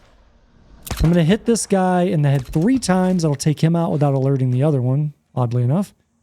Take that guy out. We'll move forward. Now, all of what you've just seen is 100% consistent every time as long as you do it that way. When you shoot this guy, it's about a 50-50 that the last enemy will either be alerted or not be alerted. So you can see as you get close, he auto alerts anyway. And that was a good example of why corner cover is very important. It allows me to shoot, and when they shoot at me, they hit nothing. Okay. So now, because it's still daytime, if it was a little bit later in the afternoon, I would just go back to I would go back to Lost Lake, R3, sleep for day, and then come back. But because we were able to get through that so quickly, we're just going to go ahead and go up to the other one. The other reason why I'm doing that is because I also, my silencers are in a good state. Okay. Now the route that I'm taking here, the farmhouse that's right across from the one we just assaulted, is a known marauder spawn. It's a sniper spawn as well. So I'm circumventing that to make sure that they can't spawn. Prior to clearing it out, they can't spawn. But once you clear it, it kind of resets the state of the area, and then they're able to trigger again. So I don't want to do that. So that's why I took this way to get over here. All right, so we're going to move up here. We're going to get off the bike again. We don't want to aggro them in off the sound of the engine. And we're just going to run forward here and get in these bushes. And so now it's just going to be a rinse and repeat of before. It's just going to be bringing them in with rocks. And my goal really is to melee kill or stealth kill all of the ones that have helmets. The ones that I can't insta-kill with one shot to the head. If I can do that, then all the other ones will just take out with gunfire. But that's pretty much the entire strategy here. So just take it slow, get all these dead. Then once they're all dead, we'll go back to the bike and we'll fast travel back to Lost Lake. We'll sleep for day and then we'll go do the last one. The only other thing I want to note is the reason why I approach from that side, and now it's nighttime. The reason why I approach from that side and leave the bike there is because if you went from the other side, that side is part of an infestation zone, which means you wouldn't be able to immediately fast travel back. You'd have to get on the bike and drive it down. And that just takes extra time and is a little bit extra risky because up there on the other side, there are nests. So in my opinion, this is the best way to approach. This is the best way to deal with the area. But anyways, that's what we're going to do. And then I'll pipe back up when we get to the last of the militia missions.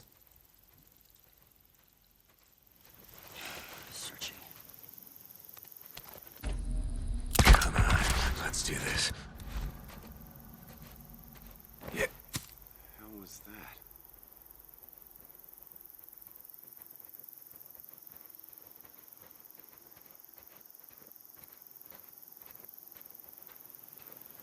Someone's here.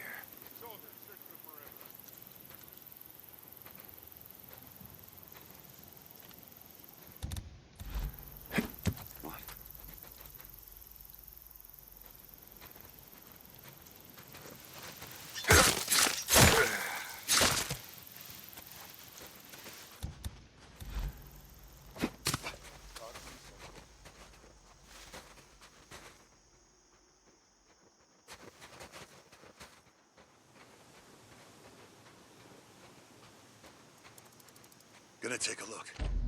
Come on, you sons of bitches.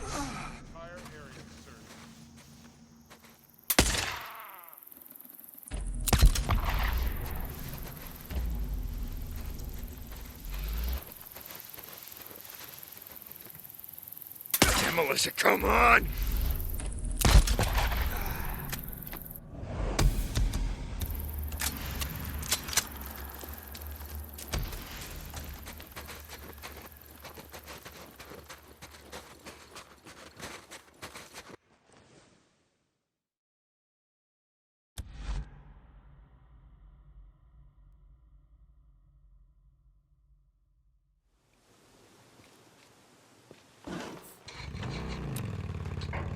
Somebody's at the gate.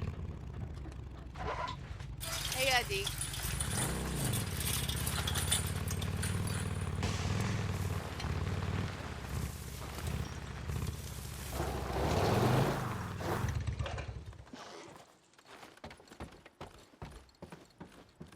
I'm just gonna grab some shut-eye.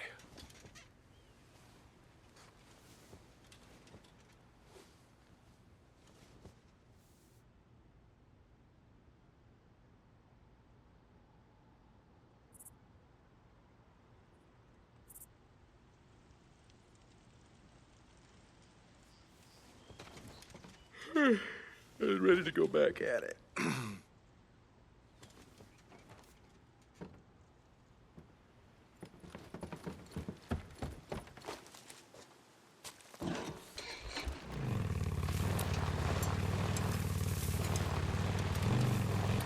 I worked at the Humane Society. Deacon, Had a good to small see you. office and a dog pen outside of Sister's. Okay.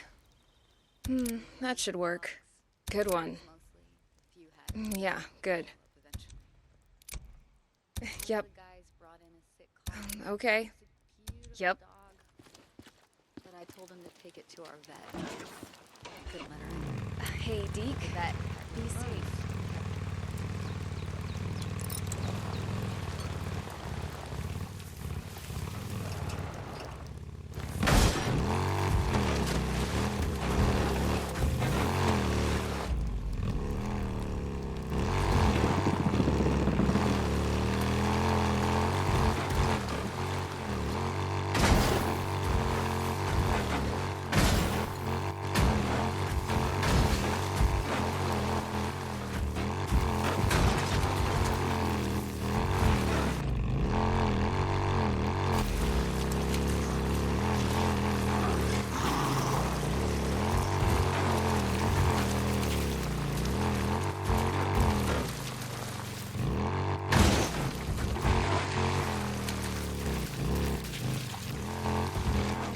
All right, so as we approach the house here, we're actually not approaching the house where they're at. We're approaching the one up the hill.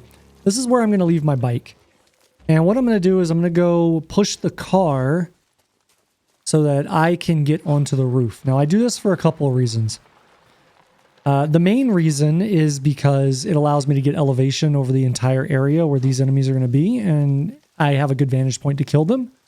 If they fire on me, then I have quote-unquote corner cover from the rooftop and the way that it's angled.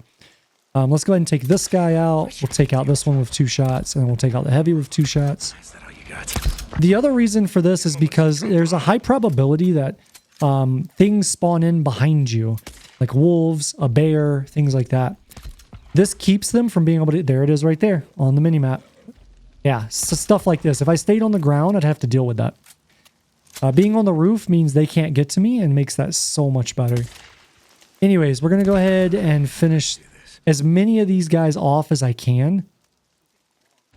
And again, you can see that like I'm able to shoot over the roof, but Deacon's actual body is covered by the entire roof. So none of my body is sticking out there. We'll take this guy out, and then there should only be 2 left, and they should be in the building. And they should be, as long as I don't alert anybody, I don't get anybody to, shout out for reinforcements, I don't get anybody shooting at me, then those 2 inside the building should always remain in their default spots. Now, the thing that I'm worried about here is that I killed a wolf because wolves spawned, and I only saw 1. So that's my concern right now, is I'm kind of slowly moving forward, trying to figure out who's where. So I now know that one of the enemies from inside the building left. Okay, and now I'm looking on the mini-map. I see that there's something else here, and I need to get to cover. So I just go back into the bushes. And now I'm trying to assess what it was. I can see the wolf in the distance, even though it's not on the mini-map.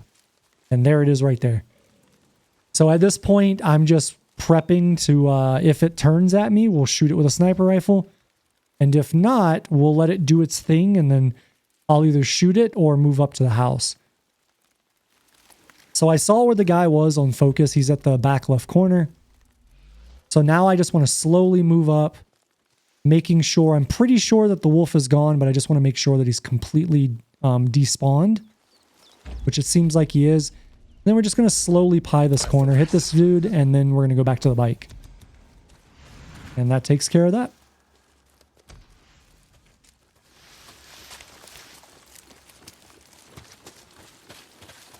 All right, brother, you're killing me. Where are you getting the creosote?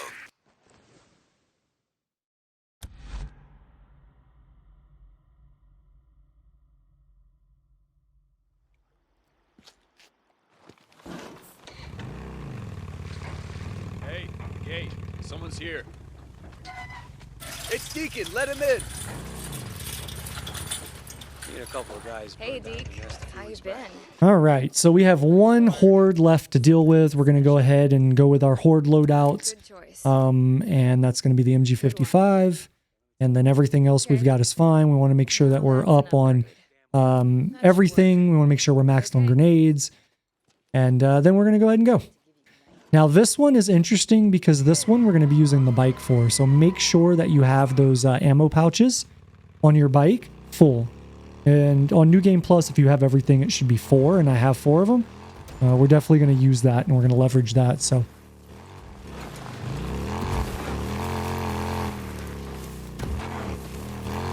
now as we approach the sawmill, make sure that you go in the way that I'm going in, because this is going to set you up to do the jump that you're going to need to do with the bike to set this whole strategy up. So what we're going to do here is we're going to leverage the NERO checkpoint up here to kill the horde. So I'm going to go around to the back side of the NERO checkpoint. The NERO checkpoint is on my right now, the black buildings, you can see them there. And we're going to go up here towards the top of this hill. And then we're going to turn around. And you want to take this angle as we go in. And you're going to want to go in and boost. And then stop. Okay, I like to turn to the right because I have no clue whether if you hit one of those exploding barrels with your bike, whether it'll explode or not, but I don't want to take the chance. So the setup here is I'm going to drive the bike straight forward to this box, and then I'm going to let off the gas. And if you do that, you'll put the bike in this state where it's kind of like up in the air, right? Like up on the object. From there, I'm going to leave it. I'm going to get off, and we're going to go fuel the generator, and then we're going to turn it on. Now, what this is going to do is the sound from all the speakers at this NERO checkpoint is going to be close enough in proximity to the horde to actually aggro them over. It will draw them in, which is what I want. So let's go ahead and get this fueled up.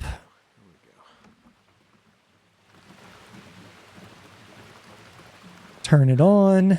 And now run for the bike.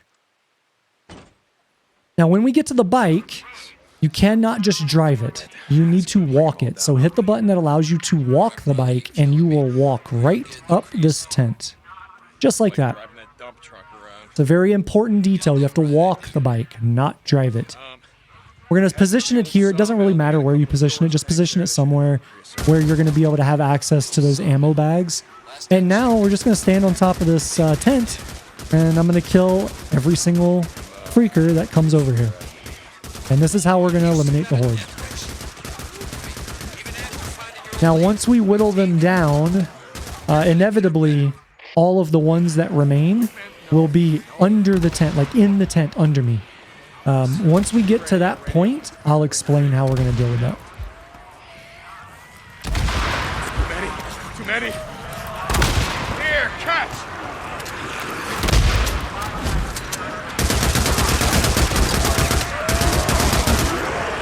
Now, one of the nice things about this, so right now they're attacking a breaker. That's why they're over there. One of the nice things about this is you'll usually get at least one breaker that'll draw them away and allow you even more time to kill them, almost like an attractor.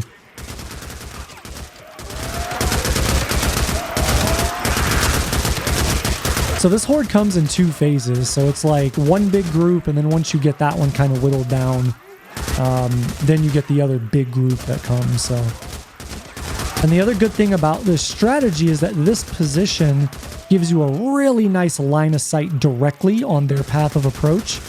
So basically you just point forward and shoot in nice controlled bursts, and you take out quite a few of them. You can see we're already down to almost 25%.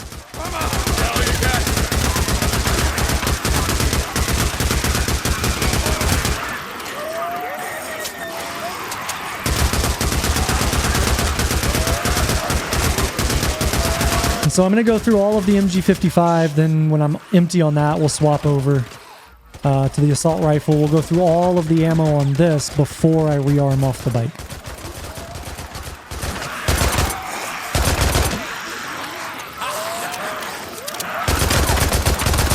Okay, so everyone outside of the NERO compound is gone. Now we just have to deal with all of these.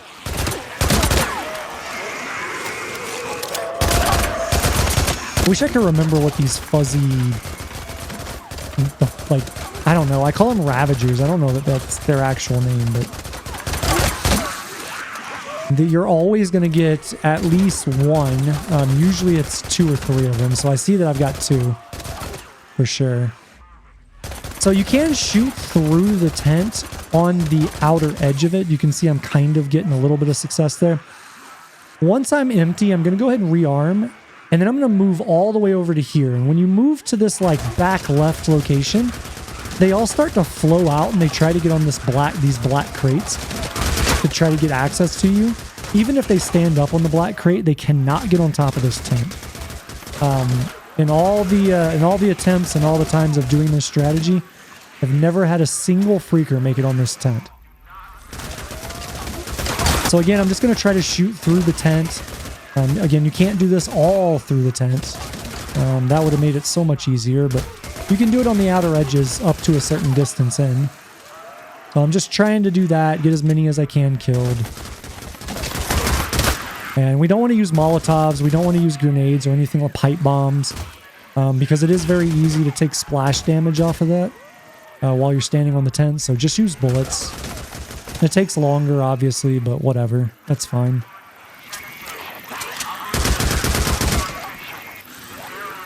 I don't know why, but inevitably there's always like one or two that tries to run away. And, like, you just kill them as they're going over the fence. It's like out of all of the freakers, those were the smart ones that were like, fuck this, I'm out. And then they don't make it. So what I'm trying to do right now is coax these guys out. They're getting stuck on the corner of the door here. And I really need these Ravagers or whatever the hell their name is. Somebody I'm sure will correct me in the comments. To come out of the tent. So I moved to the other side to try to reset their pathing.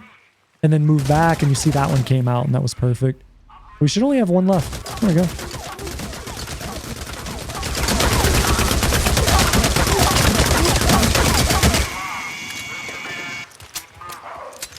Oh, did he go back in? Where'd he go? Clearly when I was doing the run, I was asking myself the same question. Yeah, this is the last guy. So, okay, there we go. He's dead. So now I'm just going to go ahead and rearm and we're good. Now I cannot get the bike out of this NERO checkpoint. So I'm not going to be able to like drive out of here. So we do have to fast travel out. Something I never considered though, and I just thought of it right now. I wonder if you could open the doors on the NERO, like, buildings and like drive the bike through it. Like, I wonder if you could do that. Probably not. That would make no sense that they would allow you to do that, but it would be pretty cool if you could. So somebody go try it out and then let me know in the comments. Anyways, that's all we got to do here. We're going to go over here. We'll trigger the cutscene. After that, because I need to fast travel back, we're going to have to turn around and run all the way back to the checkpoint so I can get in range of the bike to fast travel. But it's pretty much done.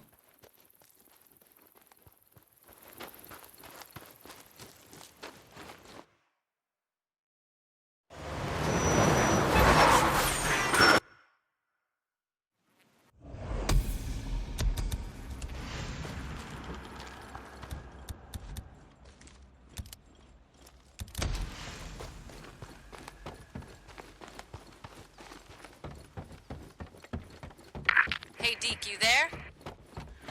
Hey, Ricky, what's up? There's still some work I need to do on the truck. I'll radio you when it's ready. Thank you. Thank you. I'm ready when you are. Deke, you sure you want to do this? They're coming, Ricky. Unless we take him out first. You're right.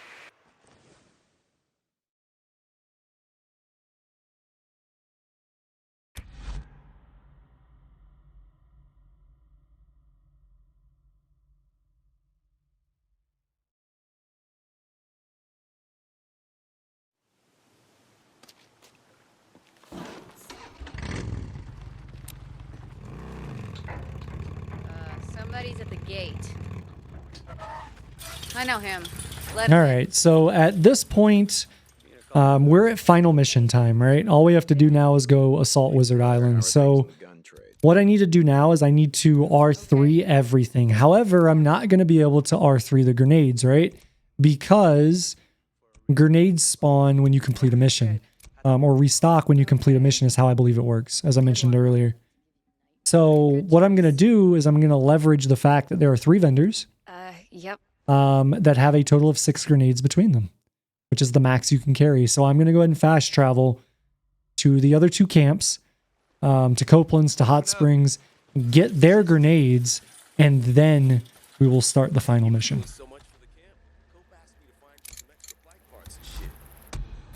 Hey, you Manny. I'd see you, Deke. Hey, Deke, how's it going? Farewell. Damon. Nice. Okay.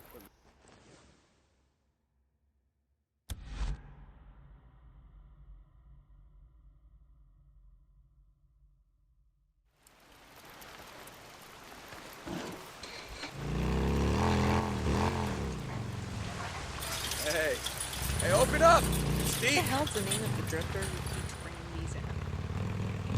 What can I get for you?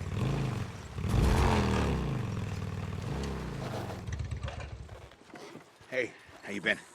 Okay, something? just stopping by. Can I get anything else for you?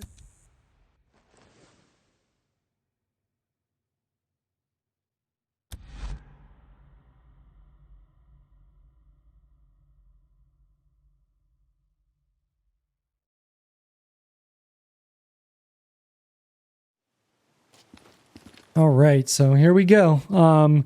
This is the hardest, well, one of the hardest, if not the hardest, mission to do without taking damage, simply because there are a lot of enemies and a lot of variables that go into how these enemies move. And a lot of things you have to do correctly to trick their AI into doing what you want it to do. Not to mention, it's a mission where you don't have a whole lot of options as to your approach. Like, you have to run up this hill and that's all you can do, so to speak, right? Like, things like that. So it's very difficult. Anyways, we want to make sure we have the assault rifle out. Do not worry about silencers. We do not run silencers until we get inside for the stealth part. As soon as you come out of the crawl, dodge roll and duck down here, and then get a grenade ready. We're going to throw that grenade right here at the opening as we get the one that charges in on us. From here, you just need to shoot who you can. Now, as you can see right in front of me, right over where I was throwing this grenade, there's all this broken wood that's burnt up. That is an actual barrier. So you're going to use that to the greatest extent possible to corner cover on to block shots, okay? Again, there's not great options here, so you just have to work with what you got. Now what I'm looking for is I'm looking to get on this side and corner cover on this with a sniper rifle. The problem is that it likes to push you out. So you see how I'm out too far to the right? So I'm trying to finagle this cover so that I've got corner cover, but I've got good line of sight on these enemies as well. And I think right there we've got it. So we'll take that out, take that out. Now I should have one left.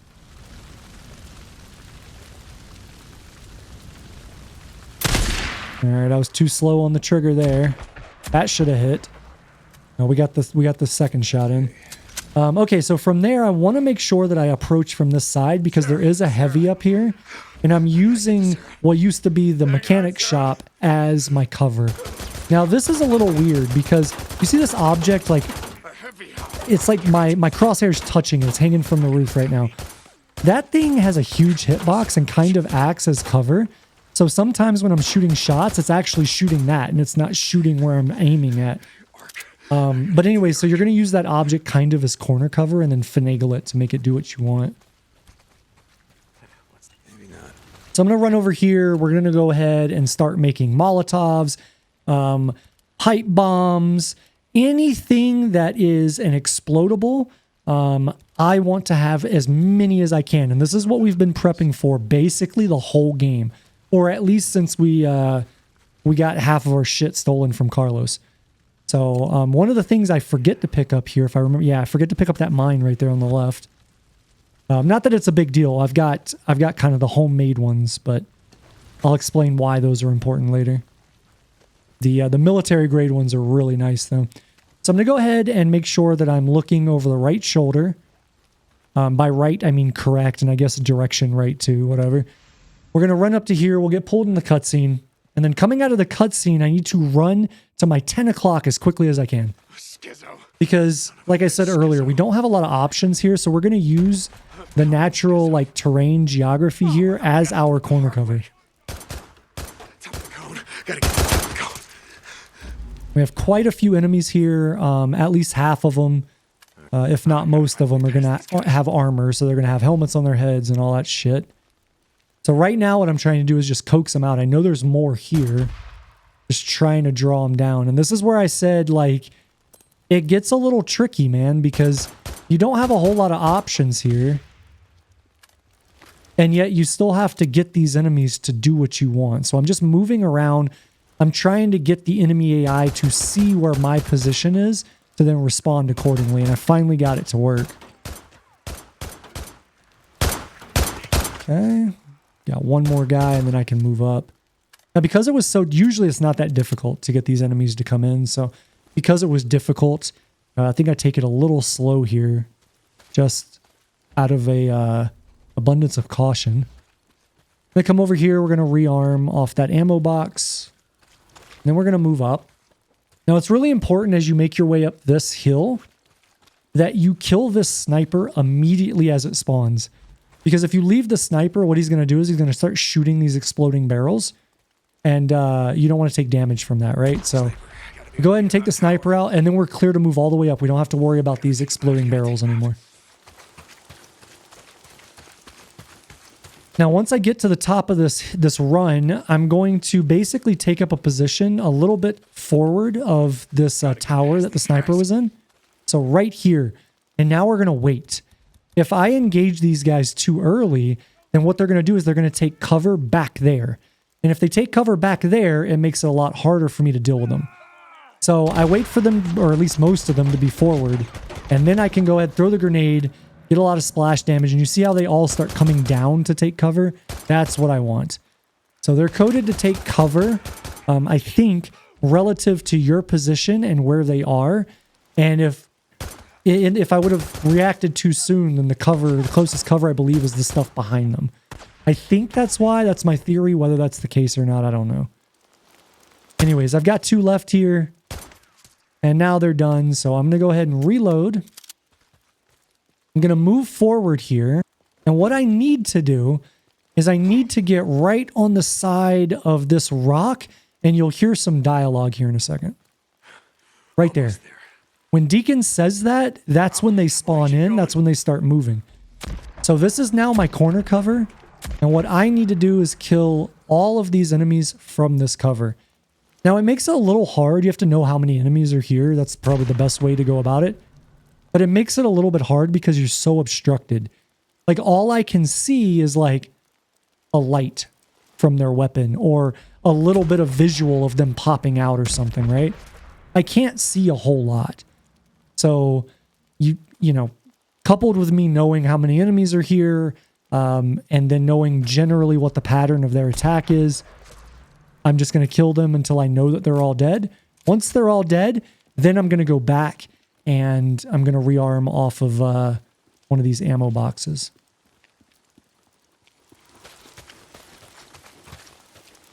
Okay, I just want to make sure that I'm on the right shoulder here. I need to be on the left side, though, not on the right side. Well, actually, no, we want to be on the right side because we're going to move up to this this truck and this telephone pole or light pole or whatever it is. So I'm going to cover down here. We're going to go sniper and take these guys out. Should have aimed a little lower there. Okay, not a big deal. I'm just going to corner cover on this guy where I'm completely safe and he's out in the open like an idiot. Okay, perfect. So now, let's go ahead and rearm. And obviously now you guys can see how important ammo management is for this section. I want to make sure I'm on the left shoulder here because this is the final section before we start doing stealth. So as I get to the entrance here, we're going to get this like little camera pull, which is fine, whatever. And then as we get to the top where the entrance is at, right where these tires are in the sandbag, there's a little spot. You kind of got to finagle Deacon a little bit to get him to get on it. But if you can get him on it, you'll have perfect line of sight to both of these guys that are behind the sandbags to get nice, good headshots on them. And so just take it slow. There's no rush here. We're not doing a speed run. We're doing a perfect run. So just take it slow. Wait for him to pop up for his head and then shoot him in the face. There we go. So now we'll have one guy in the far back. It's a heavy, I believe. So we're just going to aim where we think his head is. And you can see I'm getting the brown indicator. That means I'm hitting armor, which is his helmet. So that guy's taken out. Now I'm going to go to the sniper in the tower. Peek out. We'll take him out. And then I just have the flamethrower guy. I believe it's a flamethrower. So we're going to aim for his pack, get that to explode. And then we're done. There we go. That's the first half of this done. So now I'm going to go ahead. We're going to put silencers on because now we're in all the stealth stuff. And then I'm going to run over and pick up a bunch of stuff, rearm, etc. Basically do a pseudo R3 in the middle of the mission. And then we will go and continue.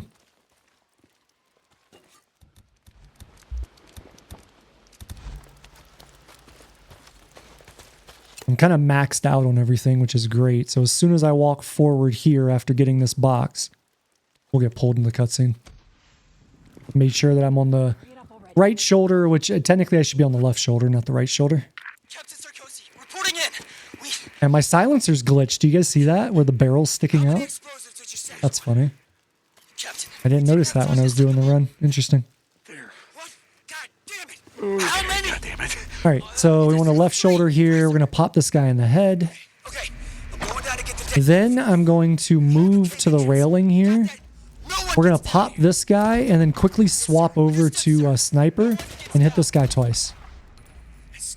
Okay, that ensures that none of those enemies react to me and that I don't aggro in anyone else from the area.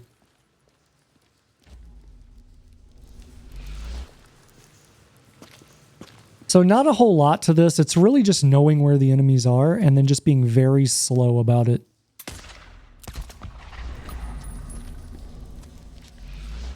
So I'm going to wait for this guy to walk back, because if I shoot him, he'll probably fall down to his knees. It'll be behind the box. I won't get the second shot fast enough, and he might go alert. So again, patience on display. Just be patient. Come on, you son of a bitch. There. Okay, that should do it. One more. Gotta find the last one. Almost there, Schizo. Almost there. So again, nothing different here. We're just going to take it slow. Obviously, just know where the enemies are. Now, I like to take the high ground here just because it makes it a little bit easier to deal with the enemies, especially if they go aggressive on you because you mess up. And there's only so many ways they can get to you. I'm waiting there because if I would have taken the shot, it would have hit him in his helmet. And I would have just wasted silencer and a bullet for no reason.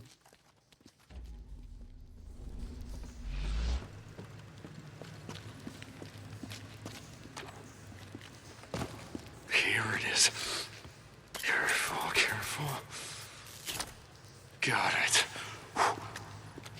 That's it. Sorry, you're not blowing up shit today, Schizo.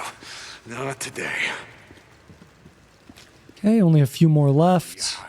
We'll wait for this guy to get a little bit up the bridge. Take him out. Take that one out. And then we're going to go over to our sniper. Or we should. Because that guy's armored. Good. One more. Perfect. And now we just have 2 left. Okay.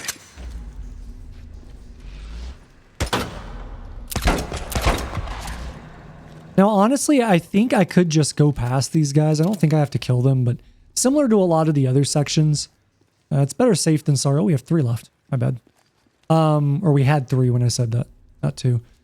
But anyways, it's just like better safe than sorry. I think really all I have to do is kill that one that's on the right. I don't think I have to kill this one down here or the one I just killed. But I don't know. It's like you're at the end of the game. It's been an 8-hour run at this point. So something I was trying here was to throw a rock. One of the things I forgot, because I don't use rocks a whole lot in this run, as you've noticed, to actually get distraction to work, you have to have line of sight to the enemy.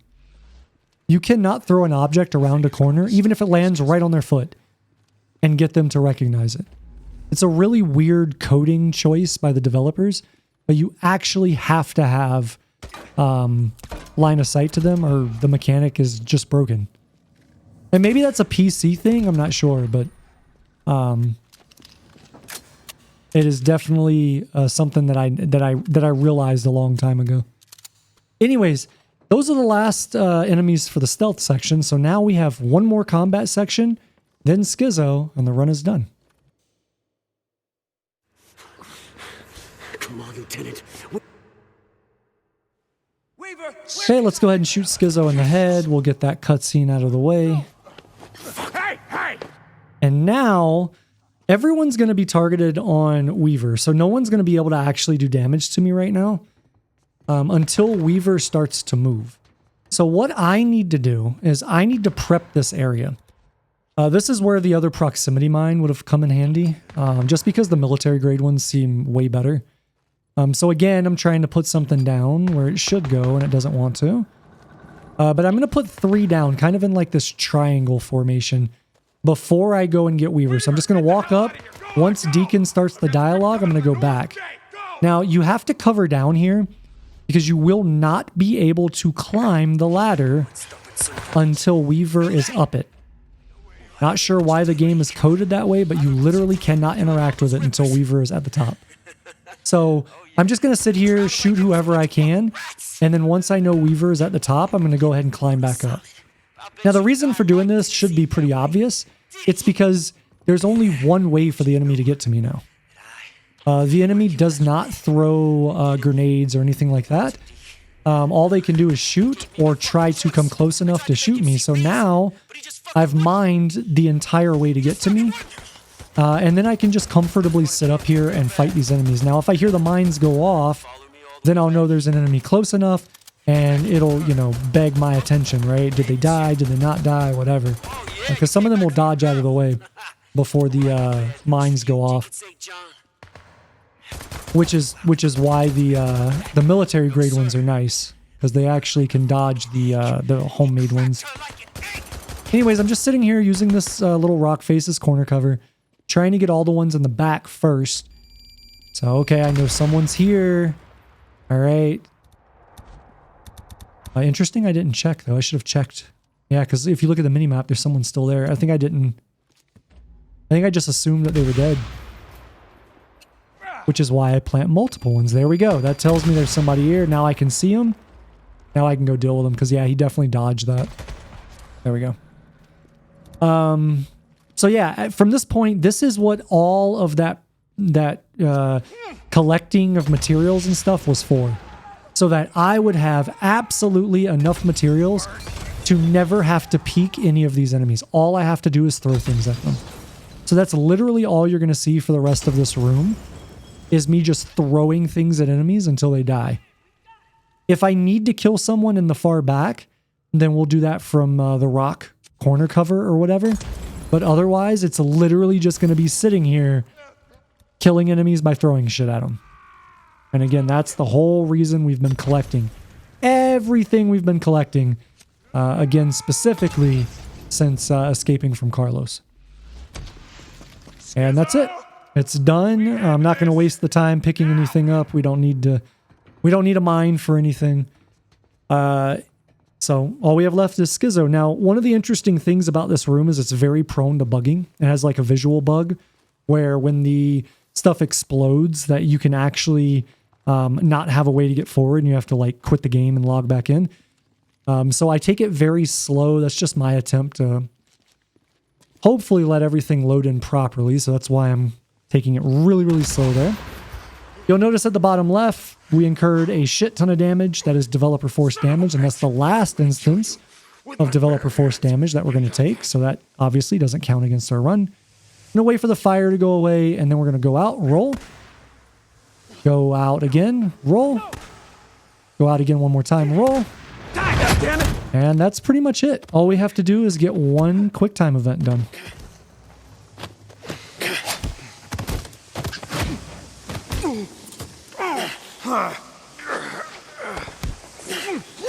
And with the completion of that quick time event, that's the last possible instance of damage we can incur, and the run is complete.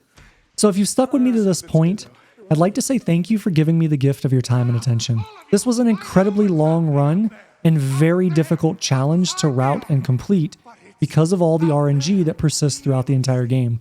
I do hope, though, that this run was both educational and insightful for you to watch. If you enjoyed this run and you're interested in similar content, please consider subscribing, and don't forget to turn on notifications so you never miss a new run being released. Liking and subscribing goes a long way and really does help the channel out. If you'd like to ask questions or interact with the community, be sure to join the Discord. The link for that and all of my socials are in the description section below. Per the rules for this run, I do have to take it to the credits, so thank you again for watching, and I hope to see you on the next one.